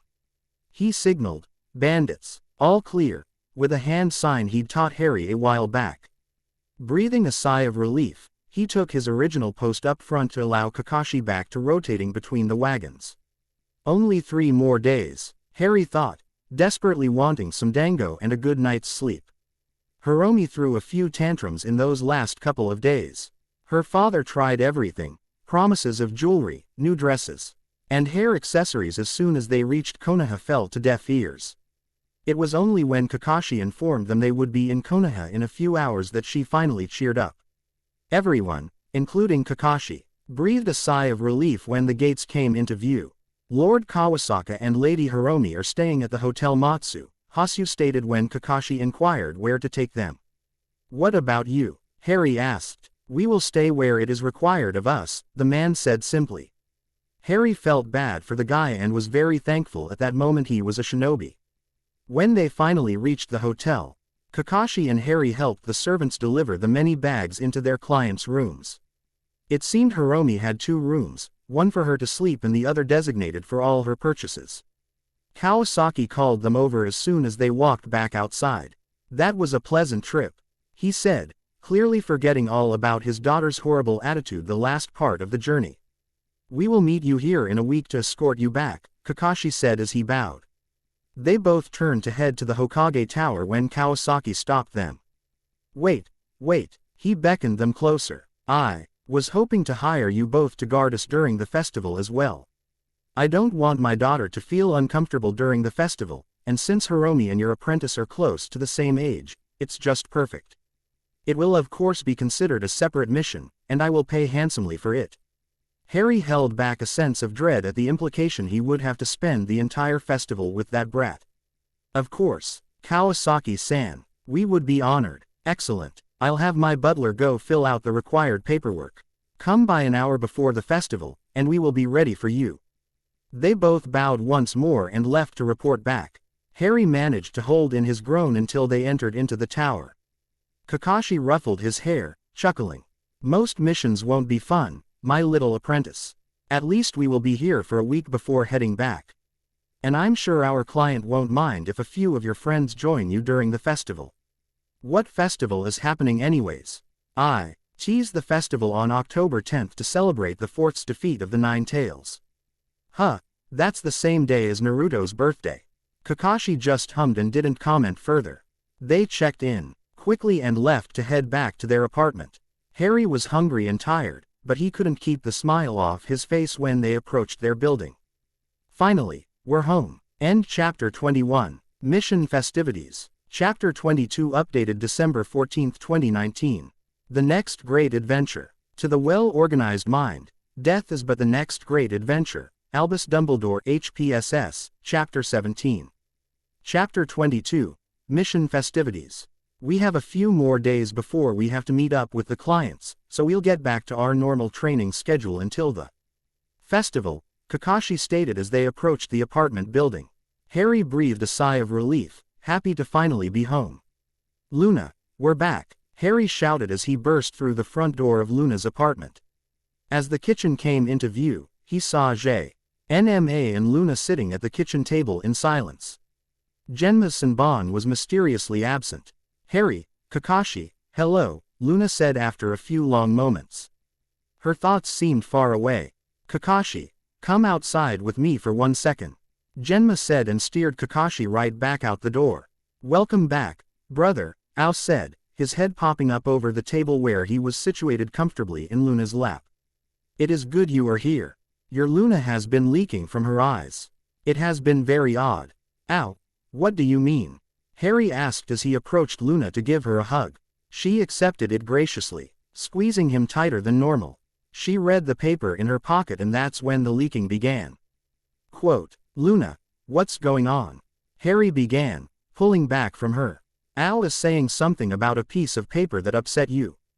Quote, yes, you might as well read it too, she said, pulling it out of her pocket and holding it out for him. As he accepted the paper, he recognized it as a formal letter and began to read. Luna, he breathed, his eyes widening as he read the contents. As a civilian holder of a bloodline, you fall under the protection of Section 12A, the greatest honor OHA can provide. Safely bear children with the comfort of a strong shinobi spouse. Harry couldn't read anymore. He threw the letter on the ground, hot, angry tears threatening to fall. His hands were shaking, so he clenched them into tight fists. He had an overwhelming urge to punch something very, very hard. The Hokage asked to meet with me. He handed the letter to me so I could understand the law and why it is in place, Luna added. Her voice hollow and apathetic. It's like there is an Umbridge here trying to muck up all of our plans. And succeeding. Okay. So, yes, this is bad. We will figure something out. I will not have them, breed you, he said, seething. This is absolutely not okay. Kakashi. He looked around. Where is Kakashi? He can help us figure out a plan. Genma took him outside. Luna said, wringing her hands nervously. Genma could tell something was wrong, but I just couldn't. You didn't tell him. Luna shook her head slowly. We need to tell them both. Harry stated definitively. They are shinobi, so they will be more familiar with this law and may know more options than we do. And Genma likes you, so he will be very invested in helping us with this situation. Harry grabbed the letter off the floor and stormed out of the room, clutching it in a death grip. He came across both Genma and Kakashi hovering awkwardly in the hallway. So, did she tell you what was wrong? Genma asked quietly, glancing nervously at Luna's apartment door. Is it me? Harry shook his head and instead of explaining, he handed over the letter for them to read. Genma's eyes practically popped out of his skull. No way. Genma started, but Kakashi cut him off. We will be right back. My hands are tied, Kakashi. Even if I do not particularly like it. This law was created for good reasons. Now that it's been brought to my attention, as the leader of this village I cannot ignore it. Kakashi and Genma both stood in front of the Hokage's desk after walking straight into the office, having ignored the receptionist's plea to make an appointment. Let me guess, Danzo. The Hokage raised an eyebrow but did not dispute. And he has already submitted candidates for this honor. Hasn't he? The Hokage inclined his head gravely. She was kidnapped, so that qualifies her for the Civilian Bloodline Protection Act. I have a village to protect, and Potaru-san is now a part of that. The Hokage sighed, looking very tired all of a sudden, and pulled out his pipe. How convenient that Luna-san just happens to be kidnapped so this law could be brought out. Kakashi said mildly, watching the Hokage load tobacco into the bowl and light it with his fingertip. It seems our councilman is prepared for just about any scenario surrounding bloodlines. Indeed, the third said, and took a long puff from his pipe. He inhaled slowly and leaned back before letting out a perfect smoke circle to hover over his head. A look passed between the Hokage and Kakashi that spoke volumes. Kakashi sighed, realizing this would not be the last time Danzo tries to interfere with the two siblings. Hokage-sama, please, Genma said, stepping forward. Luna-san, she and I, well. He wrung his hands together, trying to find the right words. I really like her, sir. And it's possible she feels the same. So, can't we figure something out? Kakashi smiled. It was the first time Genma had ever voiced his feelings of the blonde. Took you long enough, Kakashi mumbled under his breath. Genma pointedly ignored him, keeping his focus on the Hokage. Well now, the Hokage said after another puff from his pipe, why don't you just tell her that? It certainly makes my job easier. He pulled out a piece of paper from one of the many desk drawers. Here is the form you will need to submit to announce your interest in becoming a candidate. When she returns to my office, Hotaru-san will be selecting her choice. If your name is in there, well, he leaned back in his chair, pulling his pipe up to his mouth. It will make her decision much easier, wouldn't you say? The third looked positively smug as they walked out the door. Kakashi and J.N.M.A. returned to Luna's apartment and explained their conversation with the Hokage. Listen, Luna, Genma began. Don't feel obligated to be with me if you don't want to. We can extend the engagement until you find someone else if that is your decision. Genma grabbed her hand and held it tightly. I think you and I think we could be very happy together. Luna's smile lit up the entire room, and Harry suddenly felt like he was intruding on something incredibly private. He eyed Kakashi and the two of them crept to the doorway before taking off to someplace very, very far away. Want to train? Kakashi said lightly as they raced outside. Absolutely. After the whirlwind of emotions from the past hour, Harry thought training sounded wonderful. His anger had yet to abate fully and putting his energy towards something positive was a great idea. Can we grab Sasuke to join us? It's about time for the academy to let out, and I really want to spar. It was finally the day of the festival, and by then, word had spread around the rest of the village about Luna and Genma's engagement. The Yamanaka even offered to throw them an engagement party. More like demanded the approval for hosting the party. And Luna did not feel it was appropriate to deny them. Yamanakas were scary when they put their minds to something. At lunch, Luna invited Naruto over to celebrate his birthday with a large bright orange cake she had decorated. Naruto sat at the table, with wide eyes, surrounded by Genma, Kakashi, Harry, and Sasuke. Harry had invited the other boys over as well for cake, but with it being the day of the festival, the other clans already had plans. Thank you, Naruto said quietly.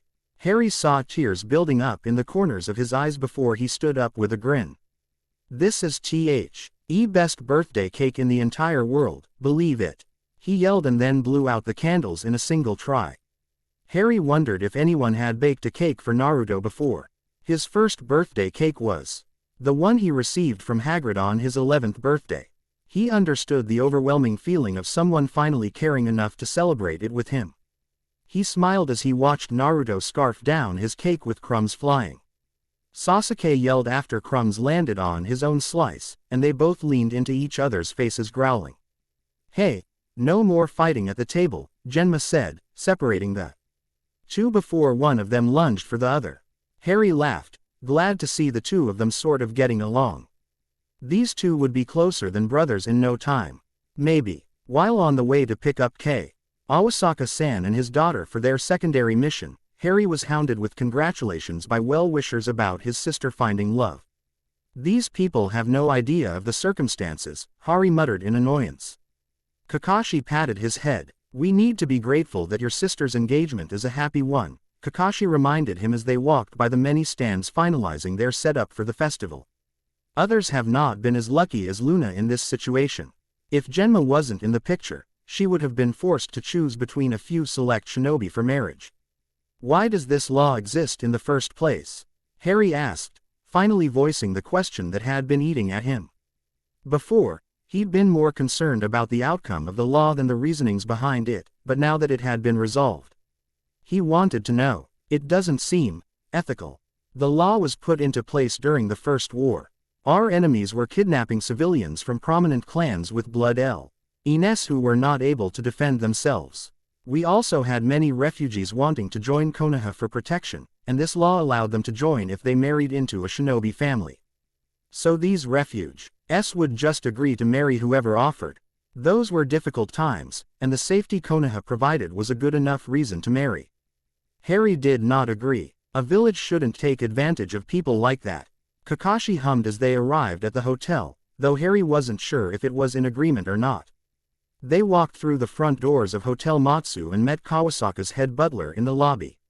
Lord Kawasaka wishes for you to accept these gifts and wear them during the festival, Hasu stated as he handed over two carefully wrapped packages. I will show you to the room provided for you to change. Inside the packages were two lavishly made kimonos. Harry cringed as he held up the smaller bright red kimono with intricate gold stitching around the collar and sleeves. All it was missing was a lion's head, and it would look like one of the outlandish Gryffindor-themed outfits Sirius would always brag about wearing to pureblood parties to anger his parents when he was younger. Is there any way for us to get out of wearing these? Harry asked, looking at Kakashi with wide pleading eyes. It won't be too bad, my cute little apprentice, Kakashi responded, already having changed into his navy blue kimono with subtle patterns of silver around the edges. But yours isn't as obnoxious, Harry stated, staring at the navy blue material with jealousy. He wished very much he hadn't told his friends to meet up with him at the festival now. This gaudy outfit was something they could hold over his head for years to come. I picked your kimono out myself, Hiromi said proudly, gesturing to Harry's outfit. I thought it would contrast well with your eyes. Hiromi's kimono was made of a delicate pink silk with floral patterns of pearls and diamonds throughout the fabric. Harry decided it was the single most extravagant and unnecessarily expensive piece of clothing he had ever seen. You look just like a pretty doll, she added with a smug tone. Harry did his best not to wince. Thank you, Harry responded, doing his best to look sincere. He was quite proud of his acting in that moment. Yes, you both look quite handsome, Kawasaka-san commented as he walked up, smoothing down his own rich purple kimono with finely crafted diamonds glittering at the collar. While his was not as flashy as his daughter's, the elegance of Kawasaka-san's kimono screamed tea. Had it was worth more than Harry would ever be able to afford. Thank you for the gifts, Kakashi said kindly, bowing to the client. Harry copied him with a soft thank you as well. Shall we go? Kawasaka-san said cheerfully, gesturing them towards the front door. Hiromi looped her hand through Harry's arm and forcefully led him through the doors. "Hari, you will keep Lady Hiromi company," Kakashi said. And Harry could hear the happiness in his tone. He was clearly enjoying Harry's obvious discomfort at the clinging arm gripping his left side. "We will meet in precisely 3 hours in front of the hotel before heading to the final fireworks display." "Yes, Shisho," Harry replied, and watched as Kakashi and Kawasaka-san headed towards the stands for the members of high society with Hasu following diligently behind them. "Lady Hiromi, where would you like to go first? I want you to show me around," she ordered, staring at the crowds with disinterest. "Find me something entertaining." Harry pulled all of his strength and willpower to nod and smile towards the bratty child before pulling her towards the first row of festival stands. From what Harry understood, the festival began a celebration of the fourth Hokage's sacrifice in defeating the nine-tailed Biju fox 9 years ago. He didn't know much about what happened back then, but knew that many people lost family and loved ones the night of the attack. He asked Kakashi about it, but the Jonin didn't want to go into any details. There was more to the story he could tell, but unfortunately no one wanted to tell a 6-year-old about it. It was awkward leading Hiromi around because Harry was at least 6 inches shorter than the girl. One of the servants followed behind them silently as they perused the market. Harry pointed out the brightly colored masks, intricate fans, and glittering jewelry that were typically popular during the festivals, especially with the younger girls. She looked through the jewelry with a critical eye. "Put these on me," she demanded, after picking out a handful of necklaces. Harry just stared at her. "I need to see what they will look like on me before buying them," she added pointedly, gesturing to her neck. Harry, thankful none of his friends were anywhere close, dutifully clasped each item around her neck as she studied all of them in the mirror provided by an excited stand owner. Harry went through every necklace as Hiromi modeled for him, asking his opinion on each one. For every one, Harry said it looked great, and each time she would add it to the "yes" pile. He tried sounding interested, but it became difficult the more necklaces the girl tried on. The stand's owner looked so happy Harry thought the man might cry. Hiromi bought all of the chosen jewelry pieces and added a couple of fans onto the purchase, which she promptly passed on to her servant to carry. Harry tried to share the burden of Hiromi's purchases, but the girl promptly denied him. Apparently he needed both of his arms empty to better escort her through the crowds. "Now what?" she asked, looking at him expectantly. "Well, there are the stands with all the games we could play," Harry offered. He hoped if they played games the 3 hours would go by faster. Harry was already mentally exhausted after their brief but painful shopping experience. "That is acceptable," she said, grasping his arm once again. They passed by a group of Chunin waving sticks of dango and cheering 2 of their teammates in a drinking contest. As one of the shinobi slammed the last cup onto the table, the other Chunin burst into raucous celebration. Hiromi eyed them with open hostility as they passed. "So these are the Leaf Shinobi people are so proud of," she said viciously. A few of the Chunin heard her comment and stood up to confront them. Harry bowed and apologized before rushing the girl away, pulling her harshly beside him. "That was inappropriate," Harry said firmly as they finally slowed to a stop. With Hiromi's servant struggling to catch up. "How dare you throw me around like that? I am going to tell my father about this." Harry was reminded of a certain stuck-up privileged blonde with a rich father. "While you are my client's daughter, you are still a guest to the Leaf Village and under the protection of all Leaf Shinobi. I will not allow you to speak badly of them, especially when they've done nothing to deserve it." Hiromi looked like she had been slapped. Harry wondered if anyone had ever reprimanded her before. He forced himself to rein in the harsh tone. "I know you have a great dislike of ninja. From what you have been through, I do understand why you feel this way." Hiromi glanced away from him, her eyes blurry. "But I would protect you with my life as would any of my fellow Leaf Shinobi. I promise you this." Quote. Hiromi sniffed, and there was a brief moment of awkward silence. "I guess you aren't so bad, even if you were a baby," she said finally, to Harry's surprise. "But I still don't like ninjas." Harry took this as a success for the night and gave her an actual genuine smile. "How about we go win you some prizes?" The rest of the 3 hours consisted of Harry playing all the games to win Hermione the prizes she wanted. They walked back with Hermione's servant weighed down by stuffed bears, trinkets, and good luck charms on top of her previous purchases. "My dear, it looks like you had a good time," Kawasaka-san stated as they walked up. "It was all right," she responded. "Hari-san won me lots of prizes." "Wonderful, wonderful. Let us find a good spot to view the main event." Harry thanked the servant, who he unfortunately did not know her name, for carrying all the festival purchases and prizes. She smiled at him gratefully before entering the hotel to store Hermione's new items. Kawasaka-san led the way to an open area with a good view of the open sky. "Hari, over here." Harry turned to see Shikamaru and Choji in their formal kimonos. Behind them their fathers watching them as they walked over. "Hey Shika, Choji," Harry responded, wishing silently they would not notice his outfit in the dark. He gestured to Kawasaka-san and Hiromi. "This is Lord Kawasaka and Lady Hiromi." Shikamaru and Choji greeted them with a bow. "Lord Kawasaka, Lady Hiromi, these are my friends Nara Shikamaru and Akamichi Choji." "What a pleasure," Kawasaka-san said, smiling jovially at them. "Why don't you two join us?" "Thank you for the offer, but we need to return to our families," Shikamaru said, and they both bowed once again. "See you, Hari," Choji added, waving as they walked back to their fathers. "Are they ninja too?" Hiromi asked, watching them leave. Harry shook his head. "No, but they will be one day. They are both in the academy." She clicked her tongue but held in a comment. Harry took that as a win. At that moment, the fireworks began. Cheers filled the crowd as mesmerizing colors filled the sky in loud bursts. Harry went to stand next to Kakashi, needing to move away from the girl for a moment. He thought he deserved an award for lasting 3 hours and not blowing up at her. Kakashi patted him on the head and chuckled, seeming to read his mind. As he stared at the fireworks display, Harry wished he could have spent the festival with his family. He knew Luna and Genma were around somewhere but were keeping to themselves. Kakashi and Harry escorted their clients.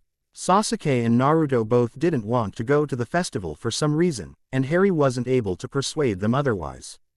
Harry decided next time they would all go together and not accept any offers to escort bratty children, regardless of pay. As the festival came to a close, Kakashi led the way back to the hotel. Hoizu greeted them at the doors and welcomed the Kawasaka-san and Hiromi inside. Hiromi immediately went to her room as she could barely keep her eyes open.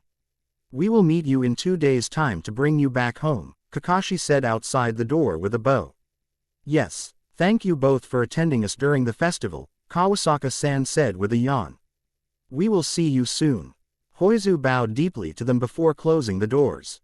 "Let's never take a mission like that again," Harry said simply as they began the walk back to their apartment. Kakashi laughed, rustling his hair. "One day, when you have your own apprentice or genin team, you'll find joy in missions like this." Harry first stuck out his tongue and then grinned. "I guess it would be okay if someone else was stuck with the daughter," he said.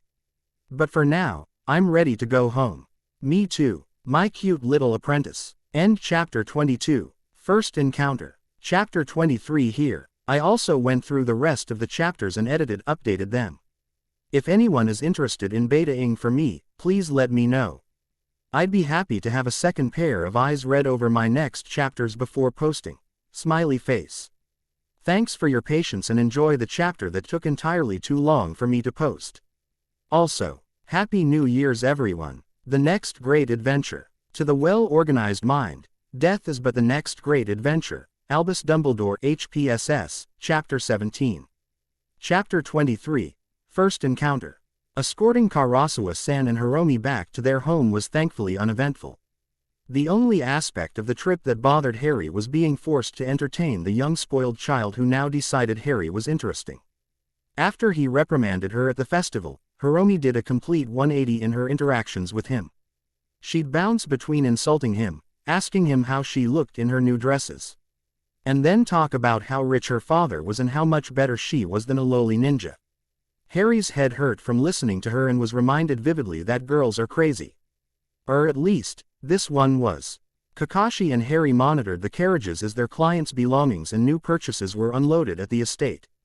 The carriages were exponentially fuller than their first trip, Harry wasn't sure how everything fit for their journey back. Harry walked casually around with his hands in his pant pockets as he watched the servants carrying boxes away and checked the perimeter of the estate for any disturbances. Hermione's servant looked especially relieved to be back home. She heard the brunt of Hermione's complaining on the trip back, and Harry felt bad for the poor woman. Kakashi had a word with the head butler and then did a final sweep of the carriages before stating their mission was completed. Harry couldn't help but feel relieved the mission was finally over. They apparently were getting paid very well and the mission itself was easy, but the daughter was an absolute pain. Harry decided he would treat himself to some nice dango when they returned to make up for it. "Thank you Hataki-san, Potaru-san for keeping us safe during our trip," Karasawa-san said as he gave them a slight nod of the head and smiled warmly down at Harry. "It was our pleasure to escort you and your daughter," Kakashi replied with a bow and Harry promptly followed suit. "You will escort us next year as well," Hermione piped up, sounding more of a demand than a question. She hovered near her father's arm and peered over at Harry as if she expected him to answer the question. Her curls bounced perfectly as she moved her head as if in a movie. Harry wondered briefly how expensive hair products were to cause such movement. "We would be happy to escort you, Karasawa-san, though it will depend on our mission requirements at the time," Kakashi answered with a bow to her as well. Harry managed to keep a straight face but thought to himself, "No freaking way. Nonsense. I will request the two of you specifically." Karasawa-san puffed up his chest and looked at his daughter with confidence. "I will send a letter to the Hokage directly." "Can he do that?" Harry asked, as they finally left the estate. "Send a letter to the Hokage asking for us specifically." They walked out the village at a slow pace to not upset any civilians. Their attire though did attract attention, and they received a few worried looks from the villagers. If they offer enough money, the Hokage would not refuse unless it were special circumstances. Harry stared at Kakashi in horror. "But Hermione is a nightmare," Harry said, telling himself he was definitely not pouting. "With the paycheck you'll receive after we get home, you may not think it's so bad." Harry grumbled something that sounded like, "Not a chance." Katsuhi chuckled and patted Harry on the head. They passed a couple of stands with fruits and vegetables on sale. And Harry saw the nice old lady who sold them apples a few weeks ago. She did a double take and her eyes widened as she saw them, and Harry waved cheerfully at her.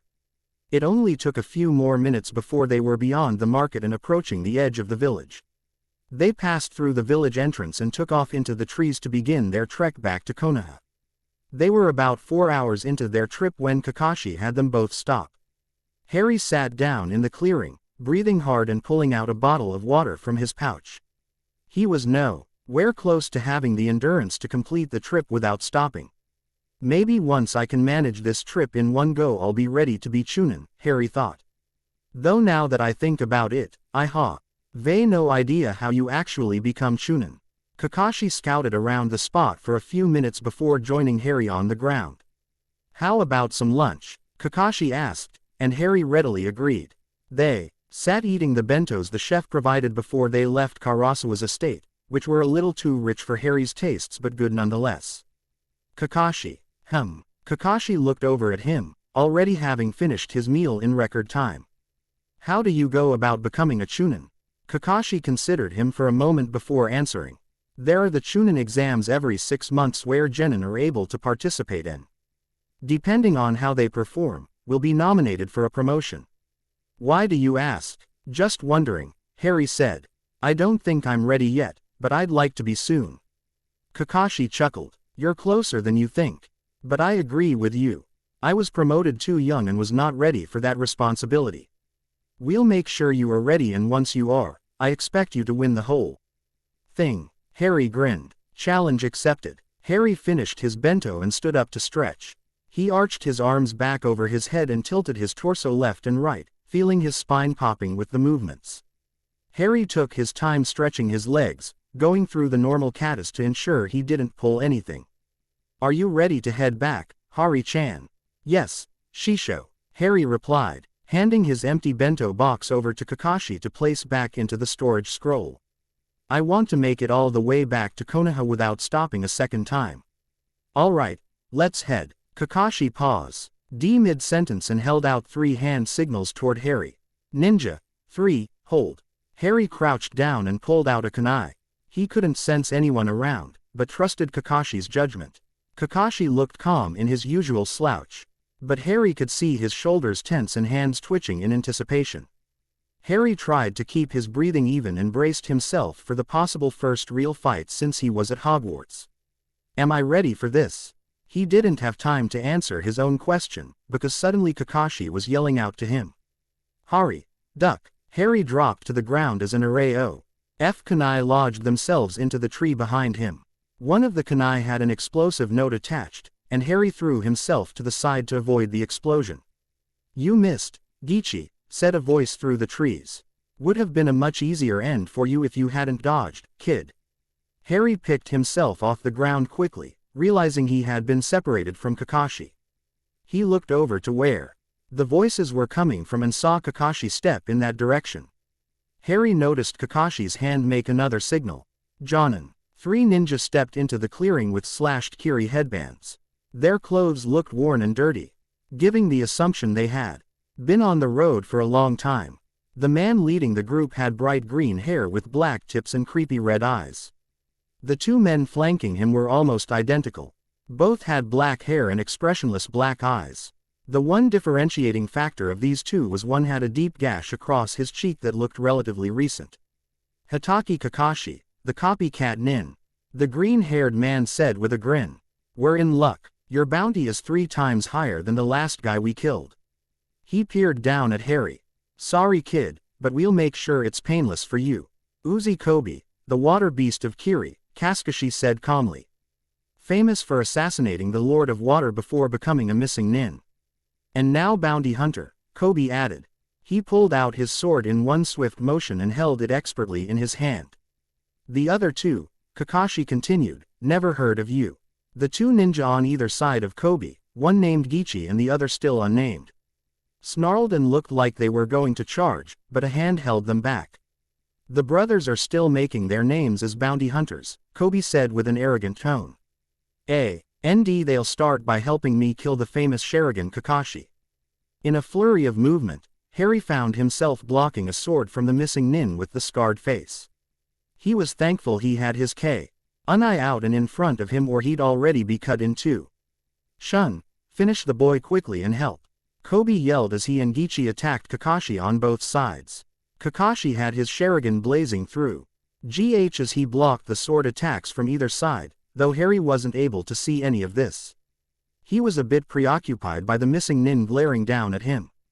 Don't take this personally, Shun aid as he pressed his sword into Harry's kunai. I don't make a habit of killing children, but a job's a job. Harry shifted his kunai to the left, pressing the sword to the ground and darted backwards, thinking quickly through options. He was nowhere near the level of this man or his comrades, so all Harry had on his side was surprise. The man came at him again, albeit slowly. It was obvious the missing nin knew the differences in their strength and thought this would be an easy task. I won't let this be easy for him at least.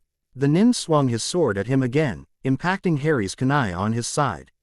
Harry grunted at the force with both hands gripping the kunai and held firm. Thankfully there were no large bodies of water nearby, but he was still wary of water attacks. He didn't have much experience with water since most Konoha nin were either fire or earth focused.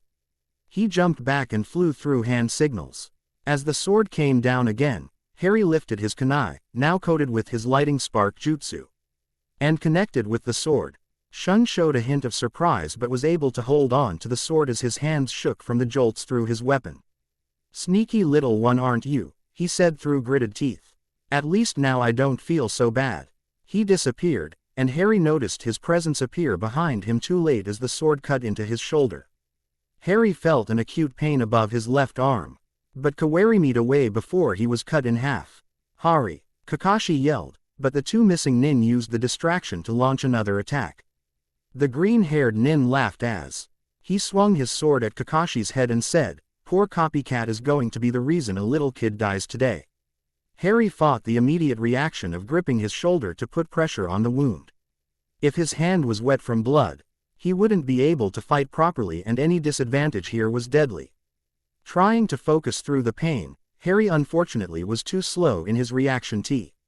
Me as the man swung the sword again toward his neck. His arm wasn't moving fast enough and the weapon was suddenly too close. He shut his eyes, expecting more pain and wishing him and Kakashi were both home safe instead. When he heard a yell and a smash, he looked up to see the glow of a shield around his body and the man struggling to pick himself up off a fallen tree. Harry looked at the shield in surprise. It was the same color and transparency as the one that appeared in his fight with Tai Chi. It seems it not only protected him, but also flung the missing nin into a tree with enough force to knock down the entire tree. Magic, of course, Harry thought, feeling a mixture of relief and horror. I'm such an idiot. Why didn't I think of that sooner? He decided he would berate himself later once the fight was over and he and Kakashi were safely back in Konoha. You little, Shun growled, picking up his sword and charging again. Harry focused on his magical core again, this time channeling his old self amidst battle. He waved his hand and shot a cutting hex at the man, connecting with his left knee and sending him to the ground. The missing nin swung angrily at him, no longer composed and confident. Harry jumped away, ignoring the blood soaking through his shirt, and aiming a disarming spell at the man's sword arm. The weapon flew out of the nin's grip and Harry let it sail over high. Head a good distance away from their fight. Shun yelled and charged Harry, running through hand signs too quickly for Harry to discern. A torrent of water shot towards Harry and leapt back while shouting, Protega.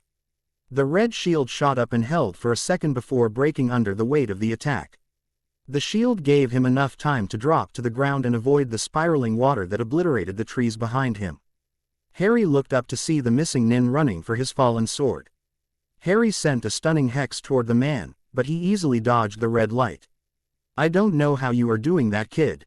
But this ends now, Shun said, lifting his sword up from the ground. Harry tried to think of a quick strategy.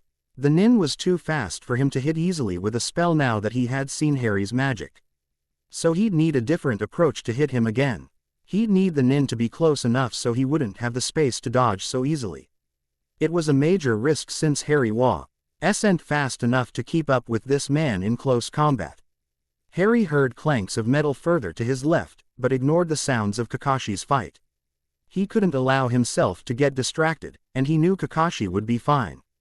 Since Kakashi had his hands full with two Jonin, Harry couldn't rely on him to come in and save him. It was reckless, but he came up with an idea to possibly get out of this alive.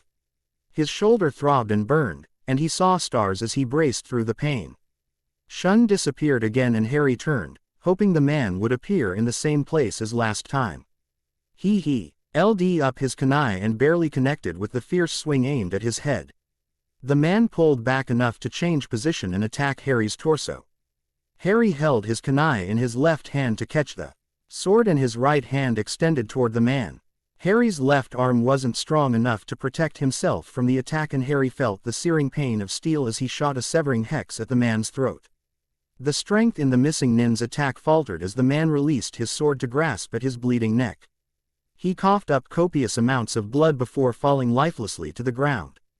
Harry stilled and stared at the body. Still bleeding freely from the neck area. He'd actually done it. He survived a fight with a Jonin. Barely survived, he thought, putting a hand on his side and a wave of intense pain shook through his system. The sword had done significant damage before Harry's spell hit the man. Without magic I would be dead, Harry thought, the reality of it hitting him hard. Hari, Kakashi said sharply, leaning down to look at his shoulder and side. Harry hadn't noticed Kakashi approach until he heard his voice. We need to get you to the hospital. Kakashi, Harry said as his vision blurred. You're okay. And then everything went black. Harry woke up to the familiar smell of antiseptic and white walls. He blinked a couple of times before looking to his left. Kakashi was leaning against the wall reading his usual orange novel. Glad to see you awake, Kakashi said, shutting his book with a snap. The medic healed up your shoulder and the cut on your side. But they said you'll need a few more healing sessions before you're released. Harry nodded, looking down at the bandages wrapped around his torso and upper arm. They must have given him some pain medication as well, because all he could feel was a dull ache in both locations. I saw some of your attacks, Kakashi said. You did well for your first experience with an enemy nin. He eyed Harry intensely. Was this your first kill? No, it wasn't, Harry replied softly. He hadn't killed anyone in this new life, but it didn't feel right denying the people he had killed previously, even if they were bad people. Ending all those lives had irreversibly changed him, and that change he carried with him even here. I assumed so, Kakashi admitted. If you ever want to talk about it, Harry gave him a forced smile. He appreciated the sentiment, but he wasn't ready to talk about any of his kills just yet. Not even with Kakashi. Were you hurt? Harry asked. Kakashi shook his head and sat down in the chair next to the bed. They kept me preoccupied longer than I'd have liked. By the time I had taken care of them, your fight was already over. Harry looked down, a flash of the man's face. As he grasped at his bloodied neck appeared in his mind. You fainted not long after, so I sealed up the 3 missing nin and took you straight to the hospital. Kakashi leaned in further to catch Harry's attention again. You and I need to have a discussion about the abilities you showed yesterday. Harry looked at him sharply. You are my apprentice, and it seems like you've been keeping things from me. Harry opened his mouth to argue, but Kakashi held up his hand. I know you and Luna-san have been working on your bloodline, and I'm glad that has worked out well. Those abilities helped you survive against a much stronger opponent. However, he continued with a look, you and I are a team. If you are going to use your bloodline so heavily in fights, I need to know what you can do so we can practice this in our training sessions. As your sensei, it's my job to help you find strategies to use all of your skills more effectively. Also, Kakashi added, since I have no idea how you fight with your bloodline, I can't yet determine how we can fight cohesively as a team. Harry dropped his gaze, ashamed. He'd been keeping his magic a secret and didn't realize what position he was putting Kakashi in. Kakashi was completely right. Even when he was coordinating attacks in the Wizarding War, he and Ron would take into consideration everyone's abilities to see who they would work with best. He knew how important it is to know the strengths and weaknesses of your allies, and he failed in letting Kakashi in on a huge part of his abilities. I'm sorry, Harry said earnestly. I was so worried about keeping our bloodline a secret, I didn't think about how that may affect anyone else. Honestly, at the beginning of the fight, I didn't even think to use my bloodline. It wasn't until my bloodline saved me that I realized how I could win. I almost died because I forgot about my magic. Kakashi ruffled his hair and smiled. We all make mistakes. The important thing is that you learn from it. Once you are all healed up, we'll start practicing incorporating your bloodline into your attacks. Harry smiled, relieved Kakashi wasn't angry at him. Though you'll be the one explaining to the Hokage how exactly you defeated a Jonin. End chapter 23. Thanks all for reading. Sorry again for the wait. Bloodline training begins. Here is chapter 24. Again, this is super late, I'm sorry. I have chapter 25 in the works already and should have that out soonish. Thanks for being patient, I love you all. EM Lights. The next great adventure. To the well-organized mind, death is but the next great adventure. Albus Dumbledore HPSS, Chapter 17. Chapter 24. Bloodline training begins. Harry shifted his weight back and forth as he felt the burning stare of the Hokage on his lowered head. He was finally released from the hospital, but the Hokage asked for an in-person post-mission report before they could go home. He could think of many places he'd rather be than the Hokage's office at the moment. And his bed was at the top of that list. The twinge in his shoulder and side stung fiercely even after 2 days of recovery, and he tried to ignore it as he listened to Kakashi describe the successful arrival to the Karasawa's mansion. He attempted to keep his shoulder relaxed and still so he wouldn't reveal it was still hurting. He may have told the nurse that the pain was gone and he was perfectly fine to leave. Harry wasn't sure if Kakashi had believed him, but he knew the Jonin hated hospitals as much as he did and wouldn't give him away. Luna made him a salve based on a healing potion that would speed up his body's natural healing, and he couldn't wait to go home and apply it. The report started out fine until Kakashi mentioned the new information about Harry's bloodline and how exactly he found out. Harry gritted his teeth as he waited for his reprimand. Now Hari-kun, you realize why it was dangerous to keep this information to yourself. The Hokage didn't look angry. But he leaned forward in his desk to meet Harry's eyes directly. Yes, sir. Harry realized his mistake on how he approached his magic almost immediately after his talk with Kakashi. He thought H.E. and Luna needed to hide their skills from everyone and keep it safe for their protection. He had a lot of time to think about his actions, or more accurately his inactions, while he was sitting in the hospital bored stiff. He thought about how he should have handled the knowledge of his magic and how he should have trusted Kakashi, the one who's been nothing but caring and helpful to him since he arrived in Konoha. He was old enough to acknowledge when he was wrong and work to correct his mistakes. And that would start by telling Kakashi and Genma all about their abilities with magic. Especially, ally with Genma and Luna's engagement, Genma has a right to know about magic and what kind of bloodline he is marrying into. Good. Now, it is remarkable you were able to defeat a Jonin-level opponent. It is an attest to both your skills and training that you not only survived but won. But I am disappointed you kept this from your sensei. The Hokage sighed and leaned back, looking thoughtful. For now, I'm putting you back on D-ranked missions until Kakashi feels your bloodline training is sufficient and the two of you are able to work as a team. Harry knew there was no sense arguing, but his stomach dropped at the repercussion. Now Hari-kun, please wait outside. I have a few more things to discuss with Hataki-san. Harry nodded and bowed before walking out of the room. He sank into nay of the chairs outside the room and put his head in his hands, mentally kicking himself for being an idiot. He could feel the stares from the Hokage's receptionist, but the last thing he wanted to do was answer any questions. He'd wait for Kakashi, start training, and earn back his sensei's trust. What is your opinion of his bloodline after seeing it in action? Kakashi hummed, absently pat in his pouch where his favorite book was resting. It was impressive. Nothing like I've seen before, he said. But he didn't use it until the end of the fight. Like he had forgotten about it. Sarutobi nodded. This makes sense. He hasn't been training his bloodline out in the field, so it hasn't become second nature just yet. True. Kakashi paused and then added, I also noticed in his fight, he didn't hesitate. He attacked and dealt the killing blow with ease. Like he has done this before, Sarutobi said. Kakashi bobbed his head in agreement. The Hokage sighed, shuffling some papers on his desk. He looked tired with heavy bags under his eyes. Keep an eye on him. This may have caused unwanted memories to surface from before. His actions align with our hypothesis of his life from before. Hi. So, the Hokage continued, what is your plan for him now? Hari has agreed to fill me in on the specifics of his bloodline, and we'll be working on incorporating this into his current fighting ability. Luna-san will be joining in our conversations so there won't be any intentional or unintentional gaps. Sarutobi scratched his chin in thought. Genma should be informed as well, he said finally. I'll have him join your training for the next few weeks. This will be helpful if his own children carry the bloodline. Kakashi left with a bow, leaving Sarutobi alone in his office.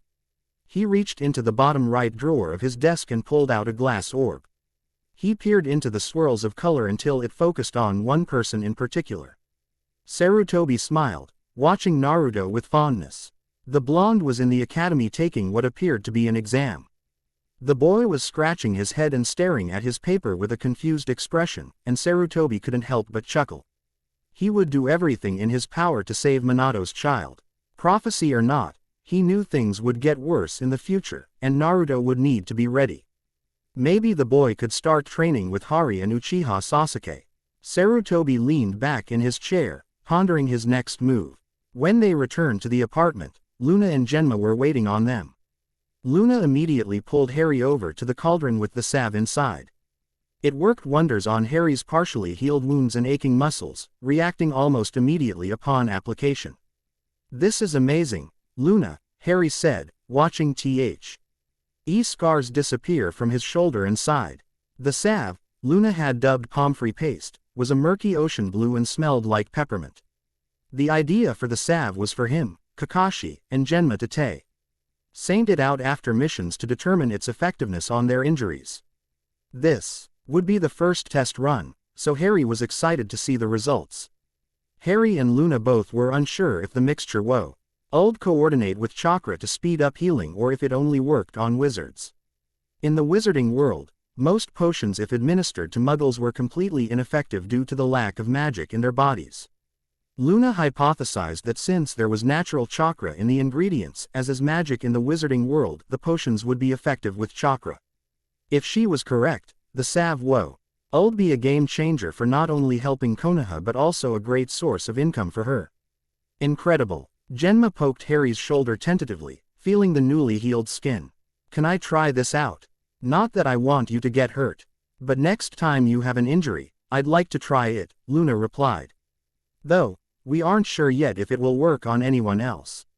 It may only react with our bloodline. Well, I'll be the guinea pig and we can find out. Luna smiled up at him fondly. Harry peeked over at them, holding in his own smile. The two were infatuated with each other and it was obvious they were both thrilled about the impending wedding. Harry was relieved it all worked out, even if it still grated his nerves that someone tried to manipulate them. Kakashi wouldn't tell him anything about the person responsible, but he trusted Kakashi to tell him more when he could. We should look into Dittany next. Luna looked over at Harry in surprise. That is a wonderful idea. She responded cheerfully, clapping her hands together. I'll see if the Yamanakas know of any plants with similar properties first. Kakashi cleared his throat, sitting down at the table pointedly. Hari-chan, you ready for us to discuss your bloodline? They all joined Kakashi at the table, and Harry took a deep breath before beginning. First, I want to apologize again. He looked between the three of them and ended his gaze on Kakashi. I should have told you all of this before. I'm sorry. Kakashi ruffled his hair. Thank you, Hari-chan. I'm glad you understand why this is important. I will do my best to give you the information you need, and I will expect the same from you. Thanks. So Harry, with some assistance from Luna, went into detail about magic and what possibilities there were. They talked about everything, from offensive Dada spells, though they didn't call them spells, to potions. Luna even highlighted divination, though reading teacups seemed to go right over the Jonins' heads. Harry, so involved with his explanations, didn't see the widening eyes of both Kakashi and Genma as they listened to the impossible possibilities of their bloodline. Well, that was informative, Kakashi said simply. Genma laughed. That's an understatement. Your bloodline is amazing. It's no wonder you were wanting to keep it a secret. Well, now it's our secret, Luna said, putting her hand lightly over Genma's. It's so nice to no longer have to keep anything from the both of you. Even if your teacups aren't easy to read. The next day Genma and Kakashi took Harry out to the training fields to apply the bloodline abilities to his typical training routine. Luna accompanied them to help explain some of the abilities if needed, though Harry thought she might just be excited to be a part of his training. For the first day, they decided Harry would work with projectiles and coordinate offensive spells to coincide with weapons. He took off through the training course, aiming targets with both his weapons and spells.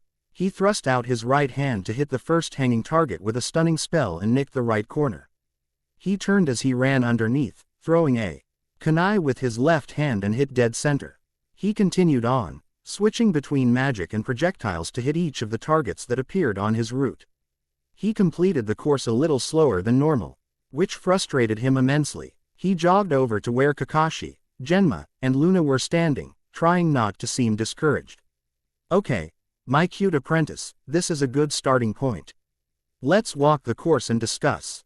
The four headed towards the start of the training course to walk through. What was that red one just there? Kakashi asked, pointing to the first target. Oh, that will make someone go unconscious for a while. Harry grabbed the first shuriken he saw and tugged it out of the target. He couldn't reach the hanging ones, so he left those for the actual adults to retrieve. I see. They passed another target that had been destroyed with the pieces slightly smoking. And this one, Bombarda, right, Luna chimed in. She danced around a tree and leapt up to snag a kunai. Harry nodded. That one kinda blows up.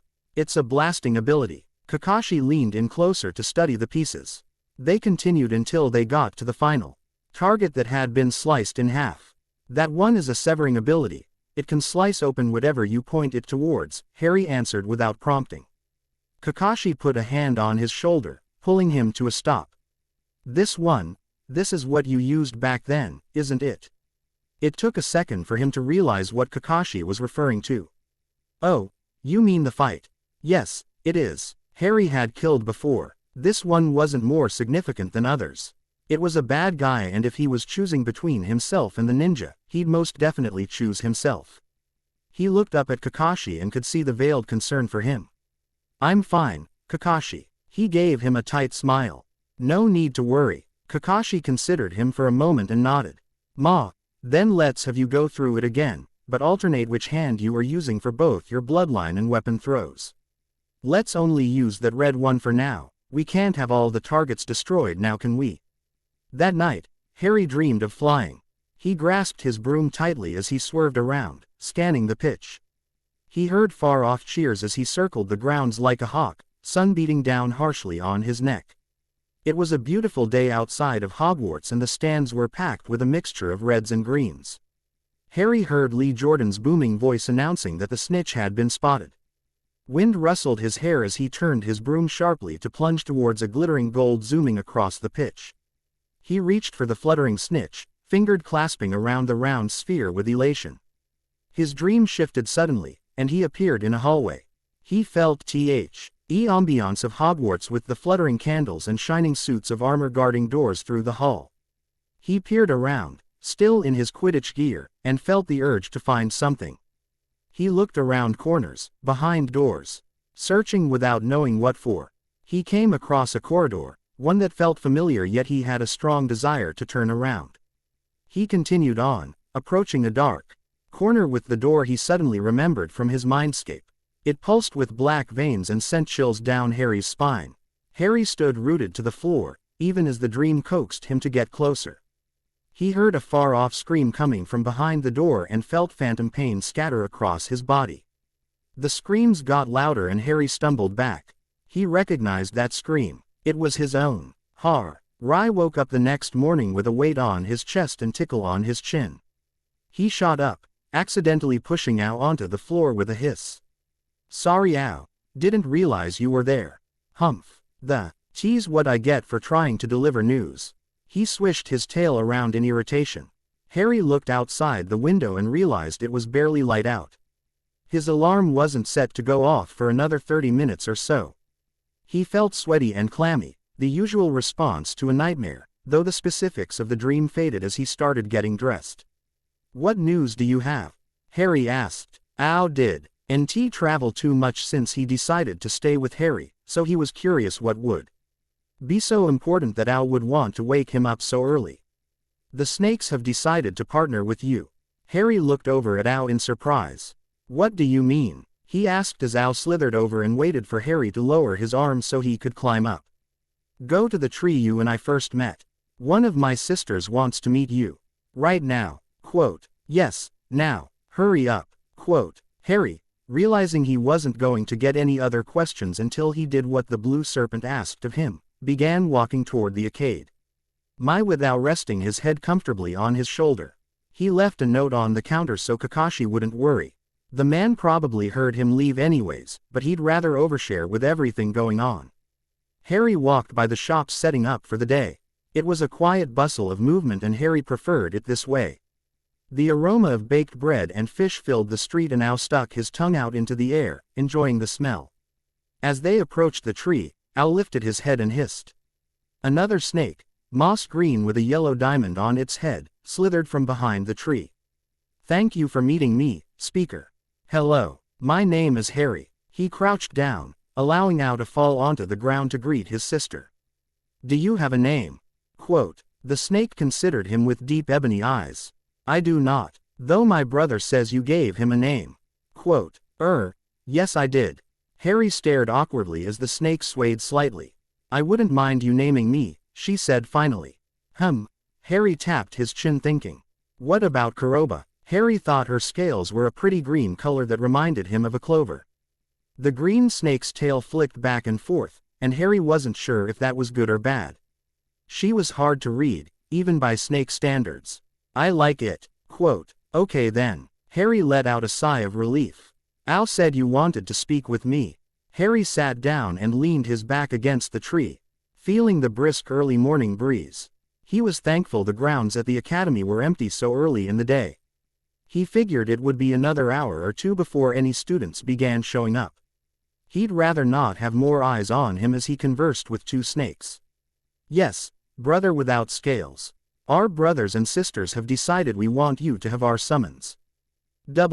E will assist in your battles and poison your enemies. Kuroba reared back her head and began convulsing. Harry panicked and reached toward her but out-tapped him harshly on the forehead. Relax brother, she is fine. Kuroba lowered her head and dry heaved. Rolled up parchment appeared in the back of her throat, steadily moving out. She reached her tail into her mouth, twisted the parchment, and ripped it out. Harry winced and shook his head, forcing himself not to touch his own throat as he thought how painful that must have been. And how gross. Open it, Kuroba hissed roughly, curling up as if to go to sleep. Harry opened up the scroll with hesitation and peered at the contents. He read through and saw the signatures at the end. One of the more recent signatures, Orochimaru, sent a shiver down his spine. What will happen with the current summoners? They will still be able to summon, though only the ones who deem them worthy, Ao answered. You will also need to prove your worth to the summoned ones. Be careful, Kuroba hissed. If they decide you are not worthy, you then become the enemy. Thank you for the warning, I will be careful. He rolled the scroll back up and held it within his hands. I am honored to be chosen as a summoner. I will not take this lightly. I'll sign this very soon, but I want to speak with my family before. Is that okay? Quote. Kuroba nodded sleepily, looking content in the glow of the rising sun. Would you like to come back with us or? I will return to my nest once I rest a bit. Quote. Harry nodded and stood back up. Ao hissed a goodbye to his sister, warning her about the noisy children who will interrupt her nap soon. Harry thanked Kuroba and headed back home. Kakashi, I'm back, he said as he entered the apartment. Yo. Kakashi set down a pot of tea and toast on the table. Sasuke came by asking for you. He said you haven't been meeting him in the mornings for training in a while. I'll go talk to him after the academy. The last couple weeks have been pretty busy with our mission, the hospital, and now my bloodline training. He sat down and accepted the cup of tea offered to him. Ao slithered down from his holders finally and headed to his favorite window spot to take a nap in the sunshine. I have to tell you something. Harry pulled out the scroll and laid it on the table. Hari-chan, what is that? Kakashi asked lightly, though Harry had a feeling Kakashi already knew. It's a summoning scroll. Ao let me know the snakes wanted me to have it. End chapter 24. Thank you all for sticking with me. Next chapter will have Sasuke, Naruto, Shika, and Choji. Harry needs some bonding time with his friend's smiley face. I have the wedding coming up soon as well.